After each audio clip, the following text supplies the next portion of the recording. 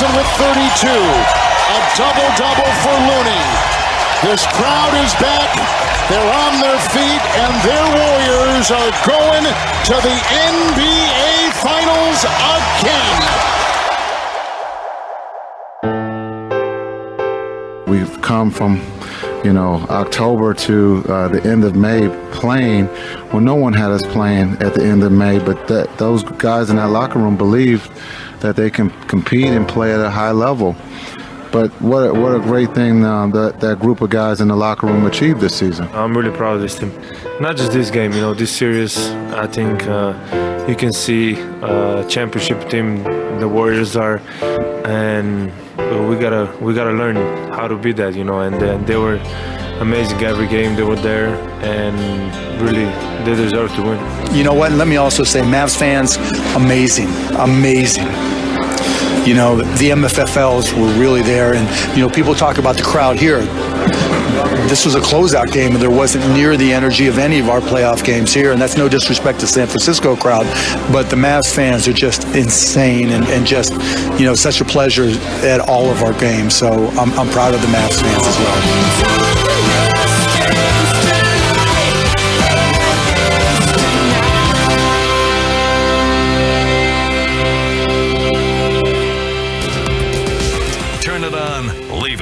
With Sean and RJ, right here on The Fan.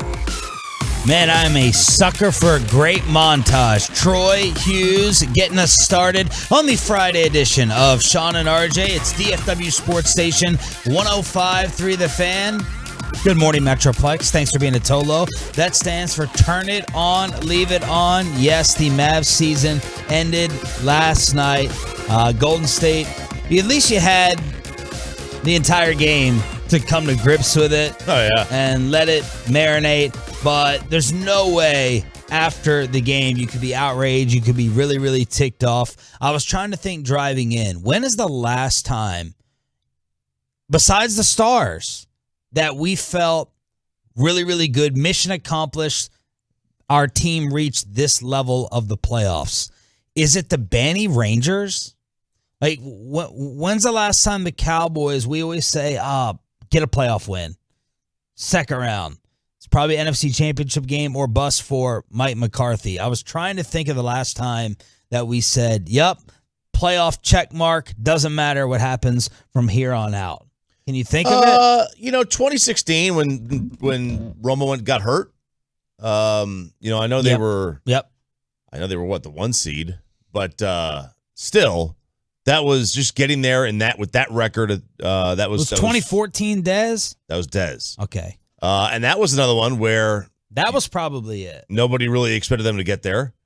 I think wasn't that the year that we were going to say we were going to go take our money and go to Vegas and bet the under, which was like under 9.5 or something.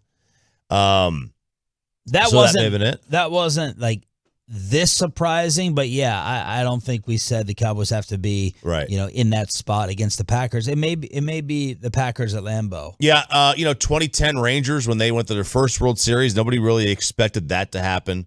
Most people were like, they're going to lose to the Yankees or they were going to lose to the Rays in the first round. Because this is a franchise that had never gone past the first round. So it's been a while either way. But it just shows how hard it is to get here. I mean, the Stars went to the Cup Finals, and they won a playoff series since. You look at Atlanta last year. Atlanta went to the same spot the Mavs did. They went to the East Final. I don't even think the Hawks made the playoffs this year. So it's like, you'll get these random years, and doing it again is the difficult part. How would everybody summarize last night? It just felt like it was time. There was no gas station within 20 miles, and you were running on empty.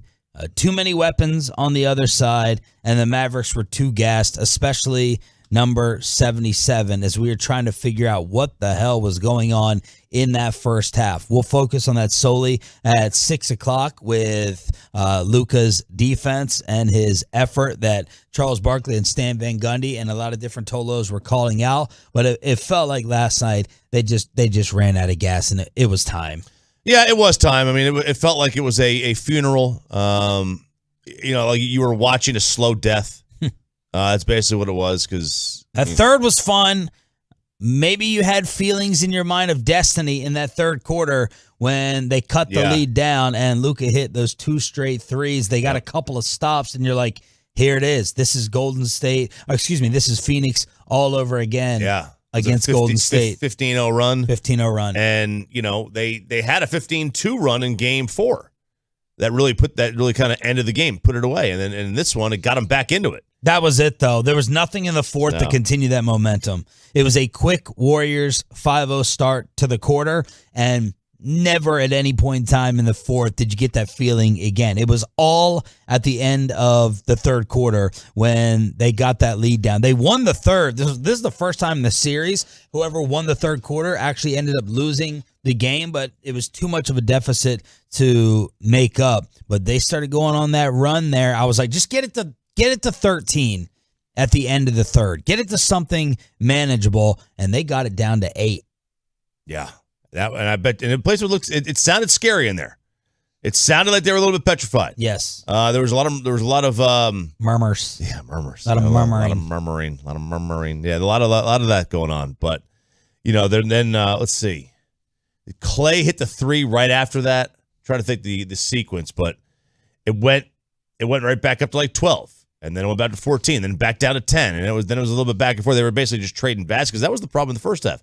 Every time the Mavs would score, Golden State would come right down and score. And then Kevon Looney with just killer offensive rebounds and rebounding in general. I think he got up to 18 boards on the night. And every time that they did get a rare stop, it seemed like Looney would come up with it. And look, when you're this deep, all it takes is one guy on a different night. And last night, it was freaking Klay Thompson. He decided to show up in the first half. He ends up 12 of 25. He hit 8 threes, and he was playing out of his mind to score 32. Dude, what a night. I told you Steph scored 15. You're feeling really, really good about that. You are, because you hadn't seen Klay score something like 30 points yet. You hadn't really seen that. You hadn't seen him go off, but boy, was he on fire. And he was hitting his mid-range shots. He was hitting his three-pointers. And the Mavs weren't. Case in point. Plain and simple, this team did not hit their jump shots. 69-52 at halftime. Klay had 19. Steph only had 5. Dinwiddie came to play in a do-or-die again. Spencer with 17 points at halftime. Luka only had 6 on 2 of 12 shooting, but the Warriors shooting 56% from the field and 47% from 3. It wasn't just Luka's defense. It was the entire team defense that was getting shredded, and Stan Van Gundy kept pointing that out.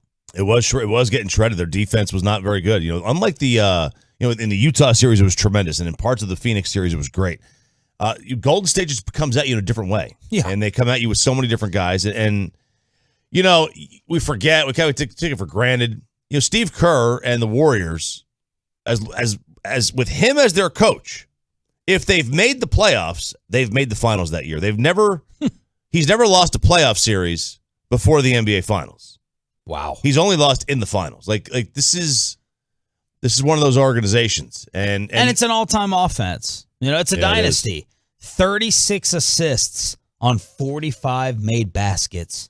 36 assists, and it's just a shame we were facing them, and I hate their fan base and their media like Charles Barkley does, because it is beautiful basketball to watch.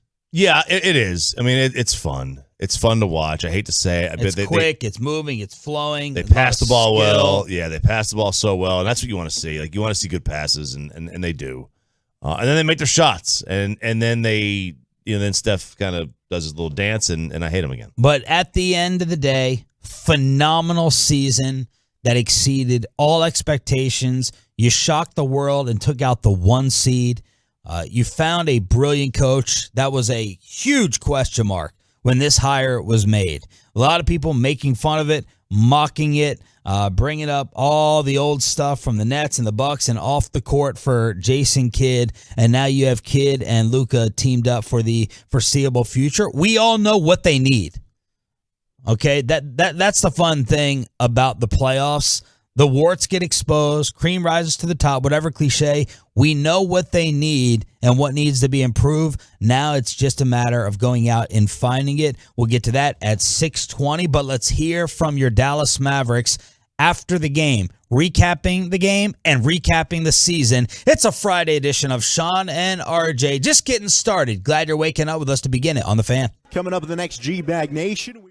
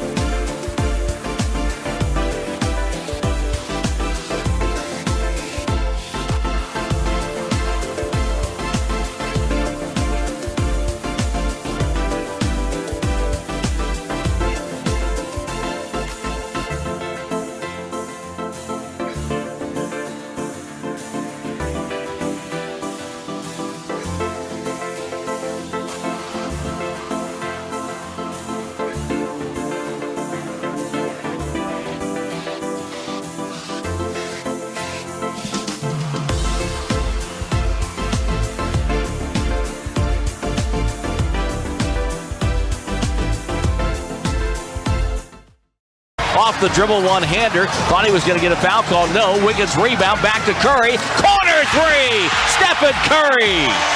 Timeout, Dallas. I thought that the injury was going to happen with Steph again. Oh, yeah? I said, here we go. Steph with the ankle. Mm-hmm. He turned that ankle when Luka split the double team. He got his thigh banged up in the previous game. And then last night, I was like, here we go. Draymond with the wrist went down. These are the reasons why people think eventually a 3-0 comeback will happen in the NBA. That's why you want to take care of things as early as possible. Steph ends up going 5 of 17 from the field. Wiggins, it didn't even seem like to me Wiggins had 18, but he ended up with 18 and 10. Man, he was the X factor for the entire series. Looney had 10 and 18. They had all their starters in double figures. Jordan Poole had 16 off the bench, and they shot 51% from the field. Perfect from the free throw line, 16 of 16. And we did beat them in the turnover category again, but only 10 turnovers for the Warriors as they were moving the ball around everywhere, and they end the Mavs season. Yeah, I thought Wiggins had a chance to get the MVP of the series. Steph ends up getting it. Yeah, I thought he had a chance to get it. But look, they just kept coming at you. They come at you in so many different ways, and the Mavs are able to, score in certain spots in certain ways, but their guys have to be hitting threes. They have one trick up their sleeve outside of Luka, and that's the 3-ball. And if the 3-ball is not falling, then it's not going to fall. They're able to overachieve like that. That's good for them. But Luka was not playing his greatest, and the Warriors' defense was playing good enough to be able to get hands and faces where the Mavs are having contested shots. Dinwiddie was really the only other guy playing his role in the supporting cast. Yeah. He had an outstanding night with 26. It just felt like Brunson could never really get established. No. He was just there. He ended up with 10 points. Finney-Smith with 13. Bullock only attempted 4 shots. He had 6. Dwight Powell had 3. So that's the way the scoring went. Maxey ended up with 7. He had the second most points off the bench. Ntilikina, it seemed like Frank had more than 6 points. He provided a nice little spark, but nobody outside of Dinwiddie came to help. And Luka finally had a horrible game in a closeout situation, even though he ended up, stat padded it 28, 9, and 6, 10 of 28 from the field. Here is Jason Kidd with a recap of the Mavericks season. We've come from, October to the end of May playing when no one had us playing at the end of May, but those guys in that locker room believed that they can compete and play at a high level. Now it's about what's our appetite come next season. Are we going to just tiptoe into the season, or are we going to be hungry? And then are we going to train this summer to understand what it means to play into May and June? Because it's a long season, and so that was the summary. But what a great thing that group of guys in the locker room achieved this season. A great clip, and maybe a subtle message. Some reporters think didn't call out Luka, but and I think that gets lost. It does in my mind as a sports fan as the playoffs go on. I don't think about fatigue setting in at some point in time, just hitting a wall. But it makes sense. You're not used to playing that long, and it looked like that's what happened to Luka Doncic in the first half last night. Here is Luka praising the Warriors and his team as well. I'm really proud of this team, and everybody, every player, every staff member. Nobody had us here, but I promise we fought till end. Congratulations to Warriors. They were obviously the better team, but I'm really proud of this team. Not just this game, this series. I think you can see championship team the Warriors are, and we gotta learn how to be that. And they were amazing every game. They were there, and really they deserve to win. By the way, quick correction there for Luka. You fought at the end. Yeah. Not till the end. The other guys did. You fought at the end. I can't wait for 6 a.m., 10 minutes away, to try to figure out what happened in that first half. What other possible explanation could there be except for exhaustion. Was it pouting? Was it fatigue? What was it? Or is that just a flaw that he has to fix and correct? So can't wait to get the Tolo dissection on Luka's first half, a weird mystery, at 877-881-1053. And then finally, Steve Kerr heading to the NBA Finals, again, giving the Mavs their praise.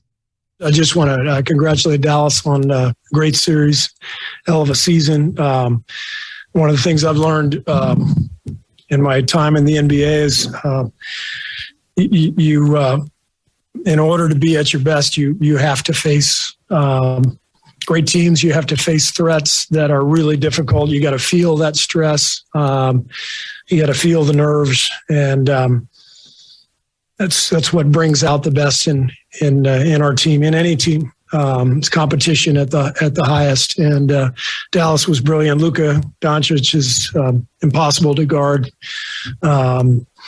Jason did a fantastic job. They had a brilliant season, and it was like I said, it was a hell of a series. We had to battle like crazy, and we're thrilled to have won. And would you say Steve Kerr 18-0 playoff record against the Western Conference? Yeah, he's only lost, I guess, to, let's see, he lost to LeBron and he lost to Kawhi in the NBA Finals. Yep. 18-0. Yeah, that's it. Never lost a Western Conference series. Never lost. That is crazy. Back to the Mavs. What is your answer for what happened with Luka in that first half? But let's recap the rest of the sports world. Another good game back-to-back for the Rangers. Ball comes to the plate, and Lowe hits a high drive to deep right field. Way back goes Laureano, and that one's over his head. That ball is history. Nathaniel Lowe, a 2-run homer, clears the 14-foot-high wall. Dozens in attendance. Wow. They score 3 in the 9th against the Oakland bullpen, and they beat the Athletics 4-1. Don't look at the attendance. Man, that's just what I was going to. Don't look. It was 2,200. Don't tell me it starts with a 1. No. It says 3,200. It was 9% full. By the way, that was a fast game. 2 hours and 44 minutes. Wow. Let me hear that one more time, Troy. Just listen at the end. Ball comes to the plate, and Lowe hits a high drive to deep right field. Way back goes Laureano, and that one's over his head. That ball is history. Nathaniel Lowe, a 2-run homer, clears the 14-foot-high wall. Adolis doubled in. Pinch runner Eli White in the top of the 9th, and then Lowe followed with the 2-run homer as the Rangers win in Oakland. What a sad state of affairs. It's embarrassing. It's embarrassing for the sport. It's embarrassing for Oakland. Like, they need to get him out of there. Get a new stadium or get him the hell out of there, man. Martin Perez again. 7 strong innings, 4 hit ball, left with a no decision. It was his 200th career start. Had a streak of 25 consecutive scoreless innings on the road, end in the 4th. 25 straight scoreless innings on the road for Martin Perez, ending last night. What a run, what a season he has had, and the Rangers get the W. They're 20-23 now in the American League West. 20-23. Astros lead the division by 2.5 over the Angels. We are 5.5 behind LA, 8 games back of the armpit, and then we're 3 games up on the Athletics and the Mariners. NHL playoff action last night. David created a turnover for Draisaitl inside. McDavid, his shot scores! Connor McDavid has won the Battle of Alberta for Edmonton! 5-4 in overtime! Oilers radio with the call. That was the game and series winner. Edmonton eliminates Calgary 5-4. They win the series 4-1. Meanwhile, in the East, Carolina wins the big Game 5 over the Rangers 3-1, and Carolina is up 3-2. Yeah, so the Oilers win, and there was some controversy in the in the third period in this one because Blake Coleman had a go-ahead goal that was overturned. They said it kicked off his skate, and it did hit his skate, but they said he made a kicking motion, and a lot of the people are coming and saying, no, there was no kicking motion. And that would have won the game for Calgary, or Calgary, however you want to call it, and that would have forced a Game 6. But Edmonton wins, and Edmonton is moving on to the to the West Finals, and that's great for the sport because you want to see Connor McDavid as much as you possibly can, and that's great. And now, obviously, another one. Home teams won every game in the Rangers Hurricane series, and maybe it'll go the same thing in Game 6. What happened to Luka in the first half last night? Need your explanations, and we got to figure out where the Mavs go from here. It's an exciting day. It's not a down day. We overachieved. They shocked the NBA world. All positives as we start getting excited for what to add to this squad. But let's figure out what happened to Luka in the first half last night. Next on Sean and RJ. All day.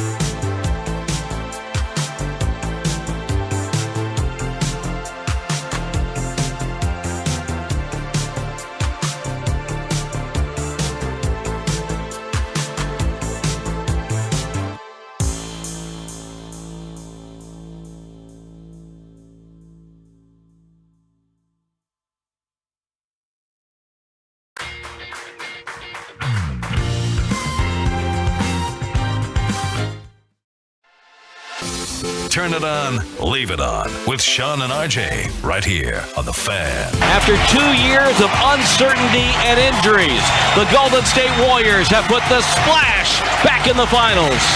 Final score, Warriors 120, Dallas 110. The Warriors win the West 4-1 and get ready for the Eastern Conference winner, which could be determined tomorrow night. Man, how sad is it? I woke up this morning saying, who am I going to root for in the finals? We picked the Celtics to win that series. Last night on the TNT postgame show, they asked Draymond Green, they put him on the spot. Who do you want to face in the final round? Draymond didn't give that answer, but he did give another one. I mean, be honest. I think both teams are tough. Boston causes problems, especially offensively. Draymond. Their defense is incredible. How long we been boys, Draymond? I want the honest answer, Draymond. You're asking me who I want to play. I'm gonna tell you who I think we're gonna play. We're gonna play Boston. Okay, that's who we're gonna play. Thank you.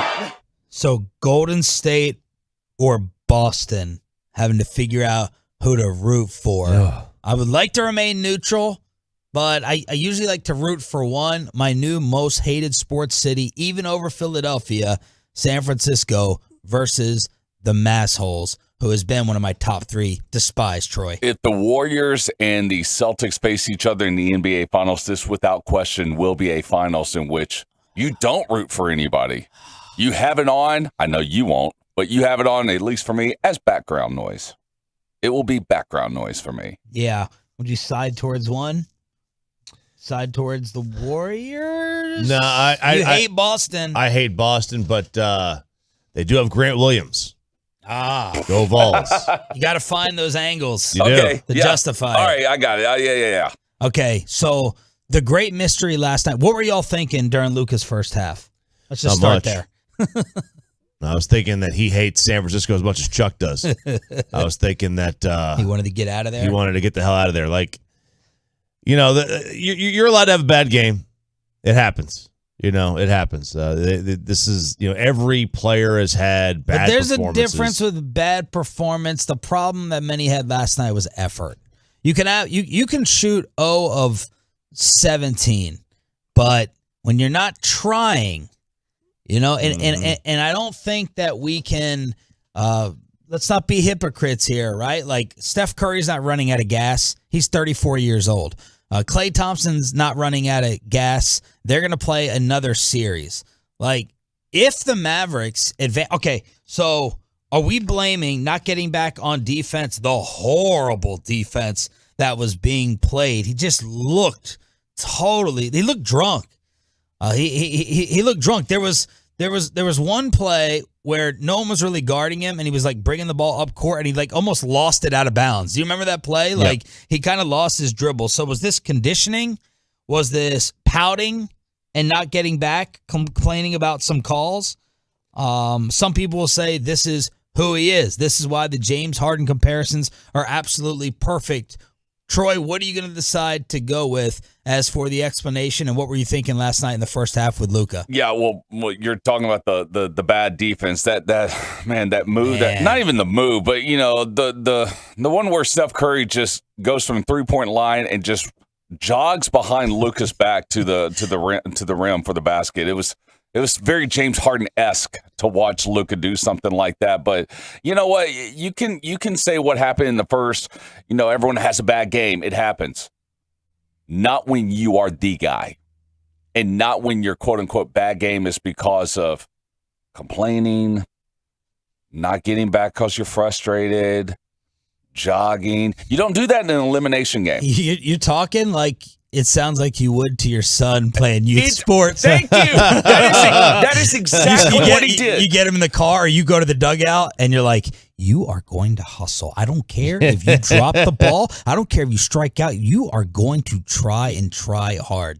That's exactly what I tell my son. I tell him every time. It's like, listen, I don't care if your team wins. I don't care if you get a gold medal. I don't care if you get a ring in this game. I care that you motivate yourself to play the entire game. Not because I want you to win and sports is great. It's because it's an example of what you will do through life. You have to motivate yourself to get through every second, every day, every week, month, and year of your life. And I kind of felt that way with Luka, where someone needs to tell him, dude, I know you're frustrated, but this is it. It was the frustration that was really showing. Like that's what popped out to me the most on the TV is his frustration. Effort, all that stuff. I mean, I don't necessarily try to judge all the effort. Yeah, but you could see it in terms of just not running back on a couple of those plays. He just looked like he was so over it. Like either not getting the calls that he thought he should have got, or his teammates' shots not falling. It was like he just looked like he wanted to be anywhere else. And it was also like, bro, really weird because that's so anti him. That's the opposite of him. I know. He's going to show up. Harden is going to bail at some point. You know that James is going to disappear. Donovan Mitchell, Luka fell into that category last night. I really want to blame it on conditioning. Not that that's an excuse. That's a negative in itself. I'd rather it be conditioning than not caring. That's me.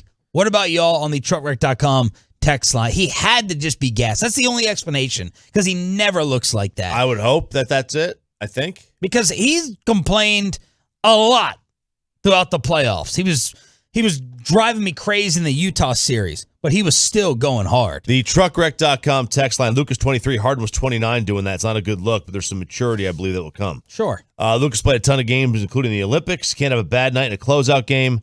The difference is Steph and Clay go sit on the bench for 8 minutes. I know Golden State just beat us, but you got to appreciate how good the team is. They're fun to watch. F the city, but I'll pull for Golden State. Okay. Let's see. The Mavs are basically the 2021 Hawks that we make fun of all the time. Oh, man. Don't be pumped about it. Charles Barkley said the same thing last night. But let's get more Luka explanation. He played 40 minutes. Steph played 35. Clay played 37. Finney-Smith played 39. Bullock played 38. This was Charles at halftime. I got to say I'm very disappointed in Luka. He's not playing with any energy, going through the motion, not getting back on defense. He's not competing. And Coach Van Gundy is one of the people who called it out. I'm very disappointed. I'm a big Luka Doncic fan, but he's not competing out there at all tonight. He came out lackadaisical, just jacking up threes. And his energy level, his energy and activity level is at the bottom. So just disappointed watching him play because when you're the best player, and Coach Van Gundy said it, you have to always bring your energy because the other guys feed off of your energy. And his energy is so low. Like I said, 2 times he didn't even run back on defense. Yeah. Took me a while to get the first song. What was the first song? I think it was Shot. Oh, no, the one I thought I first kept hearing some kind of EDM, some kind of South London dubstep or something like that. I might be wrong. It might be. I stopped. I started listening more to what Chuck was saying because he was really getting to his point there. No energy. Yeah. Going through the motions, not getting back on defense, not competing, lackadaisical. It's disappointing. Those are all the things that Barkley said, and no one disagreed on social media when I posted it. No one disagreed. And that's good on the Mavs fans to sit there and be honest about it. Yeah. And we also know he's 23 and there's room to grow. I'm going to say that he was gassed, but maybe he was just fed up and he realized that the season was coming to an end. He was having a little tantrum. He's known to have tantrums. He went over to the sideline. I thought he was going to break his damn foot kicking that chair. That's a way to get hurt. Luka, after the game, said, I played terrible. Yes, I'm proud of us, but I think defense has got to be way better for me moving forward. I made a huge step this year defensively, but there's so much room for improvement. I've got to be way better there. I think that's one spot that can take us to the next level.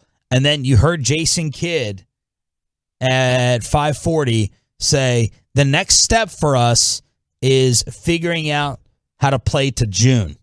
Now, it wasn't a specific Luka call out, but it's obvious. It's clear that his conditioning he's got to come in next year ready from day one.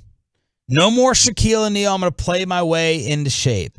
No more, okay, I went to Slovenia. Okay, I took a little bit too much time off after my national team.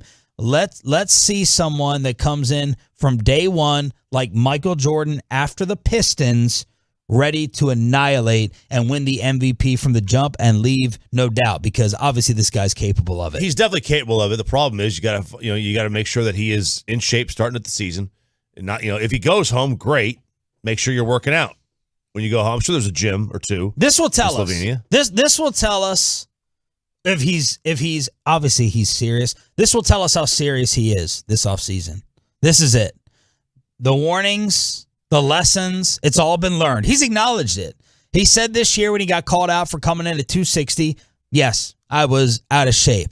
This has been a topic. This isn't brand new. You've been in the league now. You know what it takes. You've had a taste of the Western Conference Finals. This will tell us if he comes in next year out of shape again and overweight, I think he lacks that final point on the 10 out of 10 killer ultimate scale of wanting it more than anybody else. I'm going to put him there like an 8.5, a 9 right now, but the best of all time would make sure nothing stops him from this offseason of getting in premier shape. And that's the way I look at it. Dak Prescott has done it. Mac Jones has just done it with the Patriots. We've seen it with a ton of athletes who came into the year, and you're like, whoa, that looks like a different person. Yeah, it has. We have seen that. It's up to him now. He's got to do it. And look, he is tremendous. The season was this doesn't change that the season was a monumental success. Not at all. It was a tremendous success. There's room for improvement with not only him, but with everybody else on this roster. And who knows if they're going to be here? Who knows who's going to be here on this roster come, September? How they're going to change. We got a lot off season to worry about. Here's Luka on his feelings on the path that this team is heading towards now. I mean, great. Honestly, great. I think we're a young team. I don't know. DP is the oldest. Bowen is the oldest. He looks young. But I think great. I think this year we made a huge step, maybe a couple steps. And, I think we're on a great way. Obviously, there's a lot of things to do. But I think we made a huge step. And I think we're on a great path. So there's Luka after the game. Overall sentiment from the Tolos on what that was last night? His performance? Yeah. The overall sentiment was that he was pouting. Oh. Tired. Not trying. This is all in the front office for not getting Luka help. Luka was acting like a spoiled child who wasn't getting his way. He got tired of carrying this sorry team. This is who number 77 is. Hopefully you guys' eyes open, and the number 77 is just a crybaby, and you guys owe MJ an apology. I love Kid for leaving Luka out there to feel the pain and show him how out of shape he is. Luka's a powder and a streaky shooter. When his attitude's right, he's great. When it isn't, he's average. Okay. And he started 2 of 10 with 2 turnovers, defense getting exposed, 0 for 3 from 3. Then it got to 2 of 12. Stan Van Gundy continuing to call him out. Then in the third quarter, it got 2 of 14. It went there. 2 of 14, 0 for 5 from 3. Luka's first 3 of the game came with 2 minutes, 40 seconds left in the third quarter. First 3, 2:40 left in the third. That was a 16-point game, and then he hit the 2 straight, including that rainbow one, as they went on that run to give us a little bit of hope to cut it down to 8. You know what? To respond to one of the Tolos that's in the fan text, Luka absolutely 100% did not quit. He did not quit in that game. What Luka showed last night and something he needs to work on is not just the way he's built physically, Sean, and coming into the preseason not looking like a tub of gravy at some points, but at the same time, he needs to work on turning that switch. He needs to figure out how to turn that switch, because if I know anything, when you see Luka Doncic's name after most games, it's always tied to Michael Jordan in some sort of stat category. Yep. But the difference is that Michael had a switch. Michael knew when to flip that switch. Now, to defend Luka, he's 23. Yeah. He is so young in this game that they call the NBA. And once he figures out what that switch is, then he'll go on to become a great. He is great. Yeah. But, like, All time. Yeah, all time. He will be all time, but we all see, and this is a good problem to have. We all see, even with this dude, there's still another level he can get to. You know, when you start running out of things to improve on, I think for a lot of guys, you lose the challenge of it in off seasons, right?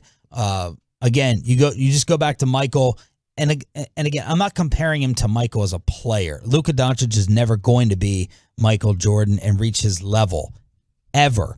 But I'm talking about your daily goals that you write down as a normal, average human being like all of us.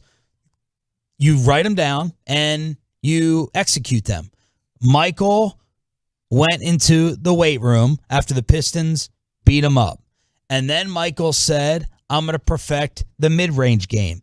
And then Michael said, I'm going to perfect this fadeaway. And you just work on one thing every offseason to up your game. And with Luka, we can get it from three-point shooting to defense. But I think it has to start with conditioning coming in from day one, sending a message to everyone. I am here on a mission. So a very bizarre first half for Doncic as the Mavs season ends last night. We'll get back to the Mavs at 6:40, including the ugliness. San Francisco fans showing who they really were, throwing things at Charles Barkley. I thought Charles Barkley was going to jail last night.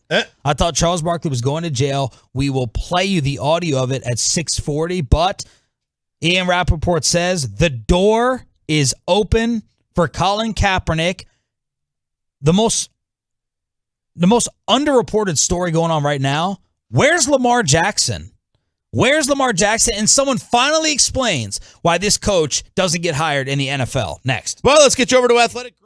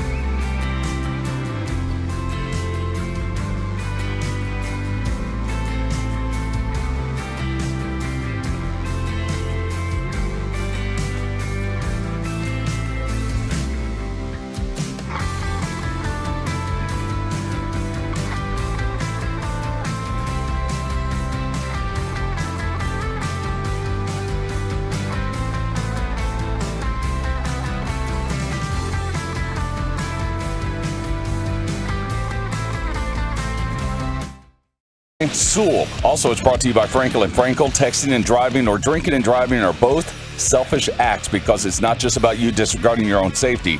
It's a disregard for someone else's life. A reminder from Frankel and Frankel. Truckwreck.com or call them at 214-333-3333. I know I have to find my way back in.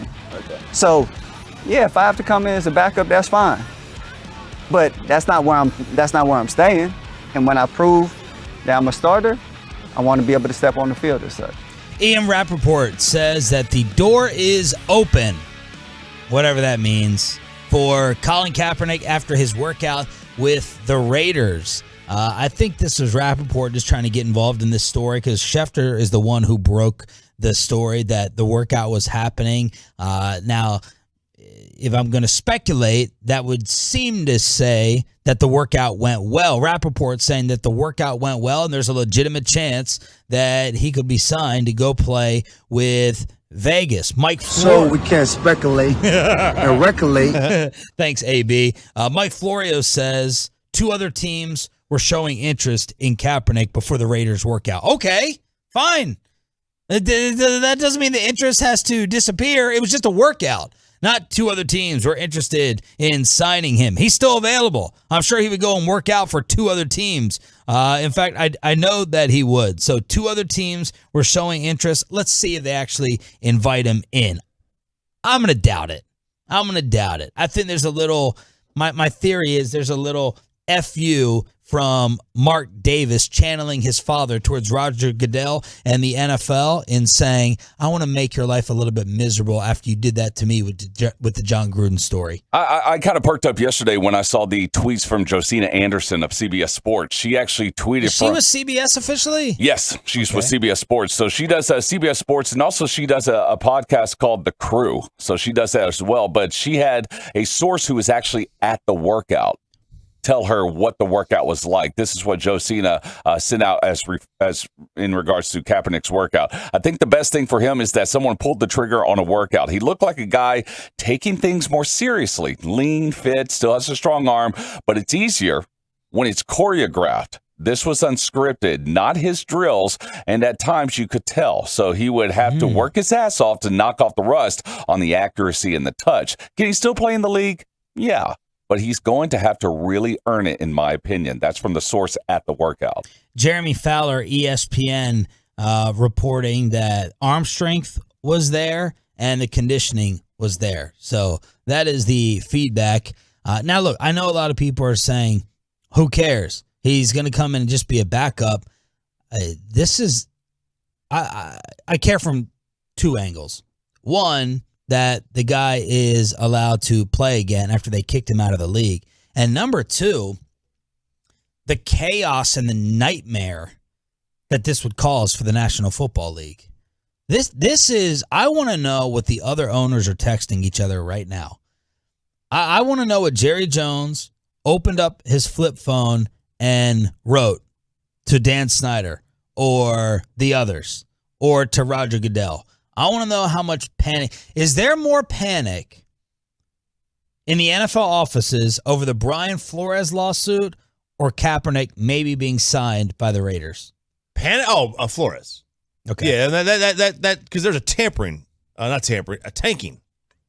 side to that, which hits at the integrity of the league. And if they find that you have teams, well, we know that it didn't happen in Cleveland. Hugh Jackson, right? That got that got disproven. Right. But if this is true and there's the tanking thing, I mean, that's like, okay, now you've got a team actively trying to lose games. Vegas now is what? Is Vegas? If Vegas finds out there's a team actively trying to lose, oh yeah, are they putting a line out anymore?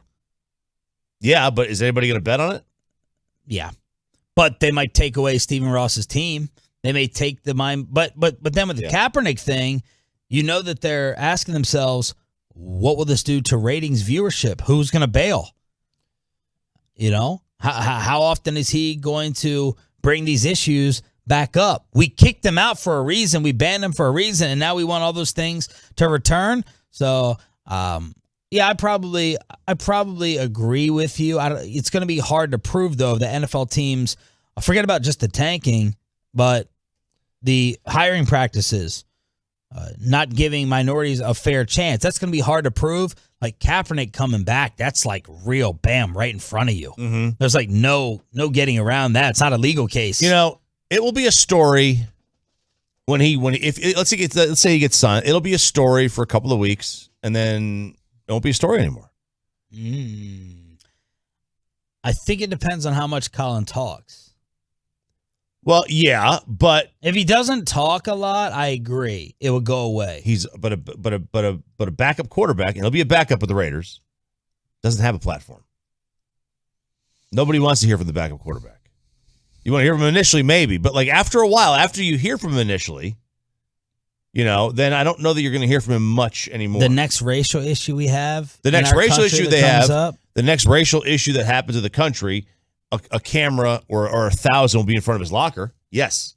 But on a day-to-day basis, I don't know. After the initial surge, you're going to see a ton. Bovada has the betting odds. They currently project him to remain unsigned. Okay? Obviously, the rate, not on an active roster for week 1 is minus 400. If he's signed, obviously the Raiders lead the way, plus 225. Seattle is second. Carolina is third. The Detroit Lions are fourth. So that's the Kaepernick update. Ian Rappaport saying that the door is quote unquote open. Speaking of the Rooney Rule and problems with that, Eric Bieniemy has probably been is he the face? Is there a face of the Rooney Rule? Is it Eric Bieniemy? It would probably be Eric Bieniemy. I would think so. It's Brian Flores. Well, yeah. And now, and then probably Eric Bieniemy. The Chiefs offensive coordinator, who every offseason people are clamoring for. Why isn't he hired? Why isn't he hired? No one has come out with an explanation. No one has said why. It's kind of like the Mark Jackson issue of the NFL. Well, Shady McCoy talked. He was on the I Am Athlete podcast. LaShawn was in Kansas City for a short time, and he gave his reason. It's the reason why every year they keep hyping him up to get a coaching job, a head coach or offense coordinator job from everywhere else, and you don't get one because he's talking about Eric Bieniemy.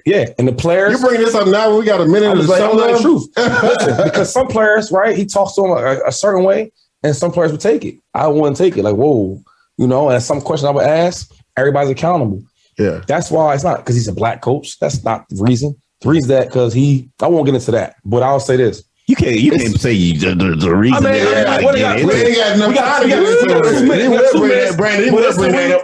1 minute, but it's the reason why that every year they hype him up to get a job, and then when the time comes, nobody hires him because they know what type of coach he really is. So you're saying Eric Bieniemy was why you stopped playing in Kansas City? Yeah, come on, man. That's players. They knew what it was.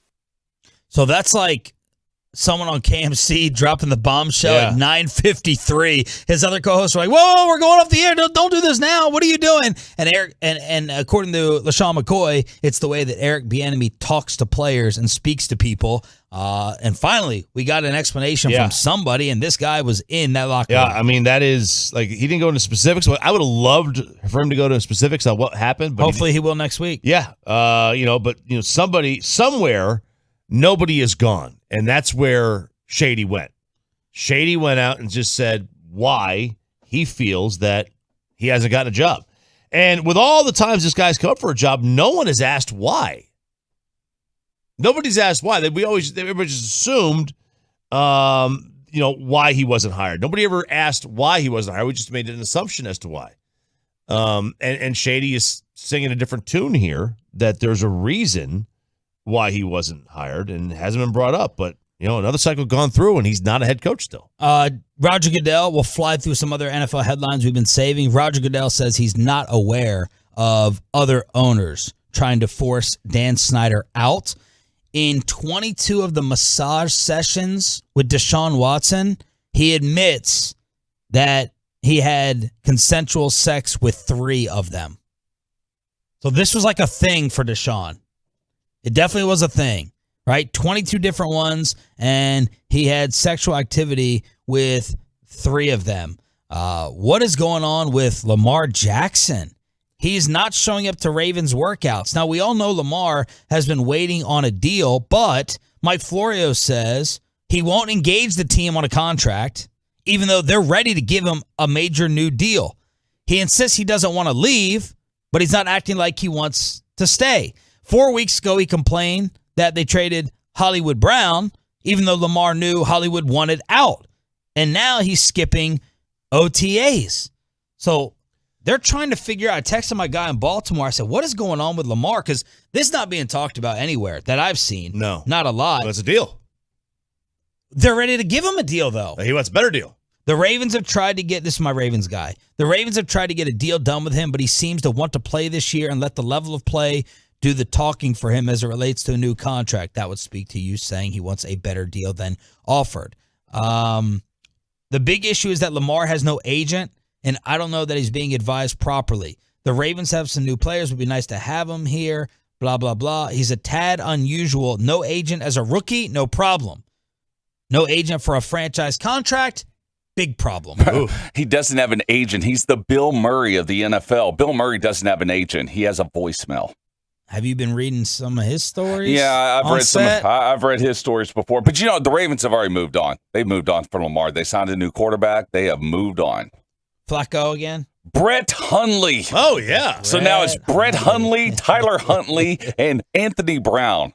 Wow. Oh, so, Cowboys corner. No. There's a little around the NFL. Also, the Ravens defensive coordinator, the former one, Wink Martindale, who we were worried about going to the Giants, was asked, you have any lessons from last year that you're going to apply to New York? He said, quote, don't go to DoorDash to find a backup corner.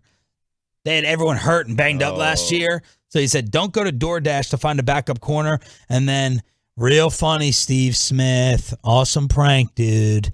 Steve Smith sending out a video of himself in a Giants warm-up suit saying, I'm leaving TV to be a Giants coach, and it turned out to be a prank. What a step down that would have been. Go be a Giants wide receivers coach from the NFL Network, unless he's diehard into coaching. I can see, how many fights, you think Todd Haley was bad? How many fights does Steve Smith get into with his players? Like Dan Campbell, Todd Haley. Oh, yeah. I can only imagine. But I haven't seen Dan Campbell fight. No, because everybody's scared of him. No one's going to step to Dan Campbell. Well, they stepped to Charles Barkley last night. Why the city of San Francisco showed their true colors, as I thought Charles Barkley was going to get involved in a brawl and end up in jail. And where do the Mavs now go from here? Back to the Mavs getting eliminated and the future that's around the corner next on Sean and RJ. But let's get that home sold and open door.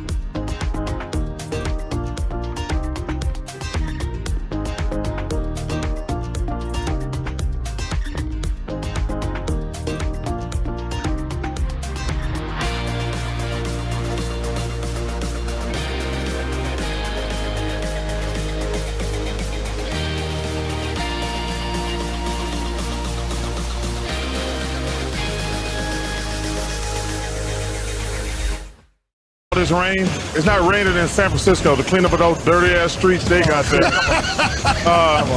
Say it again. They need San Francisco. It's a great city, but all that dirtiness and homelessness, y'all gotta clean that off the streets. I wish because it's raining like hell down here. We'll get back to the actual game that ended the Mavs season at 7 o'clock in headlines here on Sean and RJ. But you know that moment, everyone's joking around, everyone's having fun, and then someone doesn't take the joke as a joke anymore, and all of a sudden all the fun is sucked out of the room, and things are awkward and serious. That's what happened yesterday on Inside the NBA. Both in the pregame and the postgame, it felt like, and y'all give me your perspective on it, it felt like it was a powder keg getting ready to explode. And if Barkley continued to needle and make fun of the Warriors fans in the city, it felt like yesterday, instead of having fun and cutting loose, they were trying to prevent a riot. That's what it felt like, because Charles was like really, really serious. He wasn't having as much fun. And then after the game, and not as many people, Troy, reacted to this like I did. I'm sitting there watching the post game, and I thought I saw something yellow fly across the screen, and no one reacted. And I was like, I tweeted, I said, uh-oh, did someone just throw something? Don't throw things. And then someone threw something else, and this is what happened on live TV. Yo, they throwing stuff up here. Hey, Chuck, sit down, man. No. Come on, Chuck. Sit down, Chuck. Sit down, Chuck. Sit down, Chuck. We will be back as a celebration, and let's hope that's all it is. Continues. Charles gets up with one of the coffee mugs. He's got the glass mug, so he's sitting there. And again, it's this uncomfortable feeling, right? Someone throws a towel or something, and then someone throws something else. I actually thought I heard something hard hit the desk. First, I was surprised there's zero barrier. There's no barrier between. I don't know how it works for College Game Day, but there's no like netting or some type of invincible wall to protect the guys from. I mean, sometimes there's a sunscreen. Yeah, how many people are? I mean, there's so many more people out there than there was at the AAC. I think that area is larger with where they set up, but that felt like all hell was going to break loose. So then the second thing is thrown. Barkley jumps up. It did not feel like he was playing. Now, Kenny was worried. Ernie was worried. Shaq was sitting there just in the corner. He just said, nope, I don't know what that meant.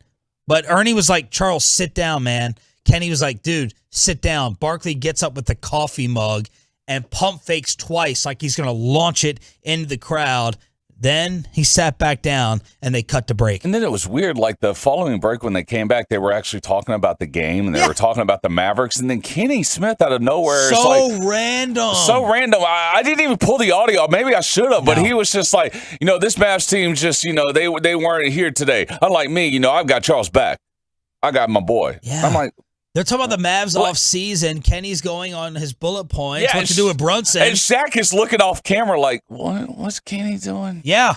Shaq has someone he's making eye contact with off camera that's weird. Like, I'm watching Shaq during all this, and I don't know whether he's not supporting what they're doing. He is supporting it. I have no idea. Then Shaq at the end of the show goes into the crowd. Yeah. Like, Shaq had no worry. I was expecting Shaq to jump up and, like, defend Charles.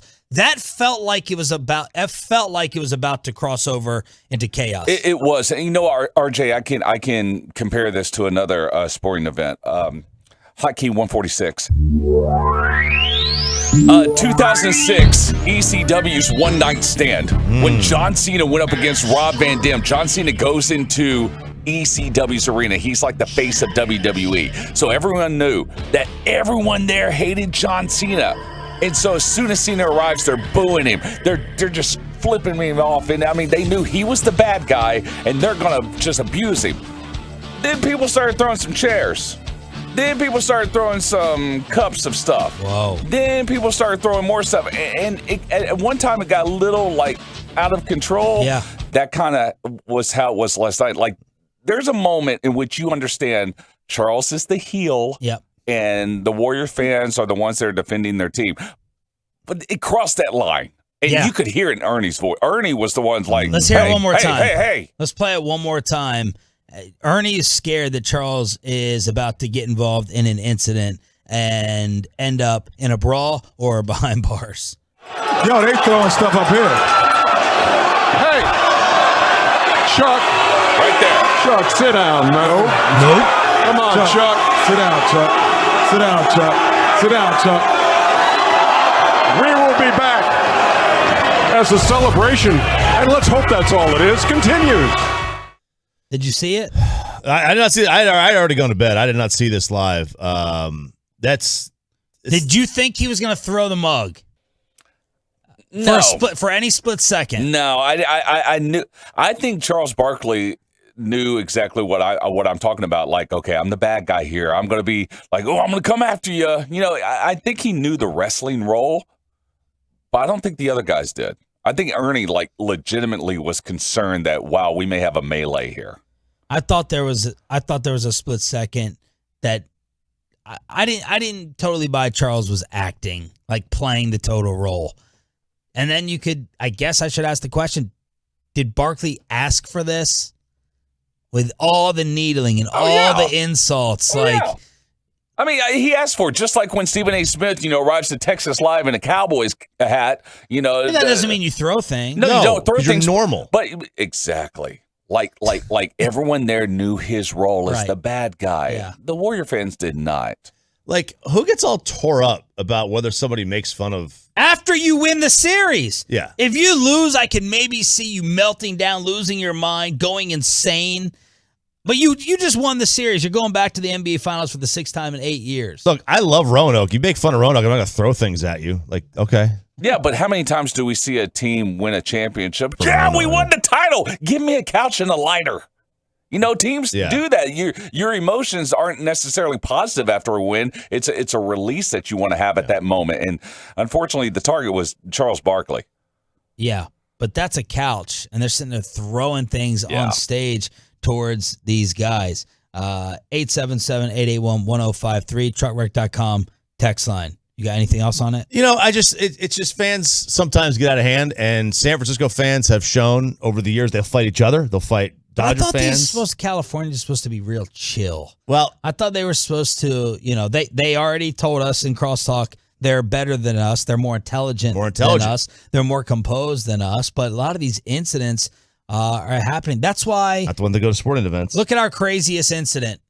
Now you'll get a fight here and there at AT&T. Oh, yeah. But our craziest incident was someone maybe tapping Chris Paul's mom on the shoulder while standing in the concession line. That's like, I'm proud of that. It does contribute to us not being as loud of a fan base or as involved, but we don't have these incidents here. Really? No, in we San don't. Francisco, I thought they were supposed to be laid back, liberal, laid back, Oh, libs. you libs! I think that Thanks, Biden. the sports fans are just a little different. The sports fans are a little bit different, and that's what happens when you've got, rabid fans. You sometimes will have knuckleheads that will go out and do stupid things. That makes no sense because you're right. They are chill. They are laid back. But when it comes to their sports, they will. It's part of the reason why they've got a great home court advantage in the NBA and why they've had a great crowd in baseball. Obviously, the Raider fans and the A's fans have always been loud. I mean, it's all part of the reason. All right, I need your expert grease, not expertise. When it's something slimy and sneaky, I need RJ's expert grease. Oh, RJ Zuko. How are we gonna Danny get out? Zuko. It's a Grease reference. Go on. How are we gonna get out of this this San Francisco bet?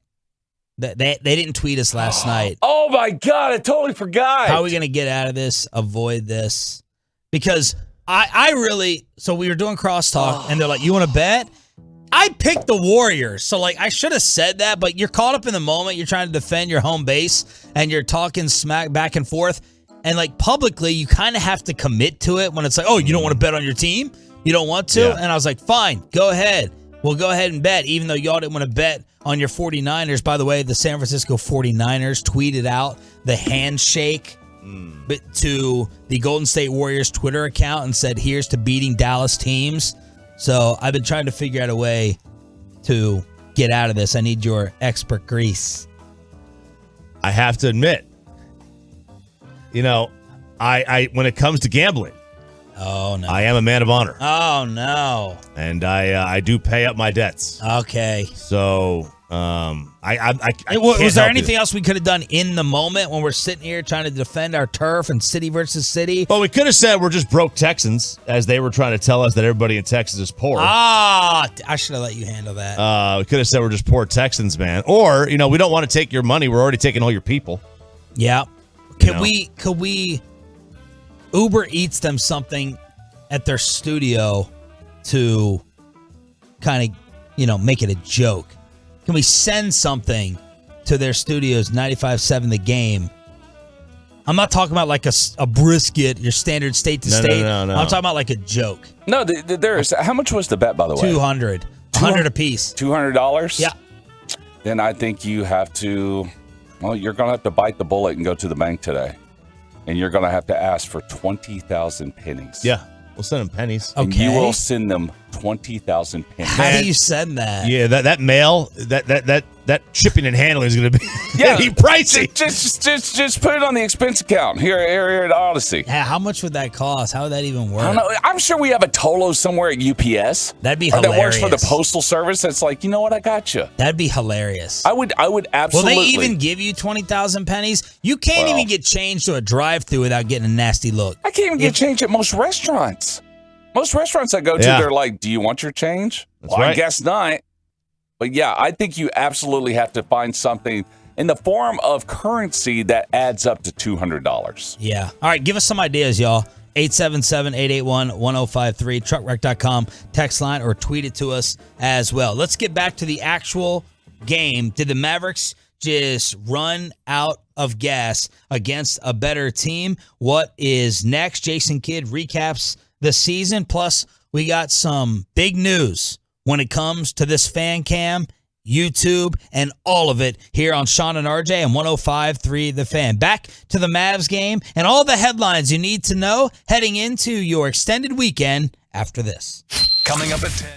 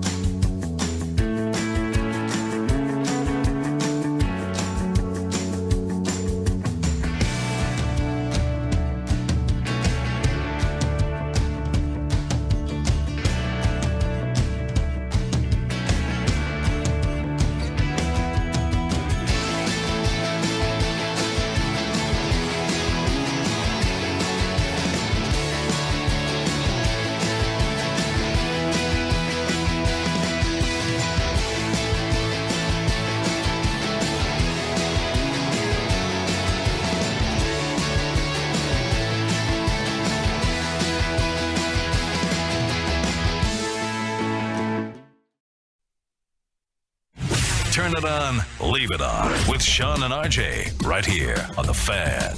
Draymond, hand off Thompson, 3-ball. Got it! Big game Clay has 16 in the first half. Draymond to Poole. Poole stops, chest pass Thompson. Turns, fires, hits another three.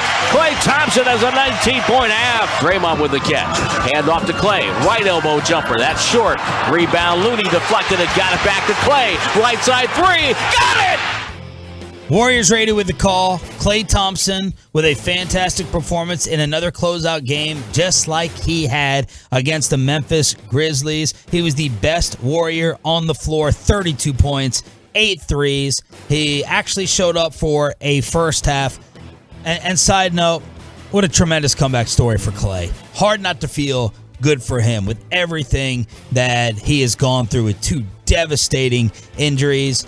Being left off the NBA 75, how he took that personally and tried to use that for extra motivation. Draymond almost went perfect on the night. He was 6 of 7 from the field, 4-4 from the free throw line. Steph only had 15 on 5 of 17 shooting, but all 5 Warrior starters in double figures. Luka, with what Chuck Cooperstein, voice of the Mavs, tweeted, was maybe the worst first half in the career of Luka Doncic. Not trying, not getting back. The defense was non-existent. The hustle back was horrible. Dinwiddie was the only other one that showed up with 26 points, and the Mavs season ends. Oh man, it was a slow death. I shouldn't say too slow because it was over. It was over relatively quick after the first quarter.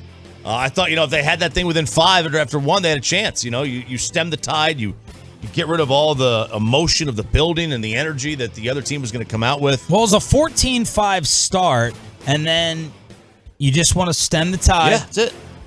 And they did it because of Dinwiddie's threes. Yeah. Okay, Spencer hits 2 threes, and then all of a sudden you're feeling like you dodged a bullet, that you escaped the first quarter. Yep, and then you hear Steve Kerr call them prayers. And a couple of lucky threes. They threw up some prayers at the end. Oh, man. Yeah, they were only down 5, shooting 33% after the first quarter. Yeah, I mean, so that wasn't a it could have been worse. It could have been way worse at the end of the first quarter, but I mean, you could make the argument they lost the game in the second quarter. Jordan Poole scored quick 7. Then Klay hits his 4th 3. The Mavs missed so many close shots. I would really like to see the statistic. I have it in the first half, what their field goal percentage was in the paint. They were 7 of 21 in the paint. That's how I knew it wasn't going to be their night. They were getting close. They were getting to the rim. They just couldn't finish. They weren't wide open layups. They couldn't finish, the easier buckets. 7 of 21 in the first half. That's when I knew it was not their night, and they were down 17 at halftime. Thank goodness for Dinwiddie and Ntilikina giving them a little bit of a spark. But at halftime, Luka had 6, and the Warriors were shooting 56% and 47% from 3. There was a chance in this series in Game 2, and after that, it was over. And last night, they did not have their best shooting night at all. The Warriors played well. They had their best night from Klay Thompson. Their role players stepped up. Looney had an amazing game. I mean, how many rebounds did that dude have? 18. Dude. I mean, and he was getting loose balls when the Mavs weren't even near him. Did you see his defense on Brunson, that one possession? He went out on the perimeter, and I was like, damn, he's staying right with Jalen. Jalen, with his bag of tricks, cannot leave Kevon Looney, and Looney ends up with big offensive boards. He had 7 of them, 10 and 18 on the night, and again, only 6'9", really magnifying the Mavs' need for a big man in the offseason. Still, Jason Kidd, very happy with his squad afterwards and recapping this fantastic special year. We've come from October to the end of May playing when no one had us playing at the end of May, but those guys in that locker room believed that they can compete and play at a high level. Now it's about what's our appetite come next season. Are we going to just tiptoe into the season, or are we going to be hungry? And then are we going to train this summer to understand what it means to play into May and June? Because it's a long season, and so that was the summary.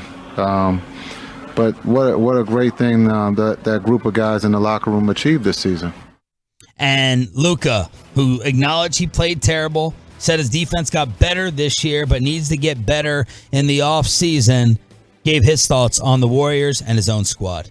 I'm really proud of this team, man. Everybody, every player, every staff member.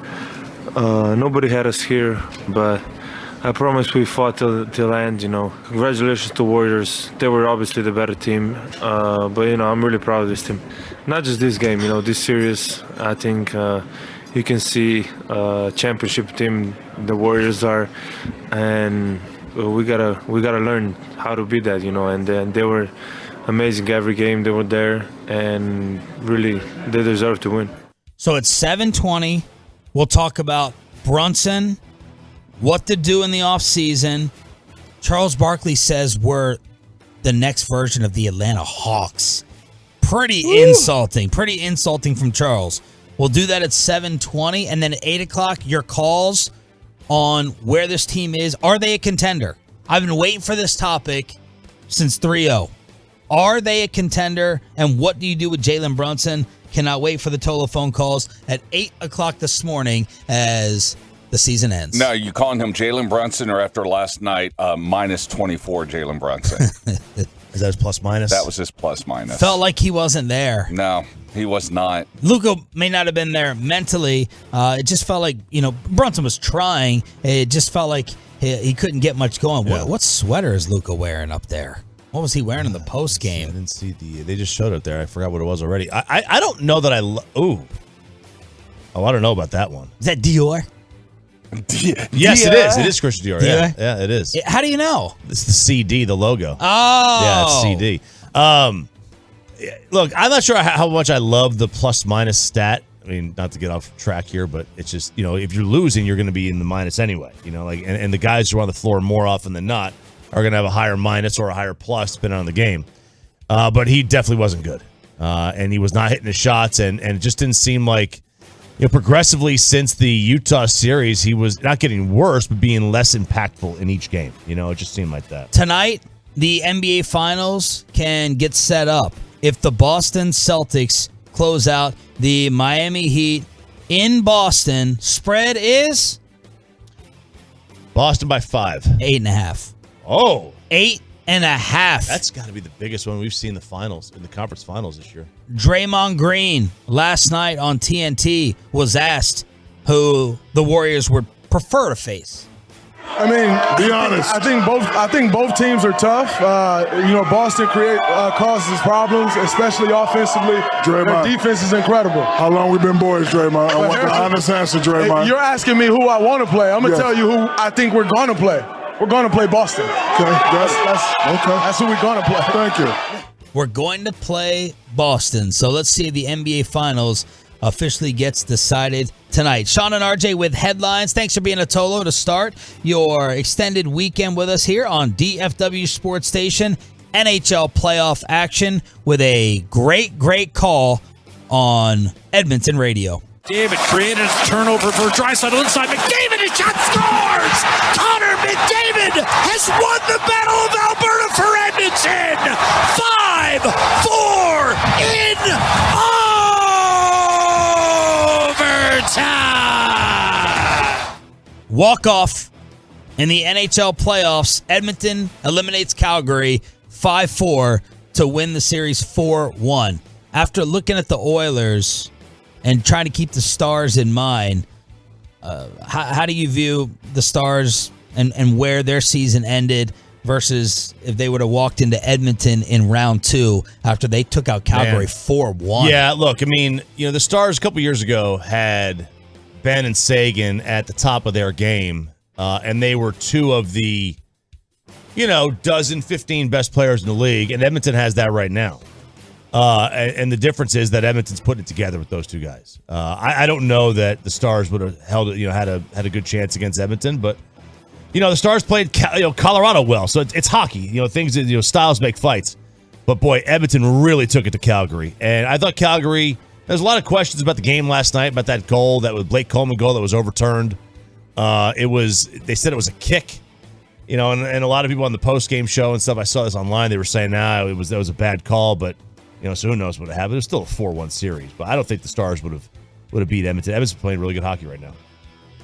Carolina beat the Rangers in Game 5, 3-1. So now the Hurricanes are up 3-2. They can close out that series with their next W. Rangers moving on from L.A. to Oakland. Listen to the win on the road in front of a packed house. Ball comes to the plate, and Lowe hits a high drive to deep right field. Way back goes Laureano, and that one's over his head. That ball is history. Nathaniel Lowe, a 2-run homer, clears the 14-foot high wall. I'm sorry, did you say the win on the road or the wind on the road? Wow. What was the listed attendance? 3,200. 32. That's 9% full. Yeah, right. Yeah, 9% of capacity. They break the 1-1 tie in the top of the ninth. They score 3. There's only 11 hits in this game. 11 hits. The Rangers had 6 of them. They beat the Athletics 4-1. Martin Perez continuing the all-star season. That's what this is. It's an all-star season. 7 innings, 4 hits, 1 earned, 6 Ks. The ERA, 1.60. And Jared Sandler, our pre- and post-game show host here on 105.3 The Fan, with a really good tweet last night. I'm well aware, Chris. Thanks. You're welcome. The Rangers, they started the season 6-14. Since then, they have gone 14-9. Oh. Okay. So, yeah, I mean, it's nothing to scoff at. Plus, since April 22nd, according to Jared Sandler, the Rangers, they have a team ERA of 3.12. That ranks 3rd in Major League Baseball. If you told me that they were 20-23, a quarter of the way into the season, I'd be like, there's not a chance. Not a chance they would have been 20. This team. All right, so this is an early win. Yeah, well, especially when you factor in that they have the worst hitter in baseball, in Marcus Semien. Yeah. Okay, we're going to have to grade this a quarter of the way through. That's what we are, right? There's 162 of these things. We're 43 games in. May have to go ahead and grade them on Tuesday or Monday, whatever day we come back. I know, but in the middle of it, like, you're not supposed to say what days you're out. It's fine. It's okay. We'll be back on Tuesday. We'll be back Tuesday. We'll be back on Tuesday. All right, speaking of that, a way to check out the show, you got Twitter. You know that you got the truckwreck.com text line. We're taking calls at 8 o'clock. What is going on with the fan cam? Yeah, so for the longest time, Tolos, of course, could watch us on the fan cam through 1053thefan.com or also Twitch. That is until this morning. 10,000 Twitch subscribers. That's right. Now this morning, it's followers. It's followers. Yeah, YouTube's got subscribers. Yeah, they got subscribers. They're followers. Is that Carter? Yeah, that's the thing. Carter, shut up. No, I know. Carter's telling me. Carter's still going to Lyric Genius. He's right? trying to break down the followers, not Kendrick Lamar albums. Yeah, that's right. It's followers. But now the subscribers on YouTube, you guys can watch us as well because we are live on YouTube this morning. They finally listened to my ideas. My idea. What? No, it was your idea in 2018 when we should have done this. But in any case, it doesn't matter because listen, as you guys know, I barely watch television. Yep. I either watch or listen to YouTube constantly. And the fact now that you can watch all of your favorite fan shows on YouTube every day is fantastic. So go ahead and go to our channel, 105.3 The Fan. Subscribe, not follow, and subscribe to it, and then watch us on the fan cam. All right, awesome. Good job, Carter. Good job by the station getting the show on YouTube as well. 877-881-1053, truckwreck.com, text line. Where do we go from here? What do you do with Jalen Brunson? And is Charles Barkley right in calling us a fluke, the next version of the Atlanta Hawks? Mavs offseason with Sean and RJ next. But first, I want to tell you.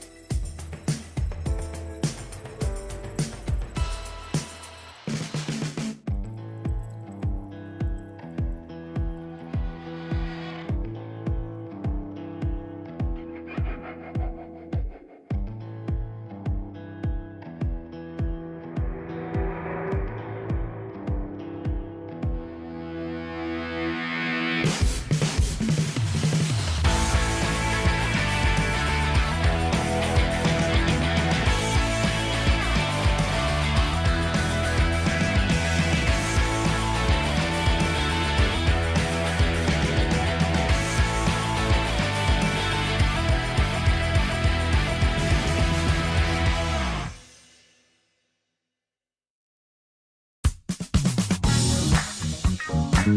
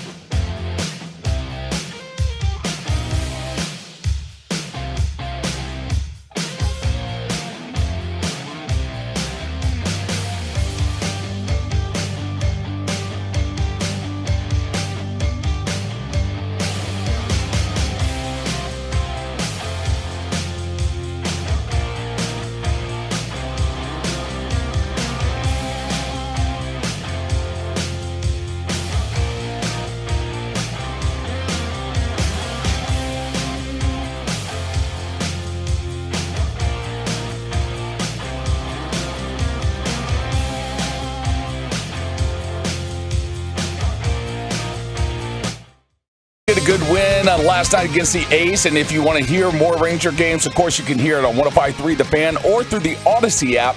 Just tell your smart speaker to play 105.3 The Fan. Segment this morning brought to you by the Khan Academy. Also, Mark Rubin and Rubin and Associates at 1-800-Lawyers. If you are struggling financially, facing foreclosure or repossession, IRS, credit card, or medical debt, you don't have to face it alone. Give Mark Rubin a call.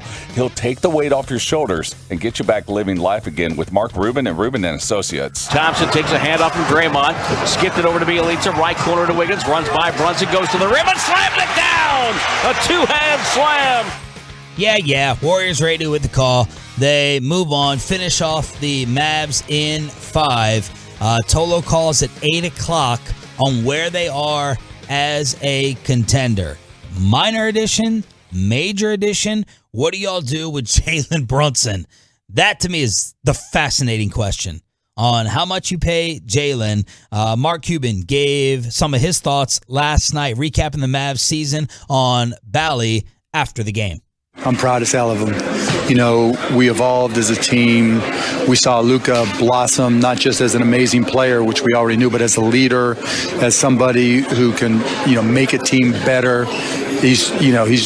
There aren't superlatives enough to describe Luka.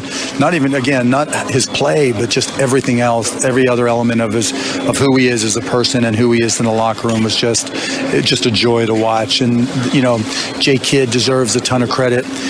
We didn't know who we'd be. We didn't know what our identity would be, and he did an amazing job defining our identity and the role that every guy has, and every guy accepted their role, even down to Theo Pinson on the sidelines going nuts.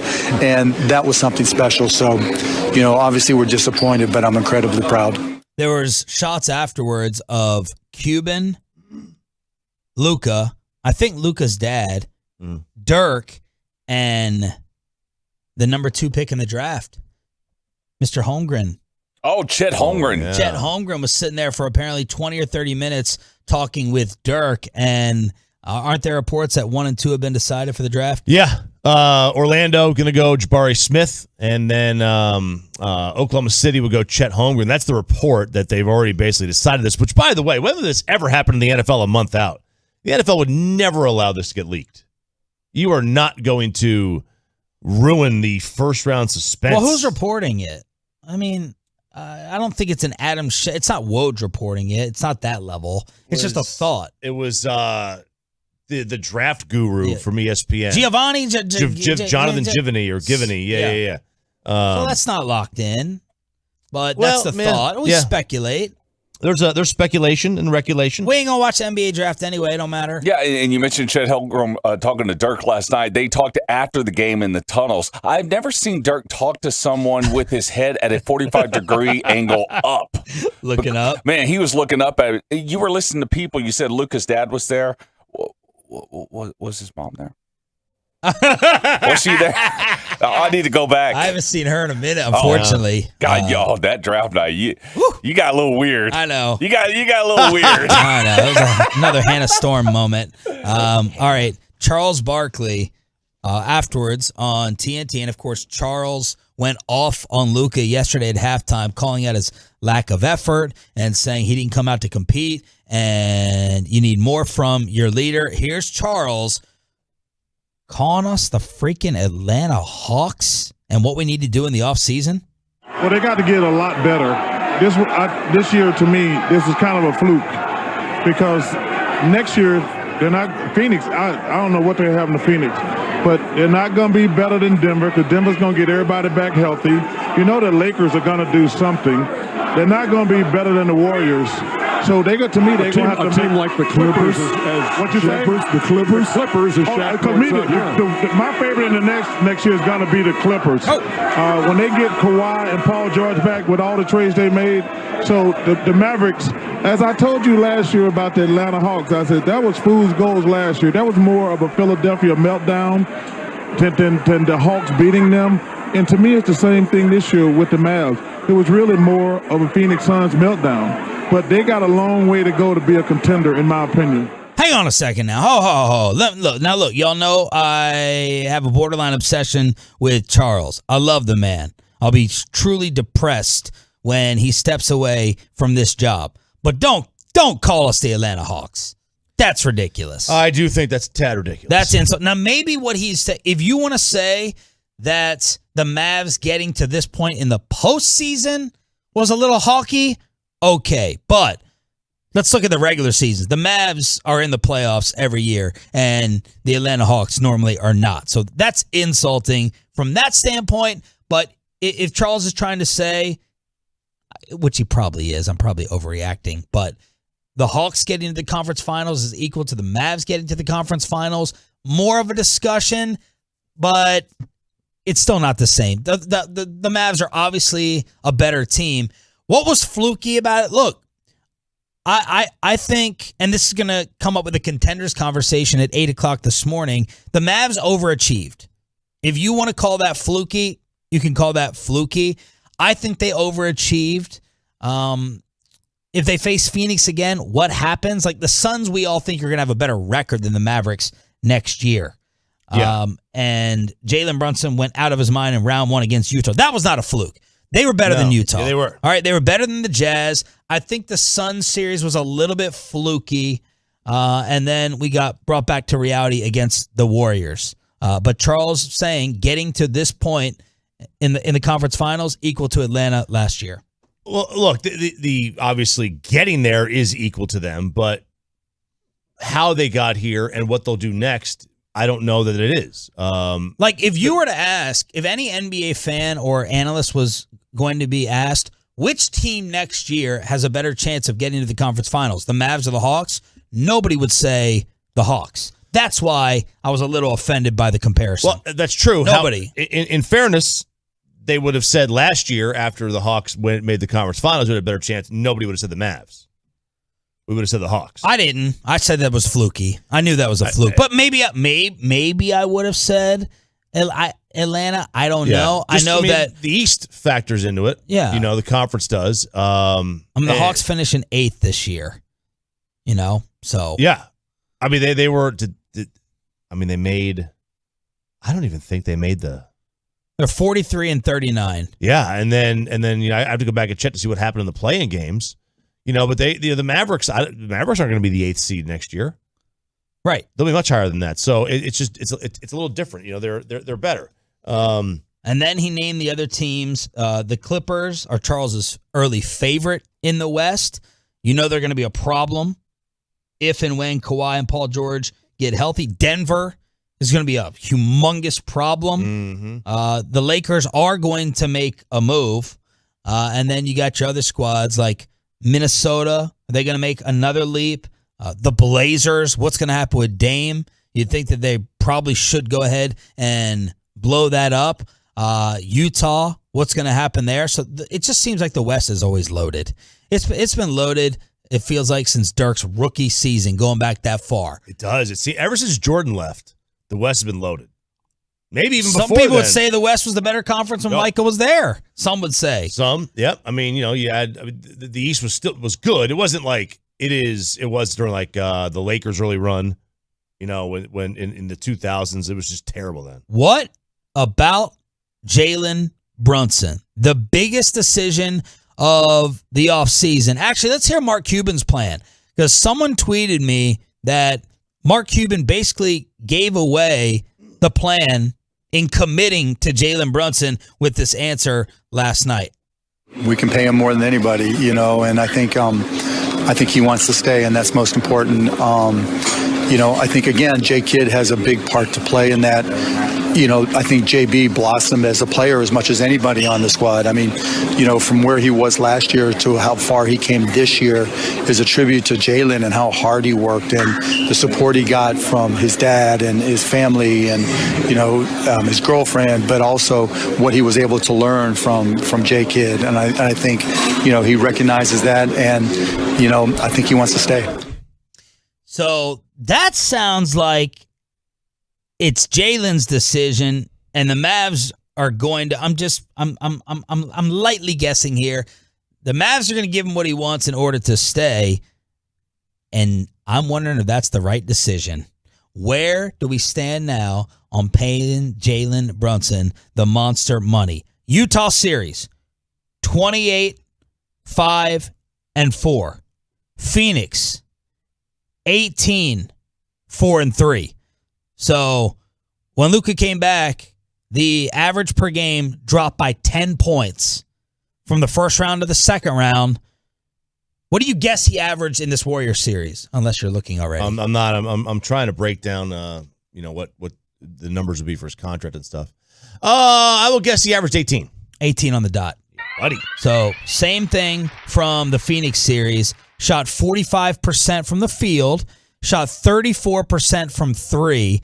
He shot 19% from 3 against the Suns, 33% from 3 against Utah. So the final postseason numbers, he shot 46% from the field and 35% from 3, 80% from the line. Where do you stand on Jalen Brunson? Well, I guess the question is, what is he going to get? If he's going to get, so Bobby Marks has got an article, and he's saying that Brunson's contract right now is the best value contract in the NBA. It's considered the best value contract. He signed a 4-year, $6.8 million deal. He is outside the top 300. Having said that, he's doing that also while being in a top 5 in field goal percentage on floaters made and shots off the dribble outside the paint. He's 5th in field goal percentage on drives to the rim, 2nd last year behind Giannis. So he's got something to his game. Do you want to pay him $90 million? Do you want to pay him $100 million a year? $100 a year? Yeah, no. Totally. I know I don't want to pay $100 a year. So an extension would have, if they had given him an extension. Look, we'll get into the numbers. Yeah. Let me simplify real quick. Can he be the number 2? No. Okay. No, he's not. No, number 2. Anthony Davis is a number 2. Yes, and then the follow up is, can you pay your number 3 this money? They already tried that with KP. And the well, they thought KP was the 2. Yeah. The answer is no. I mean, look, your number 2s in the league are Paul George. You went healthy. Anthony Davis, Kyrie Irving. Is Jaylen Brown a legit 2? I wouldn't even put. I mean, he's a 2. If Jaylen Brown's not, he's a 2 for them. If he's not an automatic 2 on a title team, Jalen Brunson's not close. Not even close. Yeah, like you want to win a title? Steph Curry's your 2 with the Warriors when Kevin Durant was there. Like he was the 2. Now they're going to do it this year. That's not. Yeah, but that can't be replicated. No, it can't. Now they're going to do it this year again. But this is also a transition NBA right now that we're in. This is a different NBA. There's no super dominant team. You need Giannis won last year without a real 2. Middleton's not a 2. He's a 2.5, 3. Yeah. But we're in a transition NBA. We're waiting for that next superstar. That next superstar is Luka. That's the good news. The bad news is pairing him with somebody. Now Bassick would probably chime in and say, "What else are you going to do, Mike?" I love that Mike knows all the numbers and all the angles and all the sign and trade X's and O's and carry the one and all that. But I don't like overcommitting and trapping yourself. Sandler texted me, sign and trade Brunson to Orlando for Mo Bamba. Trade Bertans, Hardaway, and Green to LA for Westbrook. Do whatever with Westbrook for a year. Get his contract off the books. You got $40 million in cap space. Bamba gives you 20 to 25 good minutes of rim protection and 3-point shooting. Plus, it seems like he's only getting better, and Orlando cannot pay him and Carter. Who cares about Westbrook? His best value is that he's an expiring deal. Might have to take a step back to take a few forward. So some creative outside-the-box thinking from the Sandman right there when it comes to what to do with Jalen Brunson. I want to see what the Tolos think. So hit us up at 877-881-1053. Let's come up with a contract. Let's come up with a number and see whether you're willing to pay it and why Charles Barkley says the Mavs should not be giving Jalen Brunson this money to come back. Next on The Fan. Let's get you over to Athletic Greens.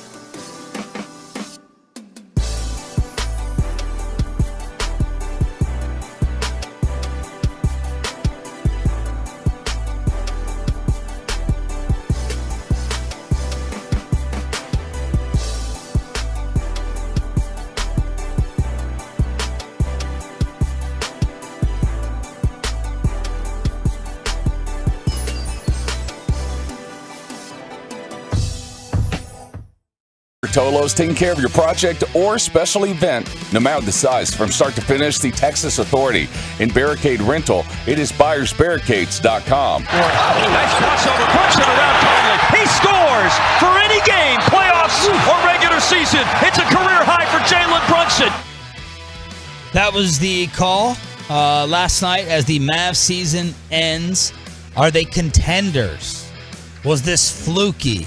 What do you do with Jalen Brunson? We'll get into your Mavs calls at 8 o'clock here on Sean and RJ. It's DFW Sports Station 105.3 The Fan. Thank you for being a Tolo. We're live on the Fan Cam, Twitch, and now on YouTube. I just retweeted the link at 105.3 SS.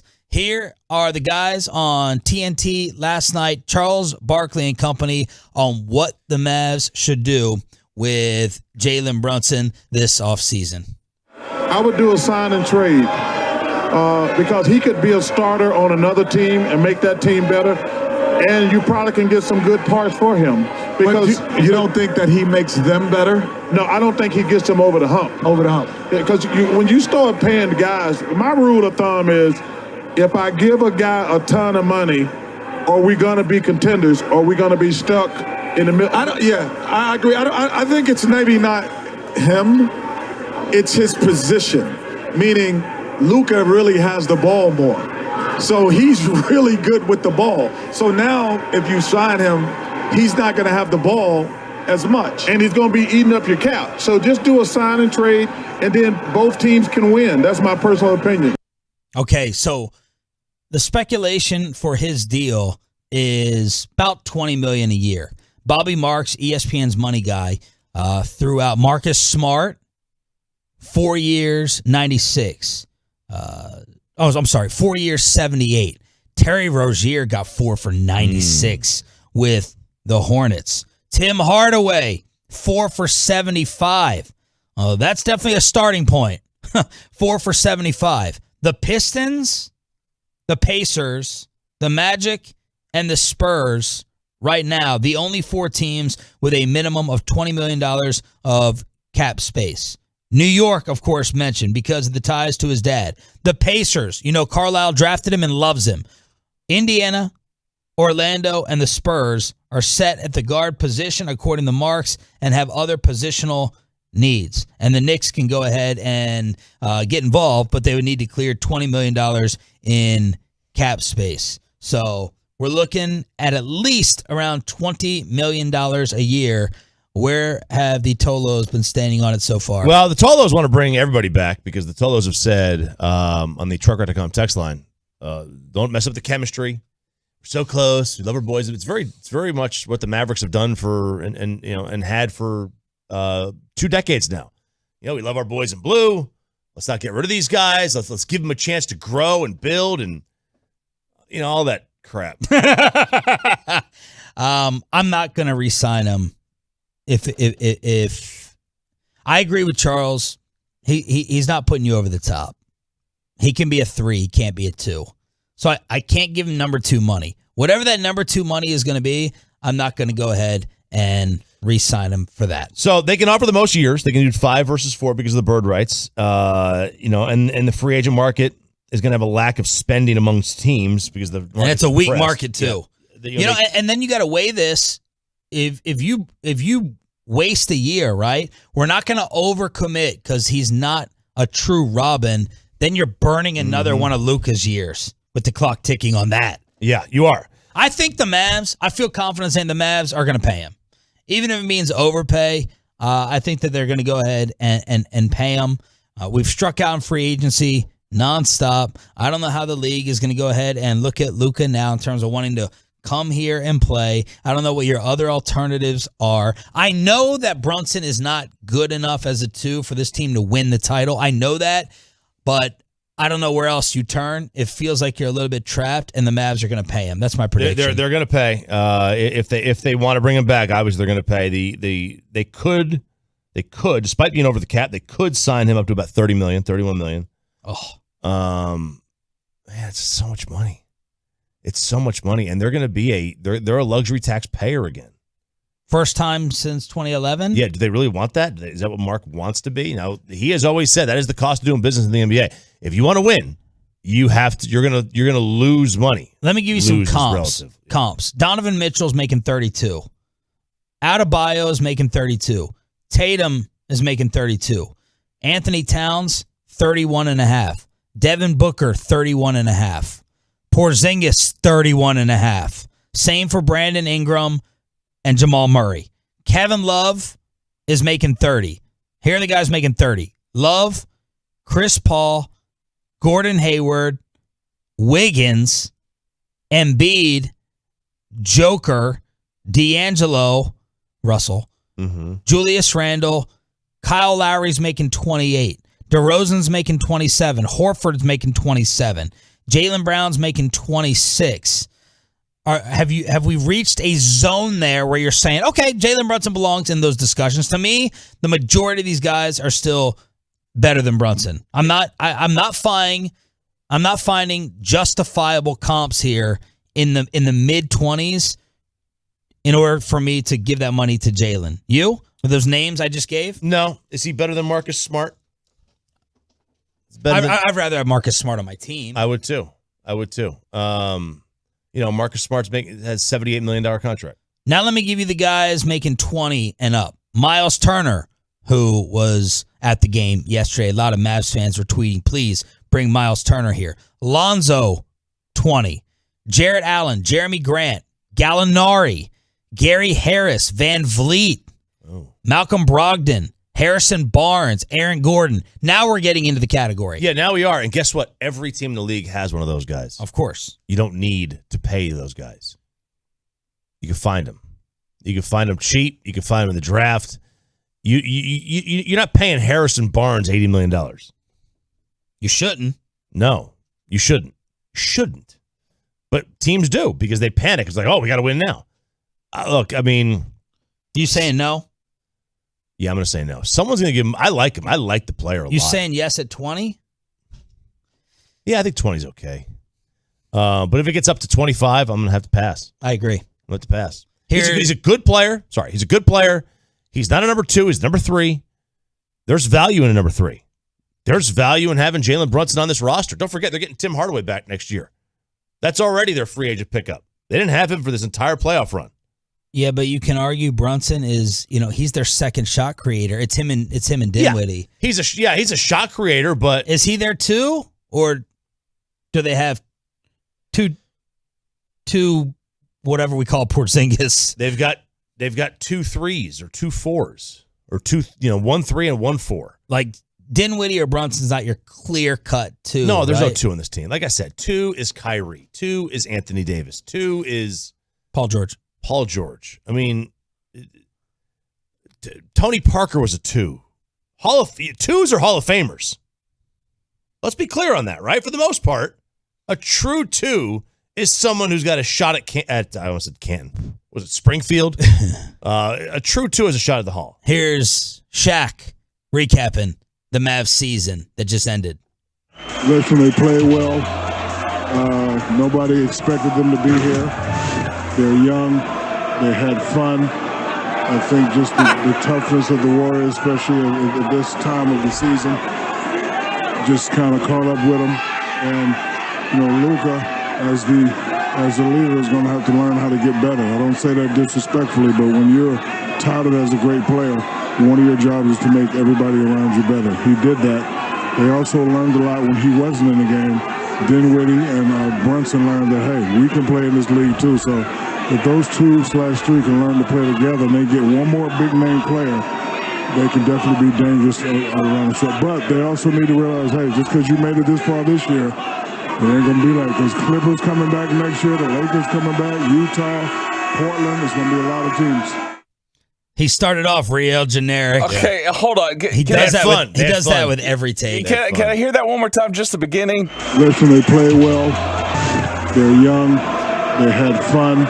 What is this, a little league team? Hey, it is fun to have. It is important to have fun. What they play at Big League Dreams last night in Mansfield? Good reference. And then Charles sat there and said, "I'm tired of hearing how young they are." I think Bassick was talking about that as well. That they're older than we actually realize. So that was Shaq. He was there for the air horn. He was there to sit there and blow that air horn and maybe provide security if Barkley got into a brawl and a riot with the Warriors fans, which he nearly did. So that's where we stand right now, looking at this offseason. It's fun to figure out how to tinker to get to that next level. And as I said to start the show, when's the last time we had one of our local teams, besides the Stars, leave us with a feeling when the year ended? Hey, we overachieved. We couldn't be that much happier. It doesn't happen with the Cowboys with no playoff wins. The Rangers, I think you have to go back to Banny with the surprising AL West titles. And that's all I can think of besides the Stars surprising us. It hasn't happened here since literally over a decade. No, you said it perfectly right there. Like, we're going into the offseason tinkering. Not going for a full restoration. Yeah. It's not like you're having to get a big workshop, grab every power tool you have known the man, and overhaul everything. You gotta add a little coat of paint here. You've got to fix the rust on this side here. Yeah. Just a little bit of you do need one. You do need to add one new. Oh, you need to get a wash machine, or you need to get a new fridge. Oh, I'm thinking of like a car. Like, we don't need an engine. We have an engine, but there's a side panel that needs to absolutely be replaced. And that's what you need. Okay. Let's hear from you. Mavs calls, wherever you want to take it. Last night's game, what the hell was Luka doing in the first half? Brunson, other offseason additions. Brian Windhorst on ESPN just saying that we are a big man away from true contention. Hit us up, 877-881-1053. 877-881-1053. You recap the Mavs game, series, and season next with Sean and RJ. Let's get you healthy. It's the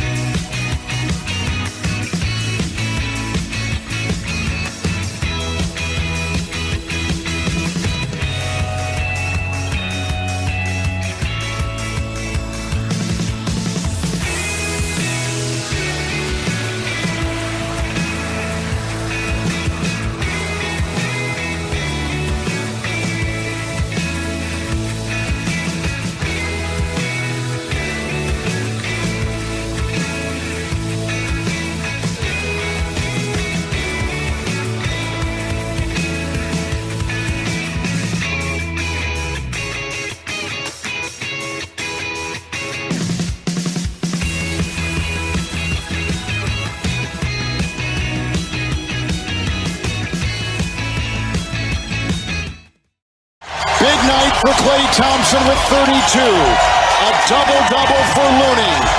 This crowd is back. They're on their feet, and their Warriors are going to the NBA Finals again. We've come from, October to the end of May playing when no one had us playing at the end of May, but those guys in that locker room believed that they can compete and play at a high level. But what a great thing that group of guys in the locker room achieved this season. I'm really proud of this team. Not just this game, this series. I think you can see championship team the Warriors are, and we gotta learn how to be that, And they were amazing every game. They were there, and really they deserve to win. You know what? Let me also say, Mavs fans, amazing. The MFFLs were really there, and people talk about the crowd here. This was a closeout game, and there wasn't near the energy of any of our playoff games here, and that's no disrespect to San Francisco crowd, but the Mavs fans are just insane and just, such a pleasure at all of our games. So I'm proud of the Mavs fans as well.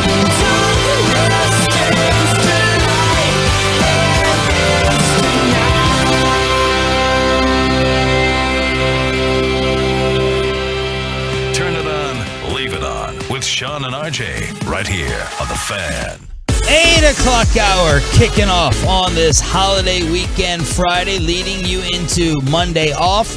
Hopefully for you. It's Sean and RJ on DFW Sports Station 105.3 The Fan. It is time for your Dallas Maverick phone calls. Recapping the season, recapping last night, recapping the series, what to do in the offseason, the Jalen Brunson decision, wherever you want to take it. Open lines for you at 877-881-1053. Is that All-American Rejects that we heard that? Yes, it is. Okay. Oklahoma's own. Really? Yeah, Carter and I are just talking about that. Underrated band. Good discography. Love me some All-American Rejects. That's a good montage. Mike in I made it. So Mike in Fort Worth, start us off. Mike, you're live on The Fan. Yeah. Hey, guys. Hey, they ought to keep Brunson. I kind of disagree with you guys. They need to keep Brunson. He's not a number two. Doesn't make any difference. They got to the Western Championship Finals this year.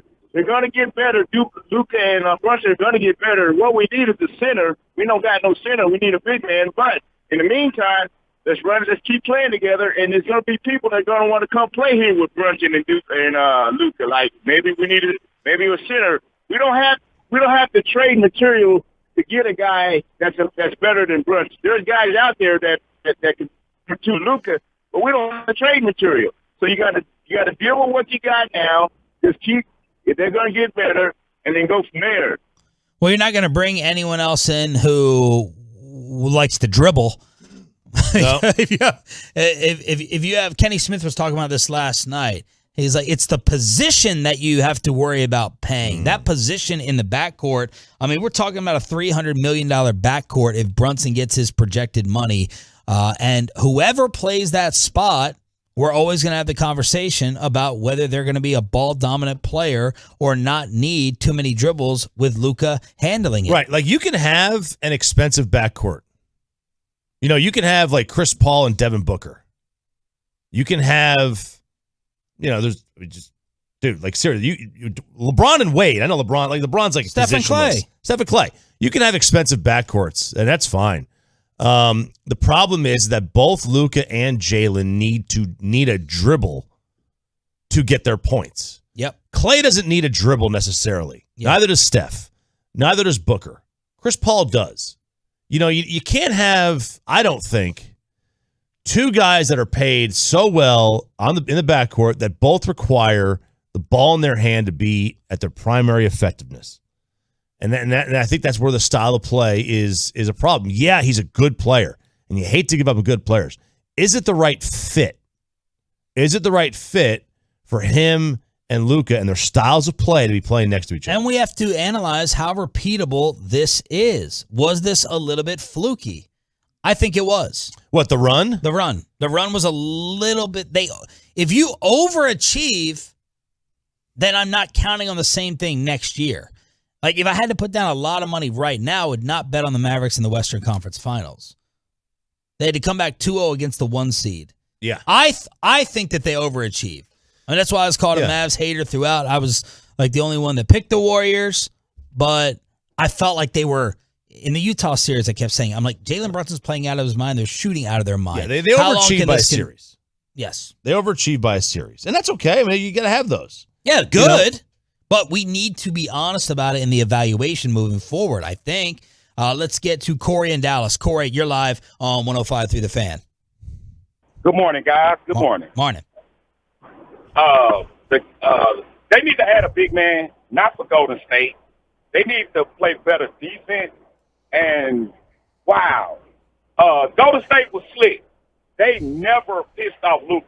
They had every chance, and they never pissed them off. And I was like, that's what happened with Phoenix.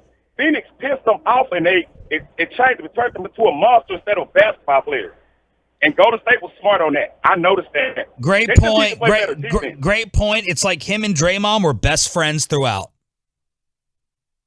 Mm-hmm. Are you still there? Sorry, Corey. I thought you were done right there. Yeah, man, that's a great point. Draymond showed the respect to Luka before the series on his podcast. Throughout, they're butt tapping. Luka's like, Draymond's so incredible. So it's kind of like, I'm not saying this is Draymond's intent. It's kind of like those stories you hear where Michael Jordan would give Charles Barkley a watch before the finals, and they go out to dinner, and it's like, oh, I'm gonna be real nice with you. Or Russell and Wilt. I think Jerry West had said this, or maybe I'm just thinking about Winning Time, so it was probably exaggerated. But Russell would like befriend Wilt and be all cool with him, and then when they get on the court, Wilt wasn't capable of slicing Russell's throat. And Bill was towards Wilt. And Draymond did not take that approach of being hostile towards Doncic. John and McKinney. John, you're live on Sean and RJ. Go ahead, buddy. Hey, good morning, fellas. Morning. I had the Warriors winning this series. I actually had them sweeping, but then once Dallas took Game 4, which was expected because everything that happened with Steve Kerr. But look, fellas, it's about pedigree. Always has been about pedigree.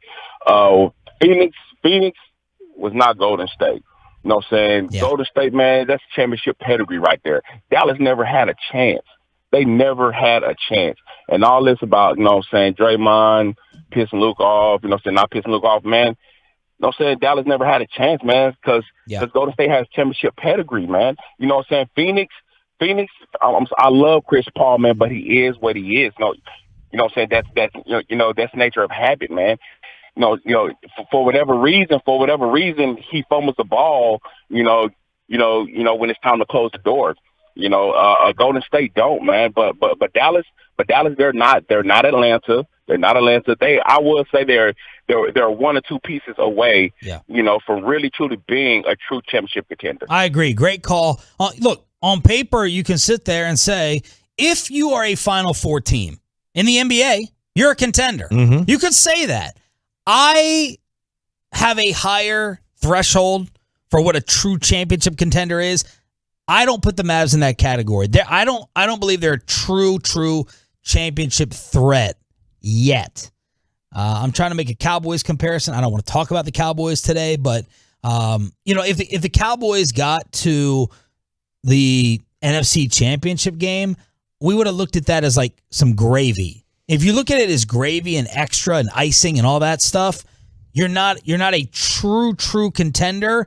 You need a little bit of help to get there. You're not far away, but you're not in the true contender conversation, in my opinion. Well, here's the interesting thing, because you brought the Cowboys, and we talk about, teams that have or have not, when the last time a team overachieved like this. Yeah. When we had this level of happiness and satisfaction at the end of one of our team's seasons outside of the Stars. Yeah, now I can't remember it. It's at least 6 years ago. The Dak and Zeke rookie year. It's at least Dak and Zeke rookie year. Could be Banny Rangers, could be the Dez Catch year. It could be the 2010 Rangers. Of course, the Mavericks in 2011, did that. And then, it's probably the Stars in the bubble when they went to the Cup Finals. They weren't expected to. But, speaking of overachieved, and this is probably on the trucker.com test, the Cowboys beat their win total in Vegas by 3.5 games this year. That's the equivalent of being a projected 60-win team in baseball and winning 90 games.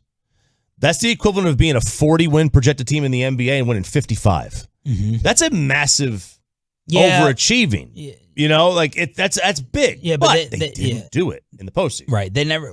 Just that final taste in your mouth after a season ends. The Mavs gave it to us even after last night. Wayne in Westlake. Wayne, you're live on Sean and RJ with the end of the Mavs season. Go ahead, Wayne.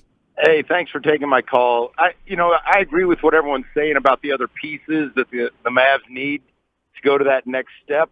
The thing I want to say about Luka is if he's going to be a true leader, he's got to quit the whining. He's got to quit the flopping. He's got to quit having the outlook that somebody has to help him. You know, you look at Jordan. He never did that. Bird never did that. Magic never did that. And Luka's still putting up these crazy numbers, despite the fact that he's not like in the tip top shape. He's not rock hard. He doesn't have that champion like mentality that Kobe had of I'm going to go work harder than everybody. Right. And if he could do that, oh my gosh! What did you attribute his first half to last night? I told my wife, I said it looked like he stayed out till 4:00 in the morning. He looked like he was asleep. Yes. I don't know what was wrong with him. It looked like he was tired, and that's the most important game, because I kept saying if we could win that one last night, it's on. We've got a really good shot, but Luka, I don't know. He looked tired. I don't know what's wrong with him. By the way, Wayne said before he went on the air, because he's calling from Westlake, he said, "Don't ask me about my profession, because dude, you're killing me, man." Yeah, so I'm not going to ask you about your profession, but how many restrooms do you have in your house? You're killing me, man. How many restrooms? Was this a big baller out here? Oh yeah, Westlake. No, jeez. just ask him what year he retired. Just ask him at what age he retired at. Thanks for the call, Wayne. Claude. He's that 32-year-old retiree. Yeah, 32 years old. Claude is joining us while driving out there in the truck. Claude, you're live on the Fan. Yo, Lowe's, what's going on, fellas? Chop. What's up, my boy? Yo. Thanks for taking my call, Troy. Hey, man. Now, is this a truck? Is this a truck honk that we can get? Yeah, he's listening on the Odyssey app in Louisiana. Man! Why does everybody love that? I love that. Man, I don't know. It's so many places you can start. I'm proud of these boys because they really did fly under the radar, and they got. Claude. Uh-oh. No. He likes big guards. All right, he likes big guards, and I think that's going to hurt Brunson. I really feel like he was still in that draft. I couldn't believe he fell to us that late in the draft. Yeah. But I feel like you got to get bigger at the two guard and someone that can play off the ball when Luka has the ball, but also can play on the ball when Luka's off the bench. Now, you got Dinwiddie. We already know Hardaway can play on the ball. He's a run around, shoot, or whatever. Right. But I listened to a lot of you guys and also flipped back the channel to the NBA channel, and there was one thing that I heard a couple of days ago when these guys got eliminated, and I remember when this big man was a free agent, and we looked at him, and they say Chicago may be doing some unhauling because they feel like they reached their ceiling. What about if we do a sign and trade for Brunson to go get Vucevic? He can play on the post, and he can play on the perimeter. He gives us size on the post. All right. I want to know what you guys' opinion on that. And I also had a little grassy nose about one player, because I know you guys don't want to spend a whole lot of money, and I agree, because it doesn't make any sense to Luka's getting paid and Brunson, and they're, like you said, it's a position thing. There's a kid that flew under the radar, and if you go back to last season, he tattooed Dallas on a must-win game for Dallas. He's from Duncanville, and right now he's at Toronto. His name is Jalen Harris. He's a combo guard, 6'4", 6'5". Look him up. He put up 30, a rookie on a bad foot on Dallas at the house. Yes, and he's a combo guard. He plays on the ball and off the ball. So I know a little something about that. He's my cousin. And I know. All right, there it is. I got some inside information I won't share on the air. But I know that Dallas, wow, we can't believe we didn't see this guy. And to add to that, he played on Dirk's AAUT when he was in high school down here. Look at that, Claude. We're getting ready to be our Bobby Belt of the NBA. I like it. Love a good grassy knoll. Thank you for the call, brother. Be careful driving out there. Vucevic is who he's talking about in Chicago. Had the many-year run in Orlando. He averages 17 and 10. I'd have to go look up the contract stuff before I felt comfortable talking about, adding in terms of the fit, rim protector. I mean, Rudy Gobert's like we need a poor man's Rudy Gobert in terms of skill set. We need someone that can grab boards, block. I mean, Kevon Looney, a guy like that. He played like Shaquille O'Neal against this Mavs front line. He played like Shaq, grabbing 18 boards. He's not even 7 feet tall, and we had no answer for it. And he had just offensive rebound after offensive rebound and 18 in all yesterday in the elimination game. 877, thank y'all. Great calls as always. Troy, thanks for lining them up. 877-881-1053, truckwreck.com text line. We should just do it. We should just turn every segment into just calls. We can sit back and drink coffee. Everyone. Works for me. We need a phone screener first. Yeah, phone screener. All right, we'll get back to the Mavs, but the Rangers get a win on the road as they continue this AL West road trip, and unfortunately, we have to bring you the very latest on what happened in Uvalde. And my number one, the movies that get played and replayed over and over and over again on TV, my number one TV rerun movie of all time lost one of their stars yesterday. We'll talk about it next with Sean and RJ right here on The Fan. Let's get you over to Parkway Buick GMC.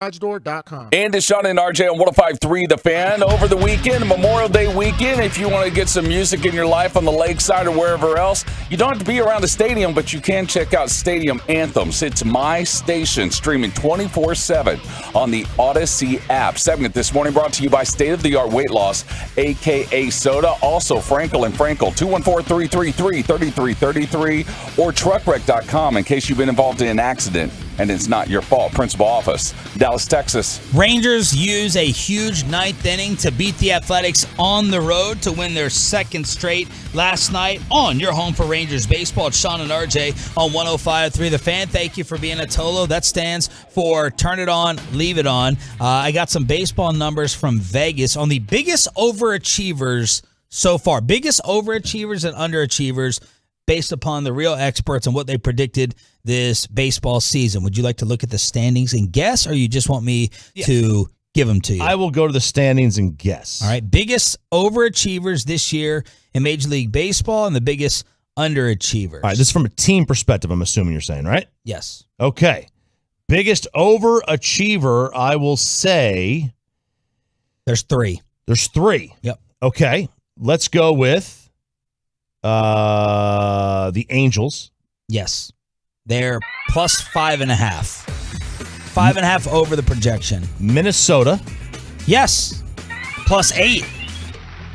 And the Yankees. No. Teams in the National League. Milwaukee.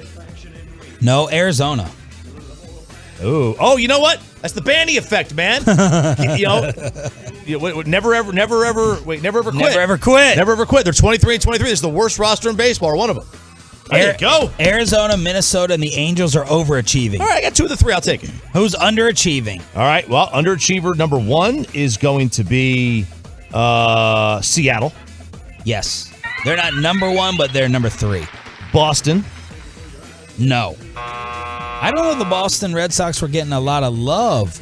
Were they before the season? They opened the year at 84.5. Okay. All right. All right. Seattle is like minus 8.5 in terms of the projection. All right. Is it Detroit? Yes, they're number 1. Minus 10. 10 wins off the pace that was projected for them. I feel good about that. But I think I did well. 4-6. There's one more there, Joe Morgan. So see if you can knock it out. But I didn't get off. Okay. The underachievers. Yep. One more. National League. Nationals. No. Think about a team that we've been talking about because they've been such a joke. Oh, the Reds? The Reds. Cincinnati. Now, give me the Rangers' current win total. 20-23. Okay, they opened at 73.5 in Vegas. They're sitting here at 73 with the current number update. So that's they're right on then. Yes, they're right on. So the Rangers are doing what Vegas expected before the year. The Astros opened at 92.5. They're currently projected for 94.5. The Angels opened at 83.5. They're currently projected for 89 wins. Wow. Seattle opened at 84.5. They're projected for 76 wins. Rangers are just a half game off the pace. No one else is that close to the Vegas projection. Oakland opened at 72.5. They're on pace for 68. So there you go. So bad. So I can't believe Seattle's doing this. It just shows Seattle last year having all those one-run victories was a little fluky. They were the Atlanta Hawks, not us. Not us, Barkley. Jeff Bagwell speaking out about one of the best sports movies, the principal of the sports movie. Yeah, he is. So he was on. He was filling in this week for AT&T Sportsnet, which airs the Astros games in Houston. And he decided they had a poll question. What is your favorite, based on a true story baseball movie? That was the poll question. So you had 42, you had Moneyball, you had, The Rookie, which was filmed at the old ballpark. And there was one other movie, I can't remember what it was.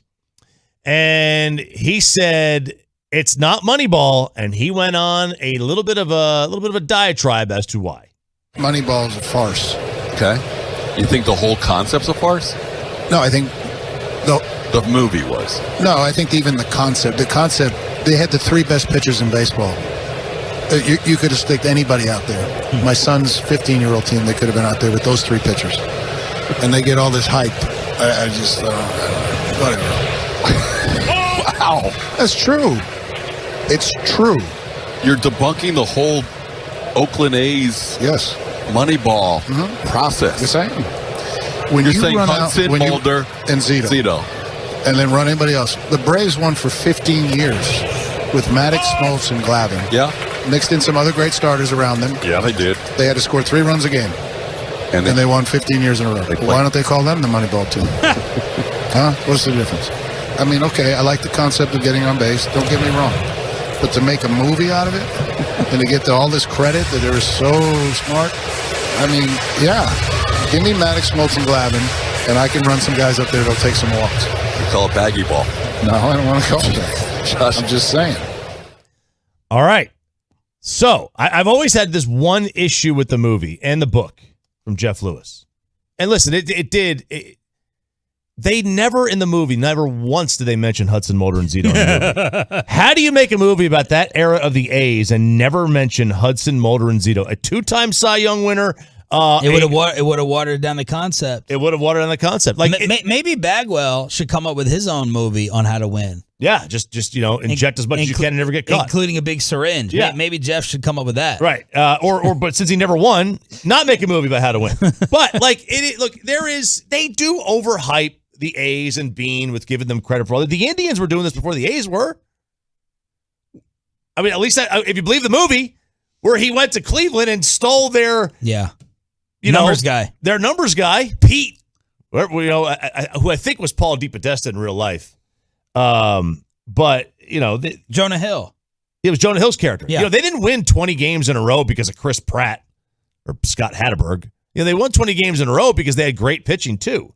Now, their concept works in the regular season and has never really worked in the playoffs with their formula. Other teams have used some of it, and they deserve a lot of credit for how they've changed the game. But I think they do get a little bit too much. All right, we got a lot of entertainment news yesterday. Ray Liotta died at 67. He apparently passed away in his sleep filming in the Dominican Republic.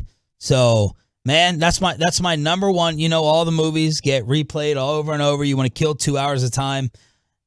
Yesterday you called it overrated, but I think my number one most rewatched movie on TV has been Goodfellas. Maybe that's just a quantity thing. I don't know if that's on more than every other one, but it was Goodfellas for me. Really funny. Really funny. What do you mean I'm funny? It's funny, it's a good story. It's funny. You're a funny guy. What do you mean? You mean the way I talk? It's just, you're just funny. It's funny, the way you tell the story and everything. Funny how? I mean, what's funny about it? Tom, you got it all wrong. Oh, Anthony. He's a big boy. He knows what he said. What'd you say? You're right. Funny how? What? Just, you're funny. Classic, all-time scene. It is a great scene. It is a tremendous scene because you didn't know where it was going. I thought for sure he was going to get shot right there. Yeah, look, it's a good movie. I just thought it was like a little overrated. Like I always thought Casino was way better. But no, it's a good movie. This guy's got a hell of a resume. Yeah, he does. Right? Henry Hill, Shoeless Joe, Super Sky Point, Ray Liotta passing away at the age of 67. I'll never forget being in a movie theater during a Ray Liotta movie and watching not 1, 2, or 3, but 4 people puke in front of me. Why? When he was in Hannibal. I was that guy. I almost threw up. I saw almost threw up. People throw up at the Mesquite AMC when that happened. It was amazing. Good theater. Oh my God, it was amazing. And then you been there. And then you have I didn't see Many Saints in Newark.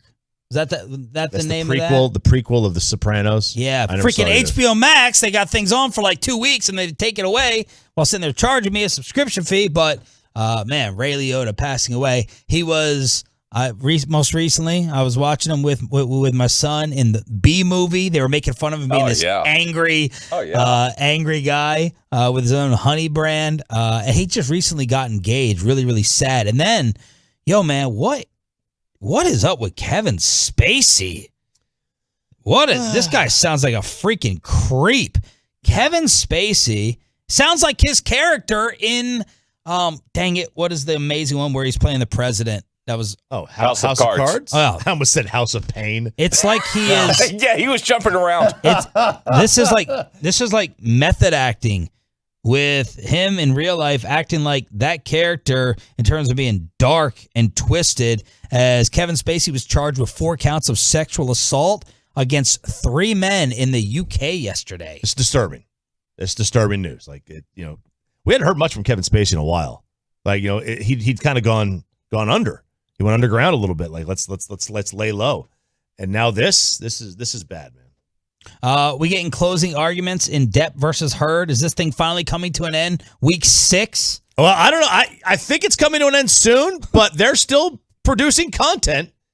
There's no doubt about that because there was a guy that they had on yesterday. Ex-TMZ employee. Ex-TMZ employee who was being questioned by Amber Heard's attorney. His name is Morgan Tremaine. Okay. A former field assignment manager for TMZ. So he got some information. He disclosed some information, and Amber Heard's attorney started going at him a little bit, and he said, You know this case is being televised, right? I am aware that there are cameras. And so this gets you your 15 minutes of fame, doesn't Objection, Your Honor. Argumentative. I can ask that question. Overruled. So I stand to gain nothing from this. I'm actually putting myself kind of in the target of TMZ, a very litigious organization, and I'm not seeking any 15 minutes here. Though you're welcome to speculate. I could say the same thing by taking Amber Heard as a client for you. A little argumentative, don't you think? Oh, hardly. I find that to be purely logical. Oh, hardly. That's so great. Hardly. When she said, "Oh, that's a little argumentative," that's her way of saying, "Can I say that what he said should be off the record? Off the record? Because that's not good to say." Oh, hardly. This guy, by the way, he's quick-witted. Can I object to that? Yeah, he looks like a Bond villain. Oh, yes, he does. Oh, look at this. Look at this photo shot. He looks like a Bond villain. Yeah, it's amazing. The bleach blonde hair, the Spencer Pratt flesh-colored beard. Spencer Pratt, so bizarre. Give it to me. So bizarre and so grotesque. I don't know why it gets me every damn time. I can do that. So grotesque. When is this case gonna end? He's suing for like $50, and this thing's going on for freaking 2 damn months. And what was on the bed, RJ?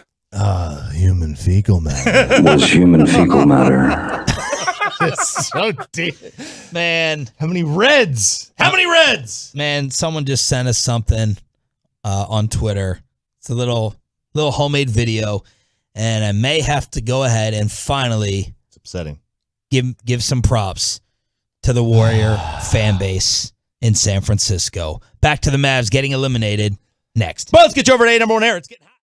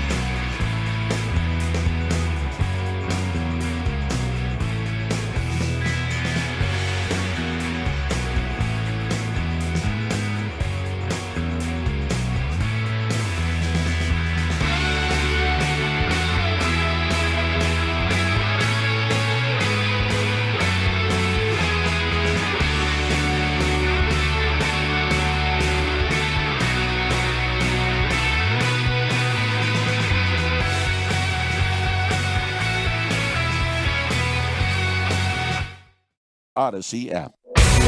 You know the bad thing about all this rain? It's not raining in San Francisco to clean up those dirty ass streets they got there. Say it again. They need San Francisco. It's a great city, but all that dirtiness and homelessness, y'all gotta clean that off the streets. That was Charles earlier in the series, and then he went back to it again and again and again. And I'm wondering after last night, I wonder if TNT keeps them in Atlanta for the conference finals next time. Because yesterday, that turned from fun to uncomfortable. It was uncomfortable in the pregame, but then in the postgame, after the Warriors eliminated the Mavs, if you stayed up for it, some Warriors fans started throwing things at the TNT set. And I saw one yellow towel or piece of clothing or shirt whiz by like Kenny and Charles. And I was like, uh-oh. And the guys didn't really react to that. And then another thing was thrown. And you're going to hear Kenny, Barkley then jumps out of his chair, grabs his coffee mug, and pump fakes. It looked like 2 or 3 times he was thinking about throwing this thing into the crowd. I don't know how he would have singled out the individual who went there and threw it. And if he threw it into the crowd, his entire career is probably over. I don't even think Charles could have survived throwing a coffee mug into a group of hundreds and hundreds of people. Screw that, man. I'd have applauded him. You don't throw something at somebody when they're doing But you sit there and you hit a kid. You hit someone who didn't do it. You're not going to hit the person who did it. He was sitting there. Well, let's play the audio, and then we'll get into what happened last night as Ernie Johnson and Kenny Smith were freaking out a little bit that Charles was going to start a brawl. Yo, they throwing stuff up here. Hey, Chuck, sit down, no. Come on, Chuck. Sit down, Chuck. Sit down, Chuck. Sit down, Chuck. We will be back as the celebration, and let's hope that's all it is, continues. That's what happened last night. I was like, oh my gosh, it's about to go down. And Shaq was just sitting there, looking at some producer in the corner, but Kenny and Ernie were like, Charles, sit down, man. Please sit down. And I thought Barkley, I was like, he's close. He's close to going overboard. And then I thought throughout the remainder of the show, for sure, something else was going to be thrown up there. I don't know if they brought extra security. I don't know if they put up an invisible net that we couldn't see on TV. I'm kind of surprised there was no barrier or protection to begin with. I guess you assume that fans aren't going to throw things at the guys, but Barkley has been attacking and instigating since game number 1 with the Warriors fans, but there was nothing else thrown up there. But Troy, I thought you could just feel the tone and the fun of the show change, because normally they're going out with a bunch of laughs. It's their last show of the season. They're going fishing and all that, and Steph and Draymond are coming out to talk, but that took a turn. Yeah, like from the wrestling side, from the world that I'm familiar with, you have the good guys, the bad guys, you have the heels and the baby faces, and as fans, you cheer or you boo those guys. But you know where the line is. You know where kayfabe is. You know what's real and what's not. But in this case, they don't know that. They don't know that line. They don't know the dramatics of Charles is playing a role. Yeah. He's not being himself. He's playing a role. As far as he probably should have thrown something to the crowd. Listen, this happened 2 days ago at the French Open. At the French Open 2 days ago, one of the players, a female player, she got upset, threw her racket, went into a crowd, almost hit a child. Now, of course, they're trying to make this a wholesome thing because she goes up into the crowd and the kid's crying and she hugs him. And everyone's like, oh, isn't that sweet? No, it's not sweet. She threw a racket and almost hit a child in the head. And the same thing could have happened easily last night. I mean, if I'm not mistaken, this is Charles Barkley. This is not Verlander. This is not Kershaw. This is not someone that control where their precision is when throwing something. Yeah. That would have ended his career. Easily. Easily, because I think he's close to retirement anyway, but... Will Smith saying, oh, please do it. Oh, please do it. Yeah. Take the pain off of me. Let's hear it one more time with what happened, and then I'm going to have to like some guys from San Francisco after what just happened on Twitter. Yo, they throwing stuff up here. Hey, Chuck, sit down, man. No. Come on, Chuck. Sit down, Chuck. Sit down, Chuck. Sit down, Chuck. We will be back as the celebration, and let's hope that's all it is, continues.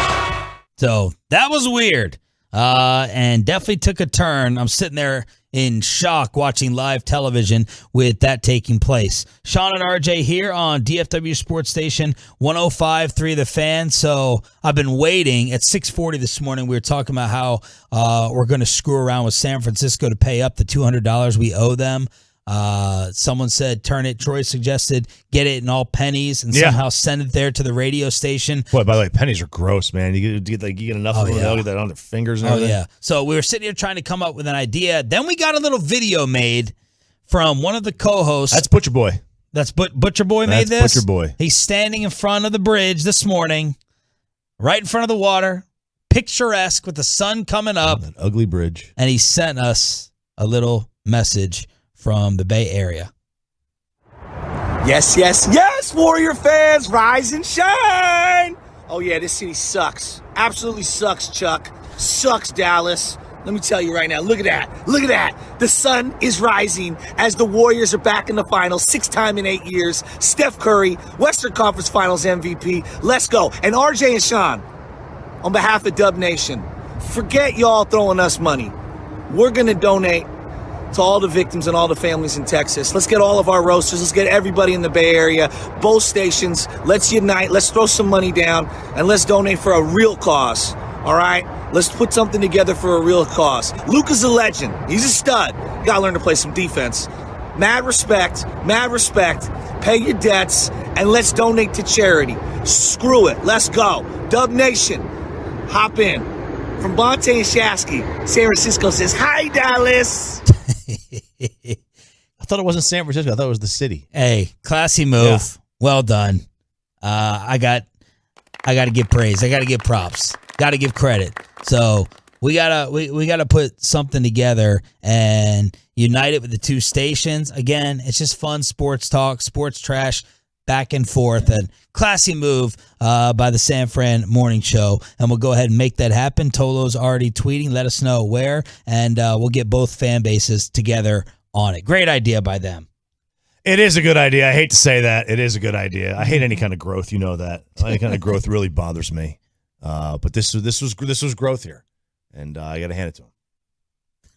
Look how uncomfortable you are talking about something that's positive. I don't like it. I would rather. I would just rather. I don't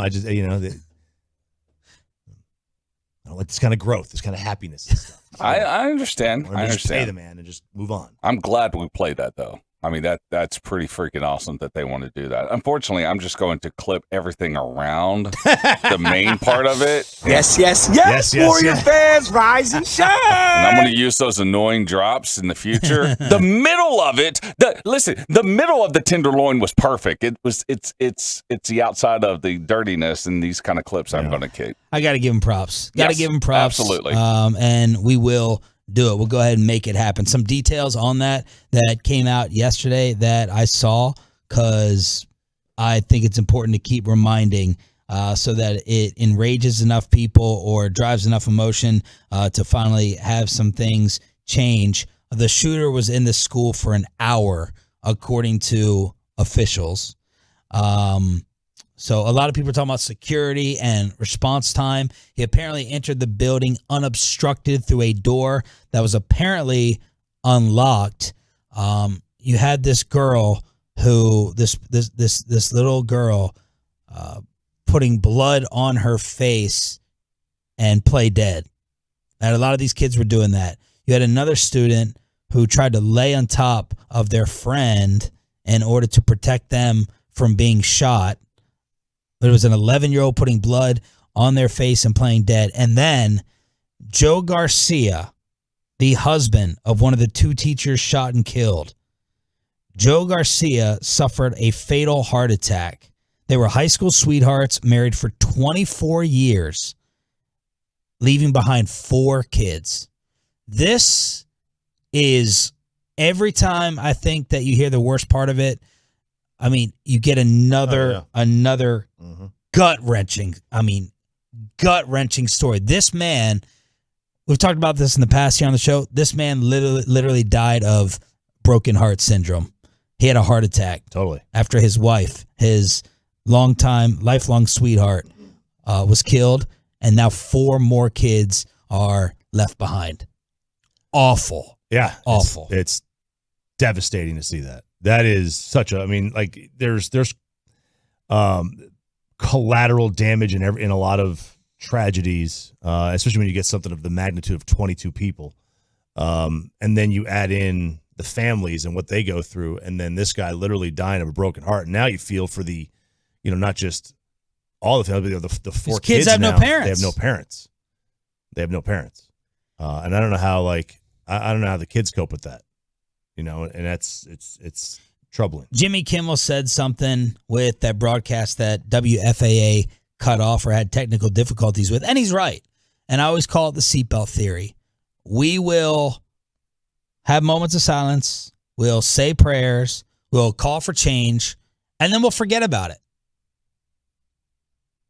That's the reality. I'll be guilty of it too. We'll forget until the next incident, and we'll do the same thing over and over again. About a week. And it'll keep happening at this pace, yeah. And then Jimmy said, but the only people who won't forget are all the families. All the families affected, siblings lost, sons, daughters, mothers, grandparents. They're the ones who have to have it never leave their life, while the rest of us, the majority and the leaders, will do a lot of talking. It'll fade into the back of the news cycle until the next one comes up again, and we'll just keep repeating. 877-881-1053. Final hour of Sean and RJ. Back to last night's game. What was that from Luka in the first half? We need some answers. What do y'all think happened to 77 in the first half of the Mavs getting eliminated? Next.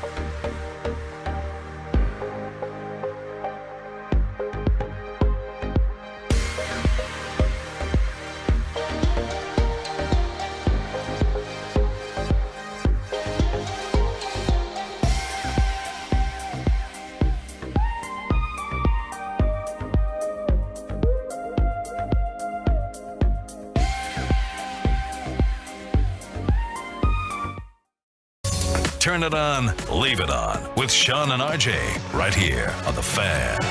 After 2 years of uncertainty and injuries, the Golden State Warriors have put the splash back in the finals. Final score, Warriors 120, Dallas 110. The Warriors win the West 4-1 and get ready for the Eastern Conference winner, which could be determined tomorrow night. Reality sets in for the Dallas Mavericks. Oh, Mikey Bassett coming in a little bit early. What is he doing here at 9 a.m.? He's got to make up for yesterday. He was feeling a little bad. He's looking a little depressed. No reason to be depressed. He knew it was going to end. We all knew. Well, I think we should have known it was going to end. Reality sets in. Golden State, much more dangerous. They're just better. They got championship pedigree. They're sitting here still continuing their dynasty. They got more options, more weapons, and it was going to run out. Come here, Mikey. Mike Bassick joining us here on Sean and RJ. First one in from the KMC Masterpiece. How are you doing this morning? I'm good overall, but I am sad. I wish they would have played better yesterday. Lost in man, we played good. And look, they're better, right? I mean, It's without a doubt. We play them another 5 times. They're probably going to win 4 out of 5 games again. But it's just, dang it. I'm dying to get your theory or explanation for Luka's first half. Was that... I wonder this. He is still an immature young man who just turned 23 at the end of February. His shot wasn't going in, and he wasn't getting calls. Right? I'm not blaming the ref at all. The refs decided, hey, we're going to let this thing be physical. I thought we had the series extender and Scott Foster refereeing. No, that he let them play, and I am not blaming the refs at all for last night. But 2 things happened. Luka wasn't getting the calls that he wanted, and he was missing his shot. And he mopes. He is I don't know if he's the biggest moper, but he's one of the biggest mopers in the NBA when things don't go his way. We've talked about it all season long. I'm somewhat happy it played out on a national stage in his last game because multiple people called him out on it. And I loved his interview after the game. I played terrible. I got to get better defensively. He says all you the could right be James things. Harden and say, I'm just going to go get drunk and do as many women as I want to do, right? I mean, and he's like, I don't care. I get money. Adidas gives me millions and millions of dollars, and I don't care. I'm going to go party and have a great time. Yeah. Luka might do that. He says all the right things. He says all the right things. Will he do all the right things in the offseason? I really hope so because he's great. But there is a lot of room for growth in his body, in his mental part of the game, and then also the physical part of you got to play decent defense. And I love Stan Van Gundy called him out. How many times have we called him out through the season? Yes. Dude, you're killing us you decided I'm so mad I'm going to hurt my own team because I'm so mad. That doesn't make sense that you're going to hurt your teammates. You're not attributing it, number one, to conditioning and he finally was fried physically. You think it was a little more attitude? Yes and yes. More attitude than, and in a weird way, now I get that he was coming back from an injury. It wasn't like he got free sit-outs, but he didn't have to play in 3 of the first, and that's in the first series, he only had a 3-game series. Yeah. That being said, I do think he's a little bit out of shape, and Jason Kidd called him out on that. Hey, now you know what your body needs to be like if you want to play more than one series in the NBA playoffs, and he's never cared about his body. I mean, look, I know this is harsh, and I love him. Yeah. He came in as a fat ass. Yeah. And he admitted it. Yeah, and it's tough. As much as Shaq wanted to do it, and he was able to get away with it, but let's face it, Shaq could have arguably been in the Jordan-LeBron conversation. Yes. If he would have taken the game as seriously as LeBron and Jordan took it. Or Kobe. Or Kobe, right? But he decided not to. So now he's a borderline top 10 player in the history of the NBA, which ain't that bad. Right. But Charles wouldn't make fun of Shaq if Shaq would have been everything Shaq could be.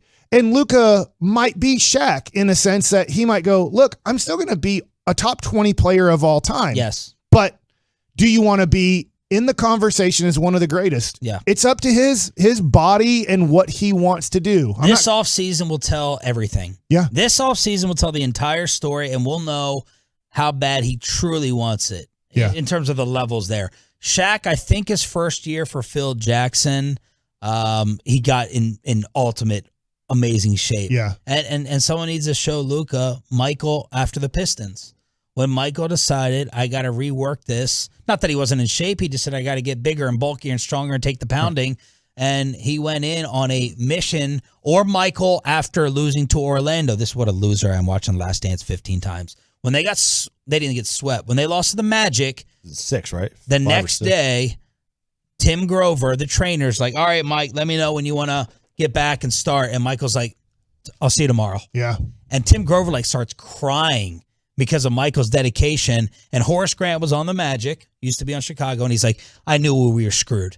I knew we were screwed because every day in the offseason, Michael Jordan was thinking about how to bury us, and they freaking swept Orlando. Came back and swept. And that's what we need from Luka this offseason. 100%. And if it doesn't happen, then he's a little bit of talk because he's saying the right things. He says, I know my defense needs to improve. I know I'm out of shape. I know I need to stop chirping at the refs. He owns it, but what are you going to do after you own it? Yeah. We'll see this offseason. Who else were you disappointed in last night? It was Dinwiddie and nobody else. Well, yeah, I think overall, and I think Stan Van Gundy said it great. I'd love to pick on other players, but if your leader's going to dog it for the first 24 minutes, it's tough to then start ragging on other guys. Look, to be honest, I can't say this enough. Dwight Powell is a great human being and a great teammate. He is worthless as an NBA basketball player in the playoffs. Just to start the second half. Right now, Luka, for some reason, at halftime, this is why I don't know how much fatigue it was. He had all the energy in the world in the third quarter.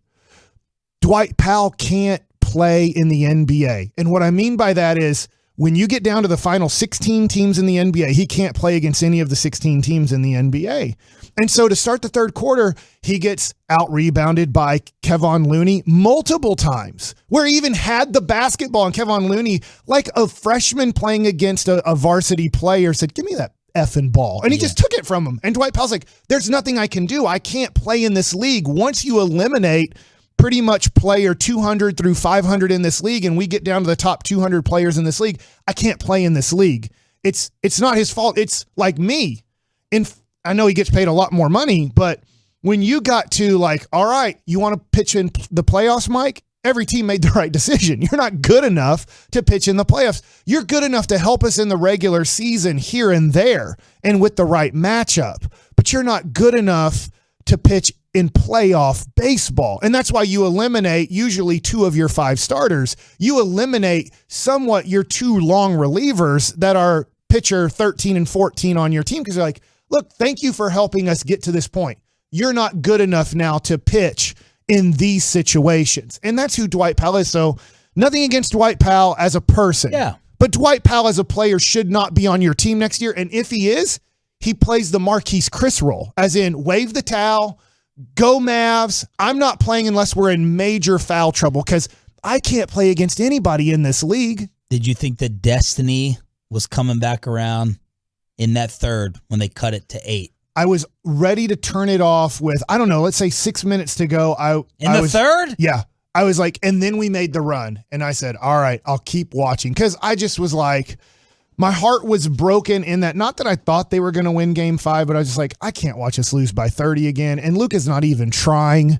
But Luka started trying. And then we went on a run. Luka hit 2 3-pointers. And I was like, I'll be darned if this SOB might bring us back after playing the worst basketball of his playoff career, that he might go on and have a magical second half. And then to start the fourth quarter, I did watch, but to start the fourth quarter, quick. It was like, bam, we're done. Run.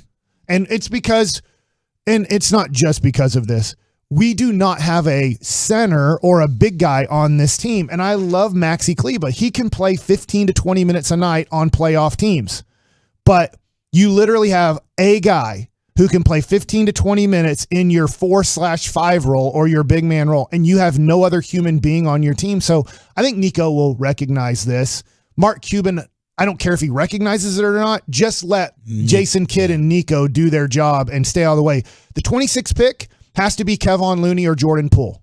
We can't D around anymore in the draft like we've done for over a decade because Mark Cuban was bad at it to start his career off by trading for 2 first-round picks plus his and Eduardo Nájera, and you busted on your first 3 picks. And Mark Cuban gave up on the draft so quickly in his ownership that it's like, no, this is the only way. Ask the Spurs. After getting Tim Duncan, it was Ginobili, it was Parker, it was a few other guys. Then later, to keep it going, it was Kawhi Leonard, right? They traded a good player that could help them now. But they had to get lucky with those. I mean, like Ginobili was, what, second-round pick? Yes. I mean, they had to get lucky.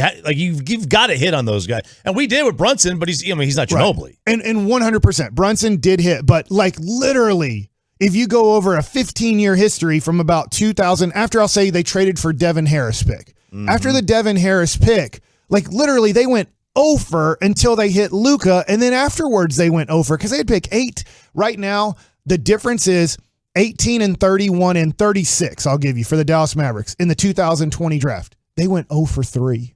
You can't, to your point, hey, you're not going to go 3 for 3 with 18, 31, and 36. But when you literally have a player at 18 who can't help you, 31 who's released after 1 year and nobody even wants him in the NBA, and Tyler Bay, I don't even know where in the hell he is either. Like, that's not good. And so from now on, Nico at 26, I'm not saying he has to contribute next year, but by year 2, he has to contribute because I'll tell you what, that Golden State Warriors is about to start a new dynasty. I don't know if anybody understands this or not. This isn't like, oh, they have one more chance. Dude, when you saw Kuminga and Moody come into the game and those dudes are 19 and 20 years old and Jordan Poole's 22, 23 years old. Now, I don't know if they can keep Looney. He's a free agent. But if they keep Looney, who's 24 years old, and if Greg Oden Wiseman comes back for them. Wiseman, I forgot about him. He's the number 2 overall pick in between Anthony Edwards and LaMelo Ball. Those are 4 guys that are just beginning their career to go with guys that still have 2 to 4 years left in their career. Golden State, as much as we want to say this might be wide open because we thought going into the playoffs this year, it might not be wide open for the next 3 to 4 years with what they have in Golden State. You know, they were fortunate that they had some injuries and they got top 10 picks. You know, they had the second pick, the 14th pick, the 7th pick. You know, Poole, they got at 28. Looney, they got at 30. They were able to hit on guys. I mean, Draymond, they got in the second round. After we took Bernard James. Yeah, but like 31-year-old center from Florida State. But you have, like, that's, in order to build a dynasty, you've got to, like, hit that diamond in the rough. Yep. You know, and if you don't do it, you got to find a way to draw them there. You've got to hit Joker. You've got to hit Draymond. You've got to hit Poole or Looney at 28 and 30. Otherwise, like the Mavs need to hit on 3 Josh Howards. Yes. Yeah. And maybe find a Marquise Daniels that didn't get drafted and can do stuff. Even reading that book, Showtime, which is Winning Time, the movie, if you saw, or the show on HBO.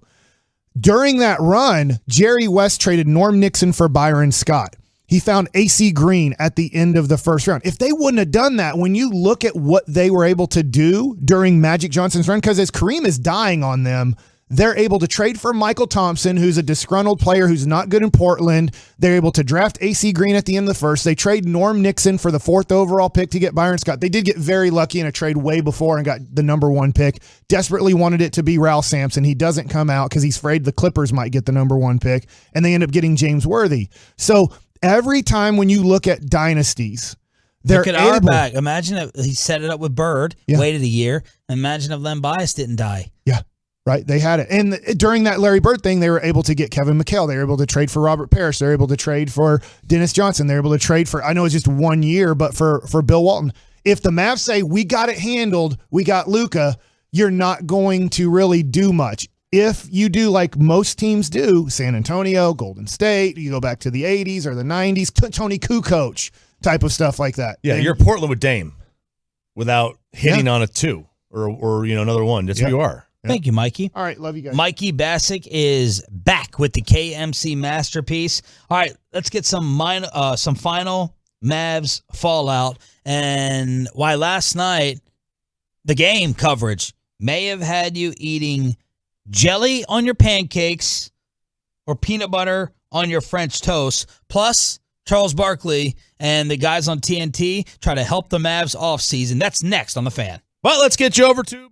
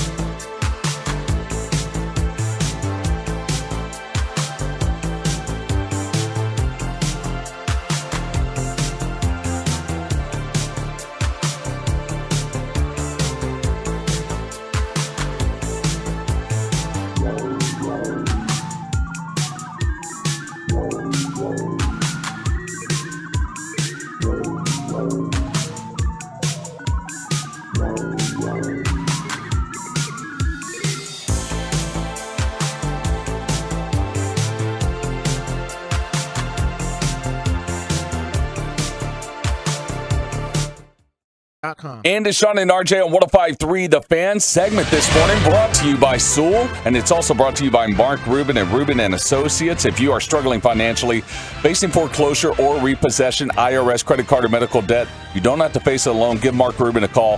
He'll take the weight off your shoulders and get you back living life again with Mark Rubin at 1-800-LAWYERS. Jelly on pancakes and peanut butter on French toast. That is what Ernie Johnson from TNT said he walked into with Stan Van Gundy eating breakfast before last night's game. Drop it.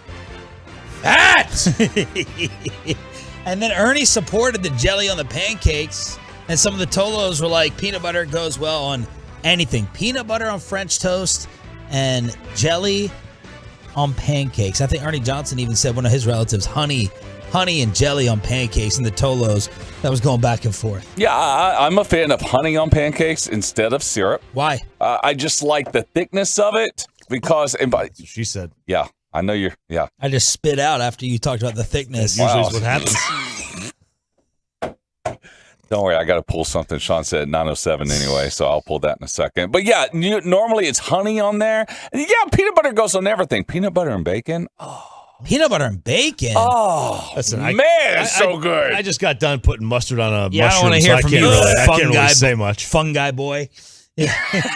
Fungi boy. Fungi boy. Say much, so FGB. Yeah, so that was Stan Van Gundy. Look, I thought Stan Van was tremendous. He was a great aid for like my show prep in talking about this series. He was talking about Looney as a defender early on. The Mavs need to go to the paint more. I mean, he kept calling out Luka nonstop last night for his effort level, his bad defense. He was talking about the Mavs' inability to just get stops in general. I thought he was just nailing things. And he said one of the things, I think Reggie Miller was asked, how would you feel playing with a guy like Luka?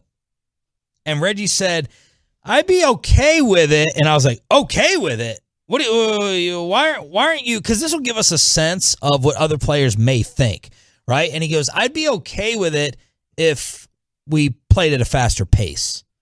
Instead of Luka coming down and holding the ball and the ball usage and all that stuff. And that may factor into Jalen Brunson and his future and what he wants to do. But Stan Van says, yes, if I was the Mavericks, I would play at a faster pace, get other guys the ball earlier. And then at the end of the shot clock, every great player can save the shot clock. Any great player can get their shot off whenever they want. They can get the ball with 5 seconds left and they can create a shot. You use the first half of the shot clock in order to get it to Dinwiddie or get it to Brunson and let them create for themselves or for others. So pace kept getting brought up throughout the series when it comes to the Mavericks. Yeah, it did. But there was times in the playoffs in general, not just this series, in the playoffs, where the pace was a big topic of conversation for us.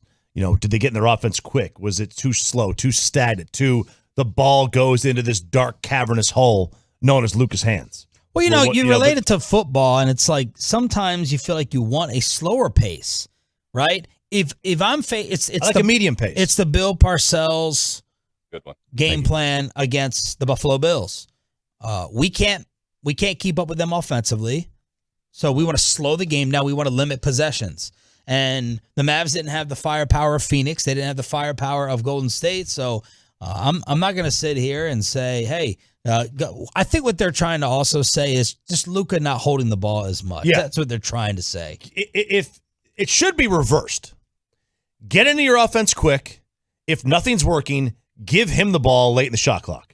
Right. As opposed to him have the ball. Save us. Yeah, him look for something. Save us, don't start us. Right. Let him save us. Instead of him having the ball, looking for something, it not be there, and then all of a sudden he looks up and is like, oh, crap, there's 8 seconds on the shot clock. We got to get in our offense. Although, if you do that, you take away his passing gift. If you get it out of his hands early, then he doesn't create as much for others, but he has a special gift with that. Then he needs to create by driving early and then dishing. Look. This isn't towards you. This isn't over. Let's not overly complicate it. They need better help. This man will adapt, in my opinion, according to the talent around him and if they increase the roster. That's what needs to happen. Just flat out. The Mavs had inferior talent in the series, and if they go and get an awesome score, I believe Luka Doncic will make the adjustment, and he'll have more assists. And if they don't, then he'll have to do what he has to do and carry them on his back scoring-wise until he breaks down, which maybe he did last night when Charles Barkley called him out at halftime. I got to say I'm very disappointed in Luka. He's not playing with any energy, going through the motion, not getting back on defense. He's not competing. And Coach Van Gundy is one of the people who called it out. I'm very disappointed. I'm a big Luka Doncic fan, but he's not competing out there at all tonight. He came out lackadaisical, just jacking up threes, and his energy level, his energy and activity level is at the bottom. So just disappointed watching him play, because when you're the best player, and Coach Van Gundy said it, you have to always bring your energy, because the other guys feed off of your energy, and his energy is so low. Like I said, 2 times he didn't even run back on defense. So everyone was getting on Doncic, even the diehard Mavs fans, even everyone on Twitter was saying, "What is up with him?" Bassick attributed a little bit more to pouting. I was thinking it has to be conditioning, because he would not bail emotionally in this type of game. He's never done it. We've never seen it. It doesn't make any sense. He's got to be gassed, because this is some James Harden type activity. Luka, after the game, said he did play terrible and also praised the Warriors. I'm really proud of this team, man. Everybody, every player, every staff member. Nobody had us here, but I promise we fought till end, Congratulations to Warriors. They were obviously the better team. But, I'm really proud of this team.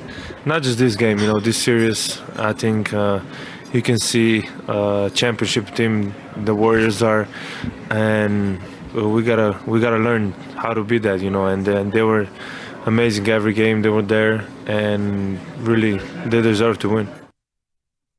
He always says the right things. He's good in press conferences.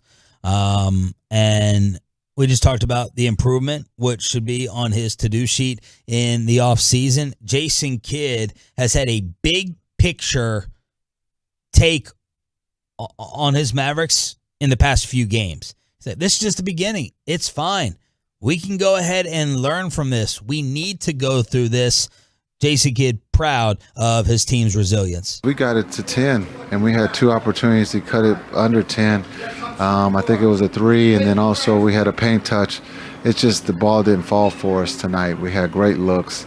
And any time we got it to 10, they made the run where they got to the free throw line or they made a 3. So got to give them credit. But, again, this group fought being down. And again, we won that quarter in the third. Normally we lose the third, but we won the third, and we won it by 7. We talked about that at halftime, and we got it to 10, and we just couldn't get over the hump. You ever get, this is my frugalness coming through, you get a satisfaction when you buy something and you get every last ounce out of it? You're like, there's nothing left here. There's nothing left to get out of this purchase, and it was a good purchase. They got everything out of this roster. Oh, yeah. They got everything out of this group, in my opinion. And that's why yesterday was not upsetting for me. And I'm excited about what's to come. They definitely got everything out of this roster. There's no doubt. They got everything out of the group of players. They were without Tim Hardaway. Yes. For the last half the season.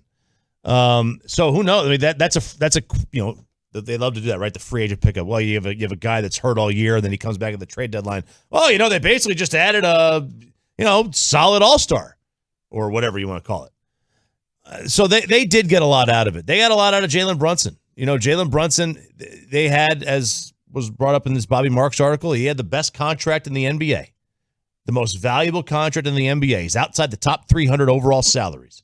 For his contract, 4 years and less than $8 million, you're not going to get better than that. You're not going to get better value than that. And he played like a $25 million man this year, or in the postseason at least. And the greatest discovery this year, the biggest surprise, Boban. You see him dancing coming into the game yesterday. The head coach, Jason Kidd, was a revelation. And now, as I tweeted yesterday, we may have our Belichick to go with our Brady. Mark Cuban on Bally afterwards on choosing kid and what's next.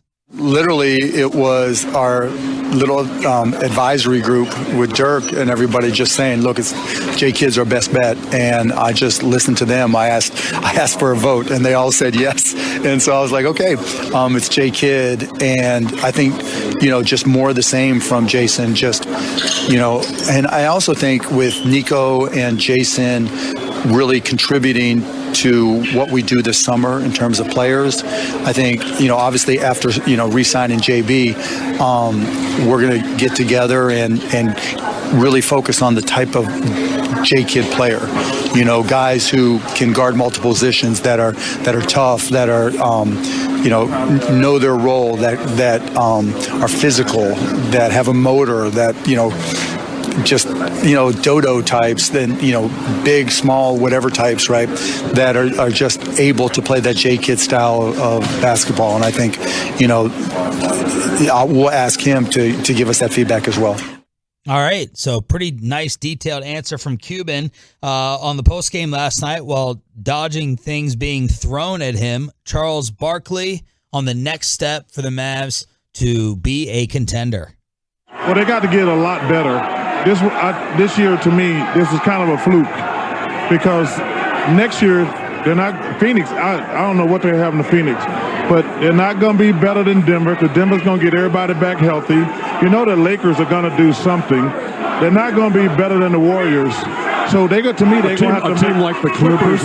What you say? The Clippers is Shaq. My favorite in the next year is going to be the Clippers. When they get Kawhi and Paul George back with all the trades they made. So the Mavericks, as I told you last year about the Atlanta Hawks, I said that was fool's goals last year. That was more of a Philadelphia meltdown than the Hawks beating them. And to me, it's the same thing this year with the Mavs. It was really more of a Phoenix Suns meltdown. But they got a long way to go to be a contender, in my opinion. Let me ask you this. They do have a long way to go to be a contender. Are they better than the Paul George, Kawhi Leonard Clippers? Like, if those guys come back healthy? Yeah. I would say no. Okay. Are they better than the Jamal Murray, yes, Michael Porter Jr. and Joker? I would say no. Are they Golden State? No. Are they better than a healthy LeBron and Anthony Davis? I can't count on that. I can't count on that either. So I would say that they'll be better than the Lakers next year, as is. But Memphis is the wild card. I think Memphis has a better chance of being the Hawks than we do. Ooh. Okay. Although I don't think either one of them have a chance of being the Hawks. Stephen A. yesterday was like, let's just get this straight. The Mavs are not the Grizzlies, like saying that the Grizzlies are definitely above. But that's an interesting take for a Grizzlies step backwards. I mean, they're probably the 2 seed next year. I'm not saying they're the Hawks. I don't think either team is. Yeah. I'm just saying I don't know that they're going to be the 2 seed year in and year out. Okay. So that at best puts us back at the 4. And what does the 4 seed have? The 4 seed's won what? 3 titles in NBA history? Is that the stat? It's something like that. We were one of them. They're not a couple years ago, maybe. Yeah. Are they in a Cowboys category of contention?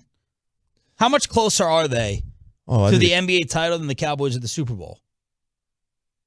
Oh no, the Cowboys are closer. One and done. Any team in a one and done playoff format's closer than a team in a best of 7. Okay. That just by the nature. Like the Mavericks are, obviously made it further. Right. But I know what you're saying. You know what I mean? Like you can get lucky in one game and the Cowboys could get like the Rams. The Rams won 3 playoff games by 9 points this year combined. Right. They had to get lucky to win. The Rams were not the best team in the NFL this year. They were the 4 seed. They won the Super Bowl. Who do you think is constructed better?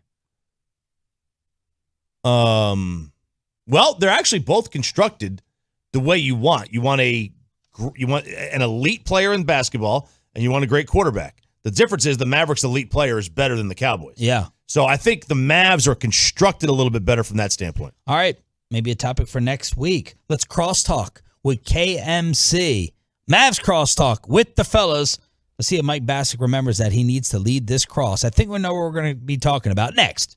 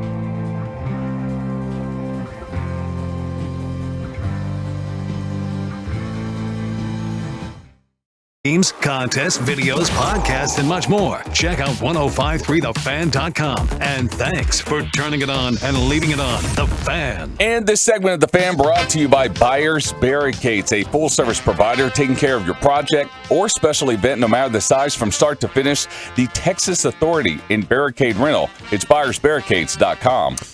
All right. It's the Mike Bassick Show for 10 minutes here. First of all, guys, I know you spoke about it multiple times. I did think it was really cool from the San Francisco, the Butcher Boy? Yeah, Butcher Boy. And The morning Bonte Hill. roast. Yep. Morning roast. That they did say, let's take that money and donate it to the families that's lovely. that obviously are going through a lot of pain right now in the, I always forget the name of the city. I'm sorry, I say Uvalde. I always say San Antonio area. But yeah, I thought that was cool. I don't know, you guys spoke about it multiple times. I'm sure you're much happier to send it that way than to send it to sports talk radio hosts. It feels like a tremendous relief. Ended this with class. They didn't get to keep trash talking us. Because I was like caught in the moment during the segment because I picked the Warriors. So I'm like, I'm betting against my pick. But in the moment, you feel pressured to go ahead and support your city. So I got suckered into it. I know I was on with you guys 30 minutes ago, but first question. After this series is over, I didn't think the Warriors were this good. Did you guys know or think the Warriors were this good? No. I had the Mavs in 5. I thought I thought 4-2. that they were when I was watching them in the playoffs. I thought they were better than Phoenix. I picked the Warriors. Now, I didn't expect this from Wiggins. I didn't expect this from Looney. I still have respect for the Splash Brothers and Draymond and you know the intangible stuff he does off the score sheet. I had Warriors in 6, but I thought they were so much better than Phoenix. They have so many more options. They have so much more talent. They can beat you in so many more different ways. And I don't know. That's why I love playoff basketball, because you can feel like you can break down these teams and the pros and the cons and what everyone needs and the style of play and the strategy. You can really do that over the course of a series. And I thought Golden State was going to be a bigger problem than the Suns, my opinion, but I thought the Suns would beat the Mavericks. I only changed to the Mavericks like the day of Game 7. That's it. I didn't. I mean, at 0-2, I thought it was 4-5. Are you thinking Warriors over Celtics or Heat then as well? Ooh. Well, Celtics. Barkley picked the Celtics to win the championship. Wait, last night he did? And they're like, Shaq's like, you've picked 4 different teams. You said it was Milwaukee. Then you said Boston. You have the Clippers next year as the West favorite. Who are you picking in the finals if it's Boston? I will. My harder question is, who am I rooting for? Although the San Francisco radio guys, they lessened my hate this morning. They made it difficult, but I mean, I'll be rooting if they play Boston. I'll be rooting for Boston because my boy Grant Williams. That's it. Go Vols. I think I would. But other than that, I think Golden State will win. I think I would pick Warriors in like 7. I have respect for Boston's like defense. That's the one thing is, and I guess toughness. I hate saying this, right? Because he is my favorite player by far, but there's flaws is when, I think it'll be when, not if, but when the Warriors play the Celtics in the NBA Finals, there's not really a guy to pick on consistently on the Celtics where you could pick on Luka. You could honestly, I know we don't say this because this is the great thing about being like a number 2 guy who's not even considered known by most people in the NBA. You can pick on Jalen Brunson too. Of course. He's better defensively than Luka, but he's so small that you're like, dude, he's 6'1". Like we can, if we get a switch here, like you can shoot over him, you can post him up. I know he's trying his best, but at 6'1" and not the fastest of foot, he is a guy that you can pick on too. And when you look at, if they're healthy, Marcus Smart, obviously they're 2 wings that are awesome, Brown and Tatum. And then you have Williams and you have Horford and you have a couple other guys like Grant Williams. It's tough to say, go pick on this guy. And I'm not saying Boston's going to win the NBA Finals. I do think it'll be Golden State, but I think that they're going to have a little bit more of an issue of picking on somebody. And then that brings me to this next question. And I know this will be more of over the next month and a half. Do you think Luka and Brunson are together next year? Yes. Okay. You said that immediately, too. Because I was listening to Mark Cuban in the Post, and I also think they're taking the approach of, like the Cowboys, let's keep our own. Like, I think the Mavericks and Nico will recognize, even though he's supposed to be cool with the rest of the league, Brunson's not a true number 2. He's not worth $25 million, but what else are you going to get? Are you going to take a step backwards and burn a year of Luka on the clock? I don't think so. And I would almost guarantee Jalen Brunson comes back, even though if it got above 20, I would say no. Are you prepared?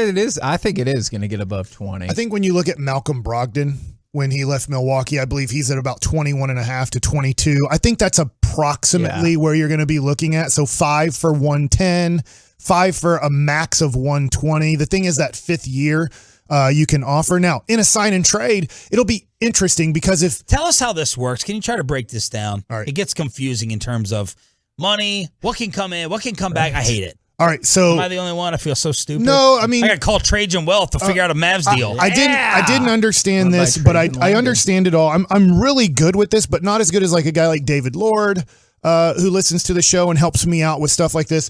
The Mavs can sign and trade Brunson. Obviously, Brunson has to want to go to that team because Brunson's a free agent. He's not a restricted free agent. And even restricted free agents somewhat have a say on where they want to play the next year. Right. Let's just say he's like, you know what? If you don't want to give me $25 million a year, New York does, but New York doesn't have the cap space to. And then they can work out a trade. But if you sign Jalen Brunson, this is where it gets confusing and I had to learn. If you sign Jalen Brunson and Jalen Brunson is the Dallas Mavericks, the Mavericks cannot go get any other free agent in a sign and trade. So you cannot go get Zach LaVine. You cannot go get Kevon Looney. You can't go anybody that's you can't go get. If you sign Brunson. You can't go get Mo Bamba. Like, even though Mo Bamba will probably be somewhere between like $10 to $13 million a year, you can't even do that because you have now gone way over the luxury tax by signing Brunson. And then once you do that, you're not allowed to do any sign and trades with the guys that are free agents in the NBA. Okay. So it's weird. I didn't understand that rule. But so the Mavs, once they sign Brunson, it's weird. You're done pretty much in free agency. You have $6.3 million of the taxpayers mid-level exception to use. You can use it on multiple players, but I would say use that $6 million on one player because, like, nothing against Sterling Brown. Like, Sterling Brown didn't help us at all. Like, remember, like, Sterling. Like, did you forget he was on the team? I didn't know who he was. Yeah. Right, but him and Bullock. I didn't know who Pinson was until he turned into a cheerleader. Him and Bullock were the two big signings in the offseason. And, Sterling Brown, that's what you get for $3 million. You get a guy who, dude, I mean, he's a 12th guy in the NBA, but you're going to make a good living doing that. You just can't help a playoff team. So now let's say that they let Brunson go. Yeah. They're like go. Oh, we're effed. Okay. Like, I think so. It's not like you're gonna have $20 million to go spend in free agency. No, I think at that because you're already over. You're over. Not only are you over the cap, the cap is $122 million next year. So to have an idea, the Mavs are going to have already $130 million plus to this team before Brunson's on it. It could exceed 240. You can go over it when you have your own guys. That's why, like, last year, I know this is getting a little minutia here, but last year with Moses Moody and Jonathan Kuminga, I believe they were the 6th and 8th pick in the draft last year. That's what Golden State had. Those two players cost them $80 million this year because they've been a taxpayer for so long. They're paying such a huge penalty, taking two guys in the lottery, which they make approximately $12 million total. Those two guys cost them close to $80 million because of how far over the tax they are and how far over the tax they've been. I'll leave you with this. Some of the people I talk to that are close to the Dallas Mavericks say, look, Mark Cuban's obviously rich. He's one of the richest people in the world, but he's not a rich owner in the NBA. He ain't rich. He's just rich. Right. And he's so not rich either. So he cannot do, from what I understand, he will, I don't want to say cannot, he will not most likely pay a tax for a long time. So he's paying a tax this upcoming year. He's kind of said he will. First time since 2011. Right. But I don't know how long he's going to want to pay a luxury tax in the NBA that he is, yes, super rich. But I need to look this up. I think he's in the bottom third, at least the bottom half of NBA owners when it comes to what they have financially. So if he has to keep paying he has to keep writing a check to the NBA for $50 to $70 million every year, I don't know if he's willing to do that. I don't know him at all, but the people that know him are like, he might not be a guy that wants to just keep writing a check to the NBA every year to have a good team. That's why I bought him lunch my first year in Dallas. I remember that. How'd that work out? He doesn't know my name still. Yeah. And it's because he couldn't afford it. Village Burger Bar. Shout out down the street. But you're re-signing Brunson no matter 100%, what. 100%. Because even if you sign him and then it doesn't work out in 2022-23, I think he would be a tradable piece to use in the future. So you have to keep that asset. I think he will be a Dallas Maverick next year. Yeah. But I don't think he's going to be a Dallas Maverick throughout that contract. You got Jason Terry coming up at 1 o'clock. Oh. Rangers ticket giveaway Talk in about the noon. Game 6. And then tell him to tell that full Adam Lefko to lower his ego and text me back to come on the show in the future. Okay. Weren't they doing that little watch cast? Oh, yeah. Jet was with Miles Turner, Adam Lefko. They were doing that. Everyone's doing a podcast. Pat McAfee trying to do one for Amazon. Sorry. We'll try to do that, and then we'll kick off the show. Did Luka just want to go home last night? All right. Coming up next, K&C Masterpiece featuring Mike Bassett. And we're on YouTube. Bye.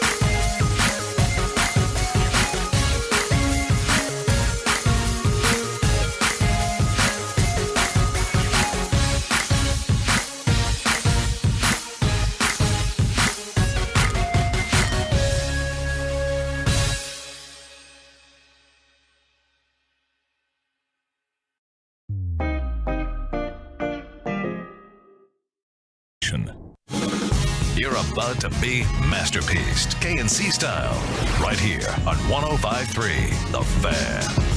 KNC Masterpiece right here on 105.3 The Fan, 877-881-1053, truckwreck.com text line if you want to get involved in the conversation. Corey, he's taking the day off so he can have a 4-day weekend, but he will be back, but just not here today. So my question is, start things out, and this is hard to ask, but it looked like it at multiple times.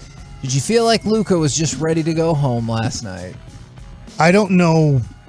Well, I do know why he played so bad in the first half. And I would say I don't think he was ready to go home, but I think this. He's a great player, first team All-NBA 3 times in a row, so I don't want to take anything away from him. He's a little immature in that if his shot isn't falling and he's not getting the calls, which he was both of them. Yeah. And like I said an hour ago, I'm not blaming the refs at all. The refs are like, no, we're going to let him play. We're going to let the bumps happen. You're going to have to take the bump and figure out how to finish without us bailing you out type of deal. And he was upset with that. He was upset that his shot wasn't going in. And so because he's immature, he's like, well, then fine, I'll show you. I'm not going to help on defense at all. And I think that's silly. I think it's immature. I think it's childish from him. He's getting called out by every national show I've seen. Jay Williams, Stephen A. Smith. I get that Skip hates him. So it's kind of like, I get Skip. It wouldn't matter. If he went for 100 points last night, it wouldn't have mattered to Skip. He's still not good, right? But I mean, a lot of people like Jay Williams, who I respect a lot, right? I mean, and I do respect Stephen A. Smith's basketball opinion. I'm not saying I always agree with it, but I respect it. But a guy like Jay Williams, I respect that he's like this isn't acceptable. And Stan Van Gundy, this isn't acceptable. So I love that, he's getting called out. So I don't think he didn't try, though, Kevin. Okay. I think that he gets discouraged by himself, and then he hurts his teammates intentionally. That I don't know why he decides that in his brain. Yeah.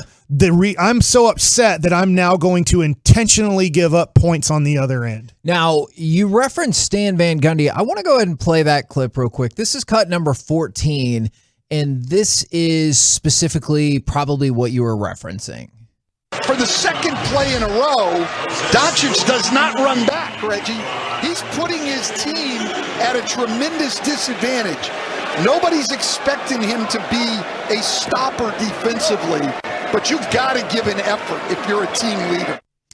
He does that 5 times a game. I'm so happy he got called out. How many times have we called it out? Yes. How many times has his coach called it out? Remember, that was what he was talking about when he said we all have to participate, which is a pretty low bar if we're being completely honest. The idea being, I don't need you to be a stopper like Stan Van Gundy was talking about. I just need you to work within the context of the defensive principle.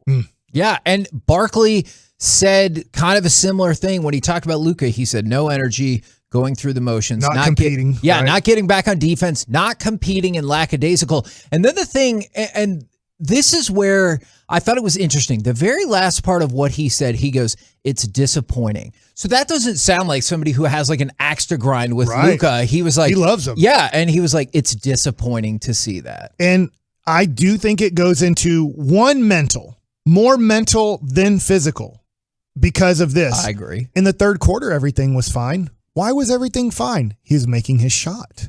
So now all of a sudden he had a couple 3-pointers. He got us back into the game. He had a couple of drives that the ball fell for him. And he got a call or two where he went to the free throw line. He didn't make, his free throws there, but I would say that he has to figure out how offense, and once again, Reggie, great point by you. Jason Kidd points this out. Your offense shouldn't dictate your defensive effort. And for Luka, he's probably the worst on the team in that if it's not going for me offensively, I quit defensively. Instead of saying, let me see if I can find another way to help the team out. I do think him being 10 to 20 pounds overweight, and he still is. Make no mistake, yes, he lost weight from being super fat and out of shape to start this year.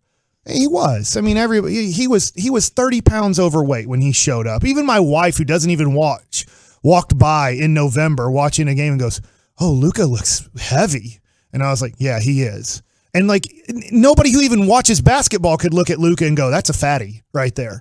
And so he did lose some weight, but I think also part of the reason he quits on defense at times, more mental than physical, but at times he's too fat and out of shape to do it. And he's getting called out for that. And I love that he's getting called out for that because I think he'll use this as motivation to never be this fat and this out of shape again. Because if it's just us, you can kind of brush it off. Yeah, it's like, what does he know? That sorry ass baseball player talking crap about one of the best players in the game. He's one of the best players in the game, but what everybody's now holding his standard to is LeBron James, is Giannis, is like, can you become the player in the NBA that we say that's the guy? And I love that he's getting called out. And hey, offensively, you pretty much are. You have to make a few better decisions. Hopefully the ball's not in your hands this much. It's too much still to this day that he has the ball in his hands. We talked about that usage rate yesterday, yeah. But his lack of effort on defense, lack of getting back, lack of caring on defense, complaining to the refs, it's all getting called out. And I love that it is. And it's not just by Skip Bayless and the dummy baseball player on 105.3 The Fan. It's by former NBA players, Hall of Famers, that even love him. Jay Williams likes Luka. Yeah. He's not like a Luka hater. Charles Barkley loves Luka, but he's like, that's not acceptable. You can't do that to your team. And I think the fascinating dynamic about this is in the same quarter, the third quarter, you saw the frustration as well as the unbelievable highs of Luka. 3 minutes into the third quarter, Luka had for the game twice as many turnovers as he did made field goals. That's just bad. And people were already calling out his defensive effort. In that same quarter, now I'm not talking about another day, let alone another quarter. In the same quarter, the Mavericks went on a 15-0 run and he scored 10 of those points. Yeah. In that same quarter. And that is that's the same quarter, I believe, where he kicked the chair because he was pissed off because they were getting their asses handed to them. And you saw the emotional spectrum of Luka in that one specific quarter, for better or worse. And I want to say this. I do believe Luka, to your point of getting frustrated, I believe that he's mentally great enough, physically great enough to change all of those flaws.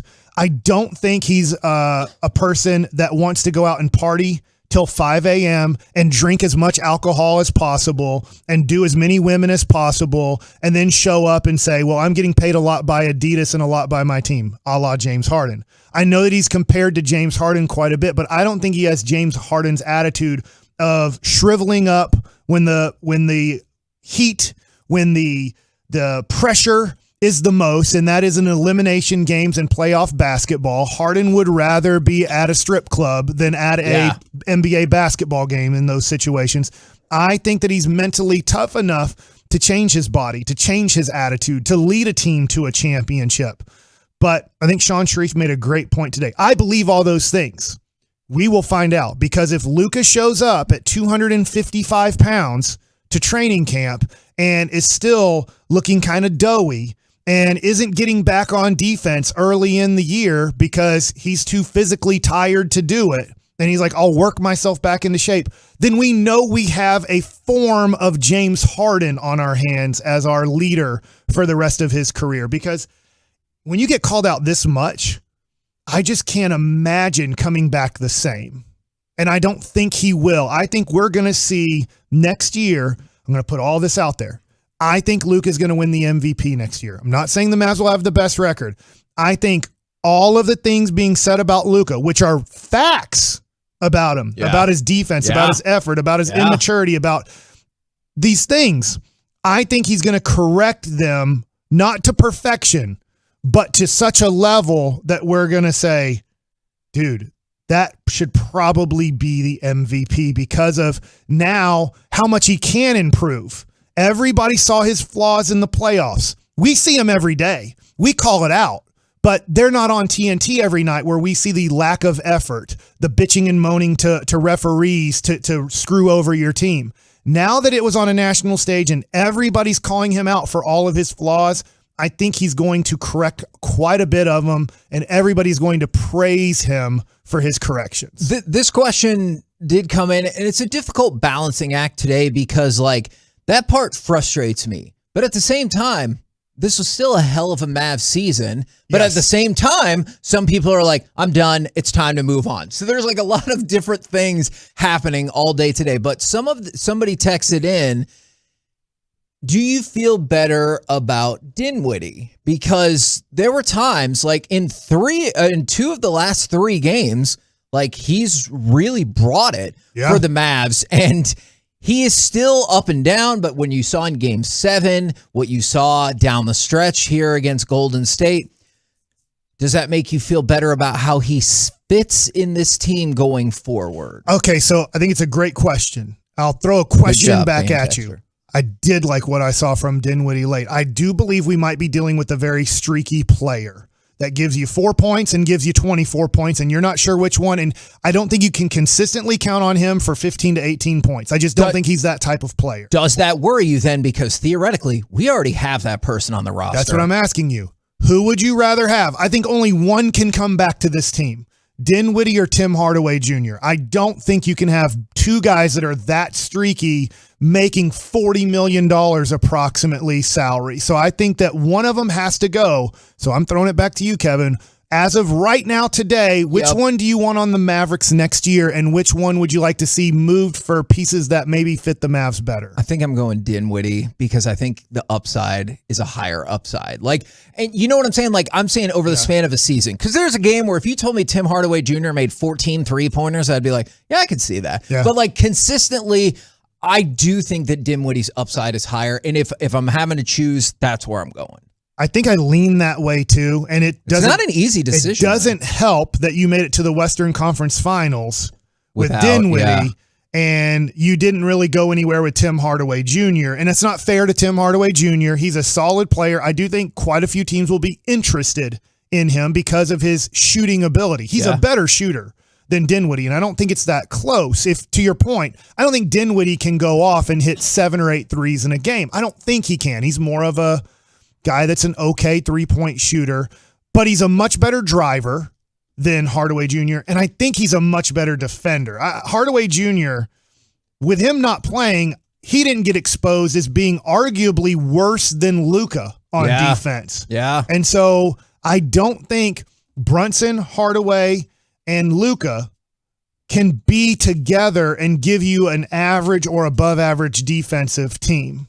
So that's where I look at it and go, I'll lean towards moving Hardaway over Dinwiddie. Reggie, are you completing our Dinwiddie sweep, or would you like to say Tim Hardaway is the guy that would need to stay in this fictitious scenario which we've drawn up? I hear you guys on I think I'm with you guys, leaning that way, not necessarily, almost begrudgingly. It is tough, though. Right? Because you do feel like you have a little bit more of a narrow skill set with Tim Hardaway Jr.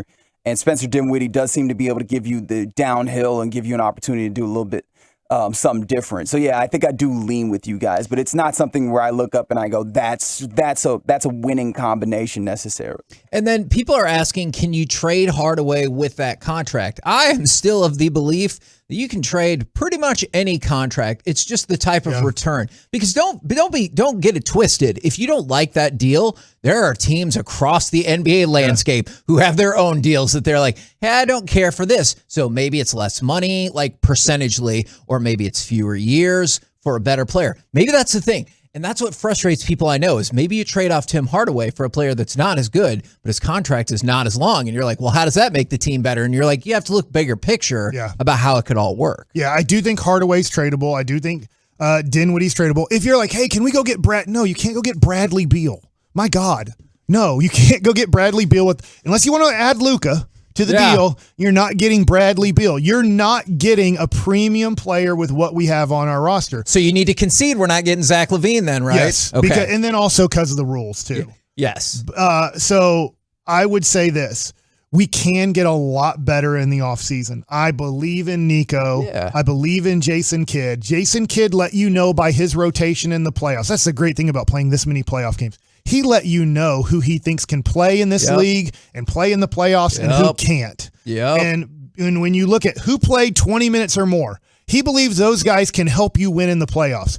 Who didn't play or played less than 20 minutes per game, he doesn't believe they can play in the NBA or play yet. Because Josh Green might improve tremendously He's in a summer yet. ball. Right. Or he might be the same. Yeah. He might come back and be the same crap-ass shooter that he is. And then you're like, we can't play him yet because he looks like he's going to crap his pants shooting a three-pointer and can't make it. That being said, I'll always say this.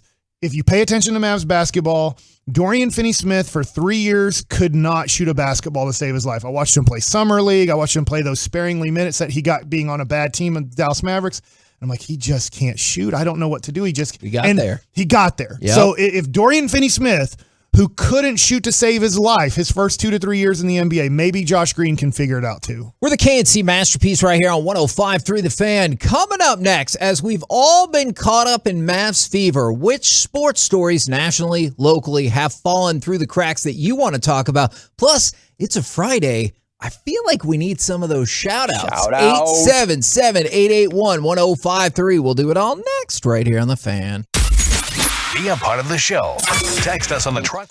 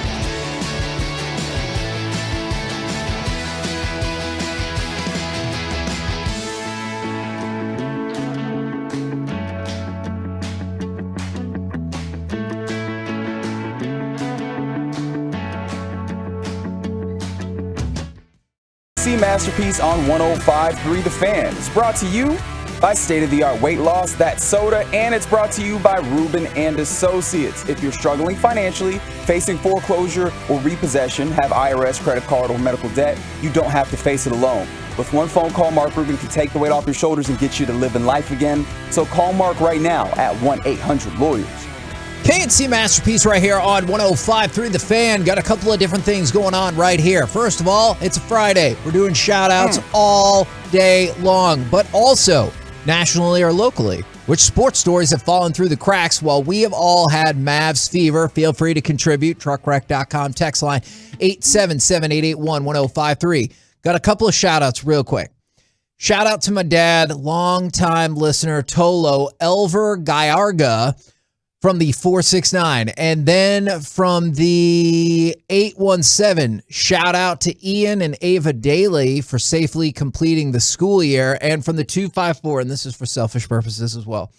Can I get a shout out to my wife, Miss Lewis? She's a teacher and just finished the hardest year of her career. She does it happily, Tolo. I want to go ahead and take just a quick second, if you may. Let's see. To shout out my wife. Oh, great. This is her last day of teaching. Wow. With Ever.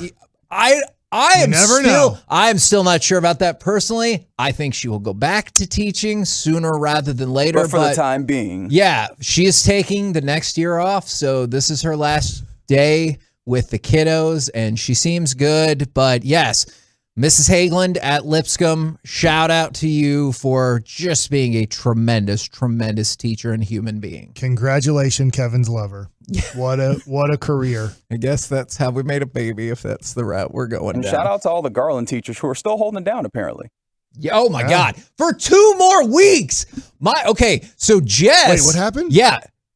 My son still has school for 2 more weeks. What happened to Garland? Okay. They don't like summer? No, yeah, they don't, because they're like, hey, we're going to plan that everything is going to be broken forever. So they have these intersessions after every 9 weeks where they add a week where you just get an extra week off. So like at spring break, he got 2 weeks off. Christmas vacation, they got 3 weeks off. And so because of all of that, he still has 2 weeks of school left. In your face, Brandon. That's what you get for being a Bulls fan. Wow. Maybe he'll give you a scouting report on Colby White. Yeah, Maybe you should ease him just a little bit. All right, real quick shout out. Since you're shouting out family members, I'm shouting out Allie Ramirez, my sister-in-law. She was the art teacher at Bishop Dunn, I believe, for 20 years. Wow. And today was her last day as a art teacher at Bishop Dunn.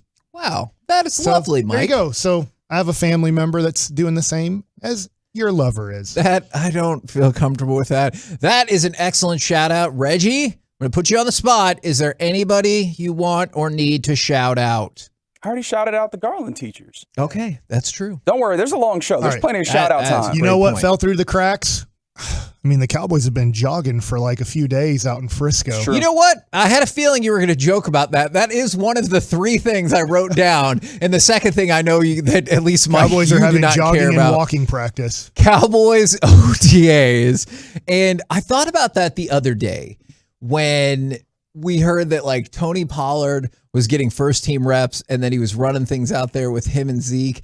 And I wanted to be like so excited and like ready to break it down. And I think Corey was ready to break it down. And then I was also like, oh yeah, it's May. So like, maybe I shouldn't maybe I should not read too much into that. So if it's OTAs for y'all, I want to hear about that as well. Do you have OTA fever? Mike, I know that you do not. I do not. Let me ask you this, Kevin. You're a big Cowboys fan. That's true. What happened last year at OTAs? Smaller now thanks to soda. Couldn't tell. Yeah, that's a good point. I couldn't tell you, and I can't remember if it was yesterday or if you missed it. Did you hear the Bill Belichick quote about not having a play caller yet? And he goes, play caller for what? Minicamp plays? We'll be all right. Yeah. And so the only OTA I ever remember in my whole life was when our rookie Zach Martin took out Sean Lee for the season.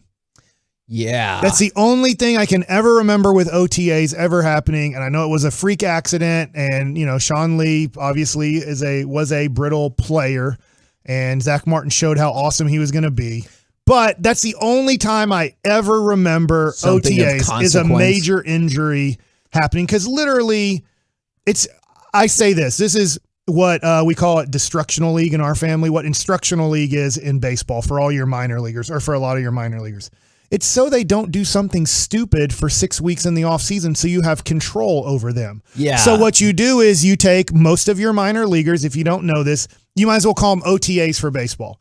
Okay. In October, pretty much a little bit of September and October, you take most of your minor leaguers and you send them to Surprise, Arizona. Now, why? Are they getting a lot better? Well, I mean, yeah, you're doing some baseball stuff and they're being controlled. So they're not out doing something stupid to get into trouble. That's what OTAs are. It's a good 5 days or 8 days, whatever, however many days it is, of you get control of those guys so they don't get in trouble. You know what? When you were talking about the Sean Lee situation, you know what I most remember about that is we had Justin Durant on the show, and Corey legit asked, do you ever see somebody like Sean Lee get hurt? And you're like, come on, man, stay healthy. That was his actual question. I was like, oh my gosh, I'm also interested in this answer. And he just looked at me and he goes, come on, man, what are you doing? And I thought that was very fair. Now, this is a serious question that I have for y'all. I know, Mike, you are not particularly keen on hockey, but. Oh, yeah. Are we talking about Tampa Connor Bay, McDavid? man? They're going to Okay. three-peat it. We're in business. So Tampa Bay swept the Florida Panthers. And they are looking for their third straight championship. That would be the first three-peat in major North American sports since, do you remember? A three-peat. I mean, I'm thinking Bulls, but was there something after the Bulls? Not football. Not that long after, if you stay in the same sport. Oh, the Lakers. The Lakers. Because remember, the Yankees did it like right before that. Theirs wrapped up in 2000. But yeah, this would be the first three-peat in 20 years and the first at least three-peat in hockey in 40 years. I don't know hockey well at all, but I do know enough that Wayne Gretzky did this for Edmonton, right? They won 4 in 5 years. Okay. Do they have a Wayne Gretzky on their team? Do the Lightning have a guy that's like, like when we talk about basketball, it was Kobe and Shaq doing it, or is Michael Jordan and Scottie Pippen? Do they have somebody who's going to be remembered forever because of he's so great and leading his team to titles? I think Would it be Stamkos? Well, and I could see that, but I was actually going to say, and I know it's odd because he does not ever score any goals, is Andre Vasilevsky. You have to kind of wonder about that because I'm pretty sure they finished off that sweep with him shutting them out. So, like, I do kind of wonder. By the way, Vasilevsky, he's 27, and like they might be on the cusp of winning their third cup. So, I think it's him is the guy that I would probably put forward. So, if you're looking to like invest in hockey goalie cards, maybe that. All right. So, yeah, I'm investing in gas. Yeah. Aren't we all? Have you seen the report that they're thinking about, like, in places where it costs way more than here, like in California, that they might have to change the pumps and change their signs, that they're afraid it might get to $10 a gallon in certain places in our country over the next year or so. And the machine doesn't work as a $10 machine. It only works as up to $9.99. Yes. And that's the thing, not to go like too far into this, but it's affecting like probably everybody listening right now is you've probably seen the lowest of the prices, right? Like gas is traditionally more expensive in the summer because more people are traveling. Like this weekend right here, one of the biggest travel weekends of the year. So don't be surprised if you see like more of a spike. So one of the card shops that I like is Sappy's in North Dallas, I call it. And that's a long drive. Yeah.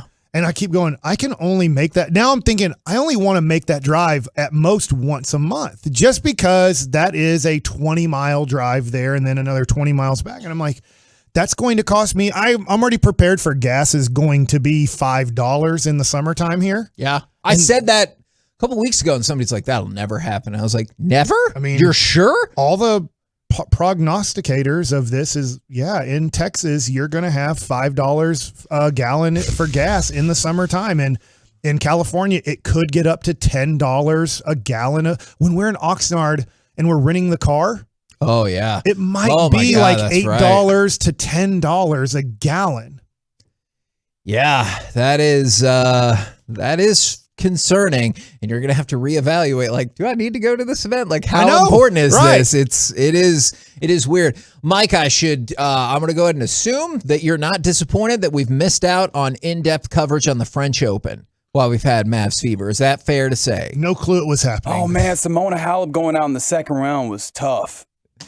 See, but I bet Mike, you didn't know it was happening at all. Like, I know you're not watching it, but you didn't know it happened. I honestly didn't. Okay, so that's the clay one. I know that. Yes, I used to follow tennis, but it was when Boris Becker, who's in prison, I guess now. Yes. Yeah. Yvonne Lindell. Yeah. Stefan Edberg. Yeah. You know what? Young Michael Chang and Andre Agassi were hitting the scene, but now I don't have the time or interest in tennis. What's that, 2 or 3 generations of tennis players at this point? Yeah, no, absolutely. But that felt like, for a lot of people, the golden age of tennis. Yeah. But like old Jimmy Connors, old John McEnroe still trying to compete. Jimmy Connors made that run at the U.S. Open. But like a lot of people will say that this last little 10 years has been the golden age of men's tennis because of so many great players. All right, so it's not tennis for you. Reggie, are you prepared for more French Open talk now? Absolutely. I've only been able to dip my toe in it here and there, but every time I look up, it's almost something sad. Like I mentioned, Simona Halep going out. Obviously, Naomi Osaka went out, I think, first round, was that? Yeah. And then Joe Williford Songa had the injury where he's basically retired, and they did a whole thing for him on the court. And I happened to glance up, and I was like, what are they giving Joe Willie Songa something for? And I was like, oh, this is his swan song. He's done playing tennis. So it's just been a lot of hitting me in the emotionals and the feels on this French Open. And this is interesting to me, and somebody just texted this in, and I hadn't heard about it until then, is I guess the Yankees, or at least in part, have been using their Twitter account for the last 12 to 24 hours. In conjunction with the Rays, they've been tweeting out. See, I didn't see the Rays one either. Yeah, they're in tandem, right? It's mirrored social media accounts, but they're just tweeting out statistics and facts about gun violence just up and down their timeline in lieu of coverage. Interesting. I hope that people embrace that and want to do something or want to learn more about it instead. But you guarantee, I haven't looked through the comments, but I guarantee there's plenty of stick to sports. This isn't about baseball, blah, blah, blah, blah, blah. But I hope enough people embrace it or learn about it or volunteer or try to get involved to do something about it. With a KNC masterpiece right here on 105.3 The Fan. Coming up next, it's time for Baseball Nuggets with Mike Baczek. Man, Martin Perez keeps it going, and you probably saw the number one pitcher getting traded last night. Next. Coming up in the next G.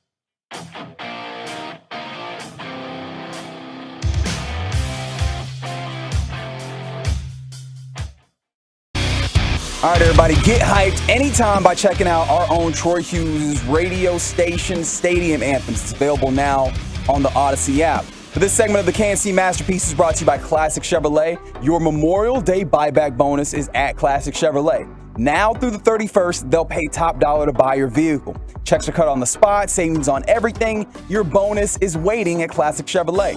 Find new roads. KNC Masterpiece back here on 105 through the Fan. It's time for Baseball Nuggets with Mike Bassick. All right, if you weren't paying attention last night, and I understand why you weren't, obviously the Mavericks were trying to keep their season alive. Last night, the Rangers win in Oakland, so they have a little bit of a winning streak going on here, which is nice. They get their record back to 20-23, so creeping. It's Obviously, still alive. Corey wants that 500 mark by the end of May. I do think they have a chance, and here's why. Oakland's horrible.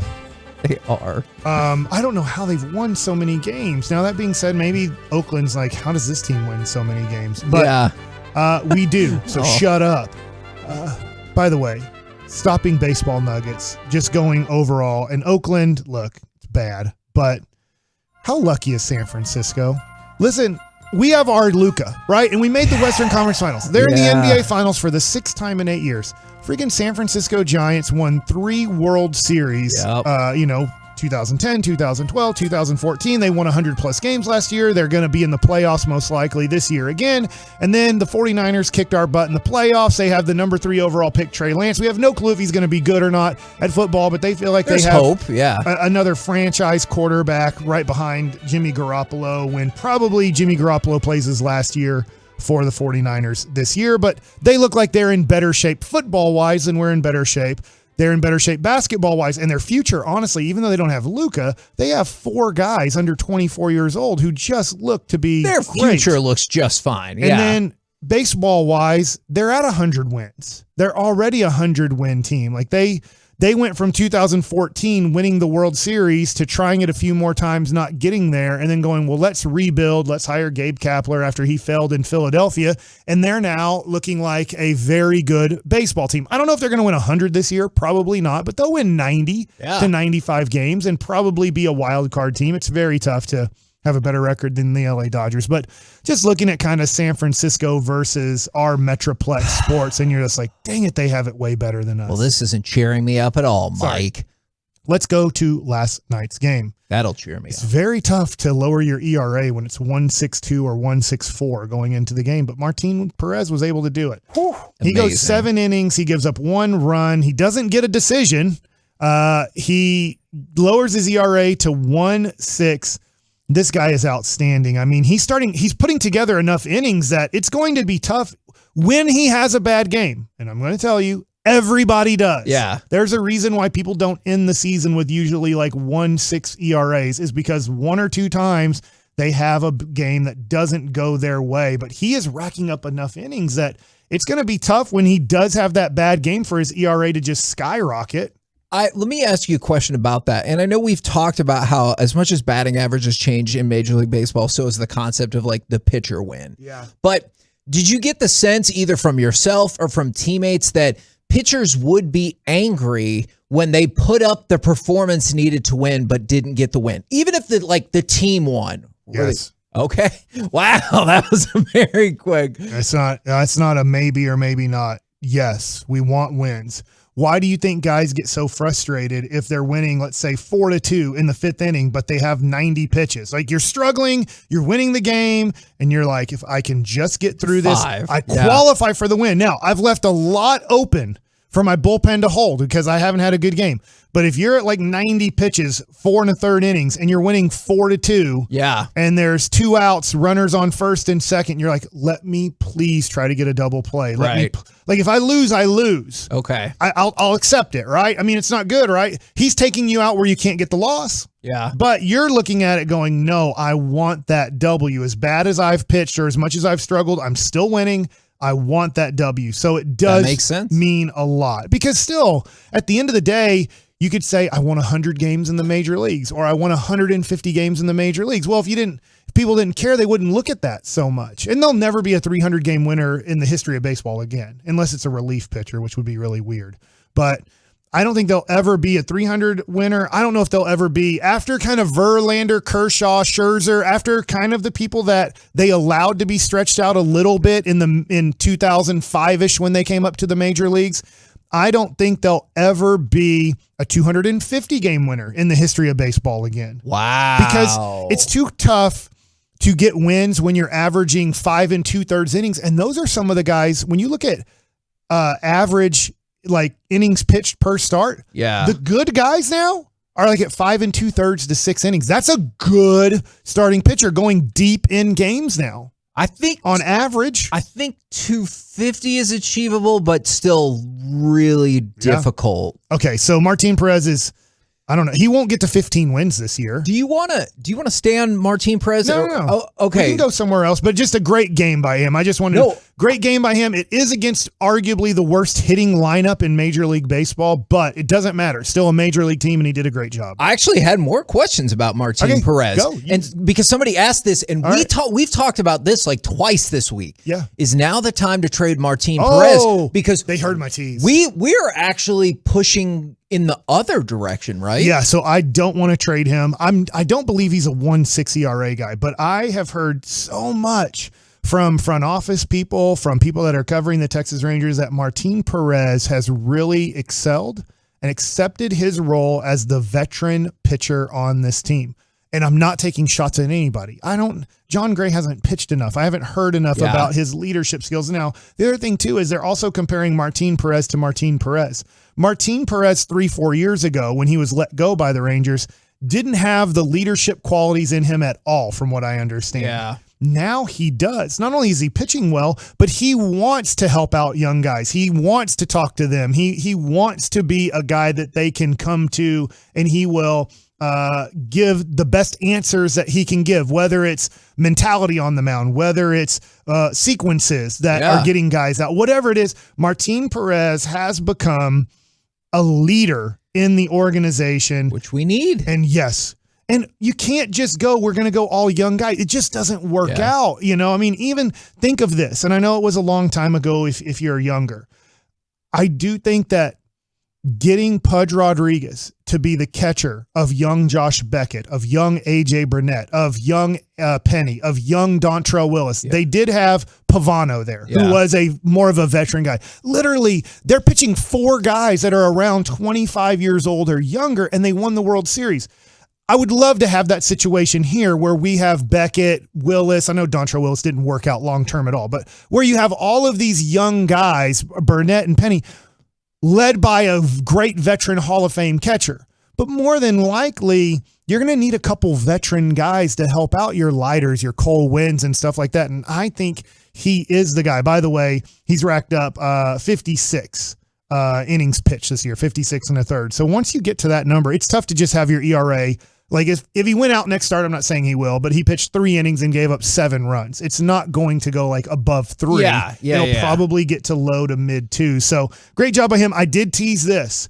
I don't want Martin Perez traded. It wasn't about Martin Perez. I do think the Rangers need to look at around the All-Star break to talk to his agent because he is on a 1-year deal to see if they can get some sort of like 3-year, $45 million deal done. And I would say to make it fair for Martin Perez, I would say your 3rd year is a $5 million buyout by the team. So if it's not working out for us, we'll give you $5 million. So it's a 2-year, $35 million contract. Deal. And if it's working out for you after 2 years, you're putting up a 2.5 to 3 ERA. Let me look at his age real quick. He's 31 years old, just turned 31.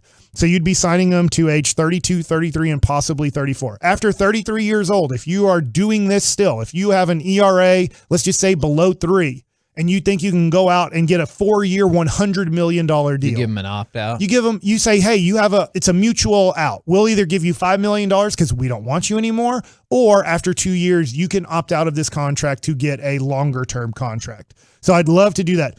The guy pitching last night that will be traded is Frankie Montas. He might be the number 1 pitcher on the trade market when that trade market opens up. It's really tough to trade people in May. I know Oakland isn't going for it. They're in a total rebuild. I think that guy, Frankie Montas, is a very good pitcher. Not as good in a weird way. I never thought I'd say this in 2022. Not nearly as good as Martin Perez. But he only gave up 1 run last night. I was frustrated looking at the box score last night going, we only have 2 people that have hits tonight. Like at one point when it was 1-1, you had Cole Calhoun and Adolis Garcia. Everybody else was over in the lineup. That has to start changing here soon. Frankie Montas, I give it to him. He's a good pitcher. Everybody can't be a good pitcher.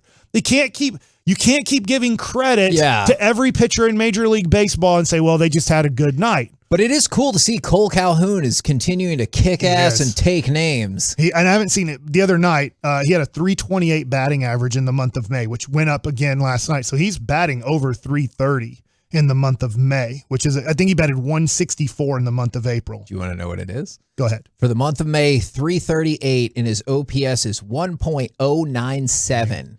So almost 1,100. Yeah. By the way, Frankie Montas, 2-4 with a 3.1 ERA and a .97 whip. And this dude is built like a linebacker, 6'2", 255. I've got to see him up close.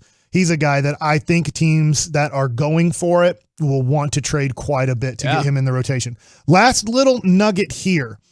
I don't know how much longer Ibanez has on the Texas Rangers. Okay. He's batting 180, I believe, if you have the stats pulled up. He's an older guy who I remember 175 after last night. I remember last year, it was, I think, on our show, we asked about him. Yep. And this was like in August. And he was hot. And then September, he stayed hot. But it was almost like they weren't crazy about him. And then September happened. It's like, maybe we should really recognize him as a major league player and a guy that can help us. Well, this year for Andy Ibanez just hasn't gone well. Yeah. And he's a 458 OPS. And that's tough. He's 29 years old. So it's not like he's 23 or 24. I'm wondering if Josh Smith, one of the guys that came in the Yankee trade. Josh H. Smith. Yes, because there's multiple Josh Smiths. Can't forget the H. There's a Hickory. That makes sense. Josh Smith for the Rangers. He's not having a great year in AAA. And what I mean by that is he's just not tearing it up. He has a 262 batting average, 369 on base percentage. So nothing special. 2nd round pick out of LSU. He can play. I know he can play second and third. I don't know if he can play short, and it wouldn't matter because Simeon would slide over to short if Seager got hurt, and Seager does get hurt. Yes. I think that they might be looking at that replacement. Third base is wide open. I don't know when and if Josh Young is going to be ready to play in the major leagues. Everything was all in on Josh Young. But I wonder, instead of giving some time here and there to Andy Ibanez, that they move Josh Smith into the third base rotation. And then also, if you haven't noticed, it looks like Sam Huff is going to get some time at first base. As predicted on this And then show. Nate Lowe hitting a homer last night. I've been told he's a catcher, though. No, all catchers are eventual first basemen. It's more not what or I've been less. told. We're the KNC Masterpiece right here on 105.3 The Fan. Coming up next are these 3 stats, the reasons that the Mavs season is over. We'll talk about it next right here on The Fan.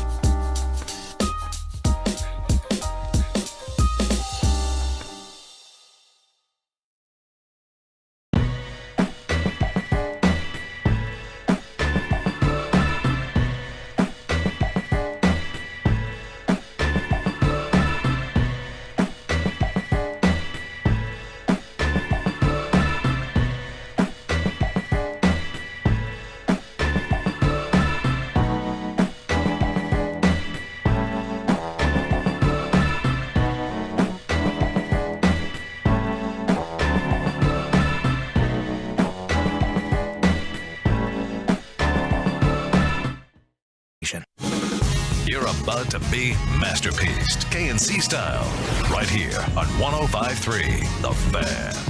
KNC Masterpiece right here on 105.3 The Fan, where we're already helping out to scout the NBA draft so you don't have to. We're getting Nicola.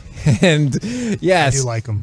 Do you want to go ahead and say. Let's keep on these Mavs. But All right. I was looking at draft stuff last night. Yes, I was. We will have plenty of opportunity. 26th pick. We will have plenty of opportunity for that. So my question was going to be, is I saw this article in the Dallas Morning News from, we've shouted her out many times, Callie Kaplan. If you ever want to jump on the show, we'd be glad to have you. But it was that watch these three numbers because they will help determine whether or not the Mavericks win this game. Okay, let's see if they won. Oh my gosh, Mike, I'm afraid I have terrible news for you. What? They did not win the game. They're not playing tonight? They wouldn't play until tomorrow anyway. I got tickets for tomorrow for game 6. Well, I wouldn't drive up there if I were you. But it comes down to this. Rebounds, the third quarter, and turnovers. And only lost by 18 on the rebounds. And that was the most jarring one is they got hammered on the rebounds. I did not see this coming in this series. I thought I was so wrong on this. I really thought we're going to be okay on the rebound situation because they only play one center. He's not that special. He is better than ours. Nothing against ours, but factually, he's the 30th best starting center in the NBA out of starters. And I'm not even sure where he would rank if you brought him off the bench in backup centers. But that's where we're at. But I just didn't think, when you think of they're playing Poole a lot, they're playing Curry a lot. And I know Curry, for his size and everything, he finds rebounds. He's not like, but he's able to find 5 rebounds a game. And that's pretty darn good for, his size and everything. But I just thought, no, we're going to be okay. Wiggins isn't a great rebounder. He's like Dorian Finney-Smith, right? And I just thought we're going to match him for the first time ever in the history of Luka Doncic playoffs. We're going to be okay on the rebounding situation. And it was as bad as it's ever been. I was also pretty darn shocked at all of that. And so point number one, you're looking at, obviously you referenced it, the Mavericks got smoked on the boards. Do you look back at this? And I get it. You can look back at this and say, well, Golden State is just better. But as we actually break it down, do you look at rebounding as one of the big things that why we lost this series? Because I do. I will say I think it might be the biggest need in the offseason.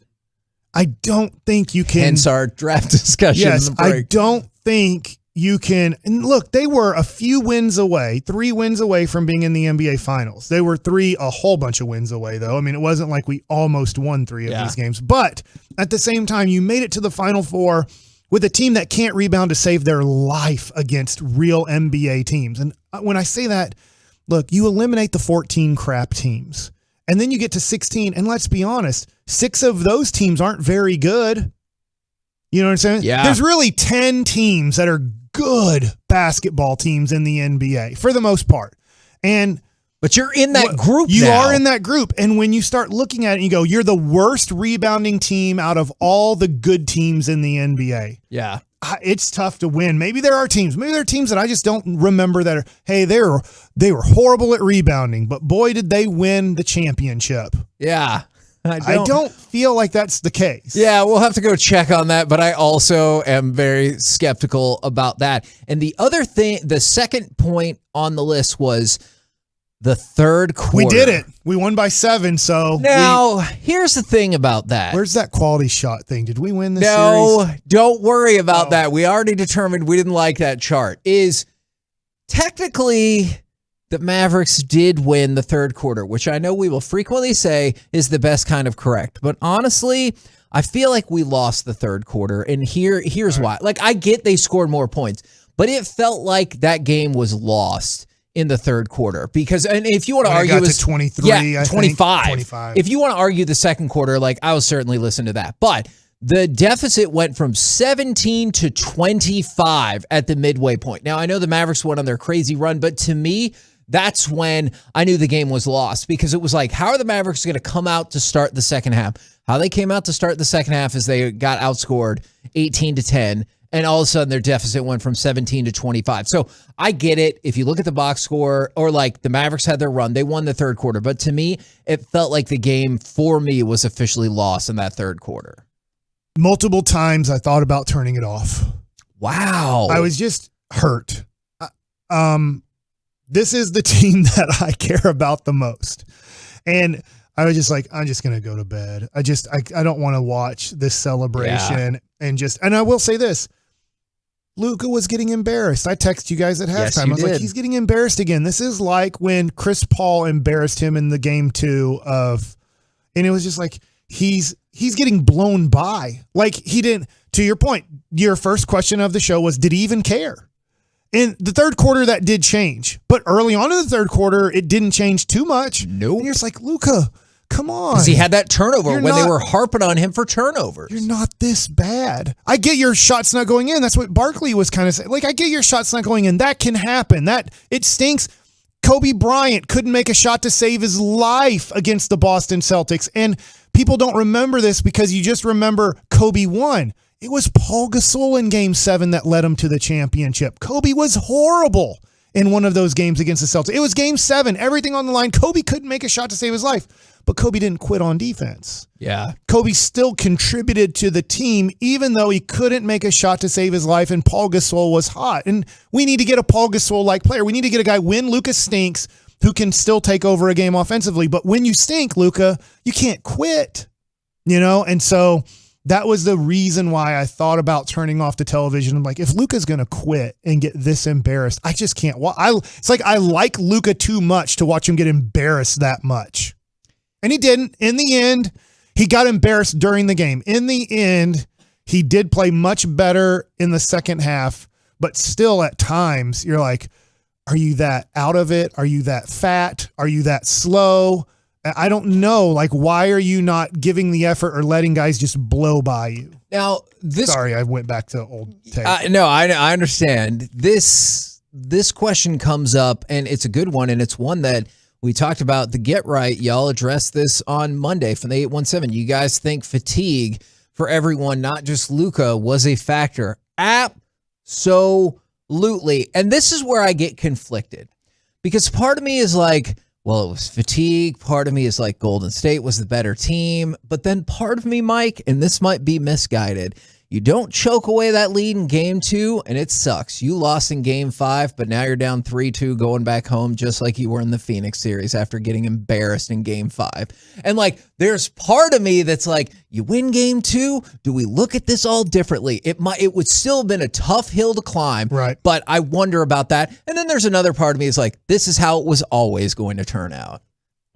Yeah, and I hear you. That we lost the lead so quickly in the second half. Like, to your point, if we were up by 12 with 5 minutes to go, I know I'm going back to the most hurtful time for Mavs fans, and that would be Game 3 against the Miami Heat in 06. Yep. That felt like, dude, you only had 5 minutes to. If you lose the last 5 minutes of this game by 10 points, you still win the game, and you lost. Right? It was. Oh, crap. You got to the end of the third quarter. You're like, it's already down to 2. Yeah. So that was the only thing about, well, we should have won. It's like, we gave it up in a hurry. It wasn't like the last 5 minutes we were up by 19. It was literally, by the time you got to 5 minutes left in the game, we were done. Like, they were the one up by a dozen points. So I hear you. I understand there was an opportunity to win that game. The Mavs didn't play well at all in the second half, but it was still, I want to put this on there. It was a good year. Very proud of this team, proud of the role players for giving everything they got. We got the most out of this team you could possibly get. And I do agree with Charles Barkley. You shouldn't look at this team and go, bring it back, and they'll be back in that situation. He didn't say this. This isn't the 86-87 Detroit Pistons. This isn't the 89-90 Chicago Bulls. Yeah. This isn't where you have Shaq and Kobe and you just need to replace Del Harris with Phil Jackson. We are not in that situation. There needs to be major tweaks to this team. We don't have to go get Joel Embiid, but we do have to get some more talented players and probably 2 other guys that can play in this NBA playoffs league. But that all being said, it also feels, I know it's weird after a loss, it also kind of feels like sort of a celebration type time. This is only the 5th time they've ever made it this far. This is the 5th best team in Mavericks history. And I know it's hard to be like, celebrate what? We just lost. The season's over, because people wanted the championship, and I 100% get that. But this team did still make it really far. Dude, and you got to play in so many playoff games. I love what Jason Kidd said. Hey, if you lose in the first round, or even if you lose in the second round, do you know what it's like to make it this far? Physical, mental, all those things? Yeah. The Mavs do now. Now, they don't get a taste of the NBA Finals. I was watching yesterday with my kid as we were laying in bed yesterday. I was watching the Disney thing on Tom Brady, and Willie McGinnis said in 1996, losing to the Packers in the Super Bowl was a fog. He said, I gave all my tickets. I had to get family members there, gave them away, spent family time, the media time. And he said, the next time I ever make it to the Super Bowl, he said, I don't care about my family. I don't care about my friends. I don't care about the media. I care about one thing, and that's the Super Bowl. And he said, making the first Super Bowl, sometimes there's so many things going on and you're trying to please everybody. Yeah. And that you forget you're playing in the game of your life to become a champion. And the Mavs got pretty darn close to that. So now they know if you want to show up fat to camp, it's probably going to hurt you in May. As crazy as it sounds, your work in August, September, and October is going to affect you in May and June, because you can't just get into shape in the regular. Everybody's tried it, and the only person who I know has been successful is Shaq.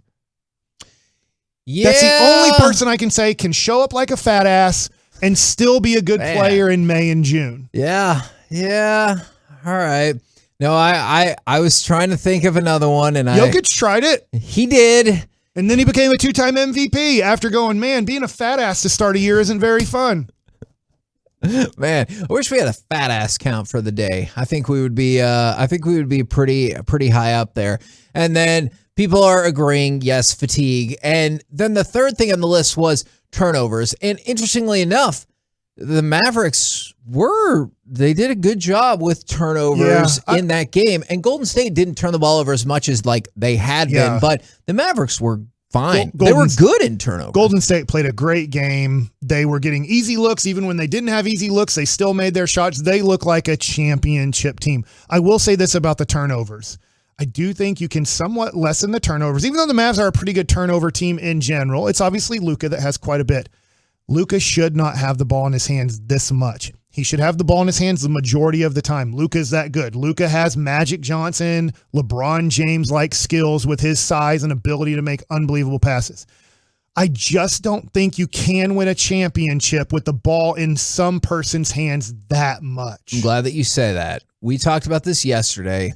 There's a Ringer article about usage rate, and Luka's usage rate is Luka already has tied for the second most usage rate seasons ever at 35% or higher.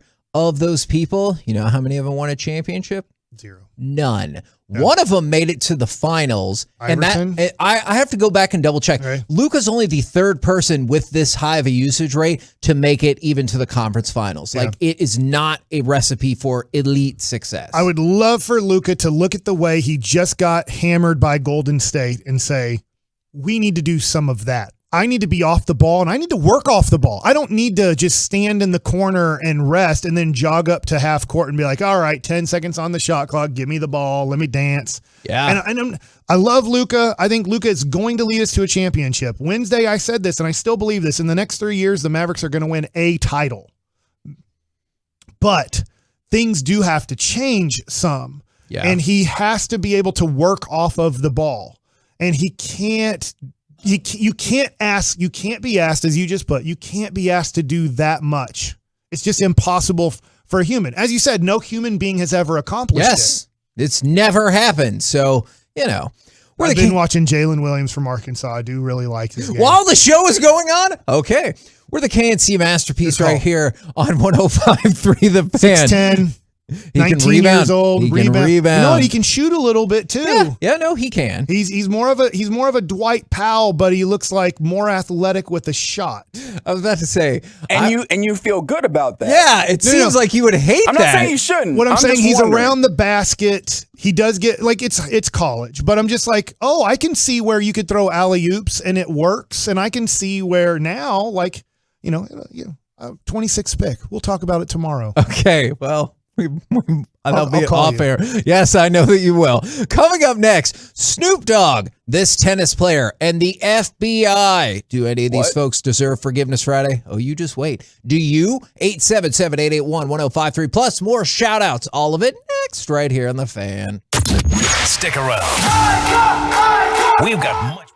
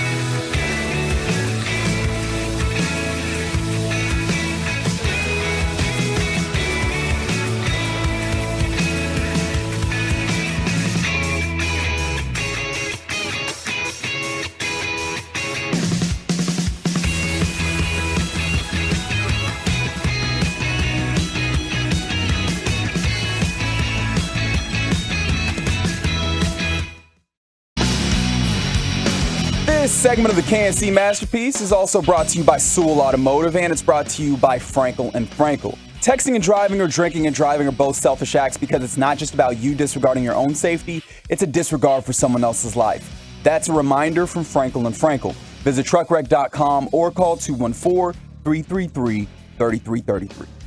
KNC Masterpiece right here on 105.3 The Fan. It is time for Forgiveness Friday.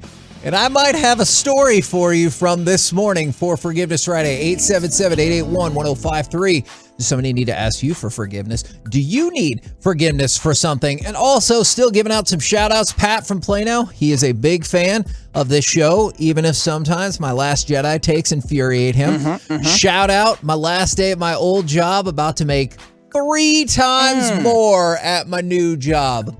Love to hear it. Now, I said the FBI. I do not want to forgive them for this. What did they do this time? It's what they didn't do. The U.S. Justice Department announced yesterday that they would not be bringing federal criminal charges against the 2 former FBI agents who disregarded a group of gymnasts and their accusations against Larry Nassar in 2015. So the Department of Justice report blew these 2 agents up, and they were like, I need to stop saying things like that. I realize that now. But they annihilated them in this report, and they were like, they dropped the ball, they screwed it up, blah, blah, blah. One of them got fired, and one of them has retired, quote unquote, retired. But probably more awful stuff happened because of this, and they had the opportunity. Do you want to go ahead and charge them? And they're like, nah, we're good. So we're usually in a forgiving mood. I think for now, I perhaps will not. Yeah, it feels like when you have that level of power and, cause that level of harm, accountability should be something that's there. But what do I know? Now, I'm going to go ahead and grant forgiveness to the person in the parking lot this morning who flipped me off. Oh, sorry about that. In the parking lot here? In the parking lot when you're doing your walking?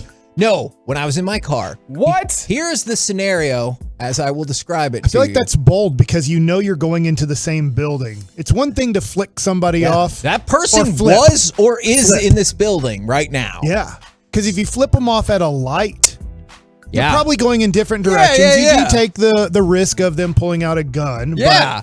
But in this case, you're like, we're about to walk into the same building. So, pulled up. You have the little security entrance and everything like that. And the person pulls up to the part where you swipe your badge. He's not ready. It happens. It kind of drives me insane every time. I was like, you didn't just show up here by surprise. If you're running your badge, you know what the deal is.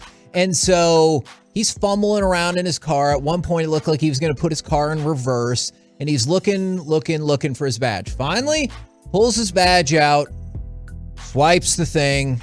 The arm goes up. Still doesn't go. He decides he's just going to sit there. 10 seconds later, a couple of people walk in the little walkway. And I was like, he could not have conceivably been waiting that long for those people to walk by. And for people that don't understand the layout here, there's a little walk path in front of this arm just in case people need to walk from the building into the garage. Yeah. So he could have gone, and at this point he continues to sit there. And now there's 2 cars behind me and 1 car on the other side of our parking garage. And I'm looking at the guy behind me, and he looks like he's about to get out of his car and punch that dude in the face. He is you can see him mouthing what the F is happening and everything like that. So at this point, I, as lightly as I could. Oh, this is the thing that I hate about cars. Why don't we have 2 horns? We should have one that's slightly, just a little quick. For sure. And then we should have one where you can lay into it. Because I really do hate that if you use the horn, it says one thing, even if you're trying to say something else. So I lightly honked the horn the best I could, and he shot his arm out and his middle finger up out of the window, which I felt was unwarranted because we'd all been sitting there at this point to get into the building for 2 to 3 minutes for nothing. Yeah, you got to take an apologetic tone at that point. When you know that you're in the wrong, Hey, you can't. Well, I guess you could. Did you but follow him? Kevin, did you follow them? Now here's our question. You had to follow him a little bit. What do you think happened next? Do you think I just parked? I think you fought him. Okay. You didn't fight him. I know that. Are you sure? Your knuckles are okay. I think you hit him with and a your DDT. face is okay. Oh, DDT would be a good move. Maybe I'm just really good at fighting. So what happened? You can kiss my. You started yelling because you can hear it. Like you're close enough. Now you're closer. So here's All right. what happened next. I'm enjoying this. Is some days I get to the building early enough where I'll go ahead and take a walk. I'm sure you guys have all seen, like, you've probably gotten here. I'm just like walking around like by the park, right with by your our phone building. in your hand, Do you because not I know know where the door is? you will refuse to let that time go to waste. So you're watching some level of content at the same time. I because I need to accomplish something else while I'm doing it. So he parks. As if getting exercise in isn't enough. Yeah, no, it's not. And so he parks not that far from where I am. And so I start my walk and I'm going to walk by his car and I'm like debating. I'm like, it's probably not a good idea, but like, you know, I kind of gave in. You know who you are. Oh, I know who I am. He backed into his parking spot. Oh, he's a backer Yeah, in there too. yeah. All right, well, let's be careful. Let's be careful how we talk about people who back in. If you can do it right, good for you. Thank you. But if you're stopping down because you don't know how to back in, I think you're. He doesn't even know how a thing works. He definitely doesn't know how to back in. What thing are we talking about? That's well, he doesn't know how it works because he backed into a parking spot right next to one of the walls, and the timing worked out perfectly. And I was already pissed. And I walk by his car. He opens the door and slams it into the wall. Yes. And I looked at him and I go, "Good job, moron." And I just kept walking. At which point he yelled "F you" at me. And so that was the That's the it? Yeah, What does he look like? That was he was an older fella. That's all I know. What he was model an older car did he drive? Yeah, he was an older fella. Yeah, can you point out his car when we get out of here? It's probably the one with the dent in the door. Yeah, if it's here, if you see a big SUV backed into a parking spot right next to the wall, that's him. Can I write a note on his car? Oh, we should just leave notes on his car all the time. Hey D, figure out how this works here. Oh, this is a great question from the Twitch chat. What was his license plate?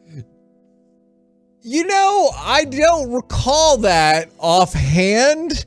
But in the moment, I was gonna move on. Like walking is a good way to like get out some of that energy. But when he hit his car door on the wall, I couldn't help it. And I didn't even break pace. And I just go, "Good job, moron." And he goes, "F you." I was like, awesome. From the 618, I forgive KNC for having absences on back-to-back days. Y'all need to participate better than Luka on defense. Oh, no. Wow. Sometimes you need a day. And this was a week where a day was absolutely called for. Yeah. Oh, man. Somebody asked me on Twitter, which is, the saying not participating like Luka. Somebody asked me, I don't know if it was a Warriors fan or a Mavericks fan.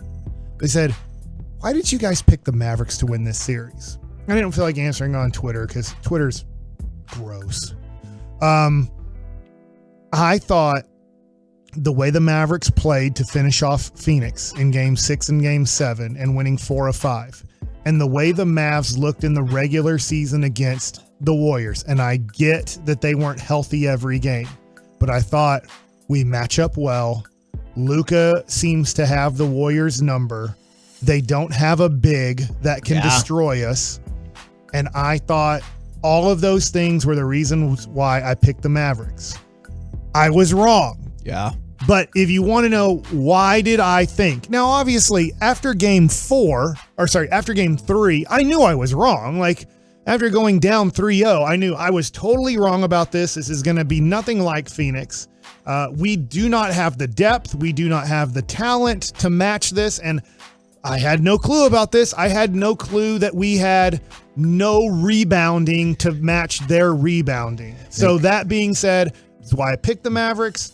I was wrong. The Mavericks, I was just reading an article, which we'll get to at 12 o'clock, where they're like, look, they got to figure out how to get a big to help them out. Yeah. I didn't think that was going to be an issue for the first time in the Mavs playoffs history under Luka. But it was, for some reason, Rudy Gobert and DeAndre Ayton didn't crush us. Kevon Looney and the Golden State Warriors did when it came to that. I just didn't guess that. I didn't see that coming. I thought, yeah, I get Looney got 22 rebounds in one game, but he's Kevon Looney. Yeah. He's just a guy in the NBA. Yes. And then Steve Kerr is now like, man, I hope he does get paid a lot of money. From the 214, guys, Forgiveness Friday. Should I forgive the Whataburger drive-thru attendant? I specifically asked her for spicy ketchup, but she only gave me regular ketchup. Now, it's not the end of the world, though, right? Yeah, no. As in, their ketchup's good no matter what. But you do. Do you think spicy is discernibly better? I do like spicy better than regular ketchup at Whataburger, but both ketchups are good. Okay. As a not ketchup aficionado, I think nothing against Hunt's, except I don't like you. Nothing against any other ketchup in your face, Dan and Clark, in the world. But Heinz ketchup is by far your kind of best general store ketchup. I do now try to get the Whataburger ketchup, spicy and regular, that is sold at stores. But I can't do any other ketchup besides, I guess, Whataburger and Heinz ketchup. But the McDonald's ketchup is good, but I've never looked at the package to see what ketchup that is. I do think there's more sugar in I want to say fast food restaurants ketchups. From what I remember seeing, I'm not 100% sure about this. Some of the reason that you like ketchup better from those places than maybe out of a bottle that you have at home is they do put more sugar in it. Oh, yeah, I was not aware of that either. Interesting. Do you think that Snoop Dogg needs forgiveness for turning down $2 million to DJ a party at Michael Jordan's house and then going on to say his favorite MJ has always been Magic Johnson? Nah, I get it. Okay. Is that your favorite? Putting MJ? on for the LA? No. But I mean, I respect both of them, but he can't, that's where he grew up. Yeah. I mean, that would be like my favorite RB is Rolando Blackman. Who are the other candidates for that? Reggie Bullock. Yep. I mean, I could see that. Thank God you came up with somebody. I didn't have anybody I don't ever remember. I was just thinking RB running back, but I wasn't immediately Ronald thinking. Bush, former president. That is not correct at all. You've just combined the presidents of the 80s together into one president. Tried my best. Okay, I appreciate that. And then, Reggie, I want to know if you think this was overreaction. What's that? Huh? What did you say? Nothing. Okay, if this was overreaction or if this RJ person Barrett needs forgiveness. Tennis's Arena Camelia Begu. Did you see her outburst? She spiked her racket at the French Open the other day, and it went into the crowd. Now, it didn't hit anybody, but she went over and had to go talk to a little kid because this little kid was crying because the racket flew right by him and everything like that. Does she deserve and need forgiveness since it didn't technically hit anybody? I don't know. This has been a weird thing that's been happening in tennis more frequently, it feels like, or just kind of these outbursts of emotion. And emotion is clearly a good thing. It's fine. Yeah. But the ways in which it's happening in trying to kind of level out the way that this goes, because it does seem like for the longest time we've allowed the best players to get away with it, and then the other players have kind of gotten fined or some sort of disciplinary action for it. And I think in trying to level it out, it's happening more. And I'm not sure, is that a good thing? Because something like this kind of happens. That's why I'm not sure. We will grant her forgiveness because they posed for pictures and everything. It seems like we rectified the problem. Yes. So she does get forgiveness. We're the KNC Masterpiece right here on 105.3 The Fan. Coming up next, it's time for Gridiron Gravy, where forget the best of the best. We present to you the worst of the worst. We'll explain next right here on The Fan. All right, let's talk about your home, your office, your warehouse, your kids. Don't trust anybody to protect them. Get the best cameras in.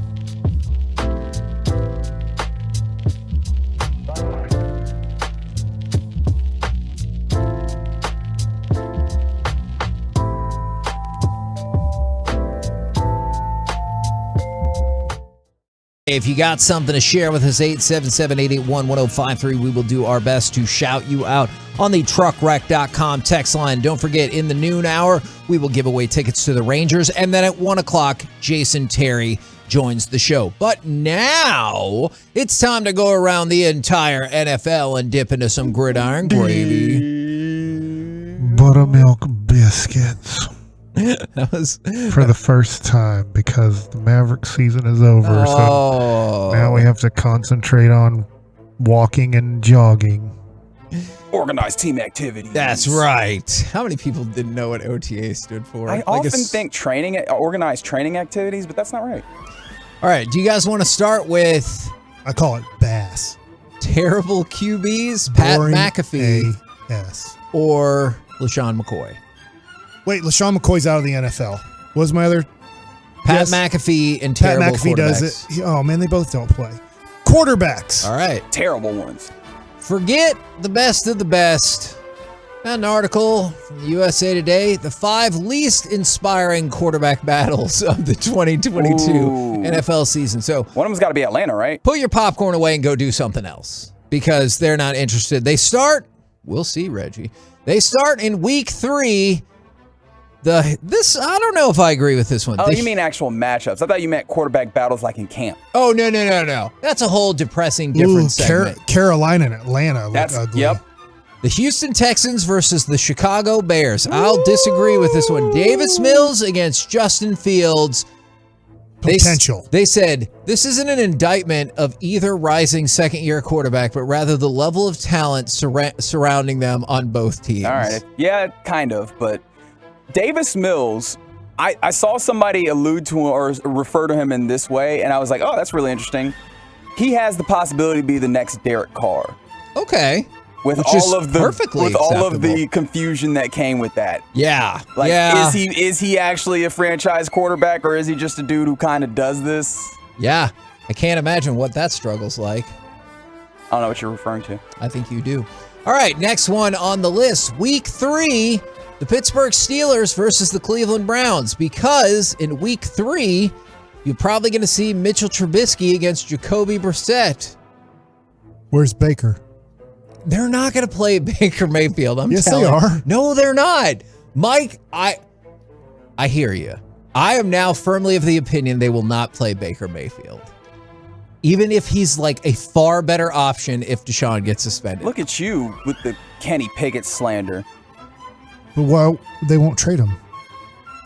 You know what? I got a story for you in just a second about that. Whoa! In fact, I'll tell you that right now. Did you hear what Carolina supposedly wanted? They wanted Cleveland to pay $14 million of Baker Mayfield's $19.9 million salary. That was the deal. Okay. So... yeah, what's the issue? Cleveland still thinks they can do better. Surely this is the time in the game where they're like, oh, we can't. Do you think they called Carolina back and they're like, okay, look, we're sorry about that. Would you like to make the deal? And they're like, no. Sam Darnold time. Yeah, well. Matt Corral time. Yeah, Matt Corral time, maybe. Maybe Cam Newton time again. Oh, my Lord. Now, you guys made a couple of references to this. Yes, in fact, week 8, And Week 10. The Atlanta Falcons versus the Carolina Panthers. It could be Marcus Mariota versus Sam Darnold. We know that Atlanta's trying to lose, right? Agreed. Carolina's not, though. Because they know they get fired. Or else they would have traded the Baylor Christian coach. McCaffrey. The Baylor coach gets fired, right? Matt Rule. Yeah. If they don't win I can see that. 8 games, he gets fired. And he might be fired already. He might just be eating some time here. You know what? And you're probably right. Carolina might go, we don't want to hire our next head coach to have the quarterback that we're going to try to build around, but have him have to coach this. So Vern Rule or Matt Rule, like I did that. Yes. Or, I don't know, it's Matt Rule though. I just think that he's there to coach, most likely to then get fired at the end of the year. So you're not putting your new head coach in a situation where he's coaching a quarterback that he's not even going to have the next year. Would you guys care anymore if they said, the hell with it, both of these teams suck, bring on the rookies, and it ended up being Matt Corral against Desmond Ridder? By week 10, you might have something like that. Yeah. It just matters how bad Atlanta wants to lose, too. Yeah, fair question. Now let's move to our division. By the way, you can find us on YouTube. Yeah. Today, did you know that? Yes, I did. And we want to call you YOLOs? Have we decided on that? And Reggie, do you have... I'm abstaining from that whole conversation. Okay. Entirely. Isn't that a candy? With the chocolate Rolos. with the caramel? That's Rolos. Rolos. Which I haven't had in a minute. Rolos are so delicious. good. Yeah, dog. Yes, they are. They still make them? Yeah. I don't think you'll see them in like every candy aisle, but they still make them. Man, now it's Rolos. Right? Week 13. Yeah, make it happen, Tolos. Actually, make it happen, YOLOs. If you're watching us on YouTube, make it happen. I'm going to go to YouTube and see how many people are watching us on YouTube. Okay, let's get it done. I'm guessing we're 105.3 The Fan. It is 105 through the Fan on YouTube. Weeks 13 and 15, the New York Giants against the Washington Commanders.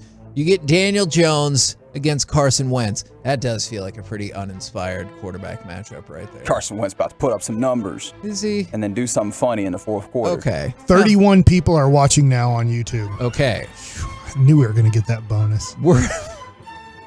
We're building something, Mike. It's the start of it. That's what I'm saying. Okay. I heard. Do you think more people would watch if Reggie... 30. Somebody just dropped off. If Reggie punched Peyton in the face back there in the other studio? Would more people? You know what? It can't hurt to try. If you want traffic, you can always look behind Kevin's shoulder and see that 75 North is moving much better than it was an hour ago. And Peyton, if you don't want to get punched in the face, will you go get us some Rolos? Those are the only two options. There's a chat over here? Yeah, get involved, Mike. Time to chat. Go. They want to know why Mike looks so angry. I'm angry right now? That's what he looks like most of the time. What's up? I like look. That means I intimidate. That's true. And I devastate. And oh my God. I wish I didn't look that way because I think too many people think I'm mean all the time. Why do you care though? Don't you not want to interact with people sometimes? That's true, but I don't know, I'm not supposed to say that or something. I think you like interacting with people a lot, but then there are other times when even your own family, I think you're like, just don't talk to me right now. No. True. Okay, week 17. The New York Jets against the Seattle 67. Seahawks. Double. Let's go. 83. 83 on the YouTube. YOLO. YOLO. Rolo YOLO. Man. Yeah. 88. 94. Okay. Oh my God. Just hold off into this that is amazing for a second. He's at the 10, the 15. That's basically what he was doing. Tip 2 said, oh wow, I finally see who is on the radio. Welcome. Mark Thank you for Osterman. Joining the show. What up, Mike? So let's get back to terrible quarterback matches. Zach Wilson against Drew Lock. 117. Terrible. Also, Drew Lock. We're seriously thinking they're going to have Drew Lock that deep into this? Look, surely they're going to go to the Wildcat by then, right? Smith gets a shot at some point too. It's just Chris Carson back there taking the direct snap. Yeah.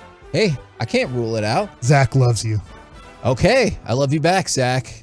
Thank you very much for the kind words. Now, Carlos said, I did not think you'd look like this. Okay, I never know what to say. 151. When people are like, that's not inherently an insult, but it's also not inherently a compliment. I honestly, I don't ever know what to say. I'm like, Bag with a lot of numbers said, look at Goldberg. I don't mind looking like Goldberg. Yeah. I just don't smash people like him. Who's next? You know what I'm saying? All right. Ryan Brown, he said, where is all the hair gone? It's gone. God took it. Put it on my back and crap. I don't know. Hey, man, you don't need hair on your head, but what about your back? It went to Reggie. And oh, yeah, Reggie with his beard. He's showing it off. Yeah. 188. So, LaShawn McCoy revealed why Eric Bieniemy is not a coach, at least in his opinion, because Andy Reid shot back at this. He said this is the reason why every year they keep hyping him up to get a coaching job, a head coach or offensive coordinating job, and he doesn't get one. I mean, he's already an offensive coordinator. Some players, he talks to them in a certain way, and some players will take it, and I wouldn't. Every year, they hype him up to get a job, and then when the time comes, nobody hires him because they all know what type of coach he really is. So LaShawn McCoy doesn't care for Eric Bieniemy whatsoever. However, this response from Andy Reid, I think, cuts to the bone. I'm a big LaShawn fan. I've never heard that saying. Oh, really? Cuts to the bone. You really? Cuts to the chase. No, cuts to the bone. You've never heard that before? Right. Like it stings more. Yeah. Like it really hurts. It's like whenever I agree. If somebody cut to my bone, that would hurt like a mofo. It's like whenever somebody texts in, they're like, "F you guys, you're just a bunch of peas." I'm like, okay, but if surface level, yeah, but if somebody like texted in and like gave like their breakdown of why they didn't like the show and it was really well reasoned out, whenever I see those, I'm like, damn man, that hurts. Like we need to rethink some things or whatever. So 260. Andy Reid said, I'm a big LaShawn fan. In my eyes, he's a future Hall of Fame running back. If you look at it statistically, he's tremendous. But he wasn't the youngest pup in the kennel here. He was in the backside of his career, and sometimes that's hard to take. Sometimes it's hard on a veteran player. Maybe their performance level isn't what it used to be, and it's hard to take sometimes. The enemy is going to push you to try to maximize what you've got. That's one of his strengths. So I think that would cut to the bone there is like, don't be mad at Bieniemy because he was calling you out because you weren't as good as you thought you were, or as good as you used to be. So I thought that was an interesting back and forth right there. Would you be interested in the Pat McAfee Thursday Night Football McAfee cast on Amazon? Clearly, they've had a ton of success with the Manning cast. Pat McAfee, I know him because he announces for wrestling as well. He is a very energetic. A little bit too. Yes, that is true. He's a very energetic personality. I feel like it could gain some traction, and I see why Amazon would want to do it because they don't want anybody leaving their broadcast. Yeah, it seems like we found a good niche in the market where there's people that want the status quo broadcast, but there's also people that want this kind of sidecast where it's a little bit different energy and maybe a little bit more conversational, and especially where it leans into personalities that you probably like. And he seems to be one of those that a lot of people are drawn to. So, yeah, why would you not do that? Especially for Amazon. It doesn't take away anything. It's streaming. We can throw a whole nother, stream up here, and it doesn't cost us anything.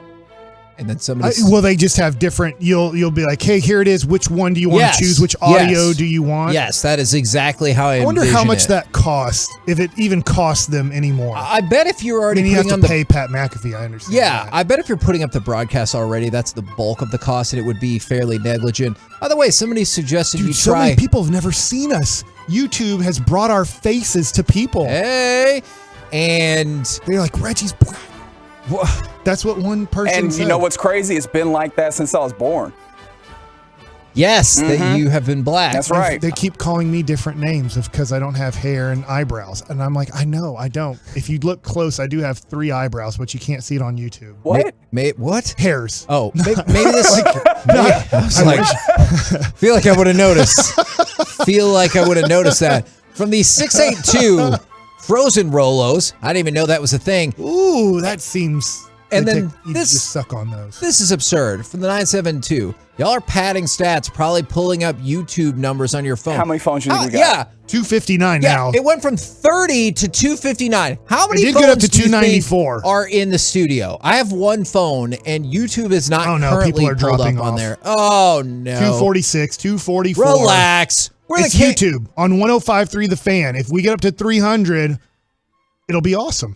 Okay. I don't know what else. Really thought there was going to be a payoff there. I don't know what to show you guys. Coming up next. My biceps. Mavs fans, are you still feeling the high of the season, or are you already looking to turn the page to next year? 877-881-1053. We'll do it all next right here on The Fan. Miss anything from your favorite?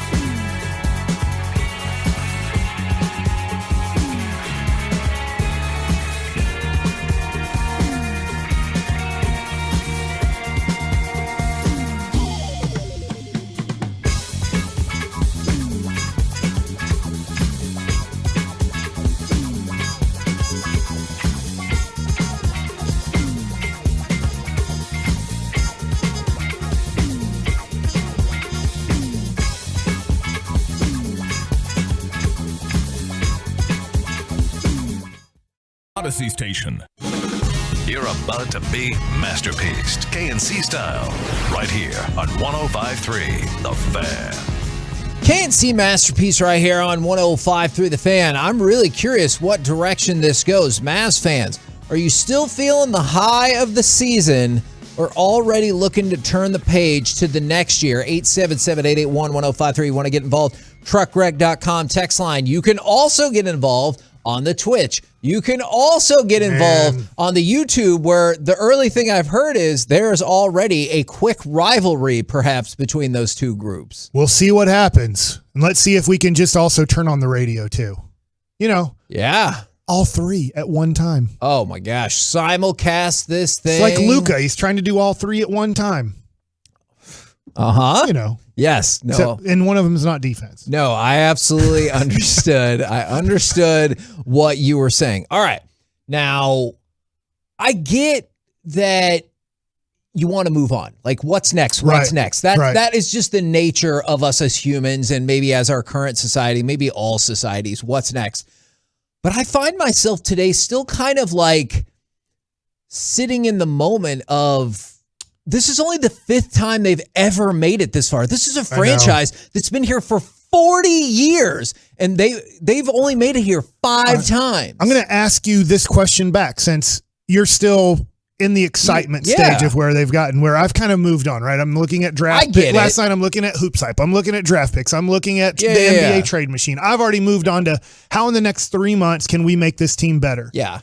Now, I ask you this. Do you feel like this is a team building towards something, or they got as far as they can go? I think this is as far as this incarnation can go, and you're going to have to tweak. Because the example you said earlier is, because like, I could have looked back at, let's just say, the very first team that got this far in the area, the Mavericks, 87-88 Mavericks, is with the emergence of Roy Tarpley, with like a good core of players. I know it was always going to be tough to knock off the Lakers, but couldn't you view that as a group that, like, I kind of think maybe... and you knew Kareem was coming to a close. Exactly, and maybe Matt, we'll see, like, obviously Magic still had more, but like, you wondered about that, and it looked like we were coming up in the world. Yeah. If you look at the West right now, like, as much as I want to say Golden State's going to go away, I don't know about that. You're going to see both LA's and Denver theoretically get healthier. You're going to see... Memphis was great. Yeah, Memphis, Minnesota, and like, I feel like... It's a tough world in the West. Yeah, and I feel like I don't want to be the Cowboys, where they just sat back and they're like, we're far enough ahead. Yeah. We don't need to do anything. I want the Mavericks to go, man, we got there. That's awesome. But now we need to tweak it up. I know everybody hates the way the 2011 team was torn down. I get it. I will say, I thought they looked at it from the perspective of, this was a lightning in a bottle title that we cannot replicate, so we have to do something different. And I think that's how they're going to view this run. I do too. I have faith in them, and I know we want to talk about the accomplishments of this year first. And I'm with you, because here's part of the reason that I'm optimistic about the future and really believe that the new front office, and nothing against, I think Donnie Nelson and Rick Carlisle, they probably needed to go. But at the same time, I think that they did a pretty good job while they were here too. So I don't, this is me looking at it and going, okay, guys, the improvement of Dorian Finney-Smith throughout this season was amazing. Because let's face it, last year the Clippers said, we don't need to guard him. Yeah. You know, I mean, they decided to play 3 defenders versus 4 a lot of the time, going, they're not going to hurt us ultimately. And the emergence of Jalen Brunson as the season progressed, and especially in the playoffs. He averaged 20 points in the playoffs. He's never averaged 20 points in a regular season. This year was his highest ever at 16.5. I don't know what Jalen can become at 25 years old.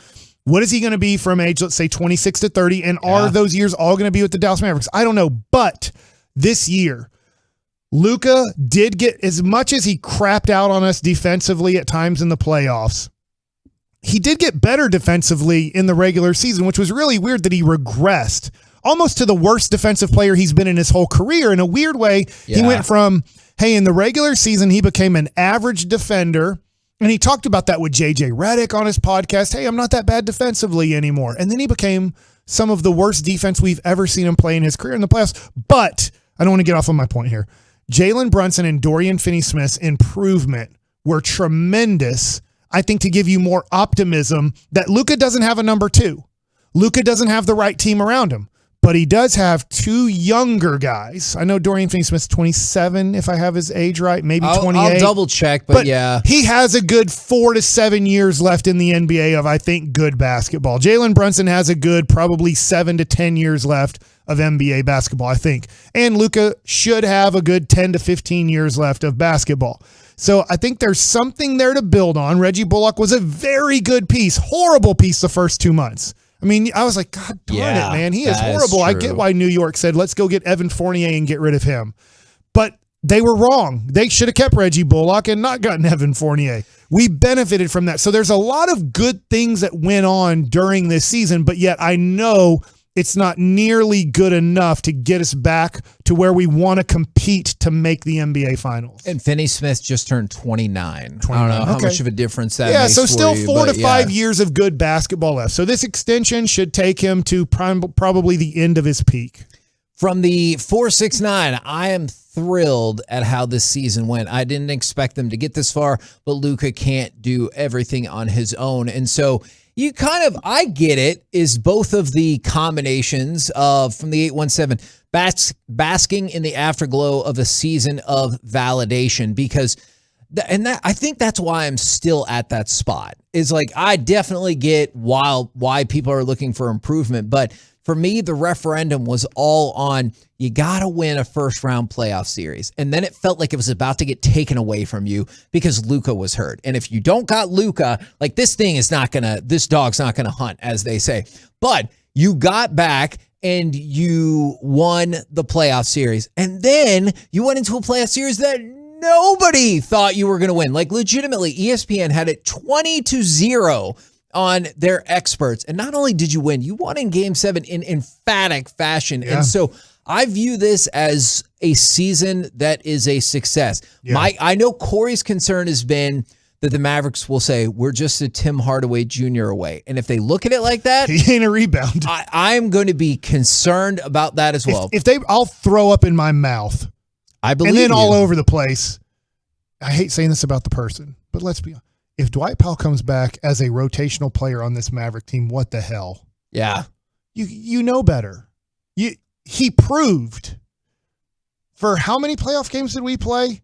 6 + 7 + 5. Help me out, math man. 18 playoff games. He never really helped. He tried his best. I'm not questioning his effort. There were a few times where he got some big rebounds for you or put the ball in the basket.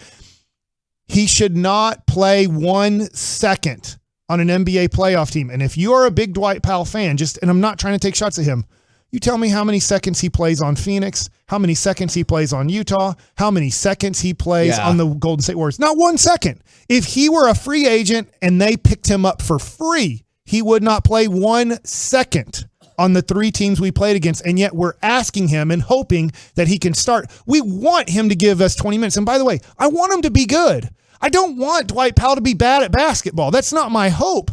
He is a perfect human being when it comes to being a teammate on a basketball team and trying his best. He's just not good enough to play on an NBA team that's actually a playoff team. So I don't want him to be bad, but he is. Yeah. And so I look at it and I go, they are smart enough to know. Jason Kidd told you by the minutes played who's good enough and who's not good enough. So if you like Marquise Chris, if you like Trey Burke, if you like Josh Green, one guy is young enough that he could improve to help you in the future in Josh Green. But if you like Dwight Powell, I get why you'd like Dwight Powell, the person. But Jason Kidd told you he's not good enough to play. And so you can't go into the playoffs and only have 6 NBA basketball players and say, I think we can win it all. My God, I can't believe we went that far with only 6 NBA basketball players on our team. And we would have 7 if Tim Hardaway Jr. were healthy. You could have 7 guys that could truly play 20 minutes or more in a playoff game. But I love this team. I love how far they got. But there needs to be tweaks. And what I mean by that is we don't have to go get another all-star. I'd love that to happen. I don't think it's going to happen. It doesn't need to happen. But you need to get players that are better than what we have And then you probably need to get 2 more players that can play NBA basketball, because it's tough to have a 6 or 7 man rotation in the playoffs. Now, we ask where people were, and some people they're already moving on. From the 214, this name comes up a lot. Mo Bamba. From the 972, what if the Mavs traded Powell and pick 26 to Orlando for Mo Bamba in a sign and trade for 4 for 50? Now, the interesting thing to me remains about Mo Bamba is for the first 3 years, he did a big bag of nothing as an NBA player. Now, this year, he took a step up. He is still young. He just turned 24. He's a lottery pick, I think 6. And Orlando might already have size and be ready to deal. You have brought up Mo Bamba in the past. Because they're going to take, with the number 1 pick, they're going to take a big guy. There's 3 big guys they get to choose from, so they're going to take a big guy. They have... That seems likely. They have your guy, I'm sorry, I'm drawing a blank, the Duke kid, who's a solid play. No. On Wendell the team, Carter Jr. On the team now. Sorry. Wendell Carter Jr. They don't have any room for Mo. And they do have Jonathan Isaac under contract. I know he's not a center, but he is a 6'11" kind of wing, small forward, power forward type of guy. So they don't have any room to bring back Mo Bamba and play him once they draft the first overall pick. But I hear your concerns about Mo Bamba. Mo Bamba doesn't solve all our problems, but let's face it, he's probably way better than Dwight Powell. Yeah, that's just where we're at. Yeah, absolutely. Like a dude who you're not even crazy about is way better than what we're trying to run out there right now. Man, and Orlando's had terrible luck with drafting big men because Mo Bamba's given them a big bag of nothing. Jonathan Isaac thus far has given them a big bag of nothing, though I know they are hopeful that he can still move up in the world. So that has been tough for them. But yeah, you might be right. And so that's what we asked is like, are you still sitting on this or are you ready to go ahead and move to the next chapter? And you see it right there. Some people are moving on to the next chapter, but also some people are still doing the shout outs from the 214. I would love a shout out from my daughter, Brianna Adams, who is graduating from Midlothian High School on Sunday. Nice. And she was accepted to the College of Music at the University of North Texas and will be going there in just a couple of months. That is not a bad school at all. That is a top-notch music program right there. So congratulations to you. That is an excellent and very worthy shout out. Mike? Yeah. I know you're already like there. Okay. When do you think you will go like full-fledged, I'm fixing this team, let's figure it out?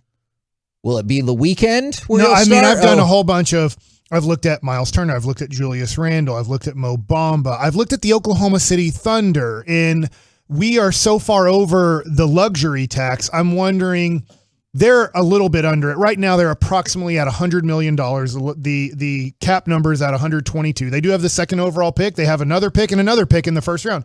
They actually have so many picks, they're going to have to start cutting first round picks on their team.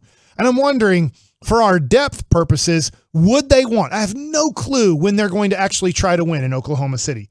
Would they actually want one of our veteran pieces to then give us younger pieces that, hey, can we take $12 million back in 2 guys or 3 guys that could help us play 10 to 20 minutes a night? And you take back, I know this probably won't work.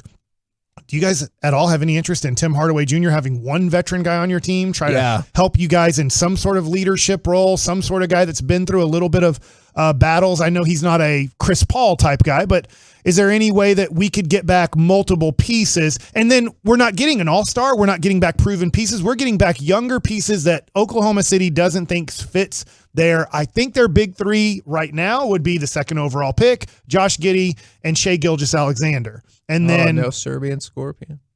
No. And that would be a guy like, I'm not saying I want him. He has not worked out in the NBA. I was wrong about what he could be. Now, I knew that he was going to be nothing in his first year, but didn't improve much in his second year. Would that be, you take on Poku, because they might take the other skeleton in skin with the second pick in the draft. Chet Holmgren.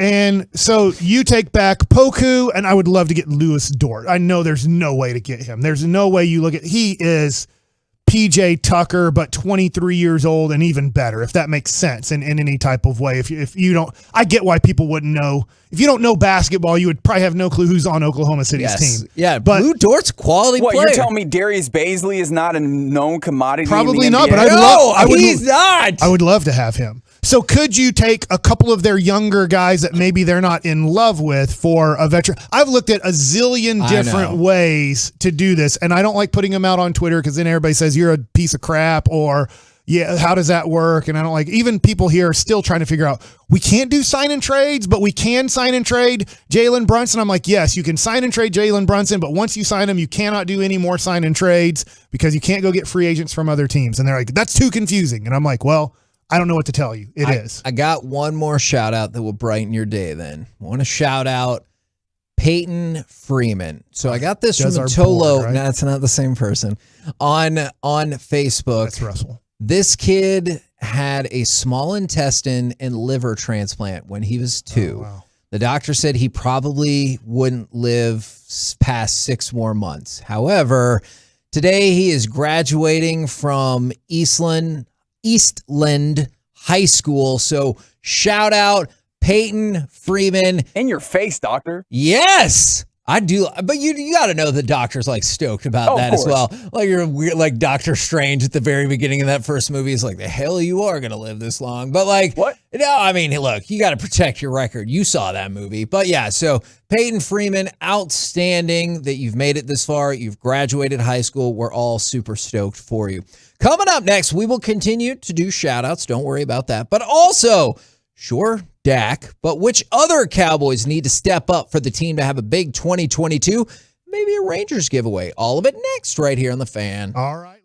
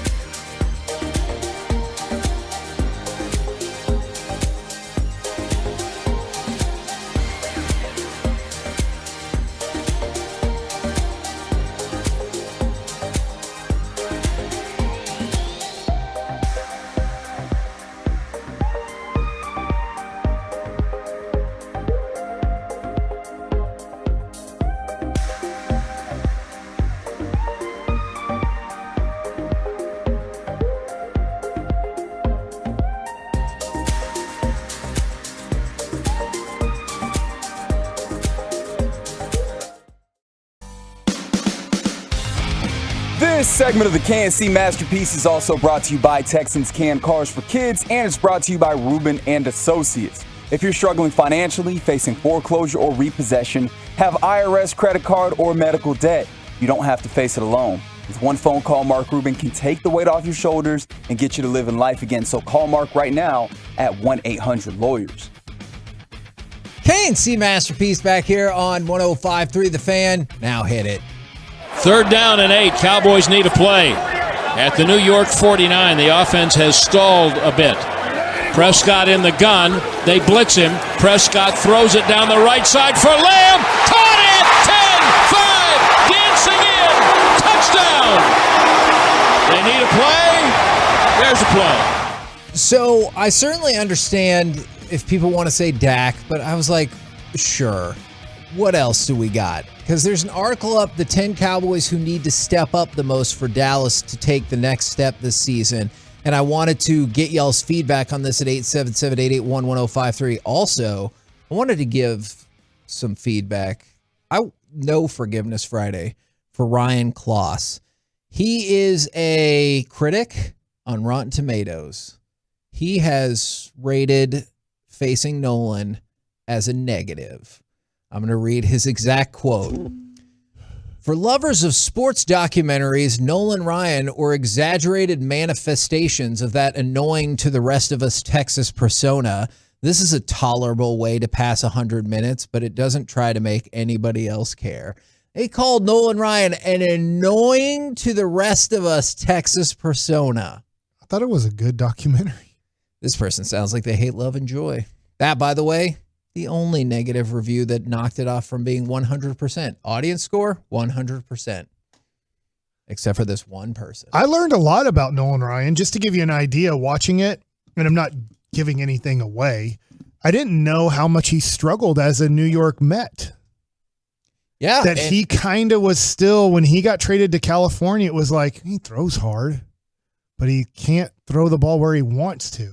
So he was like going to New York, going to California from New York. It was kind of like, he throws hard. That's about it. He had his moment in the World Series, might have been the NLCS. I believe it was. Yeah. So anyways, good movie. I learned a lot about Nolan Ryan.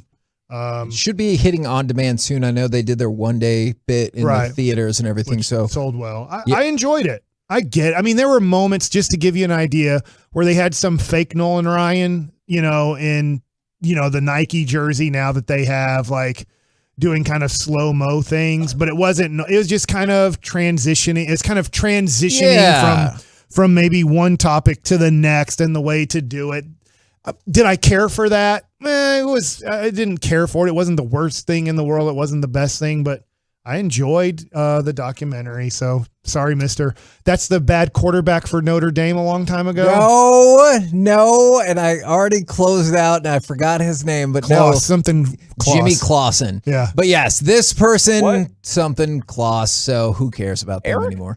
Now, a couple more shout outs, and people are sending in the 10 Cowboys that they would like to see step up. Is from the 469, shout out to my daughter, Nevaeh Michelle Collier. She graduated safely from Richardson Pierce. Congratulations. Well done. From the 972, I'd like to give a shout out to my daughter, Ava. She's daughter number 3 of 4 and will be turning 13 tomorrow. Happy early birthday. As far as the Cowboys go, aside from Dak, who do you think is the number one player on this team that's got to step up? I will say he relies a lot on Dak, and I will say CeeDee Lamb now has to become as good as I thought he could be. He doesn't have to. We can go 8-9. Sure. But I would say that great, let's aspire to that. That if this is going to be a surprisingly really successful season, he has to be in the same category as the great wide receivers. Now, CeeDee Lamb is 3rd on this list, but Dak is 2nd, and I've already ruled him out. So they do have, this Athletic article does have one person higher than CeeDee Lamb. 877-881-1053 from the 214. 10 to step up the offensive line, all of them. Zeke, LVE, and then pick the other 3. From the 817, the offensive coordinator needs to step up by benching Zeke and giving Tony Pollard 75% of the running back workload. Do you think that benching Zeke is the right answer? Like, obviously, Zeke there needs to be a better share, but we did see early on in that season, reasonably before we expect that he had dealt with that PCL tear, right? Like, he did seem to be effective in the offense early in the season. I'm fine with sharing. I just think, like, it was a PCL then, it'll be a this year. You know what I'm saying? Right. But like I'm with you. I'm not like you should never play Zeke or anything like that. It's just you give me like some sort of reasonable facsimile of a split. I think that is a reasonable path to success. It won't happen. I've watched the Dallas Cowboys under Jerry Jones long enough. Guess what? He makes a lot of money and he sells a lot of jerseys. Ezekiel Elliott will be carrying the ball 18 to 22 times per game. So it's interesting that you say that because here's the rest of the list. Number 10, DeMarcus Lawrence. That was a name that came to mind for me, if for no other reason. Like, his play, I think, is something to be expected. It's just his availability. Yes. If he plays 14-plus games, something like that, you can see something pretty good, especially him next to Neville Gallimore. How would you feel about, let's say, DeMarcus Lawrence gives you 80% of typical production, but he's healthy all year?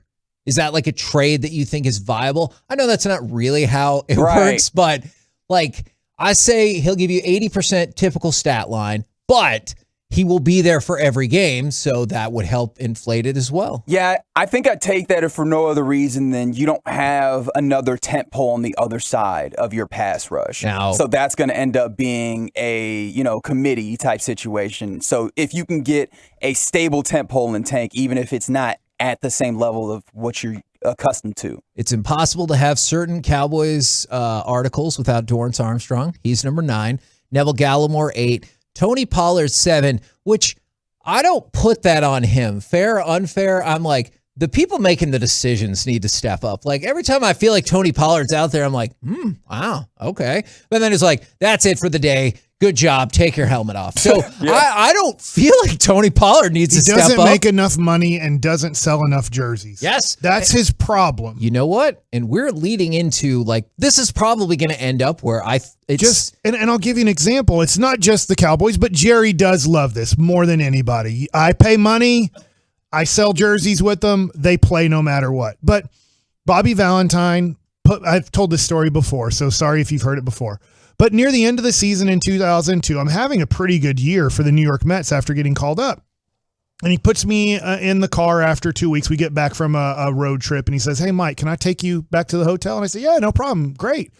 And so he says, "Mike, here's the deal. I got to take you back out of the rotation." And I was a little bit shocked about it, but I was like, he said, "Pedro Astacio has a pretty big contract, and he also has incentives in his contract. And if he doesn't hit them, he won't get them. But if we take him out of the rotation, he's probably going to file a grievance. And ownership doesn't want a grievance filed against them. And he is making about, I think at the time was like $8 million, which was a lot of money as a starting pitcher in 2002. And they're like, we're going to have to move you to the bullpen. I want to tell you, you did nothing to deserve this. If it was up to us, you would be in the rotation. But it's not. There's more that plays here than just we're starting our best 5 with the last 2 weeks left. And we weren't going to make the playoffs. We were out of the playoff race. So I even had to be told, just like somewhat Pollard, I'm sorry. Yeah. We pay $1 million a game pretty much to have Zeke on the team. Zeke sells, I don't know how many, 500,000 jerseys a year, if not more. Yeah. I'm sorry, Tony Pollard. You're never going to be the starting running back unless he gets hurt. There's too much money involved with Ezekiel Elliott to actually play you and try to win games. Zeke has to help us win games because he's going to play 80% of the time. Unfortunately, beginning of OTAs notwithstanding, I think you're right about that. Number 6, Terrence Steele. Man, if Terrence Steele can make another jump like the jumps he's already made, I think that would be fantastic. Tyron Smith is number 5. I just don't know about that. He's already hurt. He got hurt walking. Tyler Biotish is number 4, and that's another person. Like, I think you can point to Biotish and Steele that if they can take jumps up, then you will obviously feel better about your offensive line depending on how Tyler Smith does. We already told you CeeDee Lamb is third. Dak is second, but we ruled him out. So that all leads up to, not surprisingly, number one on the list, Ezekiel Elliott. And much like Tyron Smith, I think he can want to get better and step up all he wants, but I just don't know if it's physically possible. His body's pretty much done. Which is a shame because he's still super young for a human and super young for an athlete in many sports, but not super young for a running back in the NFL. He took a lot of carries as an Ohio State Buckeye. He actually was a lead blocker for their quarterback who couldn't pass half the time. Yeah. So when he wasn't getting the ball, he was lead blocking there. We used him up, which is fine. I don't mind taking a running back in the first round. If next year, let's face it, I bet one of our first 3 picks next year is a running back in the draft because Tony Pollard's a free agent and Ezekiel Elliott will be released. Walk. Yeah. So we're going to be put into a situation where we're going to have to take a running back and that person's going to have to immediately play on the Dallas Cowboys. I don't mind taking a running back in the first round. Use his ass up. Yeah. Use him in the first 5 years of his contract. If he holds out, say, here's the deal. You can hold out, player, whatever your name is. Your career's going to be over. Your career's over. Yeah. Unless we can get a first-round pick for you in a trade, if somebody steps up. If not, you can never play football the rest of your life and never get any more money the rest of your life playing football. That is fine with us. It's up to you.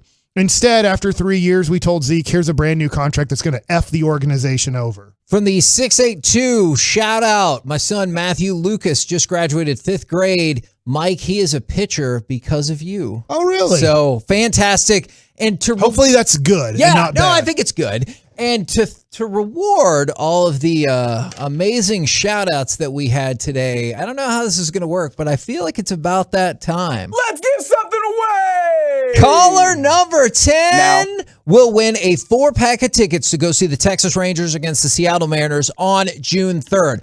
4 tickets, Rangers Mariners, June 3rd. You can buy tickets at texasrangers.com/tickets, or you can win them for free right now. 877-881-1053. And coming up next, Mike Likes It. Let's talk a little bit of television since we have more time to watch TV. And is that really an NBA guy that decided not to get drafted so he could go to Taco Bell? Next. Coming up in the next G-Bag.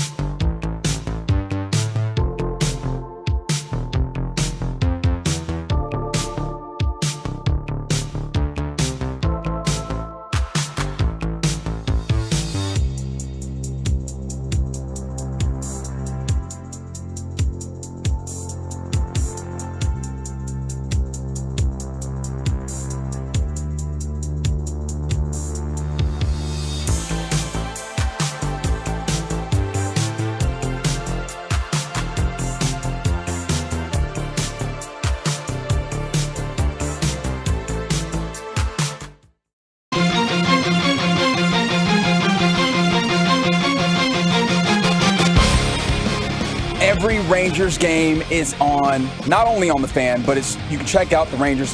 They hit the West Coast on the Odyssey app, or you can tell your smart speaker to play 105.3 The Fan. This segment of the KNC Masterpiece, however, is brought to you by Classic Chevrolet. Your Memorial Day buyback bonus is at Classic Chevrolet. Now through the 31st, they'll pay top dollar to buy your vehicle. Checks cut out on the spot, savings on everything. Your bonus is waiting at Classic Chevrolet, so find new roads.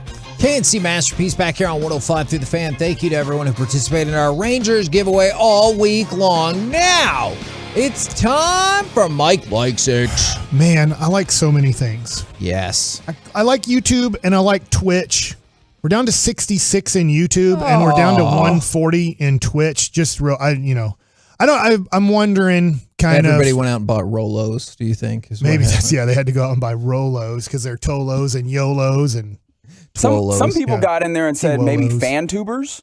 Fan-tubers. I'm looking real quick over at MLB Network and they have George Brett on, and I didn't realize he only had 317 home runs.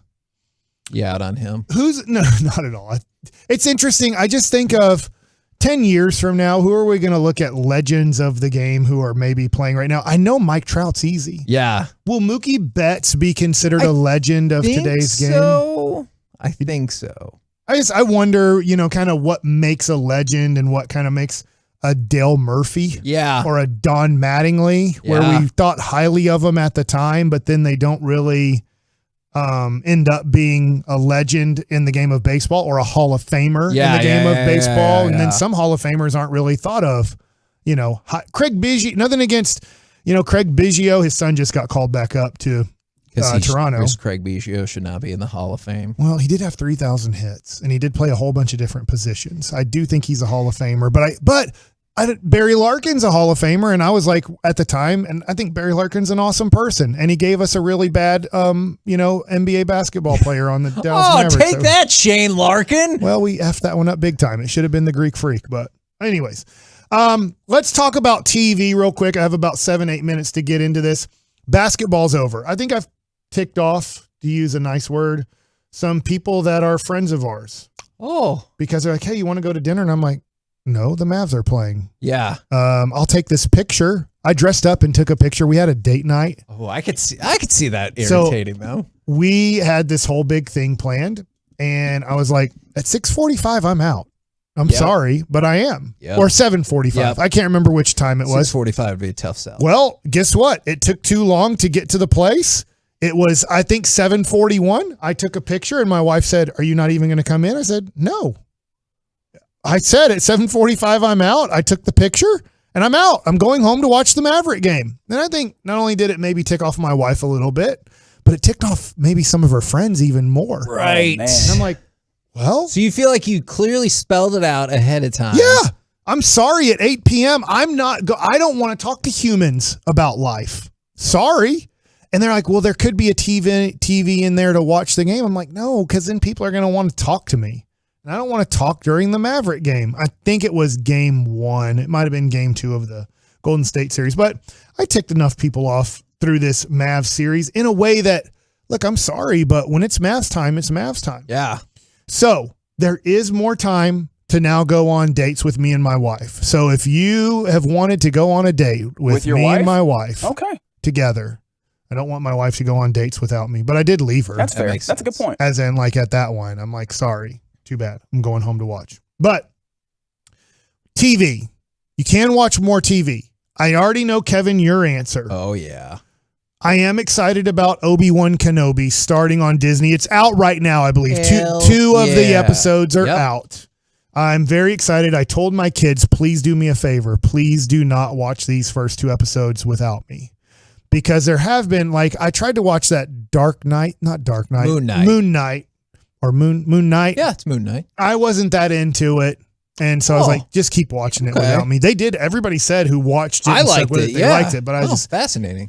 Or Stranger Things, which I was totally out on Stranger Things. I watched it. I said, good job, first series. Yeah. I'm done. I've heard some people that think like the world has passed Stranger Things by. So I've heard that. And then also like we can stick on this, but there's also like Top Gun's out in the theaters today. Bob's Burgers out in the theaters today. But for me, Kenobi, leads the way. I love and am interested in all things Star Wars, so I'm in on that. I am too, very in on that. It looks like it could be cool where you get to see kind of Obi-Wan Kenobi watching over Luke Skywalker from afar. Which I'm really curious about, because it always did seem weird to me as like, hey, Luke Skywalker went and grew up on the planet where your dad definitely spent time. You didn't think he would ever be like, hey, should we check on that one planet for Luke? And I know people are like, well, he thought the kids died. Well, didn't he figure that out along the way? So I am curious how they dropped the ball on this. So we get to find out all of that. I didn't know this. And maybe this is a hot topic that I'm not supposed to bring up, but I am, because it's Mike Likes It. Is this going to be about Disney in general? It is. Okay. So I asked some people about this All right. over the last week or so, because I thought the preview for Obi-Wan was really cool. Yep. And I said, oh, man, are you going to watch the Obi-Wan Kenobi stuff? I won't drop names on people who said, no, because I'm not into Disney anymore. And I said, oh, wait, what happened? I dropped it because Kevin told me to. That's right. Yeah. Not because of any political reason, just because. Not because you're right. You just said there's not stuff on there to watch. Have enjoyment. This is not about politics at all. That's right. And we do have Netflix and all the crap. Like we have Hulu or whatever. I'm like, we have too much stuff. Do you have Apple TV Plus? I don't have that. Super weird. Maybe I do, and I don't. Super even weird. know. I just got on that for 3 months because my internet company was like, we would like to give you Apple TV for 3 months. I was like, oh. Okay, cool. So I'm going to watch that Magic Johnson. So I found out about Disney's politics through this Obi-Wan Kenobi thing, and I didn't know about it, but I was like, oh, I understand why you're not supporting Disney. Now, that being said, I think everybody that I've talked to who said they dropped Disney because of that has said, I know I'm really not making much of an impact at all, because it's a multi-billion-dollar company that just because I don't know, I have 100,000, 100 million, I don't know how many people have Disney Plus and then decided to drop it over their political views. You know, that's a good question. I know their stock had struggles, but that was also in part because of the tax changes in the state of Florida once they kind of delved further into politics. So I have not seen like before and after, and I don't know how quick that will happen. But also, you know what I really think is interesting? I feel the same way about like if one of your players, I don't know, assaulted somebody or whatever, is I think it's easy to be like, I'm going to drop Disney Plus, but then Kenobi comes on, you're like, you know, I'm going to drop it again after I watch this. I guess maybe you have to wait because it's just 2 episodes today that dropped. Yeah, and then they'll do it once a week. So it'll be How like many another episodes month. is it? There's only 6.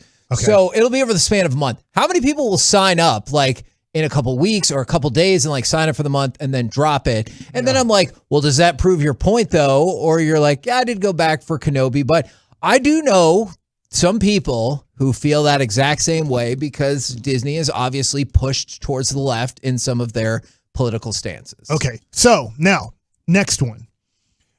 I finished watching, I would call it trash TV. It is trash TV. It's on Netflix. It's called Selling Sunset, which is pretty much 10% of real estate and 90% of watching really pretty women prance around and have arguments with each other.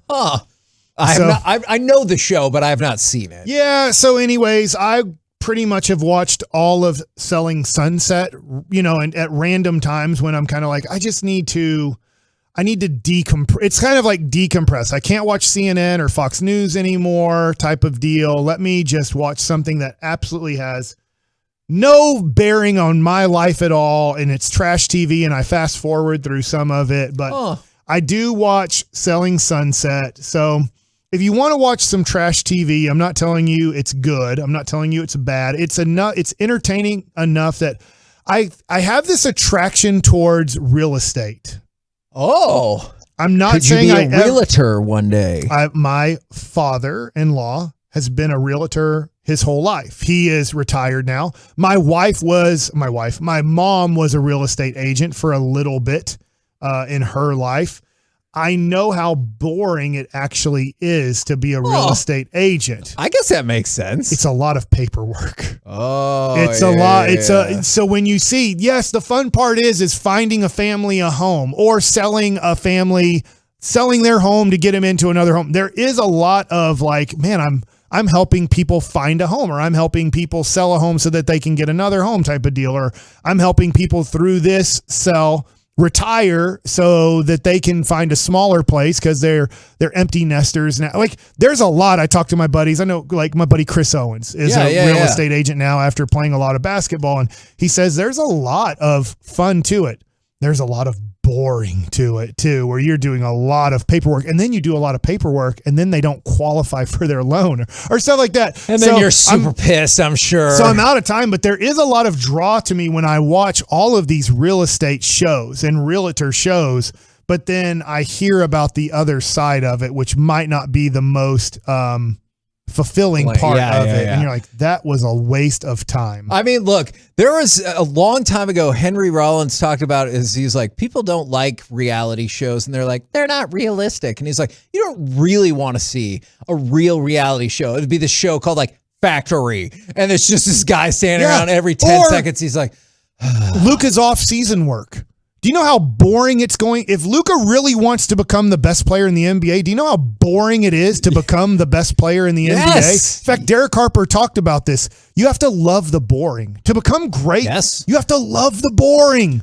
And we don't want to watch Luka. No. He's not going to work out hard for 4 hours like it's a Rocky video. It's going to take a lot of If they're not playing work. Hearts on Fire, They're I'm not. out. Yeah, they're not showing him hire a chef where he's eating brown rice, grilled chicken, and asparagus. From the 214, I want to shout out you guys. You have vastly improved my sports knowledge, not just keeping with the Cowboys, but sports in general. Keep on keeping on, Tolo for life. Keep those shout-outs coming in at 877-881-1053. Coming up next, we will talk with former Dallas Maverick, always NBA champion. It's Jason Terry right here on 105.3 The Fan. Got something to say? Then text away.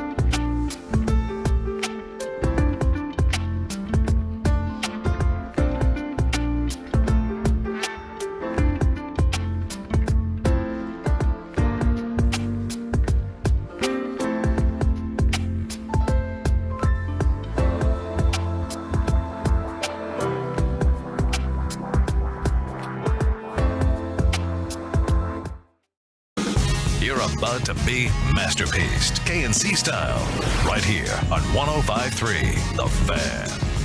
KNC Masterpiece right here on 105.3 The Fan. Thank you to all of our realtors that are listening. Stop it. It's a real estate agent, so you'd say realtor, but no, we're not supposed. It's realtor. Me and my friend from the 361 would very much appreciate it if you said it properly. From the 972, we're going to talk to Jason Terry in just a second. But from the 972, hey guys, great show as always. But realtor has 2 syllables, not 3. Mm-hmm. I did that job for 8 years, and hearing people say realtor is like fingernails.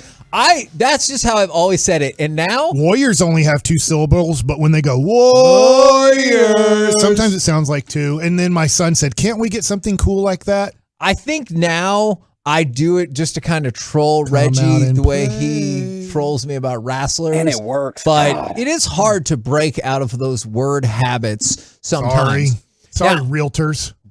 Now, good job. Do you enjoy? They have to enjoy their job, but there's a lot of text in. There's a lot of boring to it, right? I've heard from realtors that there's a lot of boring. There's a lot of boring in it, right? Couple basketball notes, and I know he was just kidding, but did you see Giannis, what he said about Los Angeles?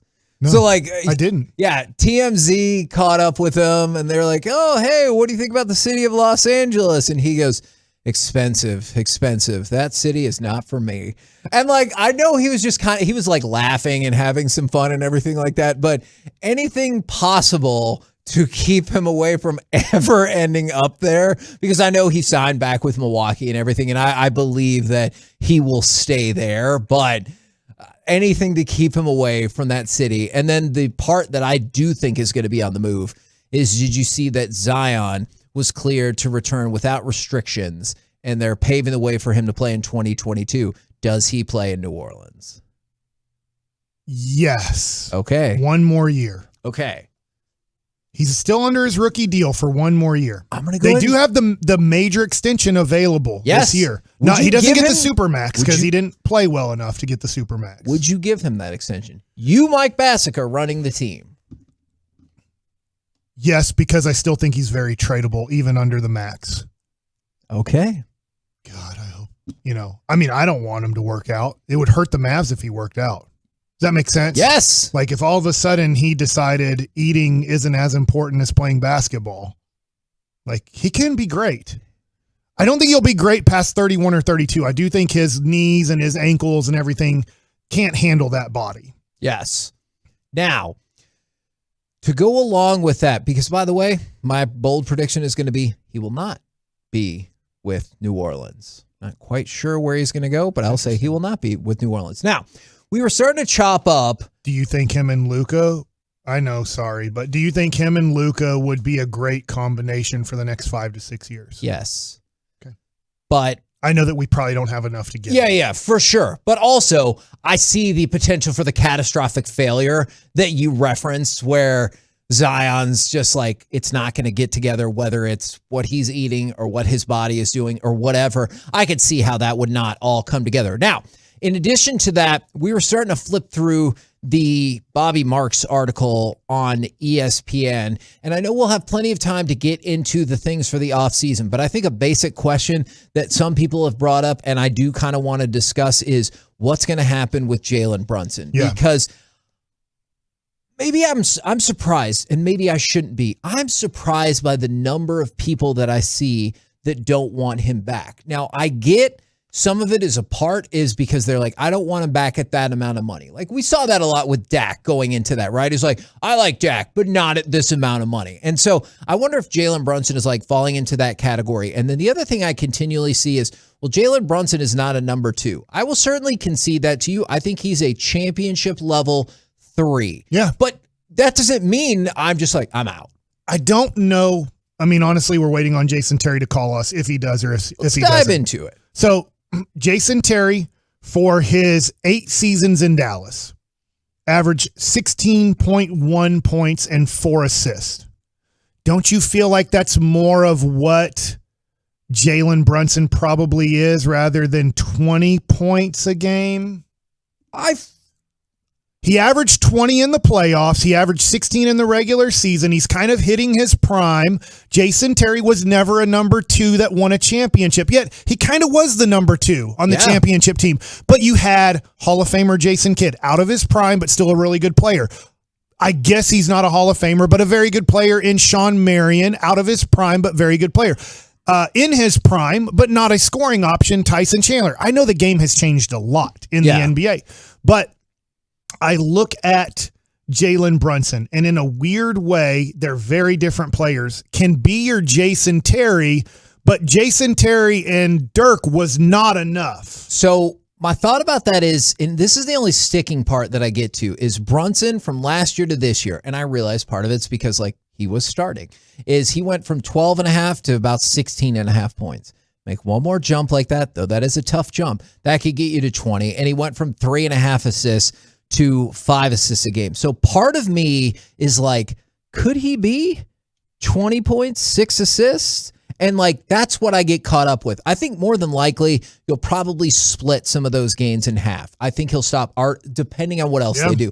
I think he'll start operating with the ball a little bit more, and I think he'll end up at 18 and 6 assists or 5.5 assists. Jason Terry's first year at the Mavs was 12.4 points. His second year was 17.1. His third year was 16.7. His fourth year was 15.5. His sixth year was 19.6, and then he went back down to 16.6. Championship year was 15.8. So he hit the peak and then plateaued and then had one more big spike and kind of got back to, and there's a lot of changes, right? From 04-05 to 2010, 2011, he's playing with a rookie in Devin Harris. Devin Harris gets better.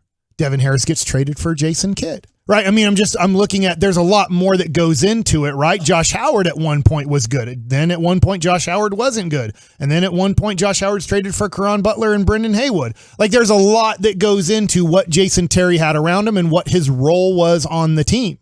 At first, he was the point guard. And look, Mark Cuban let us into the insight. Dirk Nowitzki hated that. He's he's not a point guard. We got to do better than this because Jason Terry's more of a scorer than he is a setter up of me. And so they went and traded for Devin Harris, and then they traded for Jason Kidd. And so there's a lot that went into Jason Terry's role as a Dallas Maverick. Doesn't that sound a little bit like Jalen Brunson?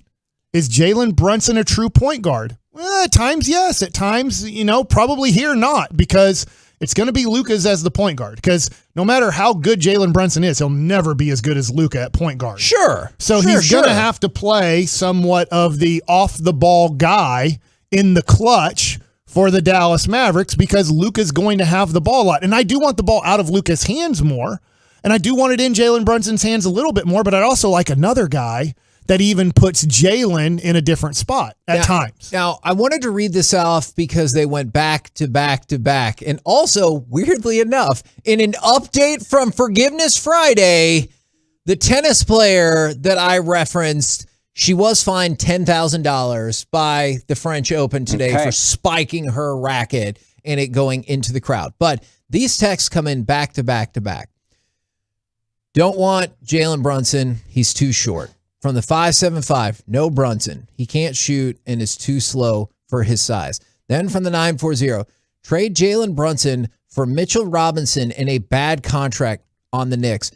You're going to trade away Brunson for an... Are you saying the bad contract is Julius Randle, I assume? Maybe, but otherwise you're trading for an inferior player and taking a bad contract? Why would you do that?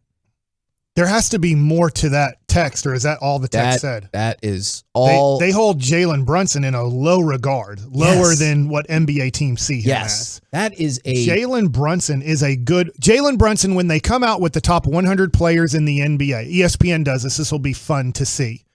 When they do that, I wonder if Jalen Brunson will crack the top 50. I think that's right where he'll be around. Is approximately the 50th best player in the NBA. I don't know if he'll be 45. I don't know if he'll be 60, but I think that's where we're going to find Jalen Brunson hanging around going into the 2022-2023 season. Jalen Brunson will be hanging around a top 50 player in the NBA. Okay. And So when you say trade him for, not you. Yeah. When that person who texted in says trade him for Mitchell Robinson and a bad contract, I would say, are we also getting the New York Knicks first round pick? And I'm not crazy about that, but if we're trading, because their bad contract, if it's not Julius Randle, would be Evan Fournier. Oh, yeah. And I'm not crazy about that because he can't play defense to save his life. And right now, let's face it, if Luka comes back the same, he can't play defense to save his life at his mentality and body structure and effort level. I know those all kind of go together, and you can change the words up, but Luka can't play defense if he's going to come in this heavy, and he can't play defense if he has the same attitude. He sounds like he wants to change his attitude. I don't know how much he really wants to change his body, because wouldn't it be interesting if we were talking to Jason Terry right now? He got to see a little bit of the Greek Freak change his body because he was there 16 through 18 in Milwaukee. He was there. I believe he was there with Jason Kidd being the coach. So, I mean, I had a lot of fun things to ask Jason Terry on what he thought of different things. And then the other thing too is could we see a different evolution of Luka in that he goes from pudgy to lean, where we saw a dude go from super skinny to super ripped in the Greek Freak. I know different, and the Greek Freak came in where he had no nutrition at all. Like he'd never had a smoothie in his life. He barely had any food in his life. And then they're like, hey, we're going to feed you food and give you energy that you've never really had before besides creating it on your own. We're going to give you energy called nutrition. Yeah. And so I just wonder if we can get Luka, which I hate that he's playing for his national team, just to be honest. Because you think he's going to be worn down again and everything like that? Yes, I do think that he's going to have to play all the minutes, and he's going to be concentrating too much on basketball where he should be concentrating more on his body. And we get this. It is astonishing to see people's I think a low opinion of Jalen Brunson. Would you trade Jalen Brunson for Buddy Hield? No way. No. Am I going to do that? But it is. Did they not watch the playoffs? No, but that's the thing, Mike. You see time and again. Now there are some people who are like that. I think that makes Jalen Brunson your number 2, or Jalen Brunson can move around and do a lot of and do different positional stuff. I think that's why we should keep him. But the overwhelming amount are like, no, because of these reasons. And then for the 817, and this is the biggest issue that the Mavericks are going to run into in the offseason. If Brunson is a 3, then pay him number 3 money. It's simple. If he wants more, then no. Then you have to have... They don't understand. Yeah, that you have to have a sign and trade set up, because if you let Jalen Brunson walk for let's just say Detroit's like, I'm going to give you all the money. If you just let him walk for nothing, no sign and trade, nothing, you are screwed. You have $6 million to spend. Yeah, you don't get more money because Jalen Brunson doesn't sign here because you're already over the cap. This would be a different conversation. I guess we wouldn't be a taxpayer. Yeah, but so that's we'd great. have $10 million. We could get Reggie Bullock. Yeah. Again. Exactly. Somebody like him. That's a bigger deal for Mark Cuban than it is for the fans. But it would be different. If, let's say, you had that $6 million exception and you could roll it in to the money that Jalen Brunson's not going to get. If you don't want Jalen Brunson because then you would have $30 million in salary cap money, well, sure. I would certainly listen about that. But you can't just let him go for nothing. So if you do let him go, you need to do a sign and trade. And I don't know what all that would comprise, but you have to bring assets back in return because this is an asset-strapped team. Let me ask you this, and I know this is more off-season talk about Jalen Brunson. Would you trade Jalen Brunson for Julius Randle straight up? I think I would. Okay, well then I won't have to add this because I was like, if you wouldn't, and I think that we're in a better situation because they don't like him. The fans hate Julius Randle. And I don't know if he's going to be able to build his reputation back up there because I was like, they do have the 11th pick. Would you trade Jalen Brunson for Julius Randle and the 11th pick? I would do that in a heartbeat because not only do you get a player that I think is fairly comparable and at his peak is better. Right. He was a second-team All-NBA guy when he played well 2 years ago. So his peak is better than Jalen Brunson. But also, what we just talked about, they're strapped for assets. You bring an asset in. I'm interested in deals like that. I know your team would take a step back, but if there's another deal out there to be had, if Detroit wants him so badly or whatever, and they're willing to do some things in a sign and trade, I'm willing to listen. Yeah. I'm not telling you that Jalen Brunson is the reason that this team will be awesome, but I'm surprised how low people kind of hold his esteem. He's a Mitchell Robinson. He's a Buddy Hield. Like, I think he's discernibly above those. For sure. And I guess I wasn't he was that low before the playoffs started, but I thought he's Malcolm Brogdon. And he might still be just Malcolm Brogdon, to be honest. Go ahead. But I think he improved so much in the playoffs that I put him above a Malcolm Brogdon type player. Because I will say, we all agree, they're not in the second round without him. Right, they lose. They would be down 3-0, and then Luka would be coming back on a minutes restriction in Utah. Yes. So, I mean, that's at least worth, I hope, something. We're the KNC Masterpiece right here on 105 through the Fan. Coming up next, buying or selling MLB's hottest starts, including the guy we discussed earlier, Martin Perez, plus Masterpiece of the Week. It is the fastest segment in all of radio. We'll do it next right here on the Fan. Well,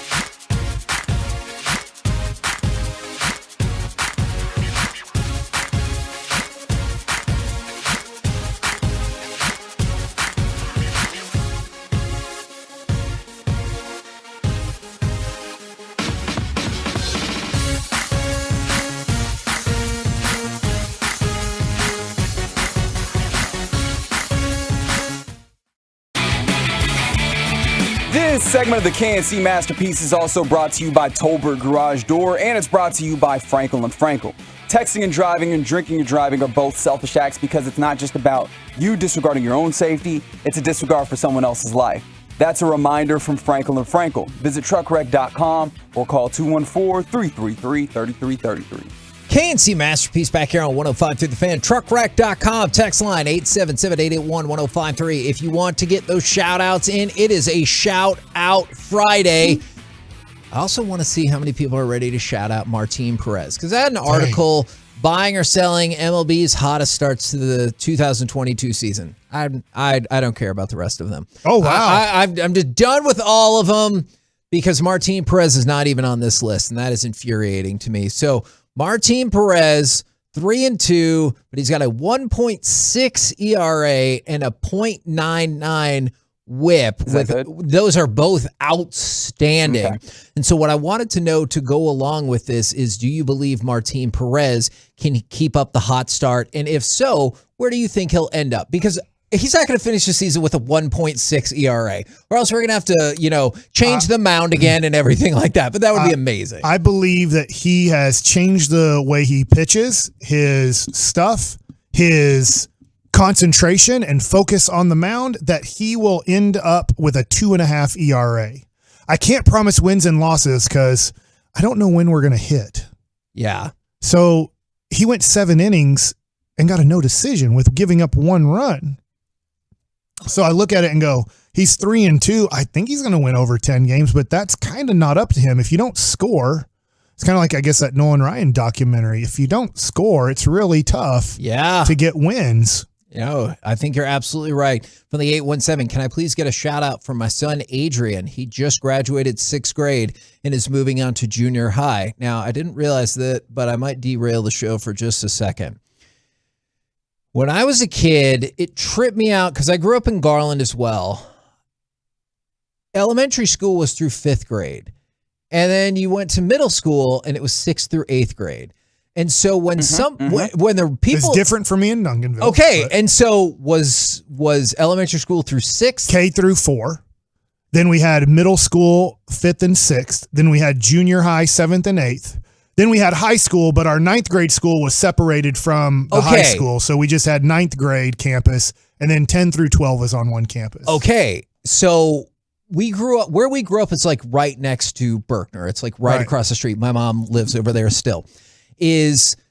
Somebody was explaining that to me because as a kid, like, you can only fathom so many things. And so they were like, oh, well, middle school is, I think they had said, or junior high is 7th, 8th, and 9th. I think, if I recall correctly. That's weird because you're a freshman. Yeah, it is weird. But let's just say it was the other way. And maybe it was just elementary school ends or whatever ends at 6th grade. Yeah. I legitimately thought as a kid that meant people in Richardson ISD had to go to school like a year longer. Like, I thought that meant that, like, if elementary school was out in 6th grade, I thought middle school was 7th, 8th, and 9th, and high school was 10th, 11th, 12th, and 13th, or whatever. And as a kid... Your brain is incredible. I know. As a kid, I couldn't fathom that there were different schooling systems because I was a kid, and I just thought, why would you go to school in Richardson ISD? Like, Garland is right here. You can get out of school a year earlier. And I just could not fathom that. When did you figure this out? Whatsoever. I think about 3 weeks ago.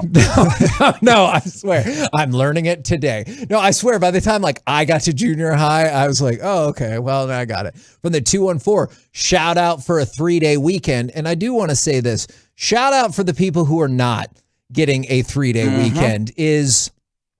When I worked at Blockbuster, my weekends were like Wednesday and Sunday. And like, you're in the retail space. You don't always get the opportunity, and frequently you do not whatsoever get the opportunity to dictate your schedule. And so my weekends, you get Wednesday off and you get Sunday off. And like, you were working all the rest of them. So whenever people are like, oh, 3-day weekend, that can be tough for a lot of people. So shout out for the people who get 3-day weekends. Shout out to the guy the weekend. And then shout out to the people who don't get 3-day weekends. Fair? Yeah. All right. What about that 4-day weekend guy? Corey. Now, you can chop this up if you want to. Corey has a theory that perhaps you were disappointed to find out that he was off on Friday because your play was going to be to get off on Friday. Well, shoot. I don't have a lot of time to turn this around, but I'll try. Your plan was to take the day off on Friday and create your own 4-day I'll weekend. be honest. I was a little burnt out. I get that we have a great job. We get to talk about sports, but I'm burnt out. And so I needed a day. Okay. Mental health day. And I knew that Corey had off on Friday. So I knew if I did not take off on Thursday, I was not getting a day off. Okay. And when Sean asked me, he goes, "Oh, is Mike sick?" And I said, "He told us that is what happened." And he goes, "You sound skeptical." And I was like, he sent me a text. Sick can mean a lot of things. I know, absolutely. And so I think it's fair that like mental health day is part of it as well. Now we started this, a lot of people giving us feedback about their thoughts about middle school and the breakdown and all the different ways people in the Metroplex operate. But you said something about, so you are buying Martin Perez's hot start, because if he ends the season with a 2.5 ERA, that's incredible. Yeah. And we'll have him in the Cy Young discussion, I assume. At 2.5? I don't know. Because you think the wins are going to bring him down? Yeah. Yeah, I mean, think about even Felix even Hernandez this, style this. To your point. I mean, we cover a team that's not covered. Yeah. Adolis Garcia wasn't even in the three people to vote for Rookie of the Year. So I think for somebody who played 40 games. I think his ERA would have to be 2.2 or lower. Okay. Wow. To get in that conversation. Okay. We're the Canes. He's not going to have tons of strikeouts either. I need to look at that, but I don't think he's really striking out tons of people, which is fine. Like I think strikeouts are overrated. I think that they're rated when you need them. But people that are going for strikeouts in the first inning when there's nobody on base and one out and they're in a 1-0 count and they're trying to get a K right there, I think that's stupid. Yeah. No, if you get the 2 strikes, if the guy fouls off 2 pitches and you get there, try to put him away. But I think that it is stupid, and I will reiterate, stupid, to go for strikeouts every time a guy gets into the box. It wastes pitches. It takes too long. And then you're in the 5th or 6th inning and you're out of pitches. And you showed everything. You show everything to a team. The first 9 guys up, you want to show all your pitches multiple times. So then this is why, I guess it's the philosophy of the new analytic world, is, hey, show all your pitches the first time through. They're only going to hit one more time off of you. Hell, if I go 18 up, 18 down, that's 6 innings. Yeah. I'm going to probably get 5 or 6 guys on. A whip of under 1 is amazing. Yes. We just talked about that. So if I have a whip of 1, okay, 1 guy per inning, I've faced 24 batters. Yes. In 6 innings. Yes. So now you're like, oh my God, I can't believe we let him go through the lineup a 3rd time. So I just would say, stop going for so many. If strikeouts happen, they happen. But I think too many guys pitch for strikeouts on a 0-0 count. We're the KNC Masterpiece right here on 105 through the Fan, and it's time for Masterpiece of the Week. She said, list this. That's how it fellas. Hey, Reggie. Go soccer. You know what I'm saying? Yeah, absolutely. I just loved it. Mike, I'm so happy you took a day off because, it's clear that you're energized, so much so that Kevin was ready to start Masterpiece of the Week about 3 minutes ago. Mike was like, I got stuff to talk about. How dare you? Sorry. That's fair. No, but it was good stuff. I was enjoying it. I have to remember sometimes GVAC has a 5-hour show. Do they care if our Friday crosstalk is 3 minutes long? They do not. They will live. I don't know. I don't have a segue. But I should probably start the segment. Masterpiece of the Week is a segment that we do every week in which we revisit some of the funny, stupid, odd things that have been said on this very program and really fitting into that ethos. Mike Bassick, ladies and gentlemen. It's just like, wait, why are you doing that? He didn't put his hand in his pants. He just and you're just like, I think he's loose down there. That's You're Micah talking Parsons. about if he was wearing underwear. He wasn't. He was wearing Do you know how many people messaged me to tell me they went back and watched it and they believe he is watching underwear? And that's your fault. He is wearing underwear? Yes, and that's your fault. The Mike Bassick fascination with underwear over the last couple months has been incredible. I think he had a lot of dangle down there. Sure. And he had to hold it while he was walking, and then he probably threw and things got, Are you proud slapped of him? upon. Are you proud of him for having that much dangle?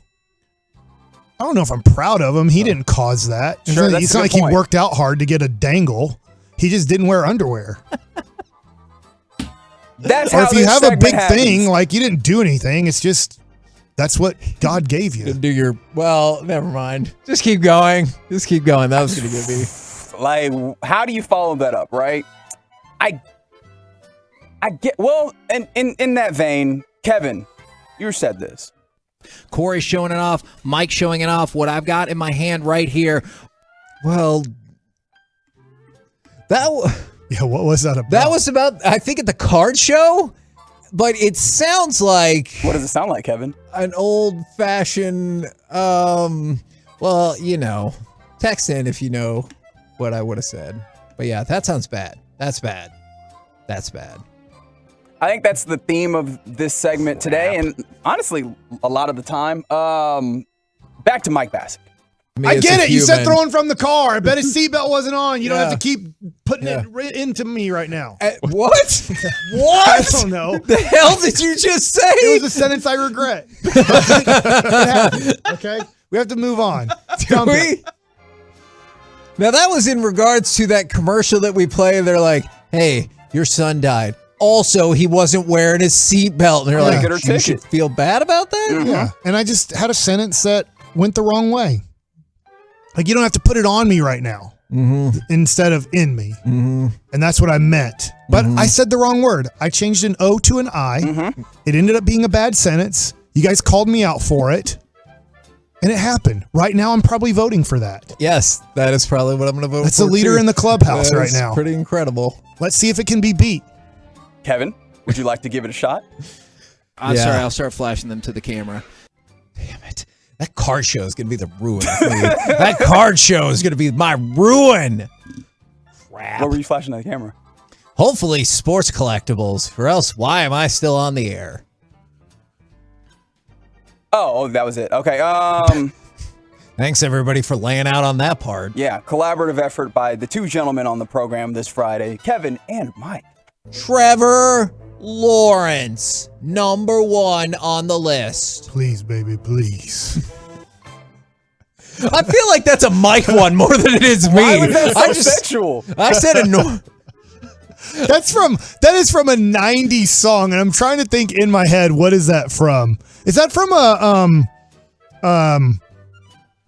what are those guys called? The Voice to Men? Voice to Men. Oh my God! Yeah! Come on! Isn't that a Voice to Men? How about that? Isn't that a Voice to Men? I have no idea, but I'm just glad I guessed that. Like the End of the Road song or something. They start doing that. I am excited that I got the guy that with the deep voice. I don't know all their names. The guy with the deep voice starts just talking to the lady. Please, baby, please. All the way home. You know what I'm talking about, right, guys? I can't believe you stopped. To the end of the road. Mike's going to be fascinated with this one. Kevin said this. Rashad Bateman. I've been trying to tell y'all. This is somebody that I would love to blow up. You said it that way. Not like him to blow up as a player and be a great player. You wanted to blow him up yourself. Man. Like he's a balloon. Yeah, exactly. And speaking of, oh, thank God. We had an incredible conversation about balloons. The helium is being sent to Europe right now because of the war in Russia and Ukraine. Are we sending balloons over there? No, but they're canisters, Kevin. How do you think? I don't know. know. Seen a helium canister? Why doesn't a helium canister float away? It does, because it's heavier. Helium is too light. Helium is lighter than air. It's light. Yeah, that's true. The canister keeps. So I don't know about the helium in our Earth that it's floating because of it, but it might be. And if it is, and we run out of it, we're just going to sink. That is not right. Oh my God. Oh, that is a strong contender as well. Man, a lot of balloon and helium talk on the show this week. I wanted to vote for how much you love Nate Burleson, but I don't think I'm going to be able to. Wait, where did Nate Burleson get into this? Rashad Bateman. I don't know. Close enough. What else, Reggie? Wasn't he a receiver? Yes, Nate Burleson was How a receiver. you lump people together? Largely for the Detroit Lions, I believe. Yeah, he was a receiver. The same thing. They're the same person. Both are average at best. Wow. Rashad Bateman's only played a season. Yeah. Mike's already slotted him. Guess And he'll what? never be any better than that. I will bet you he will never be any better than an average receiver. You know what? I have just become invested in the success of Rashad Bateman. You're like, in your face, I'm Mike. calling him the next Nate Burleson. Well, hey, if he ends up on Good Morning America, I think he'll take it. All right. What else? What do you mean, what else? Vote. Give me one more. No. Okay, I guess. I guess I can do that for you. No. Stop using helium for balloons. I told you. So true. It ticks me off. I saw helium in balloons the other day. Stop doing it. Did we you need it. confront them? No, I should. You should. Yeah. Jack. I think it was maybe God. I might have been on Instagram and stuff. People are graduating and doing things, and they're using helium for no reason. You don't need helium in balloons. It is a resource that we are wasting away. And when we don't have helium, we're not going to have MRI machines. We're not going to have medicine. We're not going to have a lot of things. That's right. Any medicine? That's right, Kevin. No medicine because of the helium. Our Earth is not making it fast enough, and we're out of it. And stop using it in balloons. Please. I am still, despite all the balloon talk, I'm still going to vote for Mike's slip up about what he thought about the seatbelt commercial. I get it. You said throwing from the car. I bet his seatbelt wasn't on. You don't have to keep putting it into me right now. Oops. All right. That's a strong contender. I won't vote for your Nate Burleson, Rashad Bateman topic. Man, Nate Burleson did nothing to catch these strays. Helium. Same with Shane Larkin. I'm voting for helium. Okay. We need to know more. Is this about the canisters with me and Corey? Yeah, I think so. Okay. The helium is being sent to Europe right now because of the war in Russia and Ukraine. Are we sending balloons over there? No, but they're canisters, Kevin. How do you think? I don't Have you know. never seen a helium canister? It just keeps going. All right. It's like when he said it's lighter than air, and I'm like, that's a fact. Yeah. It is true. It is lighter than air. Reggie? What are you voting for? I'm voting for apparently y'all having a good time at the Dallas Card Show. Corey showing it off. Mike showing it off. What I've got in my hand right here. That's not good. We have a tie. Time to vote. 877-881-1053. Coming up next, more of your shout-outs. Plus, we will chit-chat with the fellas from the G-Bag Nation right here on 105.3 The Fan. The ultimate car buying experience.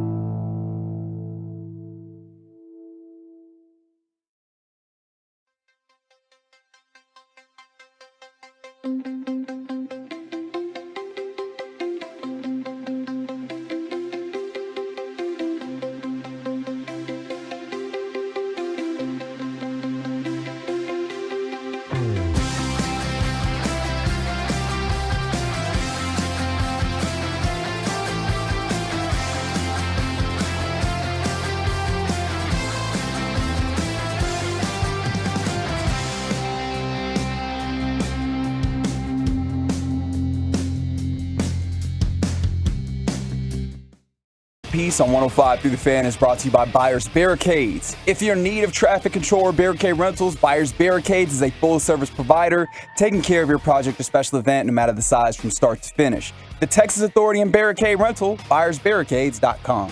KNC Masterpiece back here on 105 through the Fan. We've been doing shout-outs all day long from the 903. Shout-out to my daughter Presley for her first ever hit in a 10U softball game from the 682. Can I get a shout out to my little brother Dayton Frank Sanders for graduating class of 2022 last night in Joshua.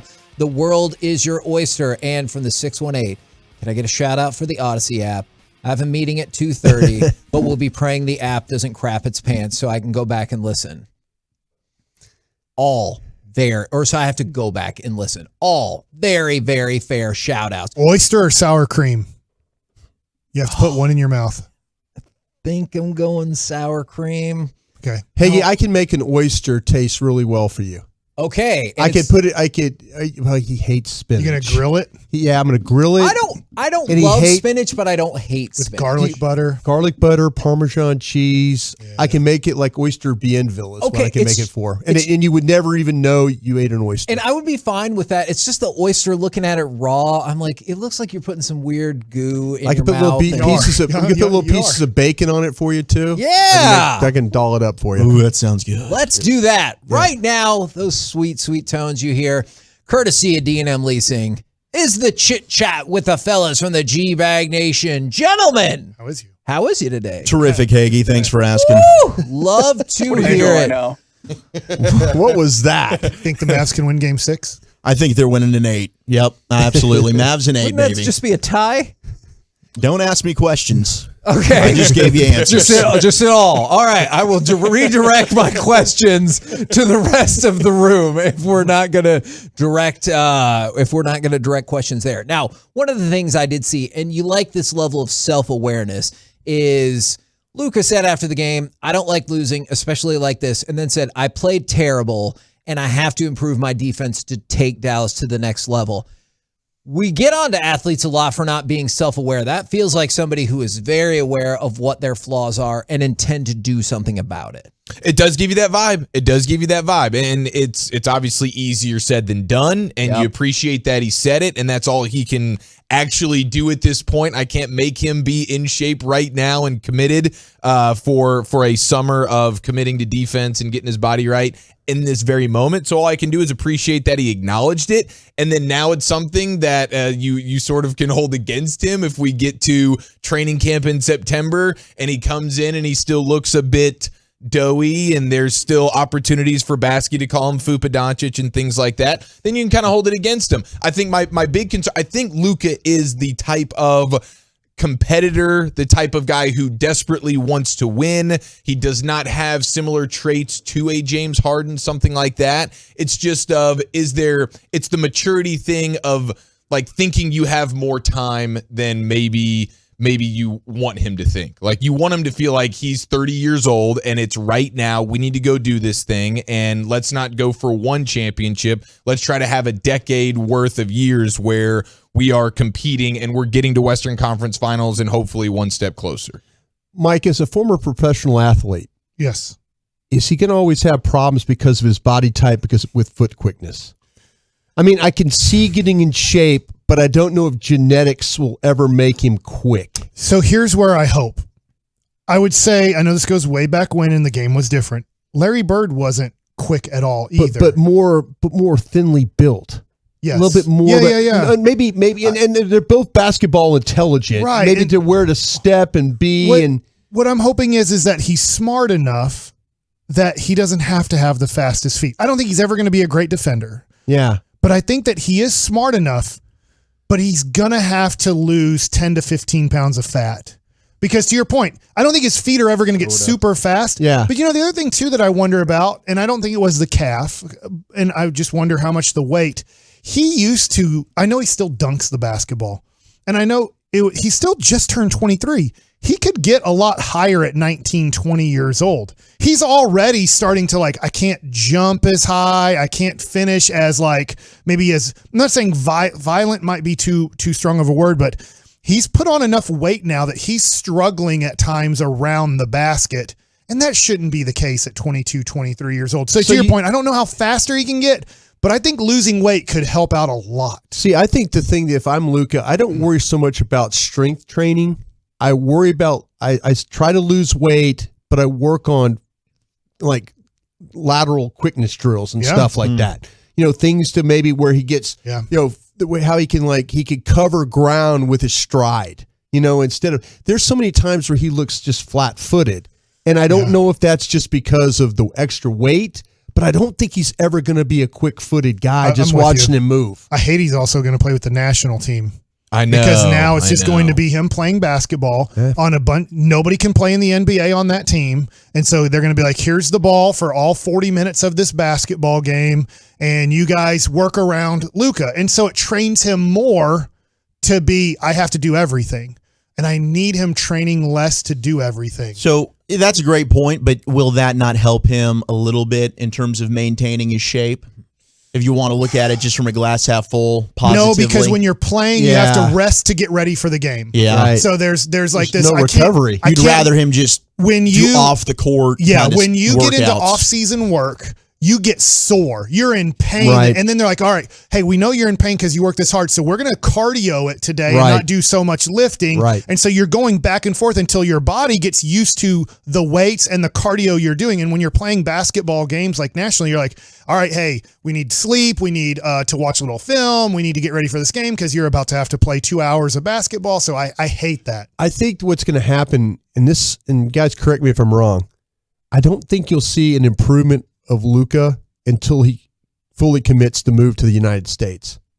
Oh, that is a fascinating angle. Once he commits to moving to the United States, there's your commitment for him to get in better shape, quicker, rest, recovery, nutrition. There's too many opportunities for people overseas to say, "Oh, it's Luka. Let's go out and have fun with Luka." Here it's going to be a little bit more disciplined for him.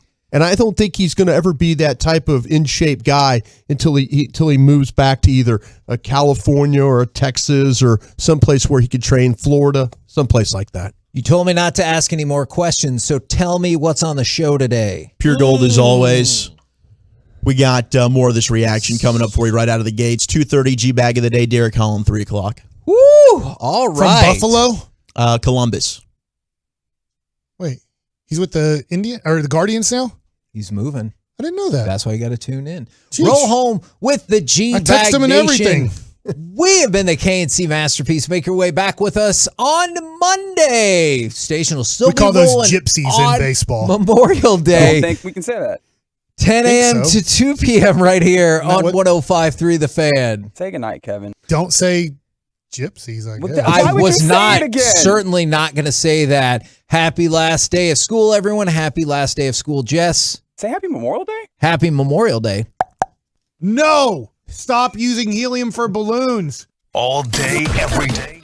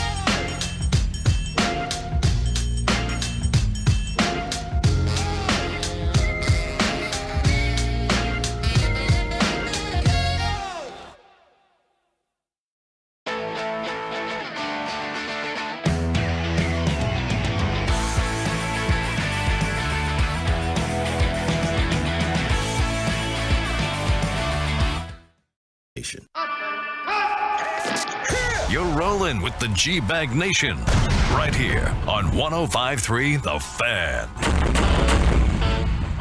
Hour number one of the G-Bag Nation following a Mavs loss. Told you. You did. Season ender. Told you. You would come in here. Broadus. Yeah. With Told every one of you out there. This clown comes in here with this energy. Yeah. Celebrating. Not happy about it. flexing. No, hell no, I'm not happy about it. It sounds like you are. I'm not happy about it. I was having fun at Club Mavs. I couldn't hang with you guys. Had to go home early, Dang right. It wasn't senior citizen night. We had Mavs last Had night. something going on at the Golden Corral I needed to be at. The fondue fountain was the chocolate fountain was going off. Broadus had to I don't have time for bottle service with you clowns. He had to go get supper. He had to get his supper at 5 o'clock to make sure he got the senior citizen AARP special. card, man. What are you talking about? Man, we had to take old Krusty to bed early. Man, what a legendary Club Mavs, though, it was yesterday. It On was. rotation brewing It was with all fun. the Tolos there, and Yeah. then Tolos calling in and joining us in Club Mavs. Gosh, I still feel I'm borderline still hungover from yesterday's event. I am, and we do have a Mavs therapy session here on this Friday. We're going to have a lot of fun. We do have, of course, What You Drinking, What You Thinking, which we will do at 5:40. We'll have the Hall of Famer Eric Nadell coming up, joining us at 5:20. We'll do a little Biggest L, Biggest Dub at 3:40. Former Ranger, current Toronto Blue Jay, Derek Holland will join us at 3 o'clock. He knows some sports. Looking forward to that. Of course, he's a big Maverick fan as well. We'll get his reaction.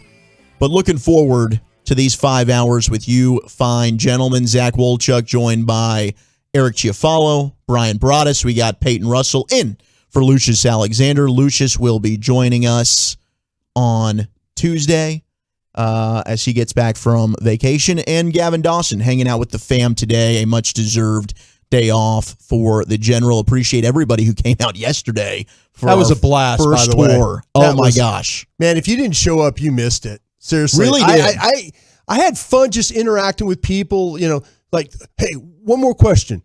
One more question. One more, I miss those days. I miss the days of chopping it up with the Tolos out there. And, everybody, there were so many people that stopped by, said hello. I know we got one of these things coming up again in the future, right? Oh yeah, we got we got a whole summer, a Brew Crew tour. Oh. We were going to be inundating the Metroplex I with wouldn't our miss presence. any of those if I was me. It was a good time. It was a really, really good time getting to hang out, fellowship with You're all the shirt. Tolos. I do. Yeah. I have the shirt on. I'll stand up here. Maybe Carter can help us out here. Yeah. I got the shirt.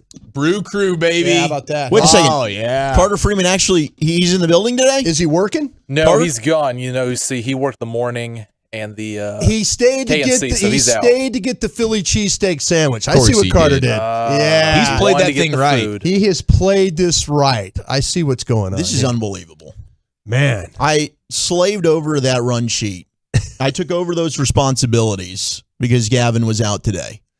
And I just wanted to make sure that Carter was satisfied with the 5 hours we had today. First off, I wanted to make sure you two were okay with it. Hey, dude, we're okay, man. We're feeling like $1 million. Did you cancel Krusty's Corner for the day? Putting the show together? He did. He tried to dump. Did you hear what he said pre-show?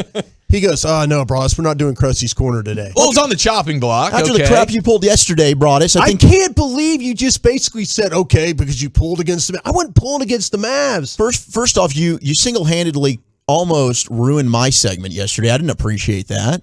I'm nothing but a team player for you during the 240, and here you are just pooing all on my 420. Okay. It's all right, boys. It's all right, boys. We're You kidding rocking me? and I didn't rolling. want to cancel your segment. I want to put Krusty's Corner at all the 40s. Yeah, That's what we wanted to do. I'll tell you what, I don't corners. think the Tolos would like that at all.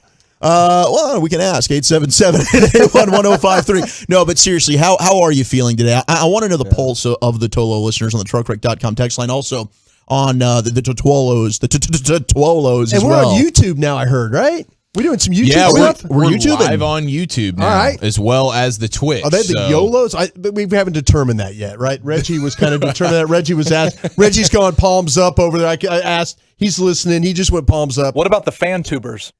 Fan tubers. The Honestly, fan-tubers. I kind of like the YOLOs. I really do. I'm going to be honest with you. So if we need to give credit to Reg on that, then salute to Reg, who's giving us the MJ shoulder shrug right now. He is, man. He knows he just made a big bucket, Yeah. and he's giving you, this is kind of who I am and what I do. He's far too humble. I like the YOLO situation. So, I mean, obviously we're going to still workshop this. It's day one, but welcome all the YouTube listeners right now who can watch us live, as well as the Dallas Fan Cam, twitch.tv/Dallas Fan Cam. Those folks. All the Twolos hanging out here. So truckrat.com is already on fire, Walchuk. So we're going. This is one of those things, man. This is one of those therapeutic kind of days. It is a safe space for a reason here in the G-Bag Nation, and it's kind of It's a bittersweet day, I think, because you look back on the season and you can really appreciate where the Mavs are, and you might still be in an emotional bubble here on the heels. I mean, it's a 24-hour rule. Right. Like, I think there's two ways you take this. One, I think you can be a fan where you're just angry and you're disappointed and sad about the way last night went.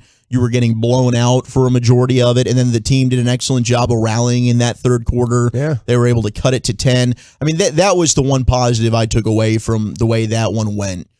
Was this team didn't quit. They made Golden State earn it. They could have packed it up, and they could have just folded and waved the white flag with the way that thing was getting out of hand. But no. Luka was horrible in that first half. You had the TNT crew and Stan Van Gundy calling him out, and rightly so. I'm glad they did. They should have. Absolutely. I think all of us as Maverick fans and those that love Luka, and we can be critical of our own, even and do it in a loving manner. It's called tough love. But Luka was not his best self in that first half. He was letting his emotions get the best of him. He was getting frustrated. And, we've criticized Luka for maybe going ahead and whining to the officials and not hustling back defensively. But last night was maybe the worst we've seen it in an elimination game. But he bounced back and played fantastic in that second half. And, it was one of those things, Brian, where you're not having to eat the crow. You're 100% right. No, hell, I wanted to eat the crow. No, I know you did. And absolutely. I'm giving you a hard time. We were giving you a hard time about it yesterday. But I think we knew realistically that was a likely outcome. No, and again, the way that this Mavs season has gone really, all year long, you can't be nothing but proud about it. I was listening to Mark Cuban, post-game last night and talking with Mark Stein about it and how proud he was of the team. I mean, everything he said, it was kind of like, sometimes when front office guys say things or owners say things, you just kind of go, whatever, that kind of thing. But no, you really could. There's so many things that were positive about this basketball team. Yeah, for them to completely gut the front office and then trade major pieces of their team away, you got to give them a lot of credit. I mean, this thing could have been like a first-time general manager, a coach that really didn't have any success, and an owner that likes to tinker with things, But look, Mark probably stayed out of the way. Let these guys do their job. He was talking about, I like what he was saying post-game about, hey, we need to get with, Jay Kidd and figure out the type of guy. I mean, look at basically Jason. He took a Rick Carlisle built team basically with a couple of different things in and out of it, but he took it to a whole nother spot. Where Rick hadn't taken it to another spot. And I love Rick. Rick's one of my favorite guys. But and I think Rick would even admit it. Maybe it was time he moved on because he knew. But give Jason Kidd a lot of credit. Give the team a lot of credit. There's no way in hell we thought they were going to get to the championship game. No. Hell no. And as much as Luka's getting criticized for the way that first half went and things like that, and on the broadcasts and stuff, he is him and Jason Kidd, of course, but like Luka is the reason why you even were there yesterday. 100%. Luka is like next level supreme. We are so grateful for his presence. That dude is a super freak show. That should really go without saying, right? I mean, you would think, but and I just want to make sure. I'm right. I'm acting like I'm the Dallas Mavericks, where I want to make sure that every time I discuss Luka, it's like a compliment sandwich where you go compliment, maybe a little critique, and then boom, you throw the other piece of bread on there. It's another compliment. I want him to know that I love him almost more than my actual blood. I like family. Your style there, because we do. We need to compliment him, but at the same time, I think we can also realize, hey, if we want to now take the next step. Yeah, I mean, Luka, if you want to end up being one of the single greatest players of all time, which you have the ability to do, which is a massive compliment in and of itself, there are things that need to happen. Now, a lot of times these guys are like 30 years old before they arrive where Luka has arrived. And it's like, no, Luka's doing this in the first 5 seconds of his career. It's like, it's unfathomable how far he can take this. And a lot of it is up to him. And then there's also a lot of it that's up to the organization, where it's like, hey, you got to help this guy too. You can put all these things in front of him of, hey, this is the priority list of what we'd like for you to do, Luka, this offseason or here moving forward. But Luka has the right to do the exact same thing to the organization. No question. Get me the guys that I need as well. Absolutely. And I think, you saw the trade moving KP. I thought that was a great step in the right direction. Never believed that Mark Cuban would even do that. I didn't either. Never believed that anybody in that organization would have the balls to walk up to him and say, hey, listen, hey, Mark, we need to move this guy. There's a problem here. We can maybe find a way to get salary. We maybe can make this work out. I just think that to me right there, that was the turning point in my mind of the organization. That Mark Cuban was willing to say, I lost on this one. Amen. I lost on Porzingis. This is what I'm going to have to do. He did. He switched out. He gutted that thing. Got rid of Vegas Bob, got rid of Rick. Well, I think Rick retired, or Rick quit on him. I shouldn't say quit. Rick said, hey, maybe we need to part ways. Maybe a mutual deal there. I've never asked Rick how it all went down. But, to me, there were so many things that this thing could have gone so badly. It could have, with a whole new group in there, and maybe Mark meddling with it, and it could have gone bad. It didn't start off great. Hell, it was like it took a night of Jason Kidd basically saying, we don't play defense. We don't play defense here. And you're like going, oh, he's right. Kind of like that limited fake Jason Kidd there from Broadus that he just busted out on us. I like the limited fake there. That was strong. That was a solid impression. I kind of like, we're just not playing very well right now. Oh, Broadus. I like what you're doing. Yeah. Speaking of Mark Cuban, here were his thoughts. He visited with our buddy Mark Stein. Yeah, I listened to it last night. Yes, you saw him earlier this week. I did. At your son Bennett's. Congratulations Congratulations to Mark. His kid graduated too. So did Michael Finley's daughter graduated. Emmett Smith's daughter graduated. It was a senior party last night. A lot with of all those kids there, running around. huh? Micah Finley, you should have seen her though. She didn't know the score, what happened.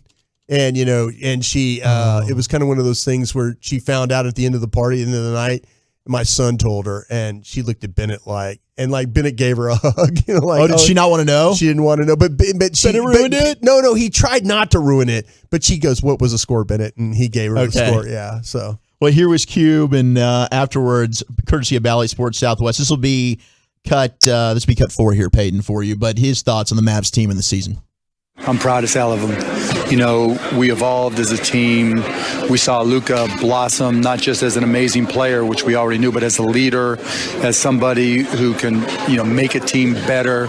There aren't superlatives enough to describe Luka. Not his play, but just everything else, every other element of who he is as a person and who he is in the locker room was just a joy to watch. And Jay Kidd deserves a ton of credit. We didn't know who we'd be. We didn't know what our identity would be, and he did an amazing job defining our identity and the role that every guy has, and every guy accepted their role, even down to Theo Pinson on the sidelines going nuts. And that was something special. So, obviously we're disappointed, but I'm incredibly proud.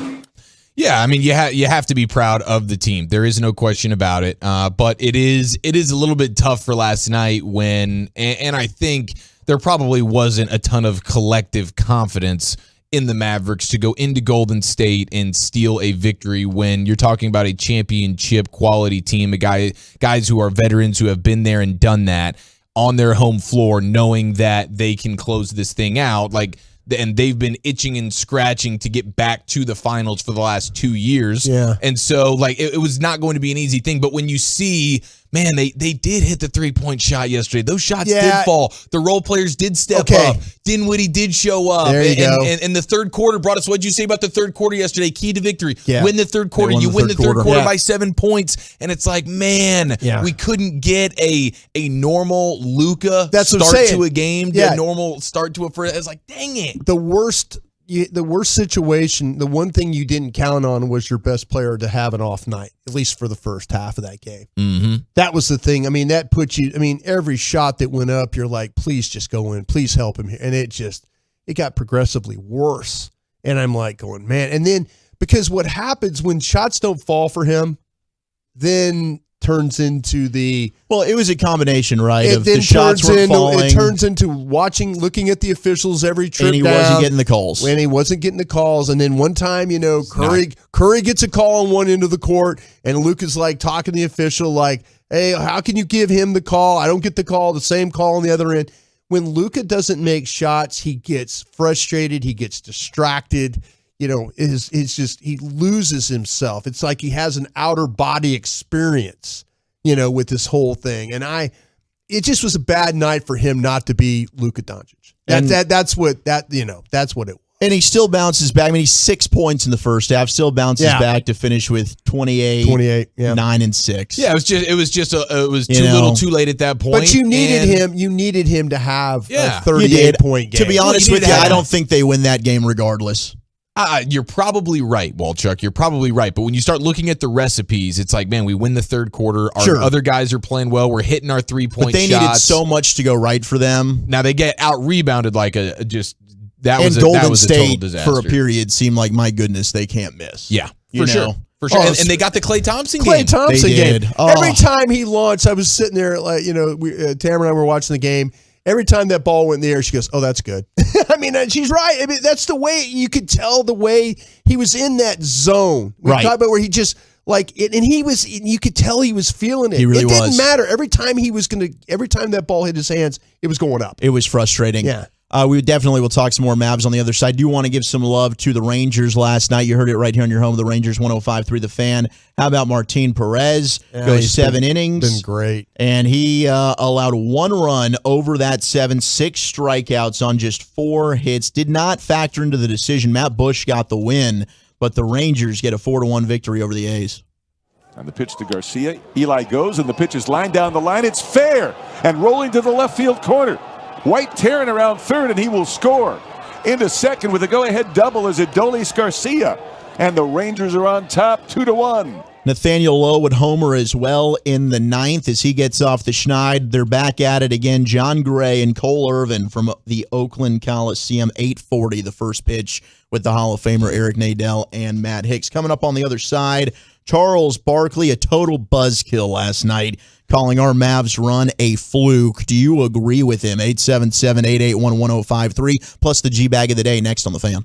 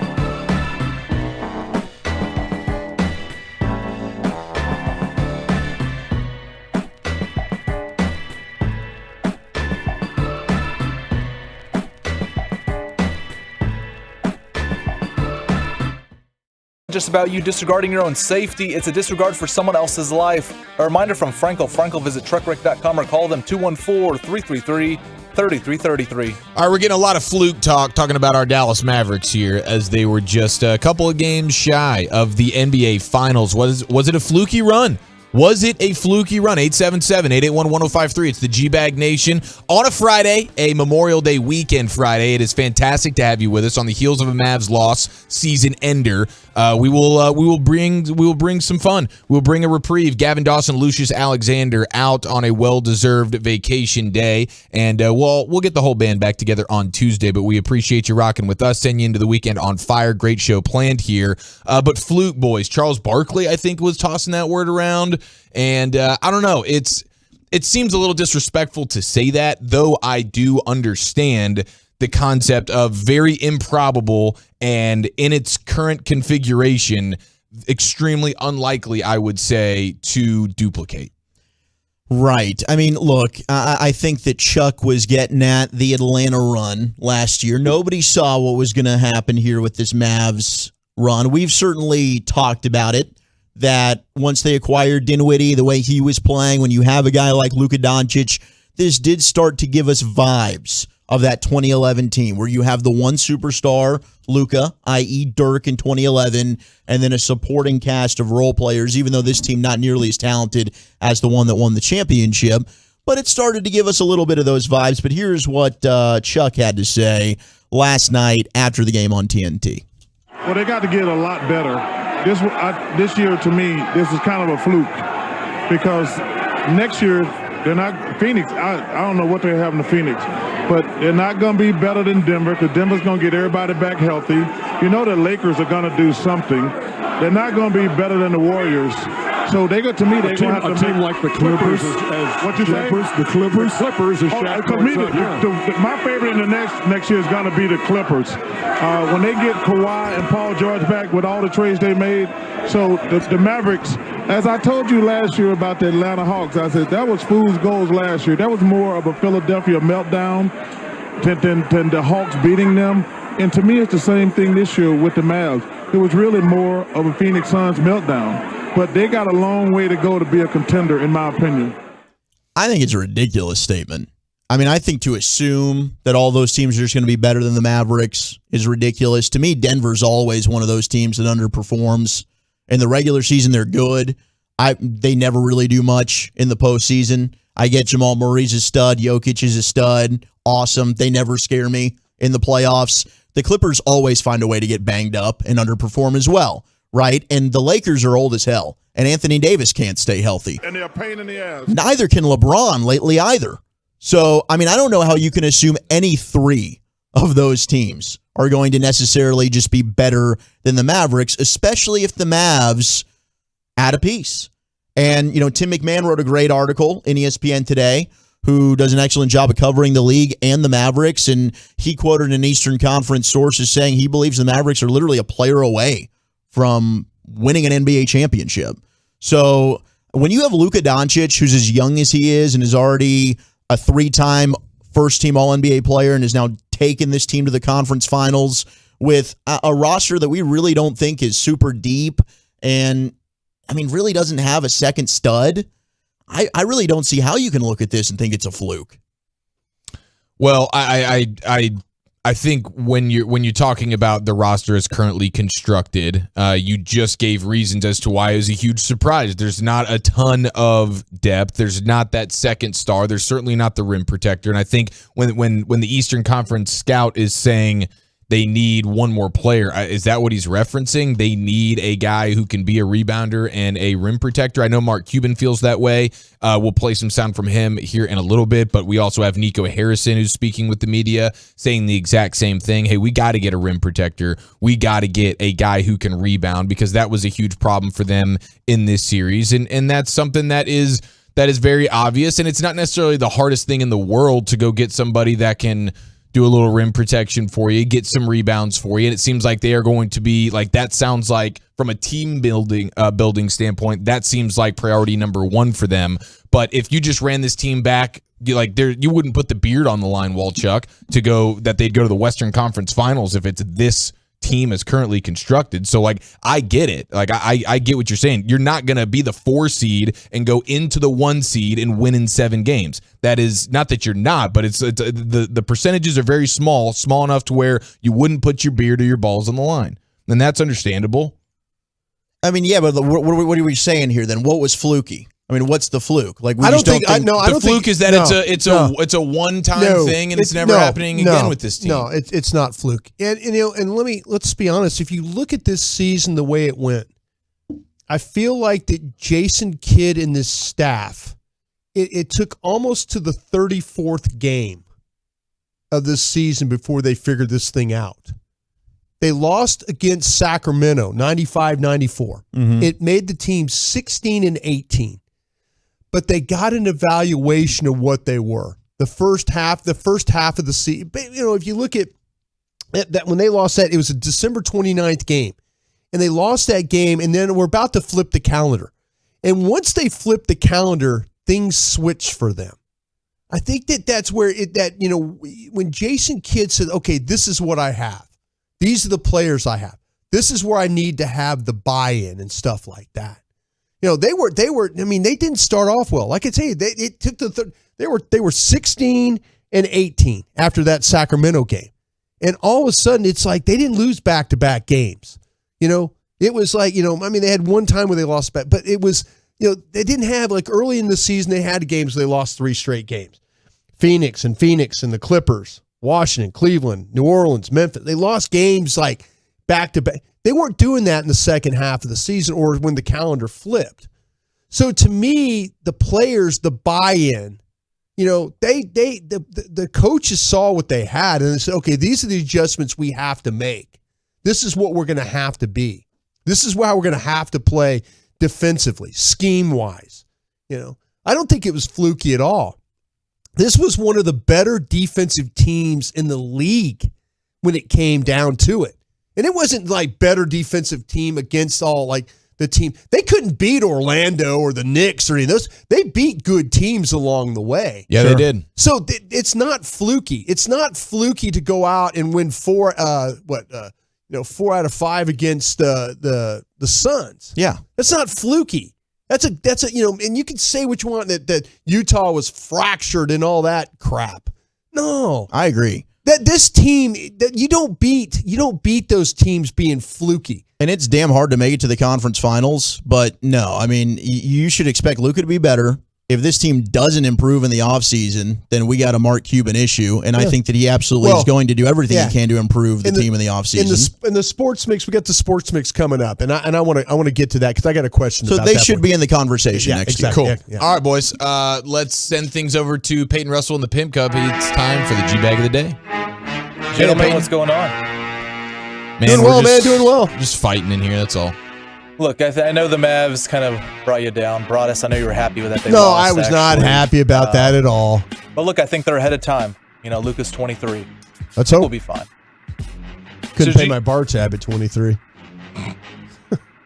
The G-Bag of the Day is brought to you by CBD American Shaman, shoptexascbd.com. And guys, we start off with Zamboni. Is that the guy's name we came up with? I think so. The play-by-play for the Fredericksburg Nationals, the single-A affiliate for the Washington Nationals. He got a little excited about this double play call. Oh, hot shot in the middle. Tip by the glove of Collins. What a flip by Ricardo. 2-pin to first. The home, baby. I told you. Redneck defense, flashing the leather like a nudist colony, showing kangaroo wallets. Unbelievable. Knocked the glove off the hair. Rivera, Pena, Bossier. So good. I told you so. You would tune in every night to listen to that, wouldn't you? Yeah. I think so. Yeah, I think so. Even if it is. I mean, he has one every week, it seems like. I found out, I think this guy has actually been calling Big 12 tournament championship games. I heard him on TCU Texas yesterday. He's been calling some of those out at Globe Life Field. Oh. So not exciting calls out there, but I think he saves it for his actual job. But yeah. All right. Man, as well. Yeah, he's a legend. He's a legend. Deserved champion. All right, who's the competitors today, Peyton? So we're going to get a little hockey in here. Team Great Britain. It's a short clip here, but this is how Team Great Britain in hockey the other day pumped up their team before the game. As Matthew said, be fucking brave. Take it to these nuts. Come on, boys. Okay. I guess that's how they do it out there in the UK. Heck yes, they do. Was that a bleeped C word that I heard there? Yeah, I'm not sure what that word is. Don't think I can say it again. Yeah, no, you can't say that. Yeah. Wow. Okay. Get a drink thrown in your face. You say that one. That'll get you fired up, man. Yeah. That'll get you fired up. Maybe that's what Steve Kerr's doing in the halftime locker room for the Warriors, and they come out like gangbusters there in the second half every time. British hockey, huh? I guess so. It was the World Championships or something. It's other countries as well, but yeah, that's how they I like it. Yeah. they do it. Yeah. They go hard. We got another one here, guys. This lady was calling into the Paul Feinbaum show. Oh, these are the best. Yeah, we know Paul. Paul's good. And it was two gentlemen that were actually filling in for him as he was off this weekend, and she had no idea who these people were. Okay. Yeah, one more call before we go to the break. Nanette? Yes. Yes, ma'am. You're on live with the Paul Feinbaum Show. Okay. Am I on right now? Yes, ma'am. Yes, ma'am. Okay. Who am I talking to? Richard Johnson, Spencer Hall, not Paul. Paul's off this week. Yeah, Paul's off. We're holding down the fort. Okay. Now, who am I talking to again? That's Richard Johnson and Spencer Hall. Okay. Well, I see two different dudes on TV. That is correct, ma'am. That's us. We look good, live and in living color. We do look good. Okay. Okay. So I'm talking to them right now. That's correct. Yes, ma'am. 45 seconds gone. She just was like laboring that. through Jeez, that. I would have. Oh my gosh. You might have to just drop that one. I admire their patience, though. Good for them. They're like, we're gonna let this lady get off her SEC takes. Well, her football takes. She's one of those callers that she's watching the show as she's calling in. Yeah. So she can see her graphic, her name pop up at the Yeah. bottom. She's so confused. She's like, why is this isn't Paul? This is the usual bald-headed guy with the glasses that I'm calling to every other day. Oh, He has got a heck of a following down there in Birmingham. I mean, he has got. I mean, it is like a must listen. But a scam. Yeah. Newton jersey on a Bear Bryant statue. You know what I did? That's strong stuff. All right, Peyton, thank you very much. Let's see. I'm going to go. I think I'm going to just go with the reigning champ here. I think he deserves another one. Okay. Who are you going with, Peyton? Oh, I'm going next. You know what? Give me Team Great Britain. All right. All right. You like the vulgarity. Broadus. Paul Feinbaum. Oh. I'm going with the reigning champ. Going with the reigning champ? All right. There it is by a score of 2-1. It is our favorite Fredericksburg minor league play-by-play man. Thank you. The Zamboni, the legend that is. All right, a Friday in the G-Bag Nation. We have Krusty's Corner coming up next. Where are we headed, Broadus? Yeah, it's Friday. Like you said, it's the sports mix. We'll do that next. Coming up Monday morning on Sean.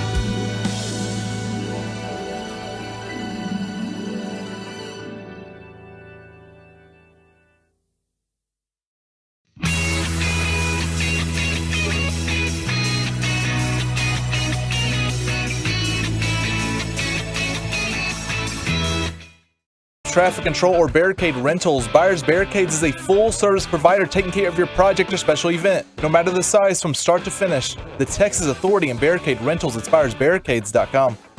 Thank you very much, Peyton. We will talk with former Texas Ranger, current Toronto Blue Jay, Derek Holland, coming up on the other side. We'll pick his brain on his sports thoughts regarding the Mavs, the Rangers, and generally the life of Derek. But right now, it's time for Krusty's Corner with Brian Broaddus. Thank you very much, Wooly Bully.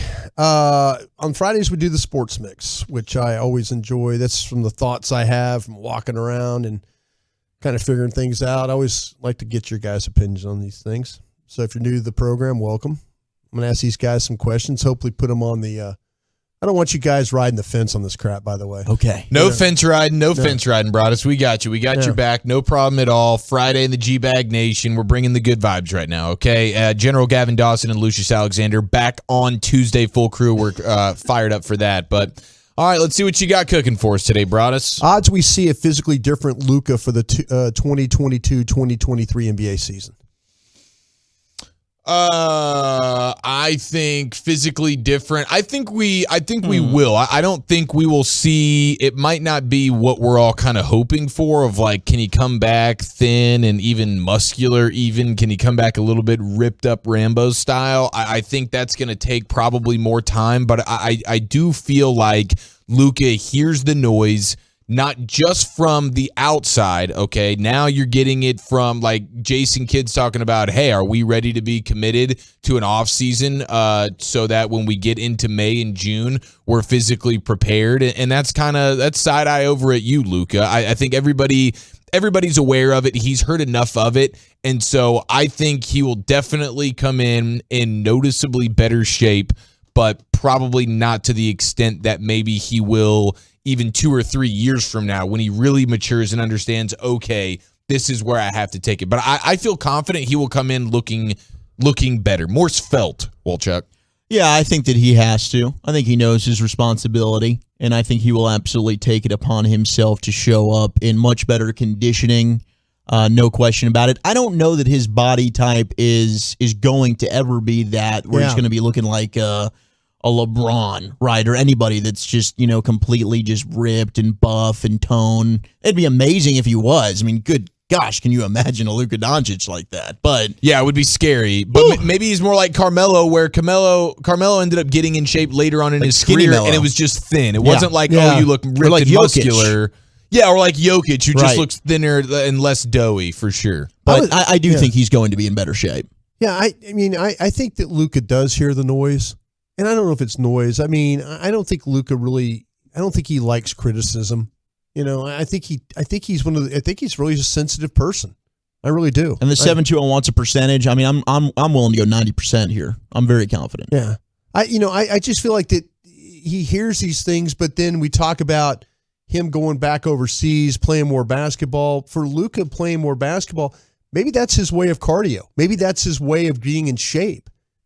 Maybe it's like, it's not important for me to be in the gym or working on, lateral drills or cone drills or any of these things. Maybe it's more important for me just to keep playing basketball. And that's his way of getting in shape. He's like, well, as long as I keep playing basketball, I'll be fine. So I don't know. I don't know if you'll physically see. I was kind of thinking that maybe that's going to be something later in life. Maybe it's it might be. It's like LeBron James spends like $1 million a year making sure that he, nutrition and weightlifting and whatever things he has to do to get him through. I mean, look at the number of games LeBron's played in his life, and the extra games even through playoffs and championship series. And stuff it's like ridiculous. That. He still plays at such a high level. Yeah, and I would hope that maybe that someday Luka would go to LeBron James and ask him how. I don't see. This is going to sound terrible. I don't see Luka having the type of longevity that we saw from Dirk. I don't see that. I don't. That's a rarity. You have somebody that plays for one organization for 20 years. I don't see a 20-year run with Luka.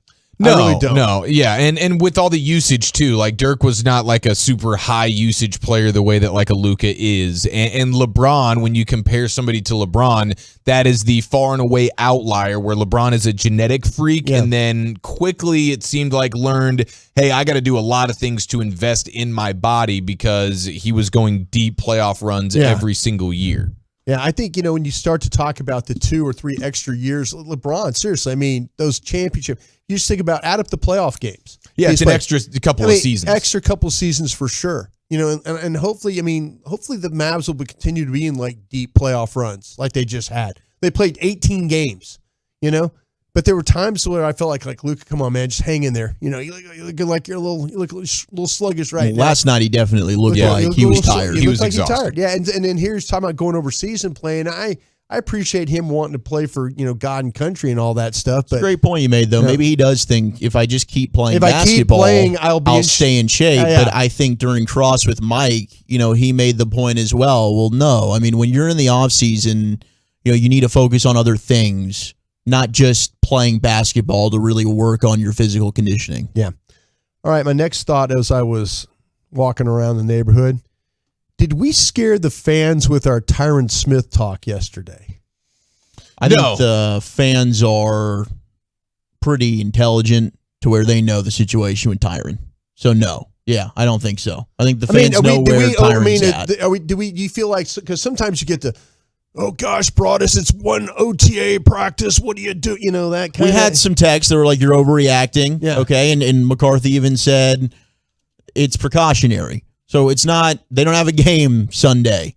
But it is, I think most fans, and especially we live in Texas, football's king. Yeah. You're not going to meet anybody that doesn't know football for the most part. Hell, we got the best high school football. I say it all the time in our own backyard here in DFW. I really and truly believe that. We do.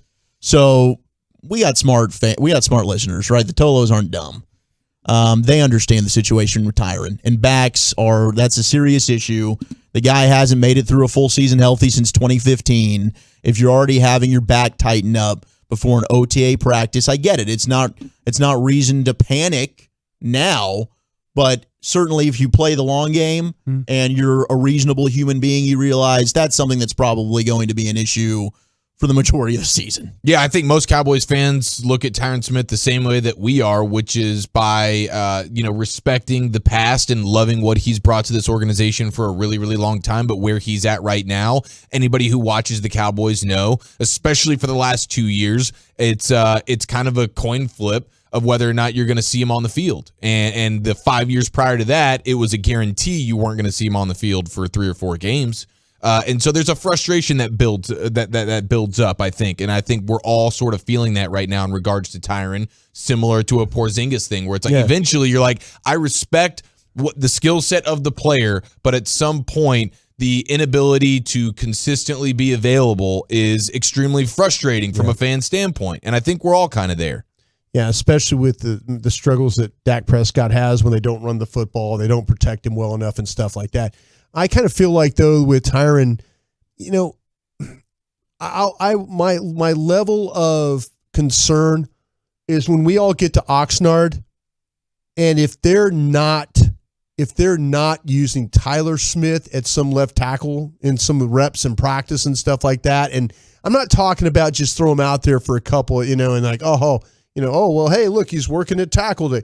No, I want to see if he's going to be the starting left guard. I also want to see him play quite a bit at left tackle. I don't want this to be all of a sudden, the season gets a little bit wrecked because they're trying to figure out what's going on. Because you're going to have to move that guy from left guard to left tackle. Okay, now you better figure out what's going on at damn left guard, because that was a killer for them last year. Yeah. So the minute you put Tyler Smith over at left tackle, you give me a good option at left guard, But they've got to they can't just say, oh, well, hey, Smith's worked there a couple of reps. No. If Tyron Smith's going to miss 3 or 4 games, if Tyler Smith is that guy over there, put him over there, get him some work. But if they don't do that, then I think that they're not reading this the right way. I just don't. Yeah, I hate the idea of stunting the growth of a first round pick and putting him at guard, and it's like, hey, we need somebody to play tackle. You're going to throw, well, let's go out there all year when Tyron's out? No chance. No chance. Okay, real quick, we got about a minute or so here. Going back to the Mavs, thoughts if they roll this current Mavs squad back out for another run? Quick thoughts. I would say I would feel confident in getting to the second round of the playoffs. Yeah, I don't think they would make it past the second round. So you're thinking it would be definitely a regression, much like what Phoenix went through with going from the finals to get knocked out in the second round. I mean, they know what they need to add. It would be disappointing if they didn't go and build on this. Yeah. So you need to improve. Everyone else is going to look to improve. So I think they're a second round team if they don't. If they just have THJ back healthy, and they go status quo, second round exit. I worry about this luxury tax thing. I don't think Cuban wants to pay that luxury tax thing. I mean, I think he's going to be over. He said last night he wants to get Brunson done because he could pay more than anybody else. I hope they don't run this thing back out there again. I hope they really say, okay, that was a nice team. Let's move on. Let's get a couple different players in here. That's my hope. Yeah, they will have royally bleeped themselves if they don't tweak this thing a little bit. And I think they know what they're going to do something. They're going to do something, and they need to if they want to go ahead and continue to take that step forward. And not to mention, continue to instill in Luka that we are constantly in upgrade mode. Yep. He was happy afterwards. He, if you listen to him post last night, he's like, "Oh no, I feel like we're going the right direction." But they don't sit on your hands on this one, please. Appreciate it, Bron. It's Trustees Corner every day at 2:40 here in the G-Bag Nation. We'll talk more Mavs coming up at 4:00 around the rim at 3:20. Up next, former Ranger, current Toronto Blue Jay, and big-time Mavs fan Derek Holland joins us here in the Nation next on the Fan.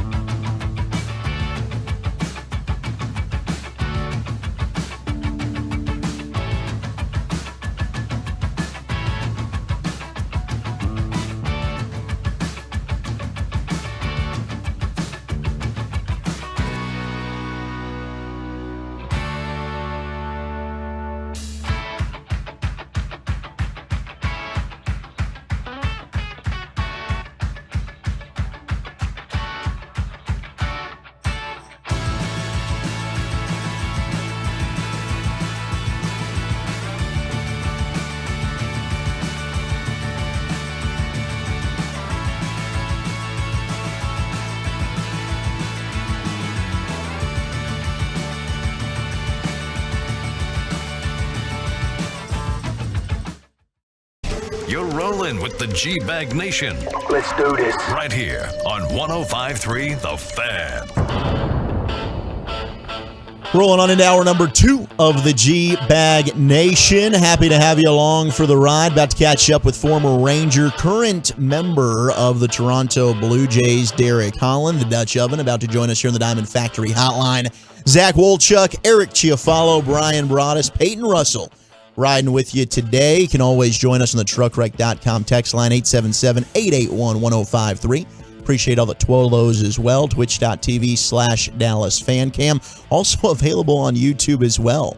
We got some tubers out there, or the YOLOs, whatever they want to call themselves these days. Gavin Dawson, the general, out with the Familia today. We also have Lucius Alexander on vacation. Whole squad will be back together on Tuesday. Look forward to that. This has been a fantastic week. Getting to party with the G-Bag Nation. Yesterday was amazing as well. Gosh, man, it was outstanding. First stop on the Brew Crew Tour. If you missed it, don't worry. We'll have an announcement on our second stop coming out very, very shortly. So I know you have FOMO for most of you that weren't able to come out and fellowship with us, but we will have another opportunity coming up very, very soon. But without further ado, let's welcome in our good buddy Derek Holland joining us now, courtesy of the Diamond Factory Hotline. Derek, how are you, sir? And more importantly, where are you right now? I'm doing good. I'm in Columbus, Ohio right now. I'm in AAA with the Blue Jays. Just trying to get myself back on track with hopefully get another chance to get up to the big leagues. But, you know, I'm enjoying myself. I've done my time, so I'm pretty excited with where I am and having fun. But I'm trying to stay dry right now, actually. It is absolutely pouring outside. Oh my goodness. Okay. Well, we actually had some rain here in the Metroplex as well. You know, we're all pulling for you here in your former home, that's for sure. But for those Ranger fans and fans of yours, there's tons of us here in the Metroplex, really around the country. But what's the latest on the life of Derek? What can you share with the Tolos? Man, I'm still grinding away. Just like I said, I'm trying to get back up to the big leagues.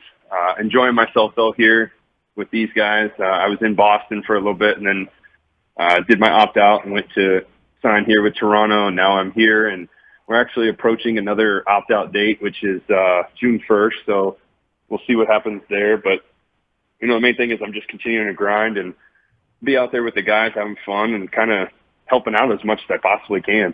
Well, Dutch, we know you're just a huge DFW sports fan, and that you just, you know, you're one of us when it comes to that. And when you're watching the Mavs last night, and it ends, and I want to ask you this question because of being a professional athlete and dealing with a team that had some success, and then the season ends.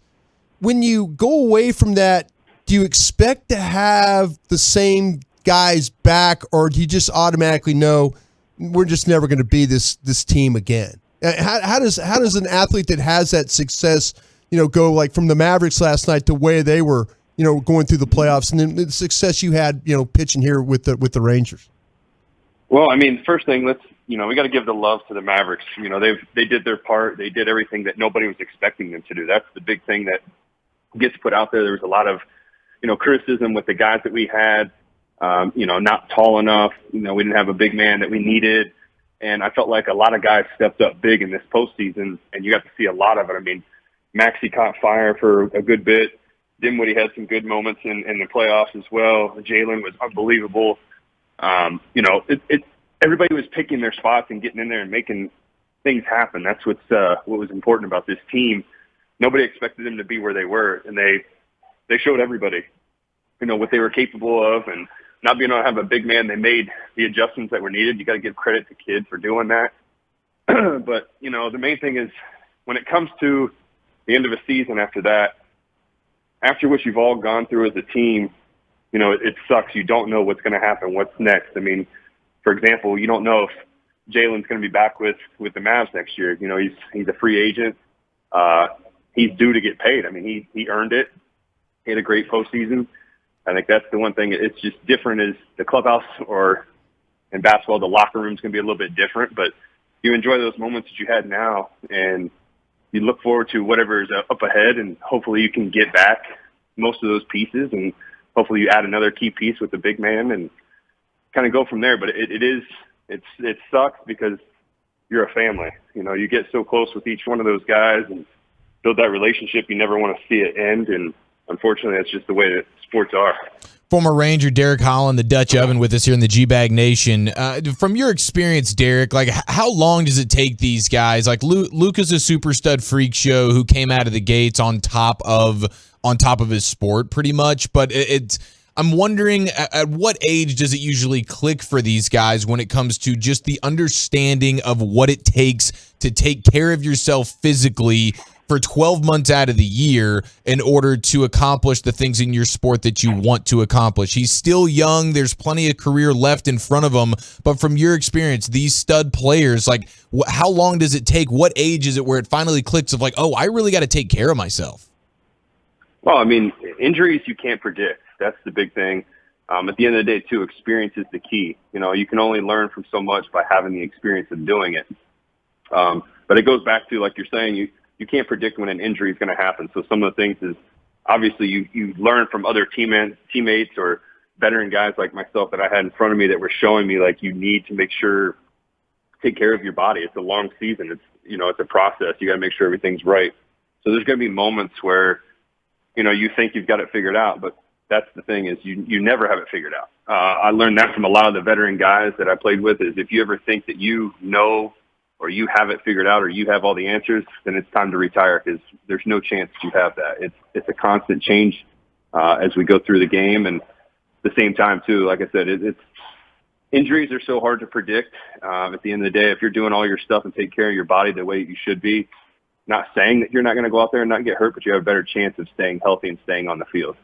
Derek, your experience again in really in key moments and stuff like that and throughout a long season, how does buy-in happen? You mentioned Jason Kidd and stuff with the Mavs, and obviously they had a buy-in with their players. When you're in the locker room, is the buy-in from the veteran guys, or is it how do you learn or get the buy-in to go forward here? Well, most of it's always going to be from your veteran guys. They're going to feel out what's going on. I've played under a manager that didn't have the clubhouse, and that's one thing that you need to have is you got to be able to have control of that clubhouse and get the guys on your side. And once you lose that, that's where it becomes an issue. I've seen it firsthand. I've watched it unfold, and unfortunately, it sucks when it does that because the whole clubhouse goes down and the team goes down, and nobody's getting the results that we want. And as athletes or as people in general, we want to see results now. We want to see them tomorrow. That's always been the case. So you always have to trust the process. Understanding, it's just like for me, learning a new pitch. It's not going to show up tonight. It's not going to show up tomorrow. It's a process. It's got to continue to have you got to continue to work through it and expect failure. You're not going to go out there and be brilliant with it right out the gate. I mean, I know my one pitch that I feel the most confident with is my ride back. When I throw the two-seamer that comes back in on righties, when I first threw it, I gave up a home run on it. And, you can't just give up on something just because it didn't work the very first time. And I think that's something that shows a lot about Kidd is him being there is he got them to not only trust the process, but continue to keep pushing with it, even when results weren't going their way at the very beginning. And that's just part of the game is being able to understand that this is going to be a game of failure. You're going to have to make the adjustments and continue to trust the process and watch how everything unfolds. Derek Holland with us here on 105.3 The Fan. So you're an MFFL. What would you like to see the Mavs do to improve and hopefully make another deep run at it next year? I think what they've got is great. Obviously, we need a big man. I think that's the bigger thing, but you're going to have to get a big man that's going to be able to keep up with the fast-paced offense. We picked it up in the playoffs. I felt like there was a lot of get and go going on there, a lot of pick and rolls. So I think getting the big man is going to help. I like the combo of Jalen and Luka and also Dinwiddie out there. It'll be great to even have a healthy Tim Hardaway out there too. So I feel like you've got a lot of good pieces. I think just the big one that stands out, and you constantly hear it over and over. I mean, I've heard it from Sean and RJ in the morning, and also with the KNC as well. Everybody seems to talk about the same thing, and we got to have a big man. That's what's killing this team is not having that big man to be able to get more of the rebounds. I mean, you've got Luka out rebounding a lot of our guys on our team, our big men, and that's, to me, I feel like that shouldn't be happening that way. We need somebody down there to help out and let Luka continue doing his thing. Dutch, again, we mentioned you're just a huge sports fan and of all sports. And, here again, I'm going to ask you about the stars. And I know we don't have a lot of stars talk on our station. We should. But, here we are with another coaching change. As a Stars fan, how are you thinking about that? Is the instability bothering you, or was the cup run 2 years ago enough to kind of keep you going? Where are you at with the Stars right now? Well, I mean, with the Stars, there's one thing that always comes down. If you see a few coaches come and go, there's got to be an issue that's going on. I can't sit here and act like I know, but at some point, we always got to blame the players. It can't always be the coach's responsibility for some of the losses. I get it. Yeah, there could be a mismanagement here and there or whatever. But at the end of the day, when does it ever fall back on a player? When does it fall back on the guys that they have? Because they have talent. Stars have an unbelievable team. Obviously, them getting to the playoffs was another big thing. You obviously want that every single year. Being able to take the next step is what they need. And at some point, we got to be able to point the finger at somebody, on the players' roster in that aspect. And it's kind of, for me, I'm not much of a Cowboys fan to begin with because I get tired of hearing the same stuff every year. Yeah. And it's like, and I'm not trying to be that guy by any means, but at some point, when are we going to start pointing fingers at getting the results rather than you're not wrong. You're not blaming wrong. somebody else? Mm-hmm. No, I don't disagree with you. You're actually in Columbus. I know you're a big Blue guy, big Michigan fan. So how hard is that being so close to Ohio State? Well, I mean, as of for this year, it's been much better because Michigan pulled off the win. I haven't had one of those in probably 10 years, but, it's good to be able to have that so I can actually talk a little bit of smack back at these guys now. But nobody really says too much. I mean, I went home and saw my friends, and, the Ohio State stuff doesn't really get brought up. I did try to go play golf at one of their courses. Unfortunately, the rain took care of that, but I would have been very noticeable out there with my Michigan bag as I'm out there playing golf. So I'm not afraid to cross those lines when it comes to the rivalry, but we'll see how that goes. Hey, Dutch, where do you fall on all this the NIL stuff? You talk about you're a big-time Michigan fan and stuff like that, Ohio State, Alabama, these teams. Where do you fall on all that, all the what we're seeing now with that? It's different. I mean, I know I'm seeing some of the conversations that are said, with whatever it was with Saban and, gosh dang it, the A&M Jimbo coach. Fisher. Yeah, they were talking about spending money and stuff, and I mean, that's what it's going to come down to now is, you're going to get guys that are going to go somewhere because of the money, which that's how it works. I mean, that's how it is in professional sports. Is guys go where they can get the most money because it's about taking care of themselves. So it's an interesting look in college. You're going to see a lot of the smaller schools that have more money being able to kind of get some of these other kids to come. I don't know if it's going to be beneficial or not, but then you're going to see other schools that can get it and they can spend the money. I mean, it's just an interesting look on it. I don't really have enough to it because I obviously haven't been around it enough to see it, and I don't know enough going on with it. But it's an interesting take going forward of the recruiting and being able to purchase your players, but hopefully it doesn't change anything. I mean, the one thing that stands out, I wish more guys would look at, instead of going somewhere because, they could be guaranteed to get a championship, but not even guaranteed to play, versus going somewhere where you have a chance to be the number one guy. You might not win the playoffs, but at least you get somewhere where you can actually be seen. Those are some of the things that I kind of think about of, what it was like for me when I was doing my recruiting, of going to wherever I was going to, or not recruiting, but where I was going to sign for baseball was, where am I going to have the best opportunity for myself to succeed versus where am I going to go and get a ring and not be truly a part of it, if that makes sense. Former Ranger legend Derek Holland with us here on the Diamond Factory Hotline. We can't not ask you about your former teammate Martin Perez, who's been dealing lately. What do you think about Martin and his season thus far? Man, I'm extremely happy for him. I've always loved that guy. He's a great teammate with me. To see him be able to get out there and get the shutout, I love it. Hopefully he doesn't catch up to me with my shutouts in Rangers history.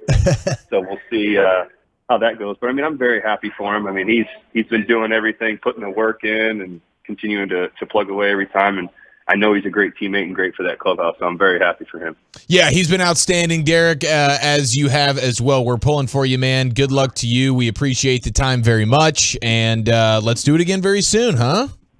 Of course. Thank you guys for having me, and I'll always be around. Texas is home. Yes, sir. Amen. All right, there he goes. Dutch Oven, Derek Holland here in the G-Bag Nation on a Friday, getting you set for a nice Memorial Day weekend. Gavin Dawson and Lucius Alexander out on a little vacation, back together, the full band back together on Tuesday. Little Tolo Tuesday action with the boys. Looking forward to that. Still reeling from yesterday's outstanding start to the Brew Crew tour for 2022 this summer here in the G-Bag Nation. I think KNC Masterpiece. We're all going to be getting out and about all the breweries, as many breweries as possible, I would say. And we look forward to unveiling the next one. But yesterday was outstanding. The party was popping. On Rotation Brewing Company. Broadus was out there intermingling. We're having a great time. And I cannot believe how fast those mugs flew off the shelves. 100 mugs, the Brew Crew mugs flying out very, very quickly. So we look forward to the next one. We'll hand out some more, and we'll party along with you all summer long. Yes, we will. And I really wanted to ask him what he thinks about the Yummy Delights, but I think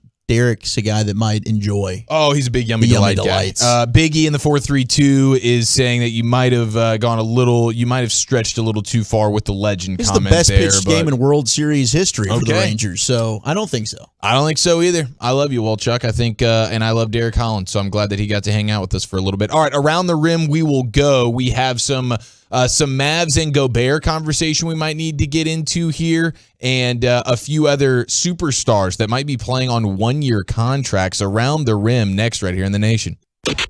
Miss anything from your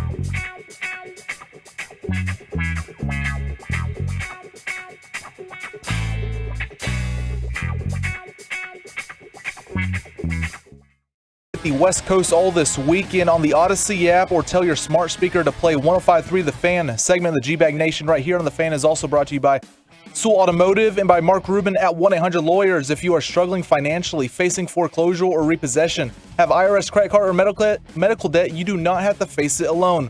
With one phone call, Mark Rubin can take the weight off your shoulders, manage your debt, protect your property, and get you living life again. Call Mark Rubin right now at 1-800-Lawyers. Thank you, Peyton Russell, in for Lucius Alexander here in the G-Bag Nation. Great to have you in on a Friday. About to take you on a trip around the rim here, and I got the nickname. We finally got the nickname, boys. We lost to the Splash Bros, okay? We know that.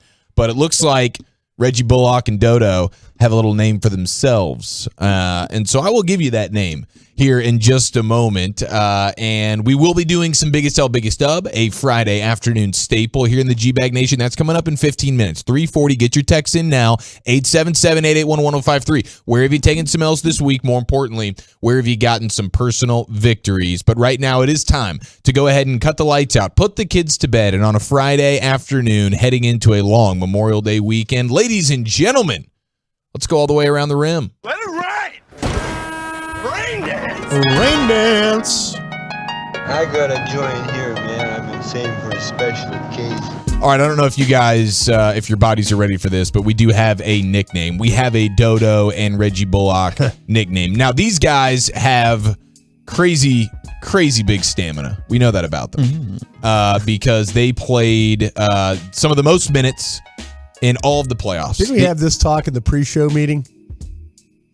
I think we may have, but it's not my fault. The nickname they gave themselves. Did you guys see this? No, have you guys seen this? I think you and your comment about the stamina stuff. Playoff stamina. These guys have it. Okay. These guys are playing all the minutes. Broadus, I don't know what you want from me. I'm just asking. Do we have this we had it in the pre-show meeting? Didn't we? We had a little conversation about it. I thought it was my fault. I think it's always Eric's fault. If you want me to go more heavy-handed, I will. But I typically try and take the blame. I try and just take the brunt of it. Okay. Well, Walchuk had that throat comment yesterday. It got a little bit wild, man, okay? Geez. So we have the Splash Bros. I'm done taking the blame. We just lost to the Splash Bros, all right? Got it. Dodo and Reggie Bullock, what is your nickname? And Dodo says, the Bang Bros. Bang Bros. But they don't do a lot of banging down low kind of thing. We need a big man. Tom Izzo clearly doesn't like that there. Thank you, Tom. Tom is... Are you against Dorian it? does a little bit. Dorian does some bang. I mean, I think Bullock does a little bit of bang. We obviously need a guy that is a paint protector, a rim protector, He's a that sort of deal. defender. Yeah, I mean, I think because they bang down shots, they play some they play some banging good defense. I don't know. But there's a way we can spin this into a positive. Yeah, absolutely. I'm optimistic about it. And I think it's apropos because these guys do have the stamina of an absolute, just they're specimen. Well, they are specimen. They're specimen, and they certainly would have been in the running when we did our Blue Chew Players of the Game. Mm-hmm. They would have been awarded several times over the course of these playoff runs. I agree. So we finally have it. If you want to know the duo that is Reggie Bullock and Dodo, it is they are the Bang Bros. Ooh, the 972 wants to call them the Trash Bros. The Trash Bros. Okay. All right.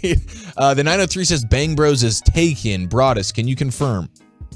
I'm trying to think about that because I thought the Bang Bros was taken. I thought it was. I mean, you are an OnlyFans aficionado. I figured you would know this. I always imagine Broadus being more of a hub guy, though, but maybe he is a Bang Bros guy. We're about to really get a stern talking to after this segment. You know what? It was nice doing radio with you, cats. It was fantastic. It's been a real good time. I'm going to see myself out. Biggest L is that we both lost our jobs here. Thank you so much, Eric, for dragging me down. So is that something real? The Bang Bros? The Bang Bros is a real thing. It is a real thing. Yeah, it is a real thing. And I recommend not Googling it on your work computer, Broadus. I think I know what you're talking about now. Okay, so we have Mark Stein, your good buddy. He is my good buddy. And he is reporting that it looks like, despite long-running speculation, that the Mavericks hope to trade for Rudy Gobert. Mm-hmm. Mark Stein is told that an all-out pursuit of Utah's all-star center and defensive anchor is unlikely. Do you have the other Stein report? The Stein line's got more than just the Gobert news on the Mavericks. He's got more. I just saw. Pump the brakes. He said Dallas sees Zach LaVine as the sort of player who could fill other crucial needs with his ability to both play off Luka as a long-range shooter and likewise collapse defenses by slashing to the basket to score. Oh man, keep dirty talking me, big boy. That's what Mark Cuban was talking about last night. It was with Mark Stein, kind of one of the kid-like players, right? This might have been an off the record type of conversation, which is a big change of events from a few years ago when the reports were, the Mavs don't see Zach LaVine as that number 2 kind of player. Different coaching staff. What they're looking for now is guys that can guard multiple positions. That's their thing. So with Zach LaVine, is that a guy that they feel like that you mentioned the slasher, the shots, play off ball, but can he guard multiple positions? That's another thing that they're really, really big on. Yeah, and that's going to be a good question. He's got the athletic ability. Like, I think he does play, if I'm not mistaken, Zach LaVine is a respectable defender. I don't believe is like some type of stopper or anything like that defensively, but he is athletic and he provides a ton offensively. That is for sure. He can create his own shot and he can hit spot up threes and all that kind of stuff. I think he'd be a guy that we would all welcome. Now, it's funny though. Go ahead, Broadus. Yeah, they're really, and again, this is stuff. And you listen to Mark, post game, and he's going to talk. They've obviously had discussions of what direction they want to go. I mean, if you were to interview Mark Cuban right now, he would give you the line of, well, we've got a lot of conversation. I believe they've already talked about some of this stuff. I believe that, their whole plan, and you're going to probably hear a lot, and I guarantee Mark Cuban will come on air with us and probably talk about this. And he will mention that they're looking for the J kid kind of guys. Guys that are, like I just described, guys that can knock down shots, guys that can play can guard multiple positions, those kinds, that kind of guy. And so this was really, he won or had success with a Donnie Nelson, Rick Carlisle basic team, right? They did. And they really didn't have a whole lot of time or a lot of flexibility other than making that Porzingis trade. They didn't have a lot of ability to do what they needed to do to kind of make this. Kid had to take the players who, it's like Bill Parcells coming in and saying, hey guys, I want to run a 3-4 defense. Mm-hmm. And then we all say, but coach, we don't have 3-4 personnel. He goes, okay, for 1 year, Mike Zimmer, you're going to run a 4-3 defense. And the next year, that 05 draft, here we go, Spears, Ware, all, Hatcher, all Canty. Those, Canty, all those guys. That's where all of a sudden the switch from the 4-3 to the 3-4 started. But I think Jason Kidd came in here and he kind of said, listen, I've got to learn this team. I've got to figure this team out. But I believe Jason Kidd is going to have a ton of influence of how this team looks next fall. And I think you're right. I mean, they've had to have had probably some you've negotiations. Had conversations. You know how you beat teams. Right. How you beat Utah. And they're looking ahead in the West. They're looking at who they have to play to win these things. But also just how quick that turnaround is in the NBA. Yeah. I mean, they have that draft, it seems, a week after the finals wrap up. Yeah. And you just had a deep playoff run to the Western Conference Finals. You're going to have the finals start on June 2nd. So you've got to kind of be looking ahead at what you want to do this offseason. Should we be taking a look at the 26 best players in the NBA draft? I mean, I might just take a look. I think you can YouTube that stuff. Can't you? Ski?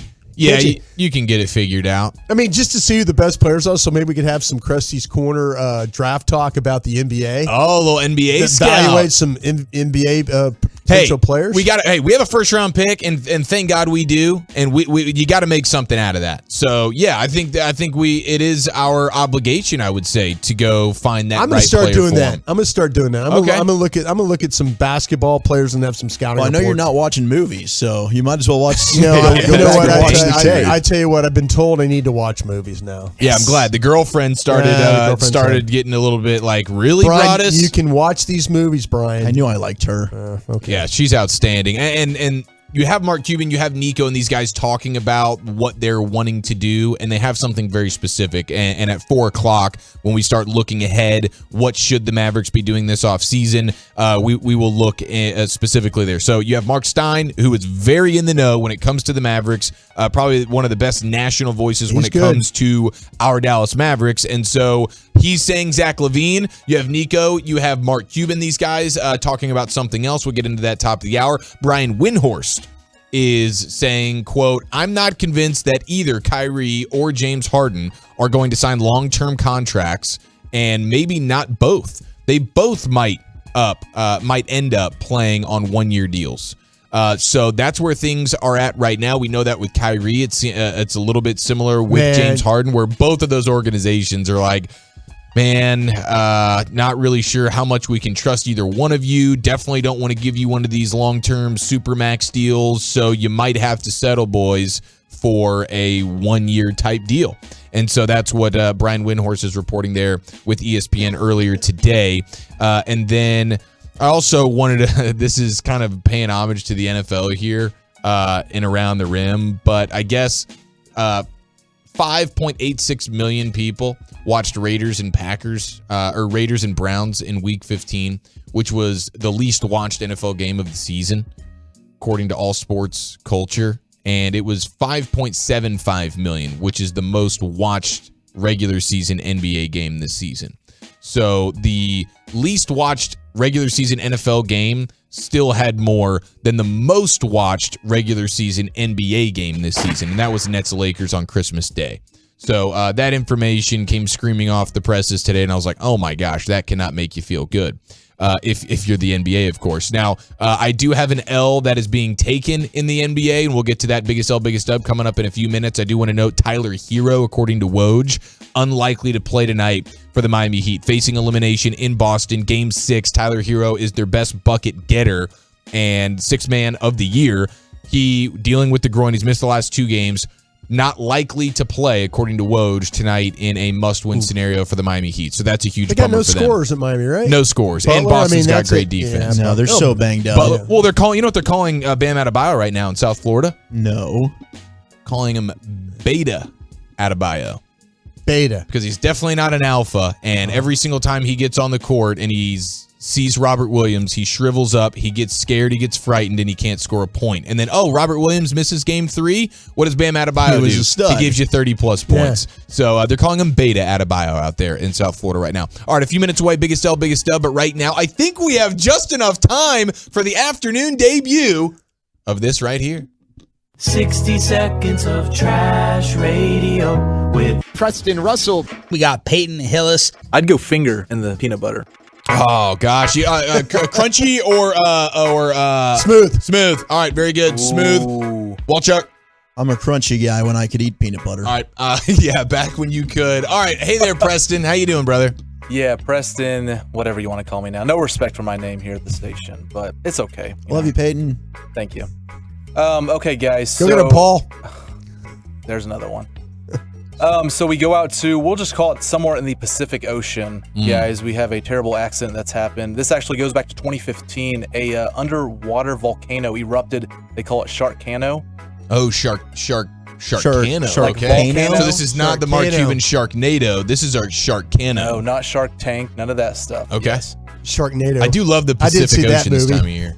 Yeah, so what Did happened? You really? Yeah. You are a bleep hole. You wasted that amount of time. You haven't seen Dumb segment. and Dumber. Let him go. All right, Preston. Sorry. I'm just not going to talk. So what scientists, so we go 7 years later from 2015 to now, and scientists have seen that there are acidic waters out there, hot lava waters and stuff that fish and other sea creatures like sharks have swam through. They're now mutated. 2-headed sharks out there now, 3 eyes. 2 is better than 1. It's getting worse, and I want to ask y'all, we're fine with it being sea creatures that are mutated, right? It'd be a lot better or a lot worse if land and air creatures were mutated. Would you agree? Yeah, because then we'd have run-ins with like two-headed tigers and stuff like that. Right, because I can stay out of the water. Sharks can only go so far, Right. But if it was like sea or land creatures and stuff. Yeah, because then our home field advantage goes away when the land. We lose. We get swept. We lose. We do get swept. Might be terrifying, but I love all things and all people equally. So, but we're talking about animals. I love, and I'm an animal. Yeah, I don't think I need mutations on land. But 2-headed sharks, that sounds terrifying. Wow, man, are they more aggressive, Peyton? Have you heard any? Are they more ornery? I don't know which way they go though, because if one shark head wants to go left, but the other wants to go right, yeah, what do? They constant negotiations involved. Are birds real though? By the way, birds are they real? Are they real? Yeah. I'm gonna go out on a limb and say it's yes. a question. One that's flew in gone my around window the internet. other day. What? Yeah. See, birds, so that could have been the government. Car or house? House. Oh. Yeah. How'd you get it out? No, it hit the window. It flew into the window. Oh. That's how I knew it was real. I heard the thud. Yikes. Yeah, I've been pooped on and bitten. I've been pooped on as well. So I know that they're bitten. real. Yeah. They my came after your what? Which grandfather body part? used to have a macaw. Macaw? And that thing, Is that the thing with like the crazy, like it's got, yeah, well, this one was one of the rainbow looking ones. Oh. Oh, that beak was nasty. And her name was Ursula. Ursula? Yeah. Like She the, sounds- How did you pronounce that? Ursula. Ursula. I hated her. She was angry and hated everybody. Sounds like you did because you named her Ursula. I didn't name her. Well, whoever did definitely didn't My like her. grandfather. Was this from South African? Was this a South African bird? Well, he was South African. I don't think the bird was South African. Well, for those of you that don't know, Walchuk is our resident Caucasian South African American Jew here in the program. So we love South Africa dearly. We bleep that bird. It's the homeland. Yeah, bleep that bird, though. All right. Thank you, Preston. Appreciate the garbage. Biggest L, biggest dub. Where have you taken some L's this week? More importantly, where have you gotten some personal victories? 877-881-1053. We'll do that next right here in the Nation. John and RJ here.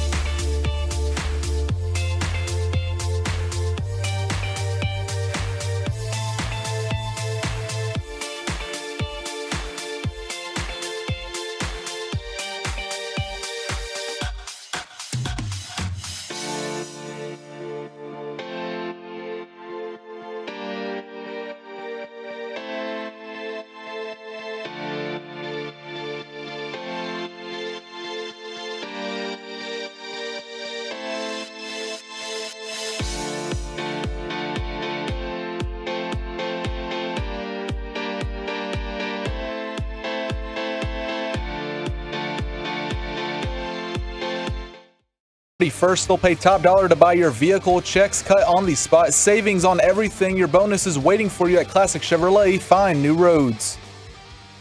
Thank you, Peyton. About to get into biggest L, biggest dub, a Friday staple here in the G-Bag Nation. Want to hear from you, 877-881-1053 via the truckwreck.com text line. Also, those of you watching us via Twitch, twitch.tv/DallasFanCam, the Twolos. Of course, our thoughts and prayers with those affected by the tragedy that happened in Uvalde, Texas earlier this week. That certainly is the biggest L of the week. I don't think there's much more that needs to be said there. I don't think we can really put into words just how horrendous that truly is. But certainly we do want to try and get everybody involved on this and try and uplift and hopefully those that, as we've had heavy hearts and been thinking about that as well. And I know Brian, Eric, I don't have little ones, but all those that do have been certainly hugging and holding them a little bit closer. Yeah, it's so difficult, and this, and just the way that this seemed to fall on both sides, as far as, how do you stop it? How do you prevent it? How do you, we keep talking about it. We talk about it. And we just don't, I understand trying to put officers in schools and, protect the kids and stuff like that. And it just, it's just not enough. It's just not enough. And then you get to, the admission of basically the police department there that they should have gone in and, and taken care of the situation, and they didn't react quick enough. And, you're talking about training and things like that. And I know Uvalde's a small town, 16,000 people, but it's sad. And I don't know any other way to say it. And I just, like I said, my son just graduated from high school, and Eric's got young children that are about to go to school, here in the coming years, and I just can't even think about the, those days where, you just want to when you drop your kid off and you just want to be able to pick them up at the end of the day, and you don't want to have to deal with the things that some of these families have had to deal with. And, and I kind of was listening to Steve Kerr talk the other day, and he's right. We've got to figure this thing out, and it's, but stop talking about it, do something about it, whether it's, whether it's on the governmental level or whatever we have to do. Let's get this done to where we don't have to deal with these types of tragedies any longer. Amen. All right. It is time for this. Oh, yeah. Now listen here. It's time to toss things over to that silly twit, Eric Chiafalo, to give us this week's L takers and dub makers. On and off the field, no one is safe from this imbecile's tongue. It's biggest L, biggest dub. All right, ladies and gentlemen, this is your chance to text in at 877-881-1053. Give us your L's this week that you have taken. And then, of course, more importantly, your personal victories. We love to hear from you.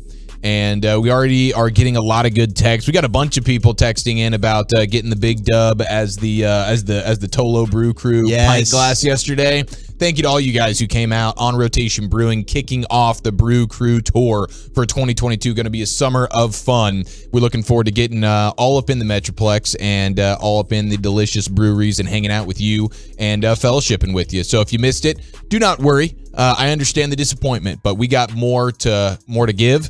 And we have more opportunities to hang out. So it's going to be a fun summer. Big time dub for us as well, getting to interact. How cool. What an honor it's been to be in the G-Bag Nation now for a couple of weeks. Walchuk off the Rangers here for this past week. I took a big dub. Finally got to spend a full week hanging out with you guys in the nation. This has been certainly a dream come true. Absolutely. We got to go to the Star in Frisco. That's the biggest dub. Brought us is basically our bodyguard walking us into the Star in Frisco for some OTAs. OTA action. OTA practice. We got Thursday this week, too. Cool. We'll go back out there, yeah. Yeah, that's all. That's a huge dub for us, man. Training camp booked? Yeah, training camp's booked. We're going to be in Oxnard. It's going to be a beautiful thing. Dream, man. Yep, Kenny from Quinlan checking in. Big dub on the pint. Amen to that, my friend. I also caught a big dub today from Broadus. Not only took me into work, but also I got to be a part of the lunch crew today, Walchuk. I kind of tried to keep it under wraps for you. I know you're doing the soda thing. I didn't want to just you guys don't have to do that. It's I didn't okay. want to put my Philly cheese all up in your face. You No, know what I mean? I It was really-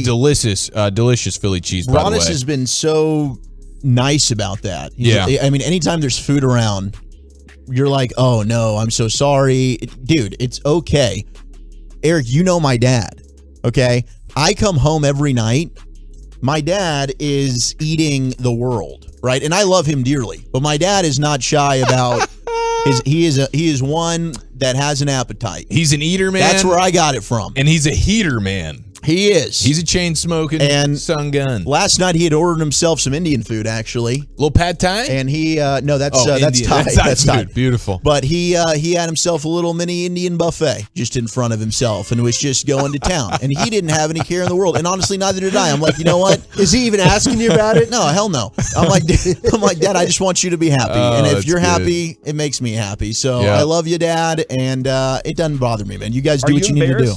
Oh, hell no, I'm not gosh, embarrassed. that is so good. Shout out to Jeff in the 214. Biggest dub, Dallas Rugby Club won the USA Rugby National Championship in the ATL last Sunday. Best rugby team in the country out of over 600. Congratulations. Yes, Dallas representation in some rugby action, Walchuk. That's your South African number one sport, right? The Springbok. That's right. Shout out to the 940 middle school math teachers. School is out. Summer is upon us, ladies and gentlemen. What a beautiful feeling that is. And out to all the students, the all the teachers who have the official ending of school being today, that is outstanding. What a rejuvenating feeling that is. Breath of fresh air. Let's barrel into the summer, and hopefully we will see you out and about as we hang out here on behalf of the station and the G-Bag Nation in the Metroplex. All agree. The elementary school teachers, at least for me, they were definitely the finest.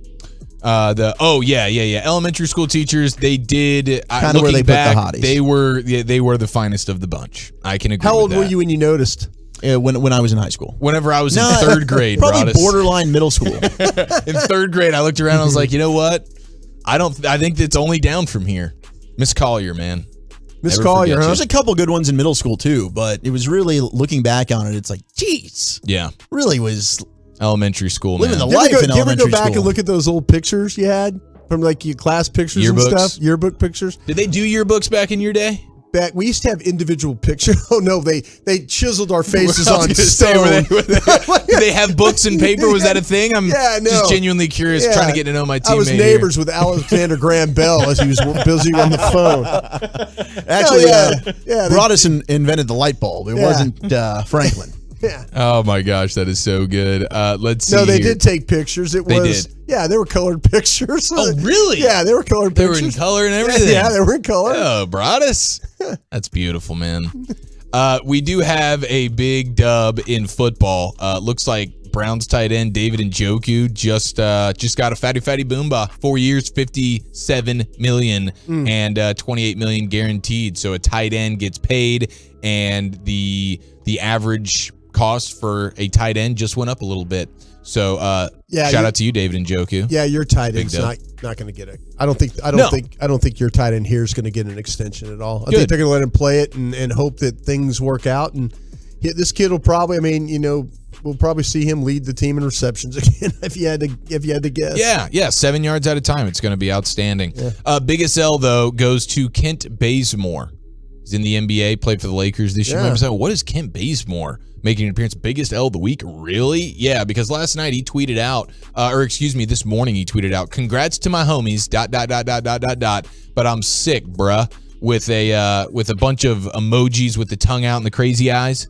And I'm like, okay, so I did a little recon on this. Kent Bazemore is sick because this is a tweet dating back to last offseason, NBA offseason, and it reads like this. Free agent Kent Bazemore has agreed to a 1-year deal with the Lakers.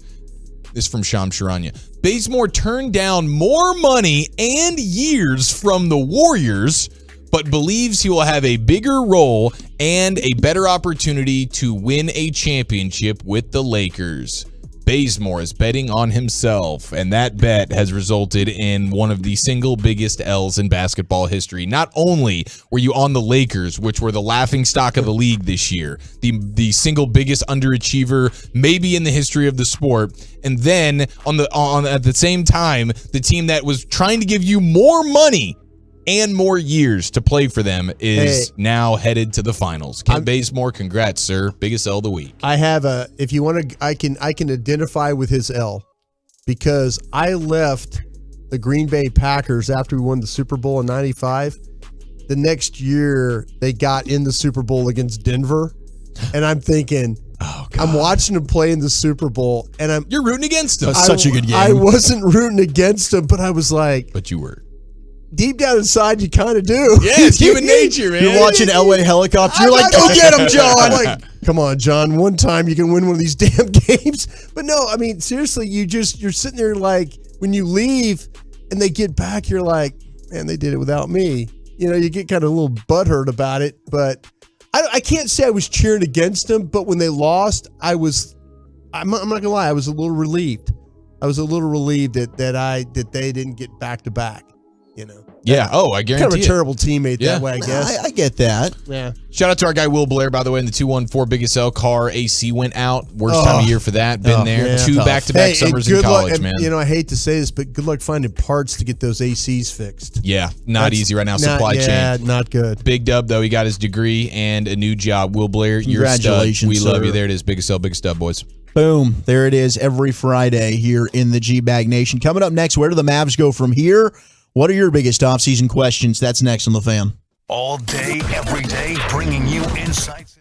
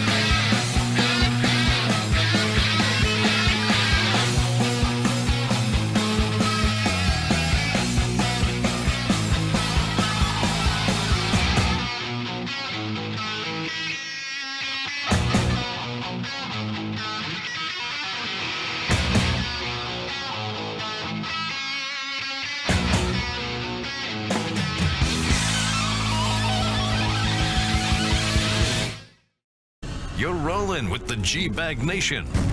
Right here on 105.3 The Fan. Welcome to the Nation. Hour number 3 of the G-Bag Nation. Did you just admit that? I did.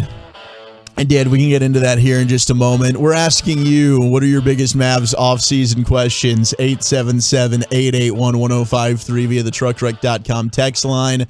Appreciate you rocking with us on Twitch as well. All the Twolos, twitch.tv/Dallas Fan Cam. The General Gavin Dawson and the man, the myth, the legend, Lucius Alexander, both off today. Lucius on vacation all week long. Gavin taking the day off to be with the family. He's got his mom in town, so I'm sure they're hanging out, having a good time. We will have the full squad back together and better than ever on Tuesday, so can't wait for that.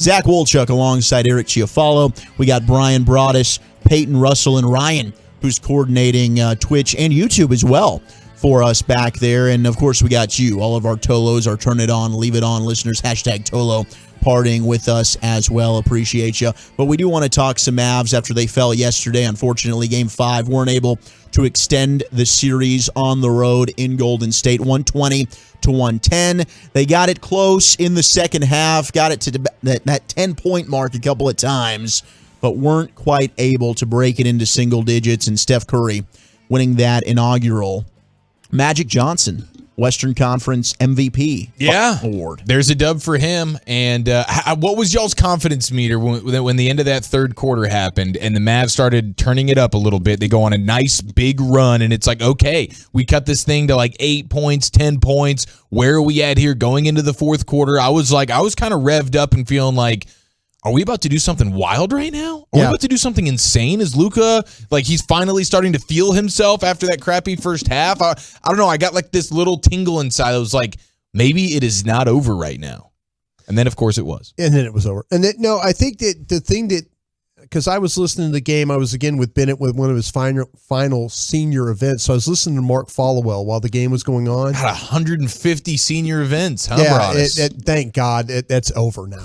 It is completely University of Texas. You're over it. University of Texas. He's all yours. He's chaperoning a late night graduation extravaganza. I was a trash man. Western Conference Finals. I was a trash man. Okay, how about this? Super Bowl winning scout to trash man. Okay, how about this for duties? Okay.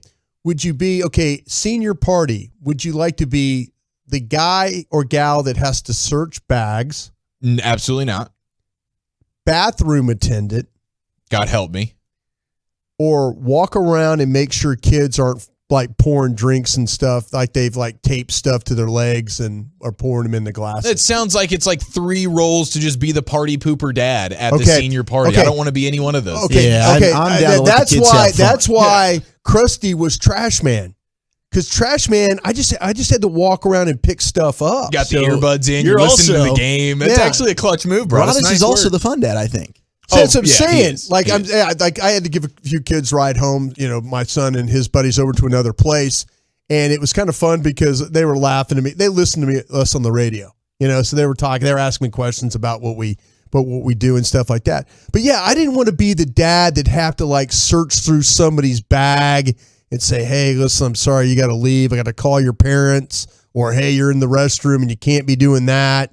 You know, kind of a thing. Yeah, that gets a little awkward. Yeah. So I just didn't want to, I wanted to take the path of least resistance. And I thought Trash Man was a good gig for me. So you didn't notice any of them that filled the applesauce up with vodka? No. I mean, it was funny. These kids wasted. That's maybe. Yeah, I like what you're doing there. It's a go-to Wolchuk move, these kids wasted so much water, like little bottles of water. No, I swear to God. I got it from Chick-fil-A. But don't smell it. God, don't smell it for sure. But listening, like Mark Followell was filling in for our buddy Chuck Cooperstein, and Followell was like, "I'm just telling you guys, I'm telling you this team has come back. The Mavericks have come back before against the Warriors. All they need, it's not swimming all the way from Alcatraz to the Bay. You know, it's not that. You know." So he was being they just kept knocking down shots, and he did. You kind of felt like, okay, maybe they can do this. Maybe they can. Maybe I'm gonna have to eat some croquettes, you know, the next day. But it would have been amazing. Yeah, it would have been. But I mean, there's no better crow to eat than the one where it's the team that you actually love and root for that you thought was going to lose. I'm not gonna lie to you. If they would have won last night, I was going to pick the Warriors again. Well, you should have. You had to just ride that out. I was going to ride it. Yeah. I'm just going to ride it. Yeah. If I picked Dallas in 7, I was going to say, you know what? Let's keep going here. The thing that really makes me happy and encourages me about where we are as, kind of at a society right now is that no one has been inundating Wolchuk here for not putting his beard on the line again. Why do you even need to bring that up, man? No, I'm acknowledging how great that is. That makes me, I think we should does all make feel good me about that. feel really good about it. Yeah. Well, I didn't have, I that's a bet that I just don't think I can do all the time. I need to do it special occasions. Wait. You guys were arguing very convincingly yesterday. About the Mavs and the I'm not talking about Club Mavs. I'm talking about you guys had some really, really good points. I thought that they had a chance, but look, I think we all did feel as though Golden State, once the series started to play out, I just didn't feel good anymore watching those games. Right. I lost my loving feeling for the Mavs at that. I really did. I'm like, how? Before the series, we all picked the Mavericks. Absolutely. And we got a lot of texts, and a lot of people were saying, schmucks, fill in the blank, whatever name. A lot of them are very hurtful sometimes on the truckwreck.com text line. I still love you regardless, okay? You guys were homering it up. And maybe. We're fans of the team, and we try and be objective about it. But when you just knock off what I thought was the best team in the NBA in Phoenix, and the Mavericks played Golden State well and didn't have Spencer Dinwiddie. And I get, I tried to take into account there were some of these games where Golden State was also shorthanded, but Golden State didn't look that much of a juggernaut against Memphis. I really did think, okay, the Mavericks can beat the Warriors. But once we started to get a feel for this, you could tell Golden State was top to bottom, much deeper, and the better overall team. And the fact, really, I brought up Steph winning the MVP for the finals, and I get it. Kudos to Steph. He's fantastic, and he's their best player. The conference finals. But I really thought that it should have gone to Andrew Wiggins. I thought he was the difference maker in this series for them. Yeah, he definitely had some big time moments. He was the biggest surprise for me. I will say that I was not anticipating Andrew Wiggins doing some of the things on both ends of the floor that he ended up doing.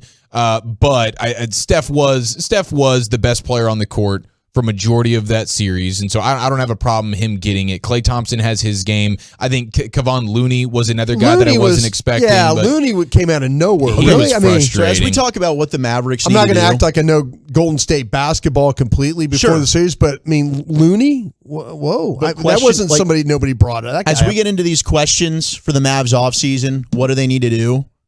We're all looking at, okay, they need to add a big. They need to go ahead and address somebody that can come in and be a rim protector. Well, that's what they're saying. That's what Mark Cuban said after the game. That's what Nico Harrison's been talking about here when he's met with the media. They have been loud about the fact that we need rebounding, we need rim protection. Yeah, it's evident, right?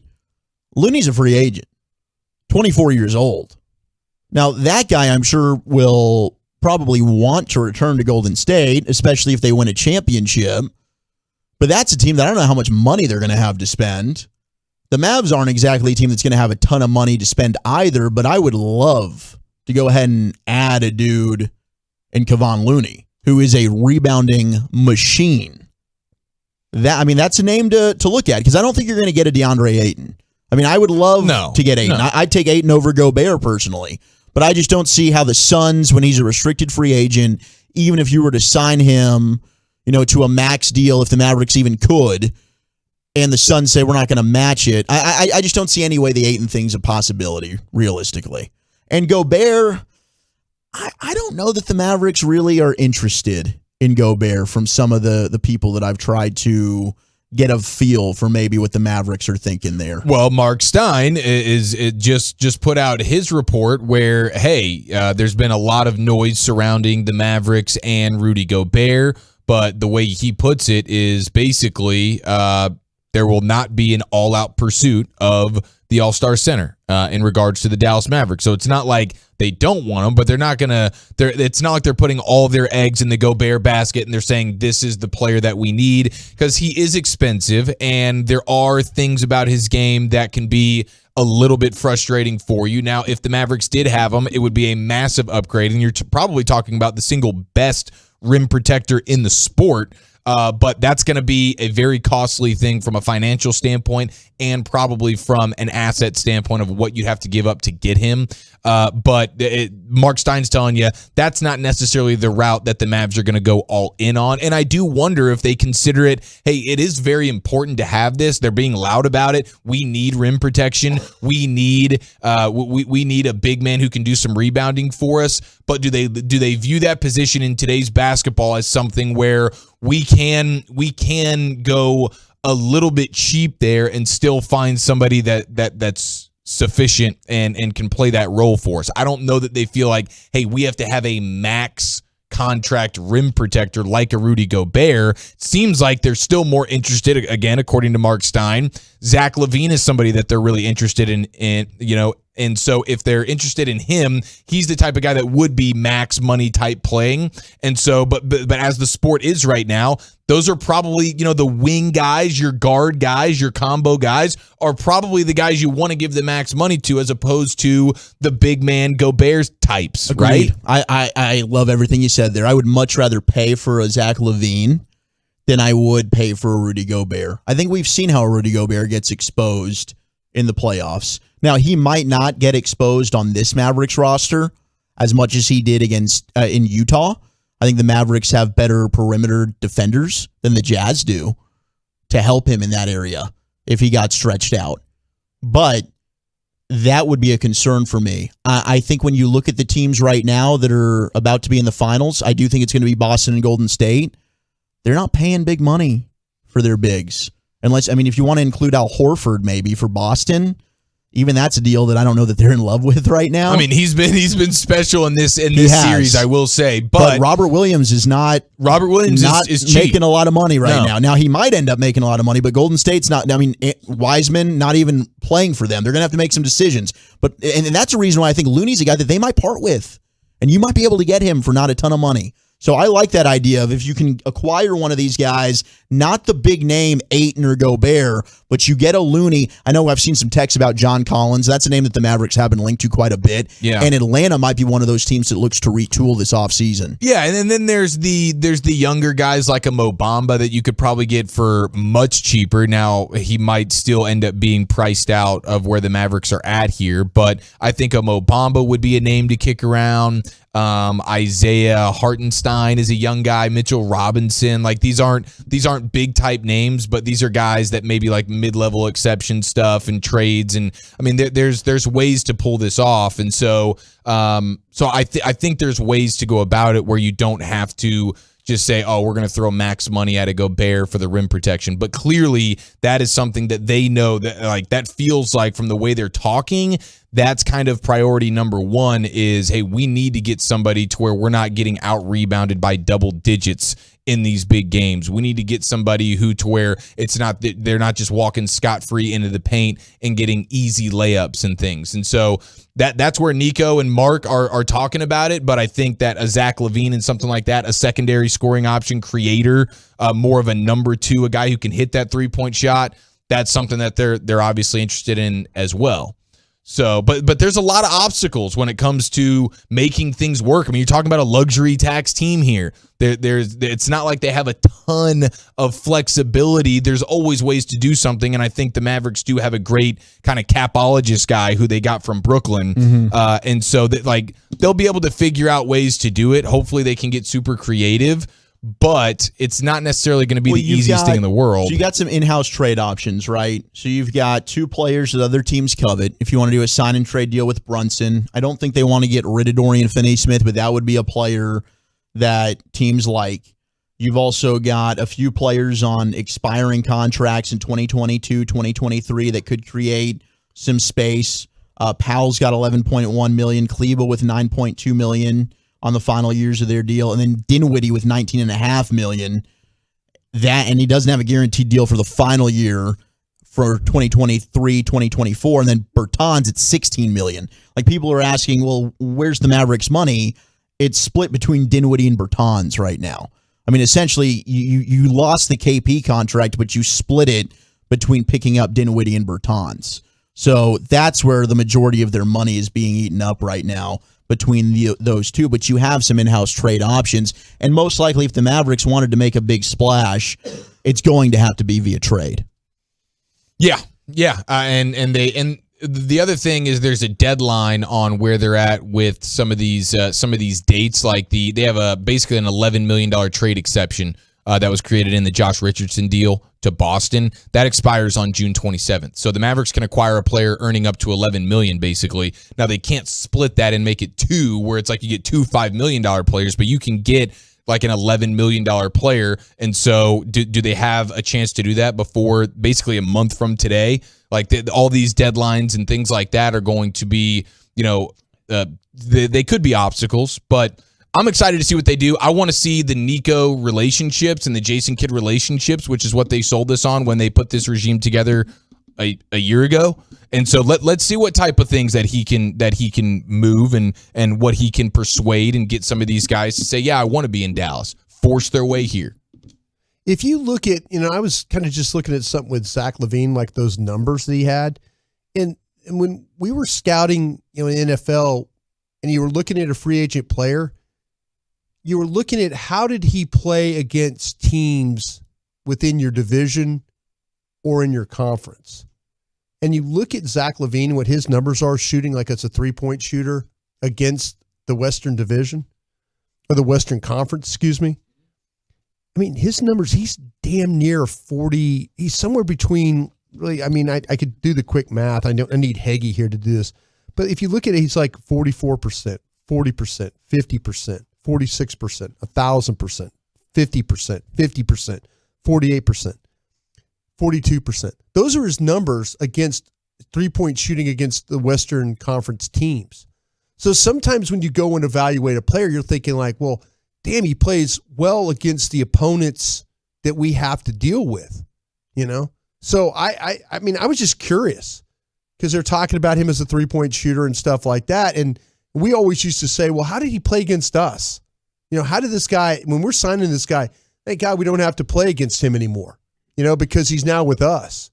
But this guy's, he knocks down a lot of shots against these teams in the Western Conference. Big three-point shots too.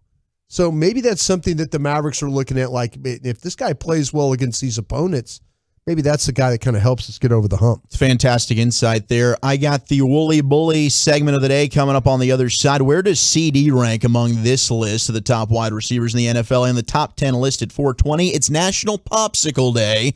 What's your favorite popsicle? I got the top 10 all-time favorites of the people next on The Fan. Got something to say? Then text away. Hit up the truck.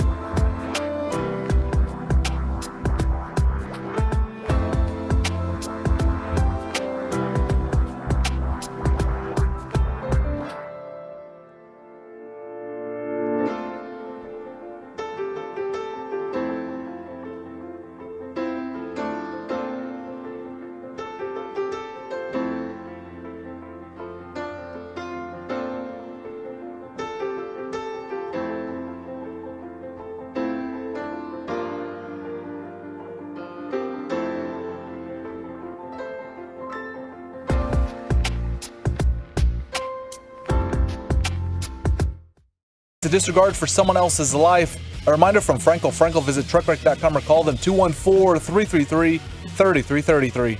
Thank you, Peyton Russell, in for Lucius Alexander. Well-deserved vacation here in the G-Bag Nation for Lucius and for the General Gavin Dawson back on Tuesday after a lovely Memorial Day weekend. Thank you for hanging out with us around the NFL in a few minutes. But right now it's time for Zach Wolchuk, the Woolly Bully, to bring us some lovely, lovely content.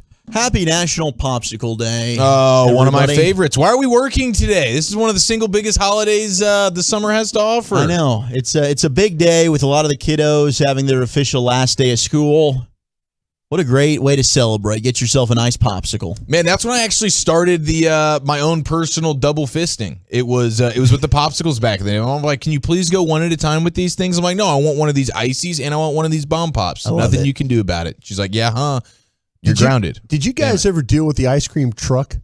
Oh yeah, those. Wait, did those exist back in your day, Rod? Oh yeah, it was a guy pushing a cart. No, it was the cart. No, Yeah. it was an actual the truck. ice cream truck. But there was music associated with the truck. Still is. Okay, you could be like on the other side of the house, and somehow you could hear that popsicle truck music. Yeah, and then it was like all like bats out of hell. We're scrambling for quarters. It was like we were all scrambling to get into fighter jets and stuff. You know, like on the like the field, like we're going up to fly. No, seriously, it was crazy. The kids that come flying out of that house.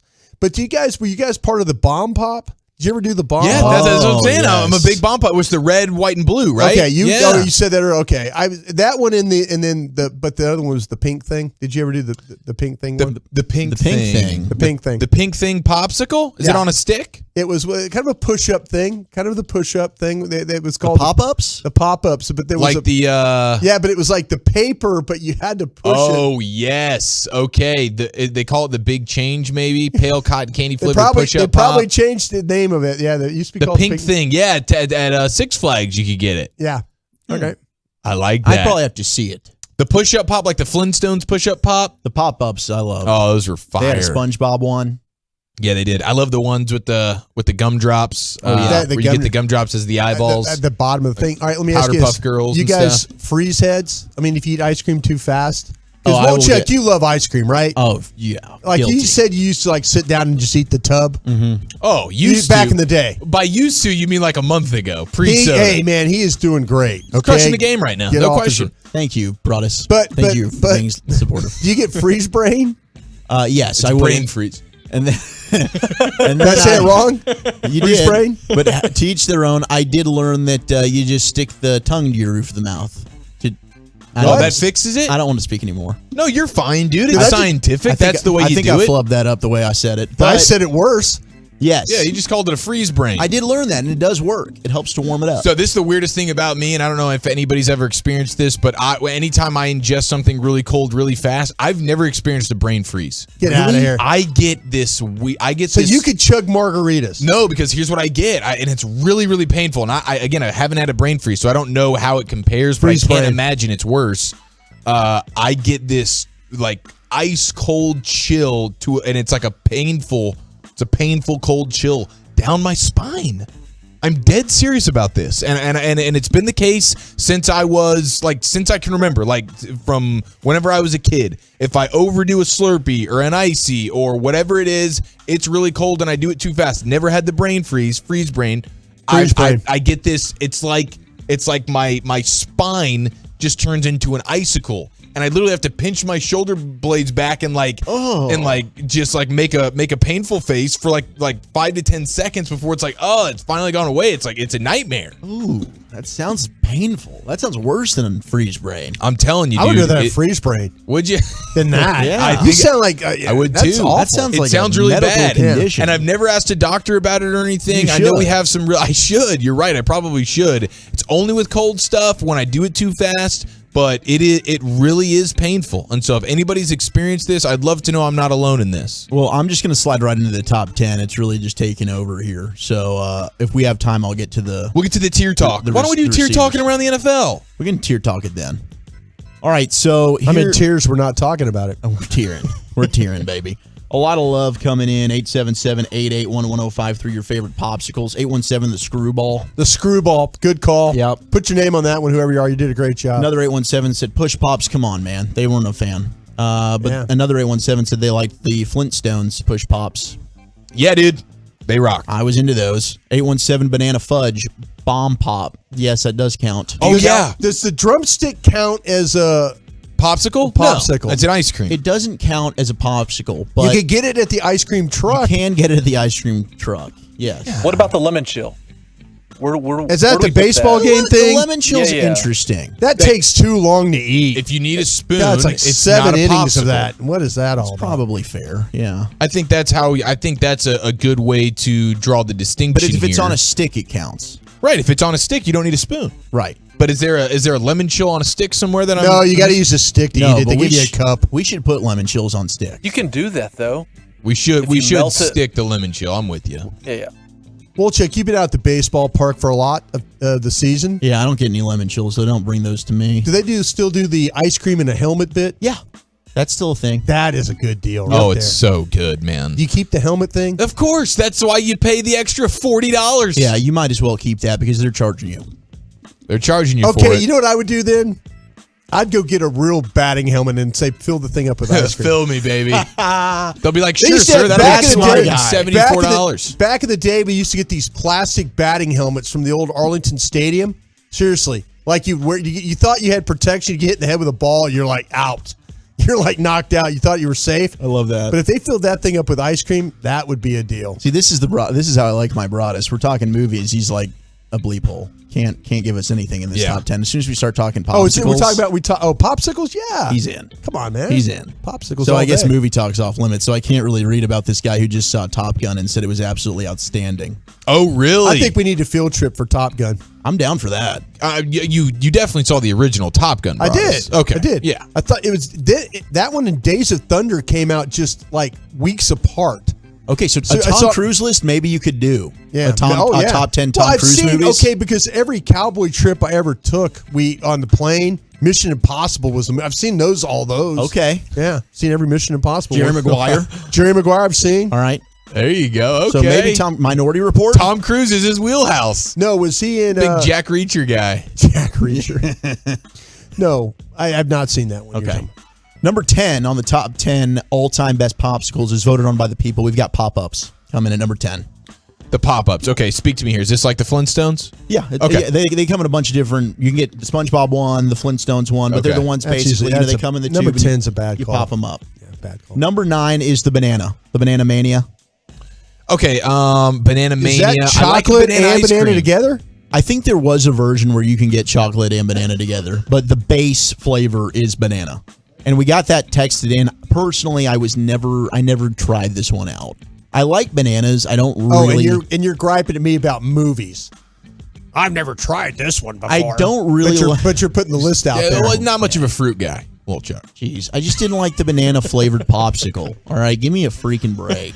I want nothing to do with fruit or vegetables when it comes to my ice cream. Why does everybody at this station have the worst taste in food? Just because I don't like a banana flavored popsicle, I've got terrible food taste? No, it's like everybody's afraid of like condiments or flavor or any of that stuff. I'm not afraid of either. Me. I'm a big condiment I guy. love condiments. You sound like you're Irish, sir. I'm not afraid of either. Not afraid of either. I need will more you do power. Can you do the next 3 minutes of this segment? Can you do the rest of the list in your Irish accent? Yeah, I want Sean Connery. Do this segment in Sean Connery voice. I think I'm going to sound like a schmuck. Do it. I can't do it, man. There's too much. You could do the Irish. You nailed the Irish. Read the popsicles. Number 8, we got the Spider-Man. The Spider-Man ice cream. Spider-Man. Number 7, the Cyclone popsicle. Cyclone, huh? She moves her body Tell us like about a that, cyclone. Yes, the popsicle cyclone. It's an old classic. Number 6, we've got the cherry. The cherry one. I was into the cherry flavor. You like cherry? Yeah. But you don't like the banana. No, not the banana. Why not? Cherry popsicle. The banana flavored wasn't my jam. You lost character there for a minute. Number 5, we've got the firecracker. The firecracker. Ooh, the firecracker popsicle? That was the red, white, and blue one. Oh, I call those the bomb pops. So, That's a bomb pop. Yeah, Well, it's but it's the same thing. The box bloody says firecracker on it. Yeah, it does. It Come really on with does. your bomb pops. I'm sorry about that, Shrek. Number 4, we've got the fudge. The fudge. Ooh, just the fudgesicle. The fudge bar. Man, I'm a big fudge bar guy. What's the oh gosh, dang it! What is the ice cream place that is around, and they just specialize in the Dairy Queen? Sons. No, I'm gonna get this figured out. Andy's, I apologize, boys. Andy's frozen. No, it's not. I love me some Andy's. I love me some This Andy's. has gotten very Scottish. Yes, it's morphed into a McDougal It's situation. more so Scottish than anything. Oh gosh. Oh, Steel City. Steel City Pops. Steel City Pops. Yes, sir. I love those. Number 3, we've got the grape. Grape. Okay, cherry and grape. That's okay. What are we doing? Oh, they're very popular. I guess so. With who? According to America. The Scottish? The people. The people? Of America. The people of America. Number 2, root beer. Root beer popsicle? The root beer popsicle. I don't remember that one being on the ice root cream beer, truck. banana, and lemon lime apparently all came in the same box. Wow. Is it like root beer float kind of deal? Uh-huh. The root beer float is not overrated, by the way. Number No, it's not. 1 on the top 10 most popular popsicle flavors. Creamsicle.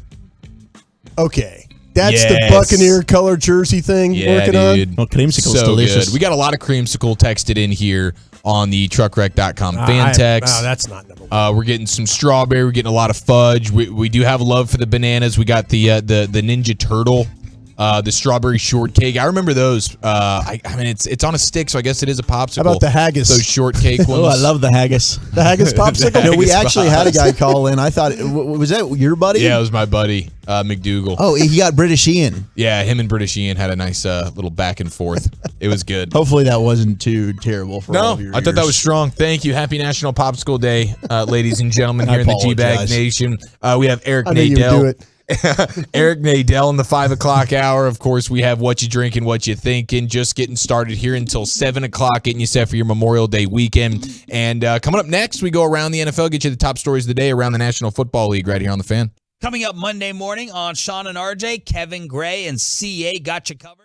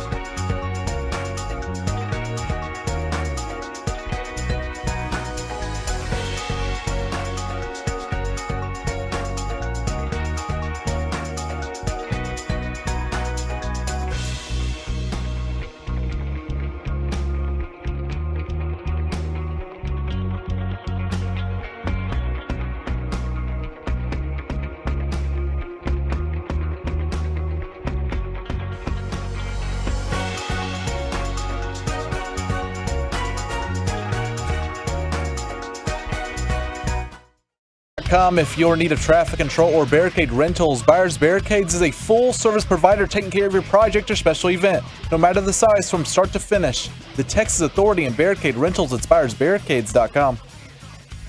Thank you very much, Peyton. Appreciate all the feedback there on the truckwreck.com text line as my Irish, very Scottish accent, I don't think went over too terribly with the Tolos. So appreciate you there. Thank you, Broadus. Only a handful found it offensive. Also. Yeah, no, I appreciate that. The Scottish actually found it offensive. Yeah, they did, and I apologize to all those that were. We will have Bobby Belt, our Cowboys insider, coming up at the top of the hour. The Beeve, I'd actually like to apologize to him because I set up the 5 o'clock hour and I completely ignored the fact that he was going to be joining us, and he let me hear about that on the Twitch chat there as he's hanging out with the 12-0s right now. My apologies, Bobby. Real quick, when we were over in 2014 when the Cowboys were playing in London, and I remember being with Shannon Gross, who's the social media director and all that over there. Great beard. Yeah, he leads the league in beard. Shannon is a great guy. And so he had some buddies that we met over there in London, and one of them was actually Scottish. And it was funny, he had on a kilt and a Tony Romo jersey. So he had both. I mean, it was hilarious. That's great. But initially I couldn't understand a word. Like, he was asking me questions. And then the more of those IPAs I drank, by the end of it, I was talking like him. And I could understand. Yeah, it's funny how, like, if you're around somebody enough and that, because at first I had they were having to translate. Like, he would, like you were using the accent. I don't want to try and do it myself. You should. But he would ask me a question, and I would look at his buddy, and he'd say, he wants to know about this. And by the end of the night, I completely understood everything he was talking about. Well, it's funny when you sit there and you have a bunch of pints with people, but that was such a great trip, by the way. There's a lot of folks over there that listen to us, late at night and early in the morning and all that are huge Cowboy fans that love to get their content from us. And I missed the fact that Jacksonville got to host they were hosting the Cowboys. Sure. I was hopeful that it was going to be another one of those London games. Oh, I know. I love it. Yeah. It would have been. I was surprised the Cowboys didn't get picked for one of those games in Europe. Maybe even the Germany game, the first game over there. You never know. Well, maybe there'll be another place another day. Well, this is really fun because it brings out new individuals. First time chat from a viewer here in the Twitch chat. It's Sensual Chocolate 1. He says, "Hey, I'm from the UK right here." There you go. Yes. There you go. Thank you. And it's funny that you say that. I mean, for me, listening to that dialect has, since birth. I grew up, obviously, as you know, my family's from South Africa. My grandmother was from England. Right. So a lot of my family is spoken with accents like that. Sure. But even certain shows, like as I've grown up here in the United States, being the firstborn American here, born in Dallas, raised in Plano, like a show like Peaky Blinders. You got to use the subtitles. Initially you do, and then by the end, when you understand who the characters your are, ears train themselves. They train themselves. Yeah. When the brothers all get together and talk, or they're out there in the field or something like that, then you pick it up what they're saying to each other. Birmingham. Yeah. Such a good show. Oh, the accents are so fun though, and that's what meant like Walchuk's mom's a Total Smoke Show, and then she has the accent. And it takes her from a 10 to a 12. It's just incredible. She's a sweetheart. All right, let's go around the NFL. Let's go around the NFL, G-Bag style, on 105.3 The Fan. Around the NFL brought to you by Metter Dodge Chrysler Jeep. Who's got first down, gentlemen? I'll take first down. How about this? Let's go with, these are from our buddies from the Cowboy Wire. This will be Todd Brock writes this one. And this is an article about Jaron Kearse loves being the example for the Cowboys safety group. How about that? Yeah. We weren't even talking about this guy last year, right? We were talking about him being like, oh, okay, they brought in another safety that can't cover, can't move, can't do this, can't do that. Special teamer at best if he makes the roster. We did talk about him, but not in a positive way. Yeah, but not in a positive way. And he's talking about now the 28-year-old safety. He made 15 starts for Dallas last year, more than he amassed in his previous 5 NFL seasons combined. And so he found himself taking over the play calling duties. We know he had the green dot on the back of his helmet, but now with a new 2-year contract extension worth about $10 million, he is going to, he sees his place on the team very differently. He goes, around this time last year, I was coming in to compete, just trying to get my feet wet, trying to earn my way here. And so now I'm established that I'm a leader, and the guys look to me to lead. The play has to be there, along with me encouraging guys and that type of thing. So good for him.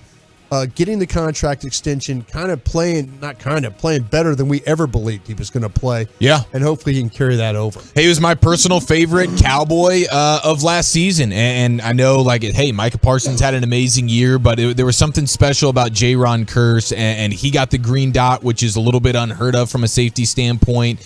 He's got the vocal leadership. We know what he did on the field. Coaches trust him. Maybe the best tackler, probably the best tackler on the team, and maybe one of the best tacklers in the entire league. And he creates an element of creativity that Dan Quinn can have some fun with. Is he going to be a linebacker in the box? Is he going to be playing him a little bit more traditional safety style? But I love Jaron Kearse to death. You can see him during the OTAs. He was late coming out. I don't know what the deal was there, but he showed up kind of mid-practice a little bit, and he stands out amongst the safety group. He's far and away the most physically impressive dude there.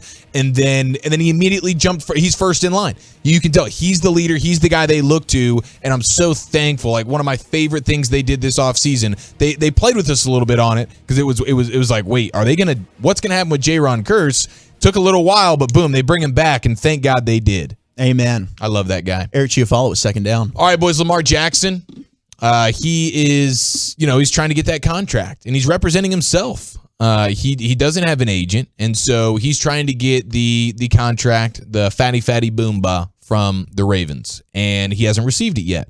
Well, he has not appeared at the voluntary OTAs in Baltimore. And so Chris Sims actually kind of called him out and was like, man, he was like, Brady wouldn't be missing OTAs in year 4 of his career. Brady didn't miss an OTA until he had played in 4 Super Bowls. That's what Chris Sims was saying. Well, that tweet goes kind of viral. Lamar Jackson quote tweets it. And this is Lamar Jackson, but he's talking in, I guess, third person. He says, Lamar wants to be Lamar, Chris. This part of OTAs is voluntary, my guy. I will be there, just not on your watch. It's probably other quarterbacks not attending voluntary OTAs either, but since it's Lamar, it's a huge deal. Find something else to talk about. Well, did he say the same thing about Kyler Murray? I don't know. I get what Lamar's saying, but the thing is with Chris Sims, to Lamar's point, just have that same energy across the board. And I agree with Lamar on that. I agree with what Chris Sims is saying. I think when it comes to a quarterback, I'm all about you getting your money and doing what's best for yourself, but you got to be there. There isn't voluntary when you're the quarterback. You're the leader of that team. You always have to be there. That's how I feel. Yeah, I mean, this is tough. This is the from a front office perspective. Yeah, you want your guys there. You want them, but you also you're in if they're at these camps and all of a sudden they're out there practicing, and then something happens. I can understand them. Like, what if they drop back and all of a sudden the knee buckles or something like that? Well, he's under contract. I mean, are you saying like if there's an issue? Yeah, but if there's an issue and he doesn't get an extension, or he doesn't want the extension, right? I mean, not doesn't want the extension, but it prohibits them. Like, well, you're now damaged goods. Yeah, we'll let you play out. I'm kind of that's fair. I mean, I can understand why Lamar's not there 100%. Yeah, I just think that it's so important for a quarterback. Especially a team like Baltimore that seems like they've gone all in on the defense, signing a lot of guys. Sure, that AFC is stacked. I don't know necessarily that Baltimore is a team that I'd be picking. I agree with you, man. But they have as good a chance as anyone if they can figure it out. I want my guy there, but I can understand from their standpoint. It's like, okay, why? If I'm your guy. If I'm your guy, show me I'm your guy. So that's fair. Yeah. I get Lamar feeling that way. I just want my quarterback in the building. That's how I feel about it. But to Lamar's point, if I'm putting myself in his shoes, I'd feel that same way too, Brian. I think that's an excellent point. And it's especially with his play style. He knows, like, hey, I run the ball a ton. I'm one play away from something crazy here. More so than any other quarterback in football. Him and Kyler, both of them, probably more so than anyone else. All right, third down here. I mentioned that CeeDee Lamb, where is he in PFF's rankings, is they put out receiver rankings in tiers. So they got 5 tiers. You got tier 1 is elite. There's Tier 2, young talents on the cusp of Tier 1. Tier 3, former Tier 1 veterans eyeing a bounce back, getting healthy. Tier 4 is maybe not elite, but high-quality pass catchers. And then Tier 5, up-and-comers. There's 32. All right, they rank the top 32 receivers. Which tier do you think CD comes in? What was that up-and-comer? What was the up-and-comer tier? The up-and-comer tier. That might be a little bit disrespectful. I believe that was Tier 5? I just can't Tier imagine. 5 was the up-and-comers, and I will tell you that's 30 through 32. Okay, well then That's he's not going Jalen to Waddle, be there. Devontae Smith, and Darnell Mooney. Okay, CD Lamb. So he's not in Tier 5. No, he's not in Tier 5. I'll say he's in the... Are they going to give him the on-the-cusp tier? Tier 2? Tier 2? He is on Tier 2. Wow. Young talents on the cusp of Tier 1. He is ranked as the 12th best receiver in football heading into this new year. They say... Dude, that's high praise right there. CeeDee Lamb was pigeonholed to the slot as a rookie, but was given an outside job in 2021 where he showcased his best play. He lined up out wide last season. The former OU was the 6th highest graded receiver in the NFL last year. He needs to get better defeating press coverage, but he ate when giving a free release. He also attacks the catch point well, strong after the catch, ranked top 5 in both contested catch rate and broken tackles after the catch with 19 last year. The receivers ahead of him, DK Metcalf at 11, A.J. Brown now with the Eagles at 10, Debo at 9. That was the rest of Tier 2. And I'll tell you what, I'll give you Tier 1 through 8. Go. Number 1, Devontae Adams. 2, Cooper Kupp. 3, DeAndre Hopkins. 4, Stephon Diggs. 5, Tyreek Hill. 6, Jamar Chase. 7, Justin Jefferson. And 8, Mike Evans. That's how PFF sees it. Dude, having him at 12 I think is pretty... Just on the outside. That makes me feel good. By the way, Amari Cooper was 22 on this list. Ooh. All right, coming up next, Bobby Belt, our Cowboys insider on The Fan. Stick around. We've got much more to talk about next on The Fan.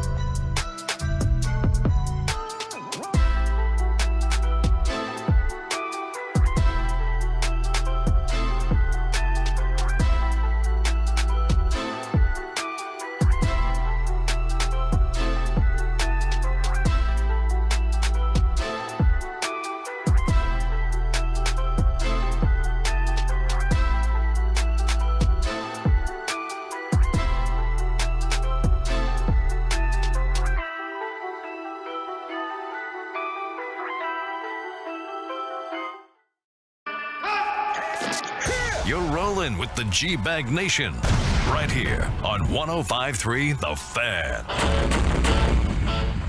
Hour number 4 of the G-Bag Nation on this Fan Friday on your home of the Cowboys, home of the Rangers, your DFW sports station, 105.3 The Fan. We've been having some Maverick therapy here with you. 877-881-1053 after their season ended with a Game 5 loss to the Golden State Warriors. About to catch up with our Cowboys insider, Bobby Belt. We'll talk with your Hall of Fame voice of the Rangers, Eric Nadel, on the other side. Then we'll have a little What You Drinking and What You Thinking coming up at 5:40-ish.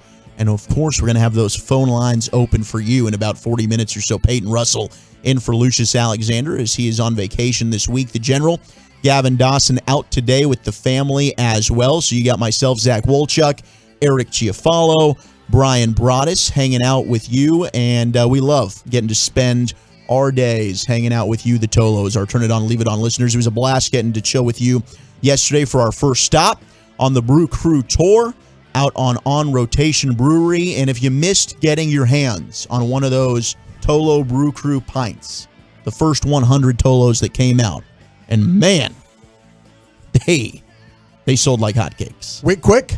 They did. Even though they were free. They were free. But I just like the way the sold like hotcakes sounded. It does flow. It kind of it was fun to say. We also had the shirts, and Broaddus is repping one of the shirts now. The Twolos can see it, twitch.tv/DallasFanCam. Now, those did sell, and those proceeds benefited the North Texas Food Bank. They are sexy. Broaddus looks great in that shirt, man. Red might be his color. I think so. I know he loves the purple and the yellow. I tried to find a purple one. They didn't have one. Did you? I did. Not surprising. I asked them to go, you got purple or you got yellow or gold? And they said, no. And I said, okay, I'll take this one then. So, yeah, it was fun. That's a good question from the 563 and AC/DC question there. I'd probably a Brian as well. I'm going to answer Brian, lead singer. Which one did you prefer? Go with Brian. Now, without further ado, let's welcome in our homie, the Beav himself, Bobby Belt, joining us via the Diamond Factory hotline. Bobby, how the heck are you on this Friday, my friend?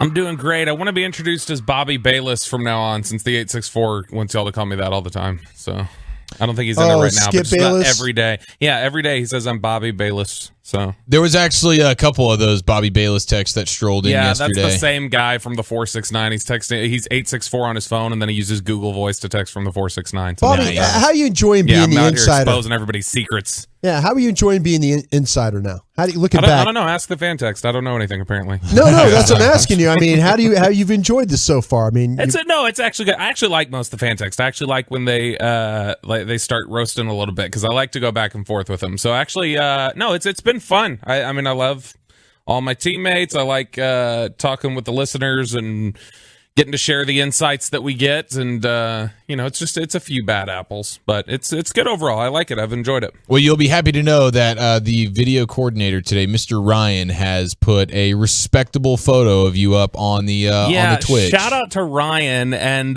shout out to Bone Crusher over at the Cowboys who took that photo. Yeah. But that was I sent that photo to Carter like a month ago, and Carter won't put it up still. When Carter is in here, it's still the old headshot, even though he told me he just needed a new photo.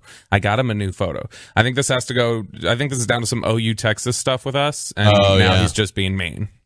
Understandably so, man. I mean, come on. That makes a ton of sense. Did you hear the CeeDee Lamb conversation that Wolchuk just brought to the table about the tiers? I started to, but then I turned it off because I hate CeeDee Lamb, according to Wolchuk and everybody else, just because I say he's a good receiver who needs to show he's a great one this year. But no, I mean, I heard what PFF has him as the 12th ranked receiver heading into this season. Yeah, I mean, I'm not like a CeeDee hater by any means, but like that did seem surprising. I think it's absurd to say CeeDee is 10 spots ahead of Amari Cooper. I will say that. I don't think that's accurate at all. You saw him here last year; he wasn't better than Amari Cooper. So no, he's a top 20 receiver to me, and he could potentially be a top 10 receiver, but he's got to show it this year. He's got to step up this year. And so, it's funny. I was talking with actually Wolchuk yesterday after he got off the air. He said you called him at an ungodly hour. I did not. I called. What time I called you? You're like weird, 7:40? Bobby. You call people at weird times. This time was not an ungodly hour, No, it but was he has 7:40. called at weird times, and it kind of turns me on. Yeah. I mean, well, a lot of times it was because he was getting off at 11, so I would call knowing he was still up. That's when he very got fair. Off at 11. So, no, but I will send Broadus texts at like 1 in the morning. He knows that. He's seen those before. Yeah, I have. It's good. No, but It's okay. We have this discussion. This isn't just a big year for CeeDee Lamb. I wanted to kick this around with you guys, and I don't know if Wolchuk's brought this up already. The idea about James Washington. Is James Washington going to be our litmus test for does Dak make receivers better? Like, isn't this the first real example we've had? A guy who had talent, struggled at a previous spot. He gets here. Can Dak turn him into something better? So I was waiting for you, Bobby. I was waiting to kick this around with you because I do think we stumbled upon something because last night, as Bobby mentioned, we were kicking this around. No, it's a good thought. And, Bobby, we were mentioning, Dak, and has he basically made any receivers around him better? And Bobby said Amari. And, I didn't really want to rock with Amari because I think that there are holes you can poke in that, with Amari being a top 10 pick and the fact that, he wasn't horrible in Oakland. And yes, it was Oakland. It wasn't Vegas at that time. So don't correct me on the text line. I know that you guys like to do that, and most of the time you're right. But it was Oakland at that time.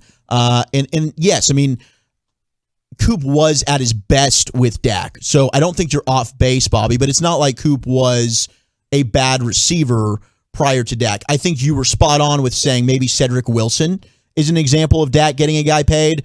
But I think James Washington might be a guy to watch with second-round pedigree, talented, was a bust in Pittsburgh, now coming to a new team.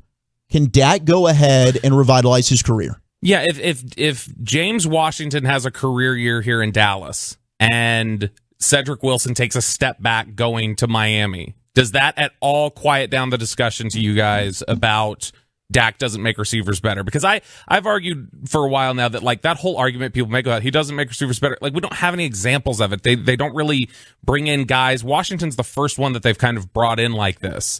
And they keep their own guys. They're not necessarily pushing them out the door like Cedric Wilson was allowed to just walk away, but they re-signed Michael Gallup and they tend to retain their own. So I think this is going to be our first example to kind of actually address that question will be this year, just based off of what does Cedric Wilson do in Miami? What does James Washington do here in Dallas? And I would expect, obviously, just from my perspective and thinking Dak is one of the better quarterbacks in the NFL, I would expect that that's going to play out that way. But, I think for those who have always said he doesn't make him better, it's like, I don't know that you have tangible evidence to point to. This would be the year where you might be able to build up a case if things don't go well. Is it possible to make a receiver better that only catches 52% of his passes? Which receiver are we talking about? That's his career. James Washington, that's his career. Yeah. If he catches 65, does that matter? Well, no, wouldn't that matter at that point? No. I'm just saying though. Maybe we're asking. Okay, if he doesn't develop, is that on Dak or is that on James Washington for just being kind of a 50-50 catcher? I would say this: is he worse when he gets to Dallas? If he's worse when he gets to Dallas, then that's troubling because he's a veteran now and he should be in a better position. That's what I'm saying. In 4 years, you look and again, Pittsburgh's situation at quarterback hasn't been great. The last several years. Ben Roethlisberger's been in and out of the lineup. He didn't throw the ball down the field and all that. Washington was that type of receiver, if you remember him in Oklahoma State. His ability to get down the field. If I start to see some of the flashes that I saw at Oklahoma State, I'll be encouraged. But this guy's basically a 50-50 catcher when it comes to the football. And I'd hate to say, well, Dak didn't make him better. Well, no, maybe this guy wasn't good enough to begin with. That's a fair point, but I think if we see that, but then we'll blame Dak. If he improves, if this guy improves, you'll say, well, man, good for Dak and good for the Cowboys for getting this guy better than a 50-50 catcher. But and if he's worse, then I think that's something it's you would like, then be able to put on Dak too. Yeah, that's what people say. Well, look, Dak didn't help him get any better. I think this is and that's unfair to Dak. Couldn't you couple however Cedric Wilson performs and however James Washington performs, couple that to start to get a picture to see what kind of a player Dak turns other receivers into? I think yes. You could. I think it maybe not on their own, maybe not Cedric Wilson on his own, James Washington on his own, but if we combine their two outputs this season and compare them, Wilson in Dallas last year, change of scenery, see how he does there, and James Washington coming to Dallas to get a fresh start. Can we not combine those two players to say, here's finally somewhat of a picture of what we can see in the same season measuring, does Dak make guys better? No, I think you're onto something with that. I agree with you there. A lot of texts coming in about what about Cole Beasley? Would you guys give Dak credit? Beasley's best year was with Dak. Would you give Dak credit for getting Bees paid in Buffalo, or because he also was good with Tony Romo, maybe not so much? The Bills used Cole Beasley in a different way than Dallas ever did. Like the Bills actually did put him outside occasionally, and Dallas never did that. He did perform better. I would say this. He performed better with Dak that one season in 2016 than he had with Romo. But I think a fair criticism that came out of that, because whenever you pointed that, Cowboys fans pointed this out of, well, yeah, he's a dink and dunk guy, so he's throwing it to the slot guy, and that's why he's getting all those touches. That's fine if you want to say that. That would at least blend in a little bit more to their argument that, well, of course, because Dak doesn't push it down the field. Romo did, so Romo wasn't going to need Cole Beasley as much. But I think you've seen Cole Beasley improved with Dak Prescott, but that may have been the same function that people always argue about with Dalton Schultz, that, oh, that's just your safety blanket, and that's who you're throwing to. No chance Dalton Schultz is getting any type of David Njoku style contract from the Cowboys, right? At least not this offseason. Man, it's whenever you talk to people around that situation, it's kind of just been, nope, completely silent. Nope, nothing going on. Nothing stirring here. And so I think the Cowboys are content to kind of just let that play out. Build things up, see where they're at with McEwen and Jeremy Sprinkle, Ian Bunting, Peyton Hendershot, and Jake Ferguson. See how that tight end group looks heading into 2023, and then decide if they need to add a new one. Just roll with that group.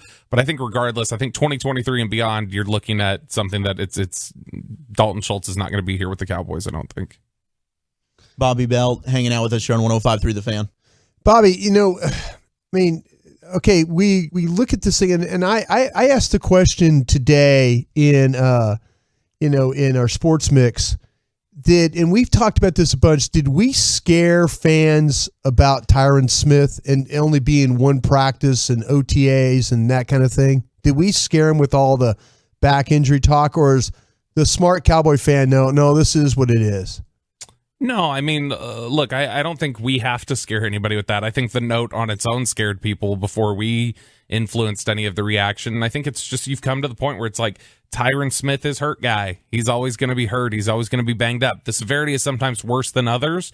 But I don't think necessarily the fact that it's June and his back tightened up is some sort of indicator that this is going to be one of the worst times. But I think it is an indicator of he's still the banged up guy. The bigger thing that I'm concerned about, and this is something that I think a lot of people have let fall out of their memories a little bit, was just how bad he was against San Francisco. And I know we've talked about how the COVID, coming off of COVID, could have been at play there for Tyron Smith playing as bad as he was. But I just know that internally that freaked the Cowboys out, how bad he looked. And it made them concerned about, are we entering a really sharp decline? I would say we have definitely entered a period of decline. Tyron Smith is no longer in the very top tier left tackle in the NFL, I don't think anymore. But how sharp is that decline? How quickly is it coming? And I think that that's something that the Cowboys became really concerned with at the end of this year. That was really scary to them, I think, what they saw out of the San Francisco game from Tyron Smith. All right, Bobby, you know what time it is on a Friday here in the G-Bag Nation, my friend. What are you drinking and what are you thinking?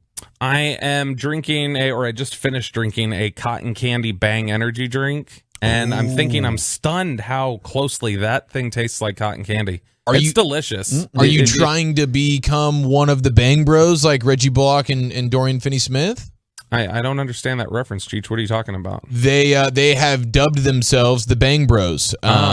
There's the Splash Bros with the Warriors, of course, and then I guess the media asked them about a potential nickname for the two of them, and Dodo said that they were the Bang Bros. So maybe but you said it with kind of a cheeky tone, so I didn't know what you may have been referencing. Cheeky, everything's cheeky. It's after 5 on a Friday, going into a Memorial Day long weekend. Bobby, everything's cheeky from here on out, brother. I enjoy a good Bang, so that's what I was doing. I was drinking a Bang energy drink. Bobby, thank you so much, brother. We'll catch you next week. I love y'all. We love you more. There he goes, Bobby Belter, Cowboys Insider, every day, usually at 5:20, but today, grateful and thankful that he moved up to 5 o'clock because we got the Hall of Fame voice of the Texas Rangers, Eric Nadel, coming up next on The Fan. Listen.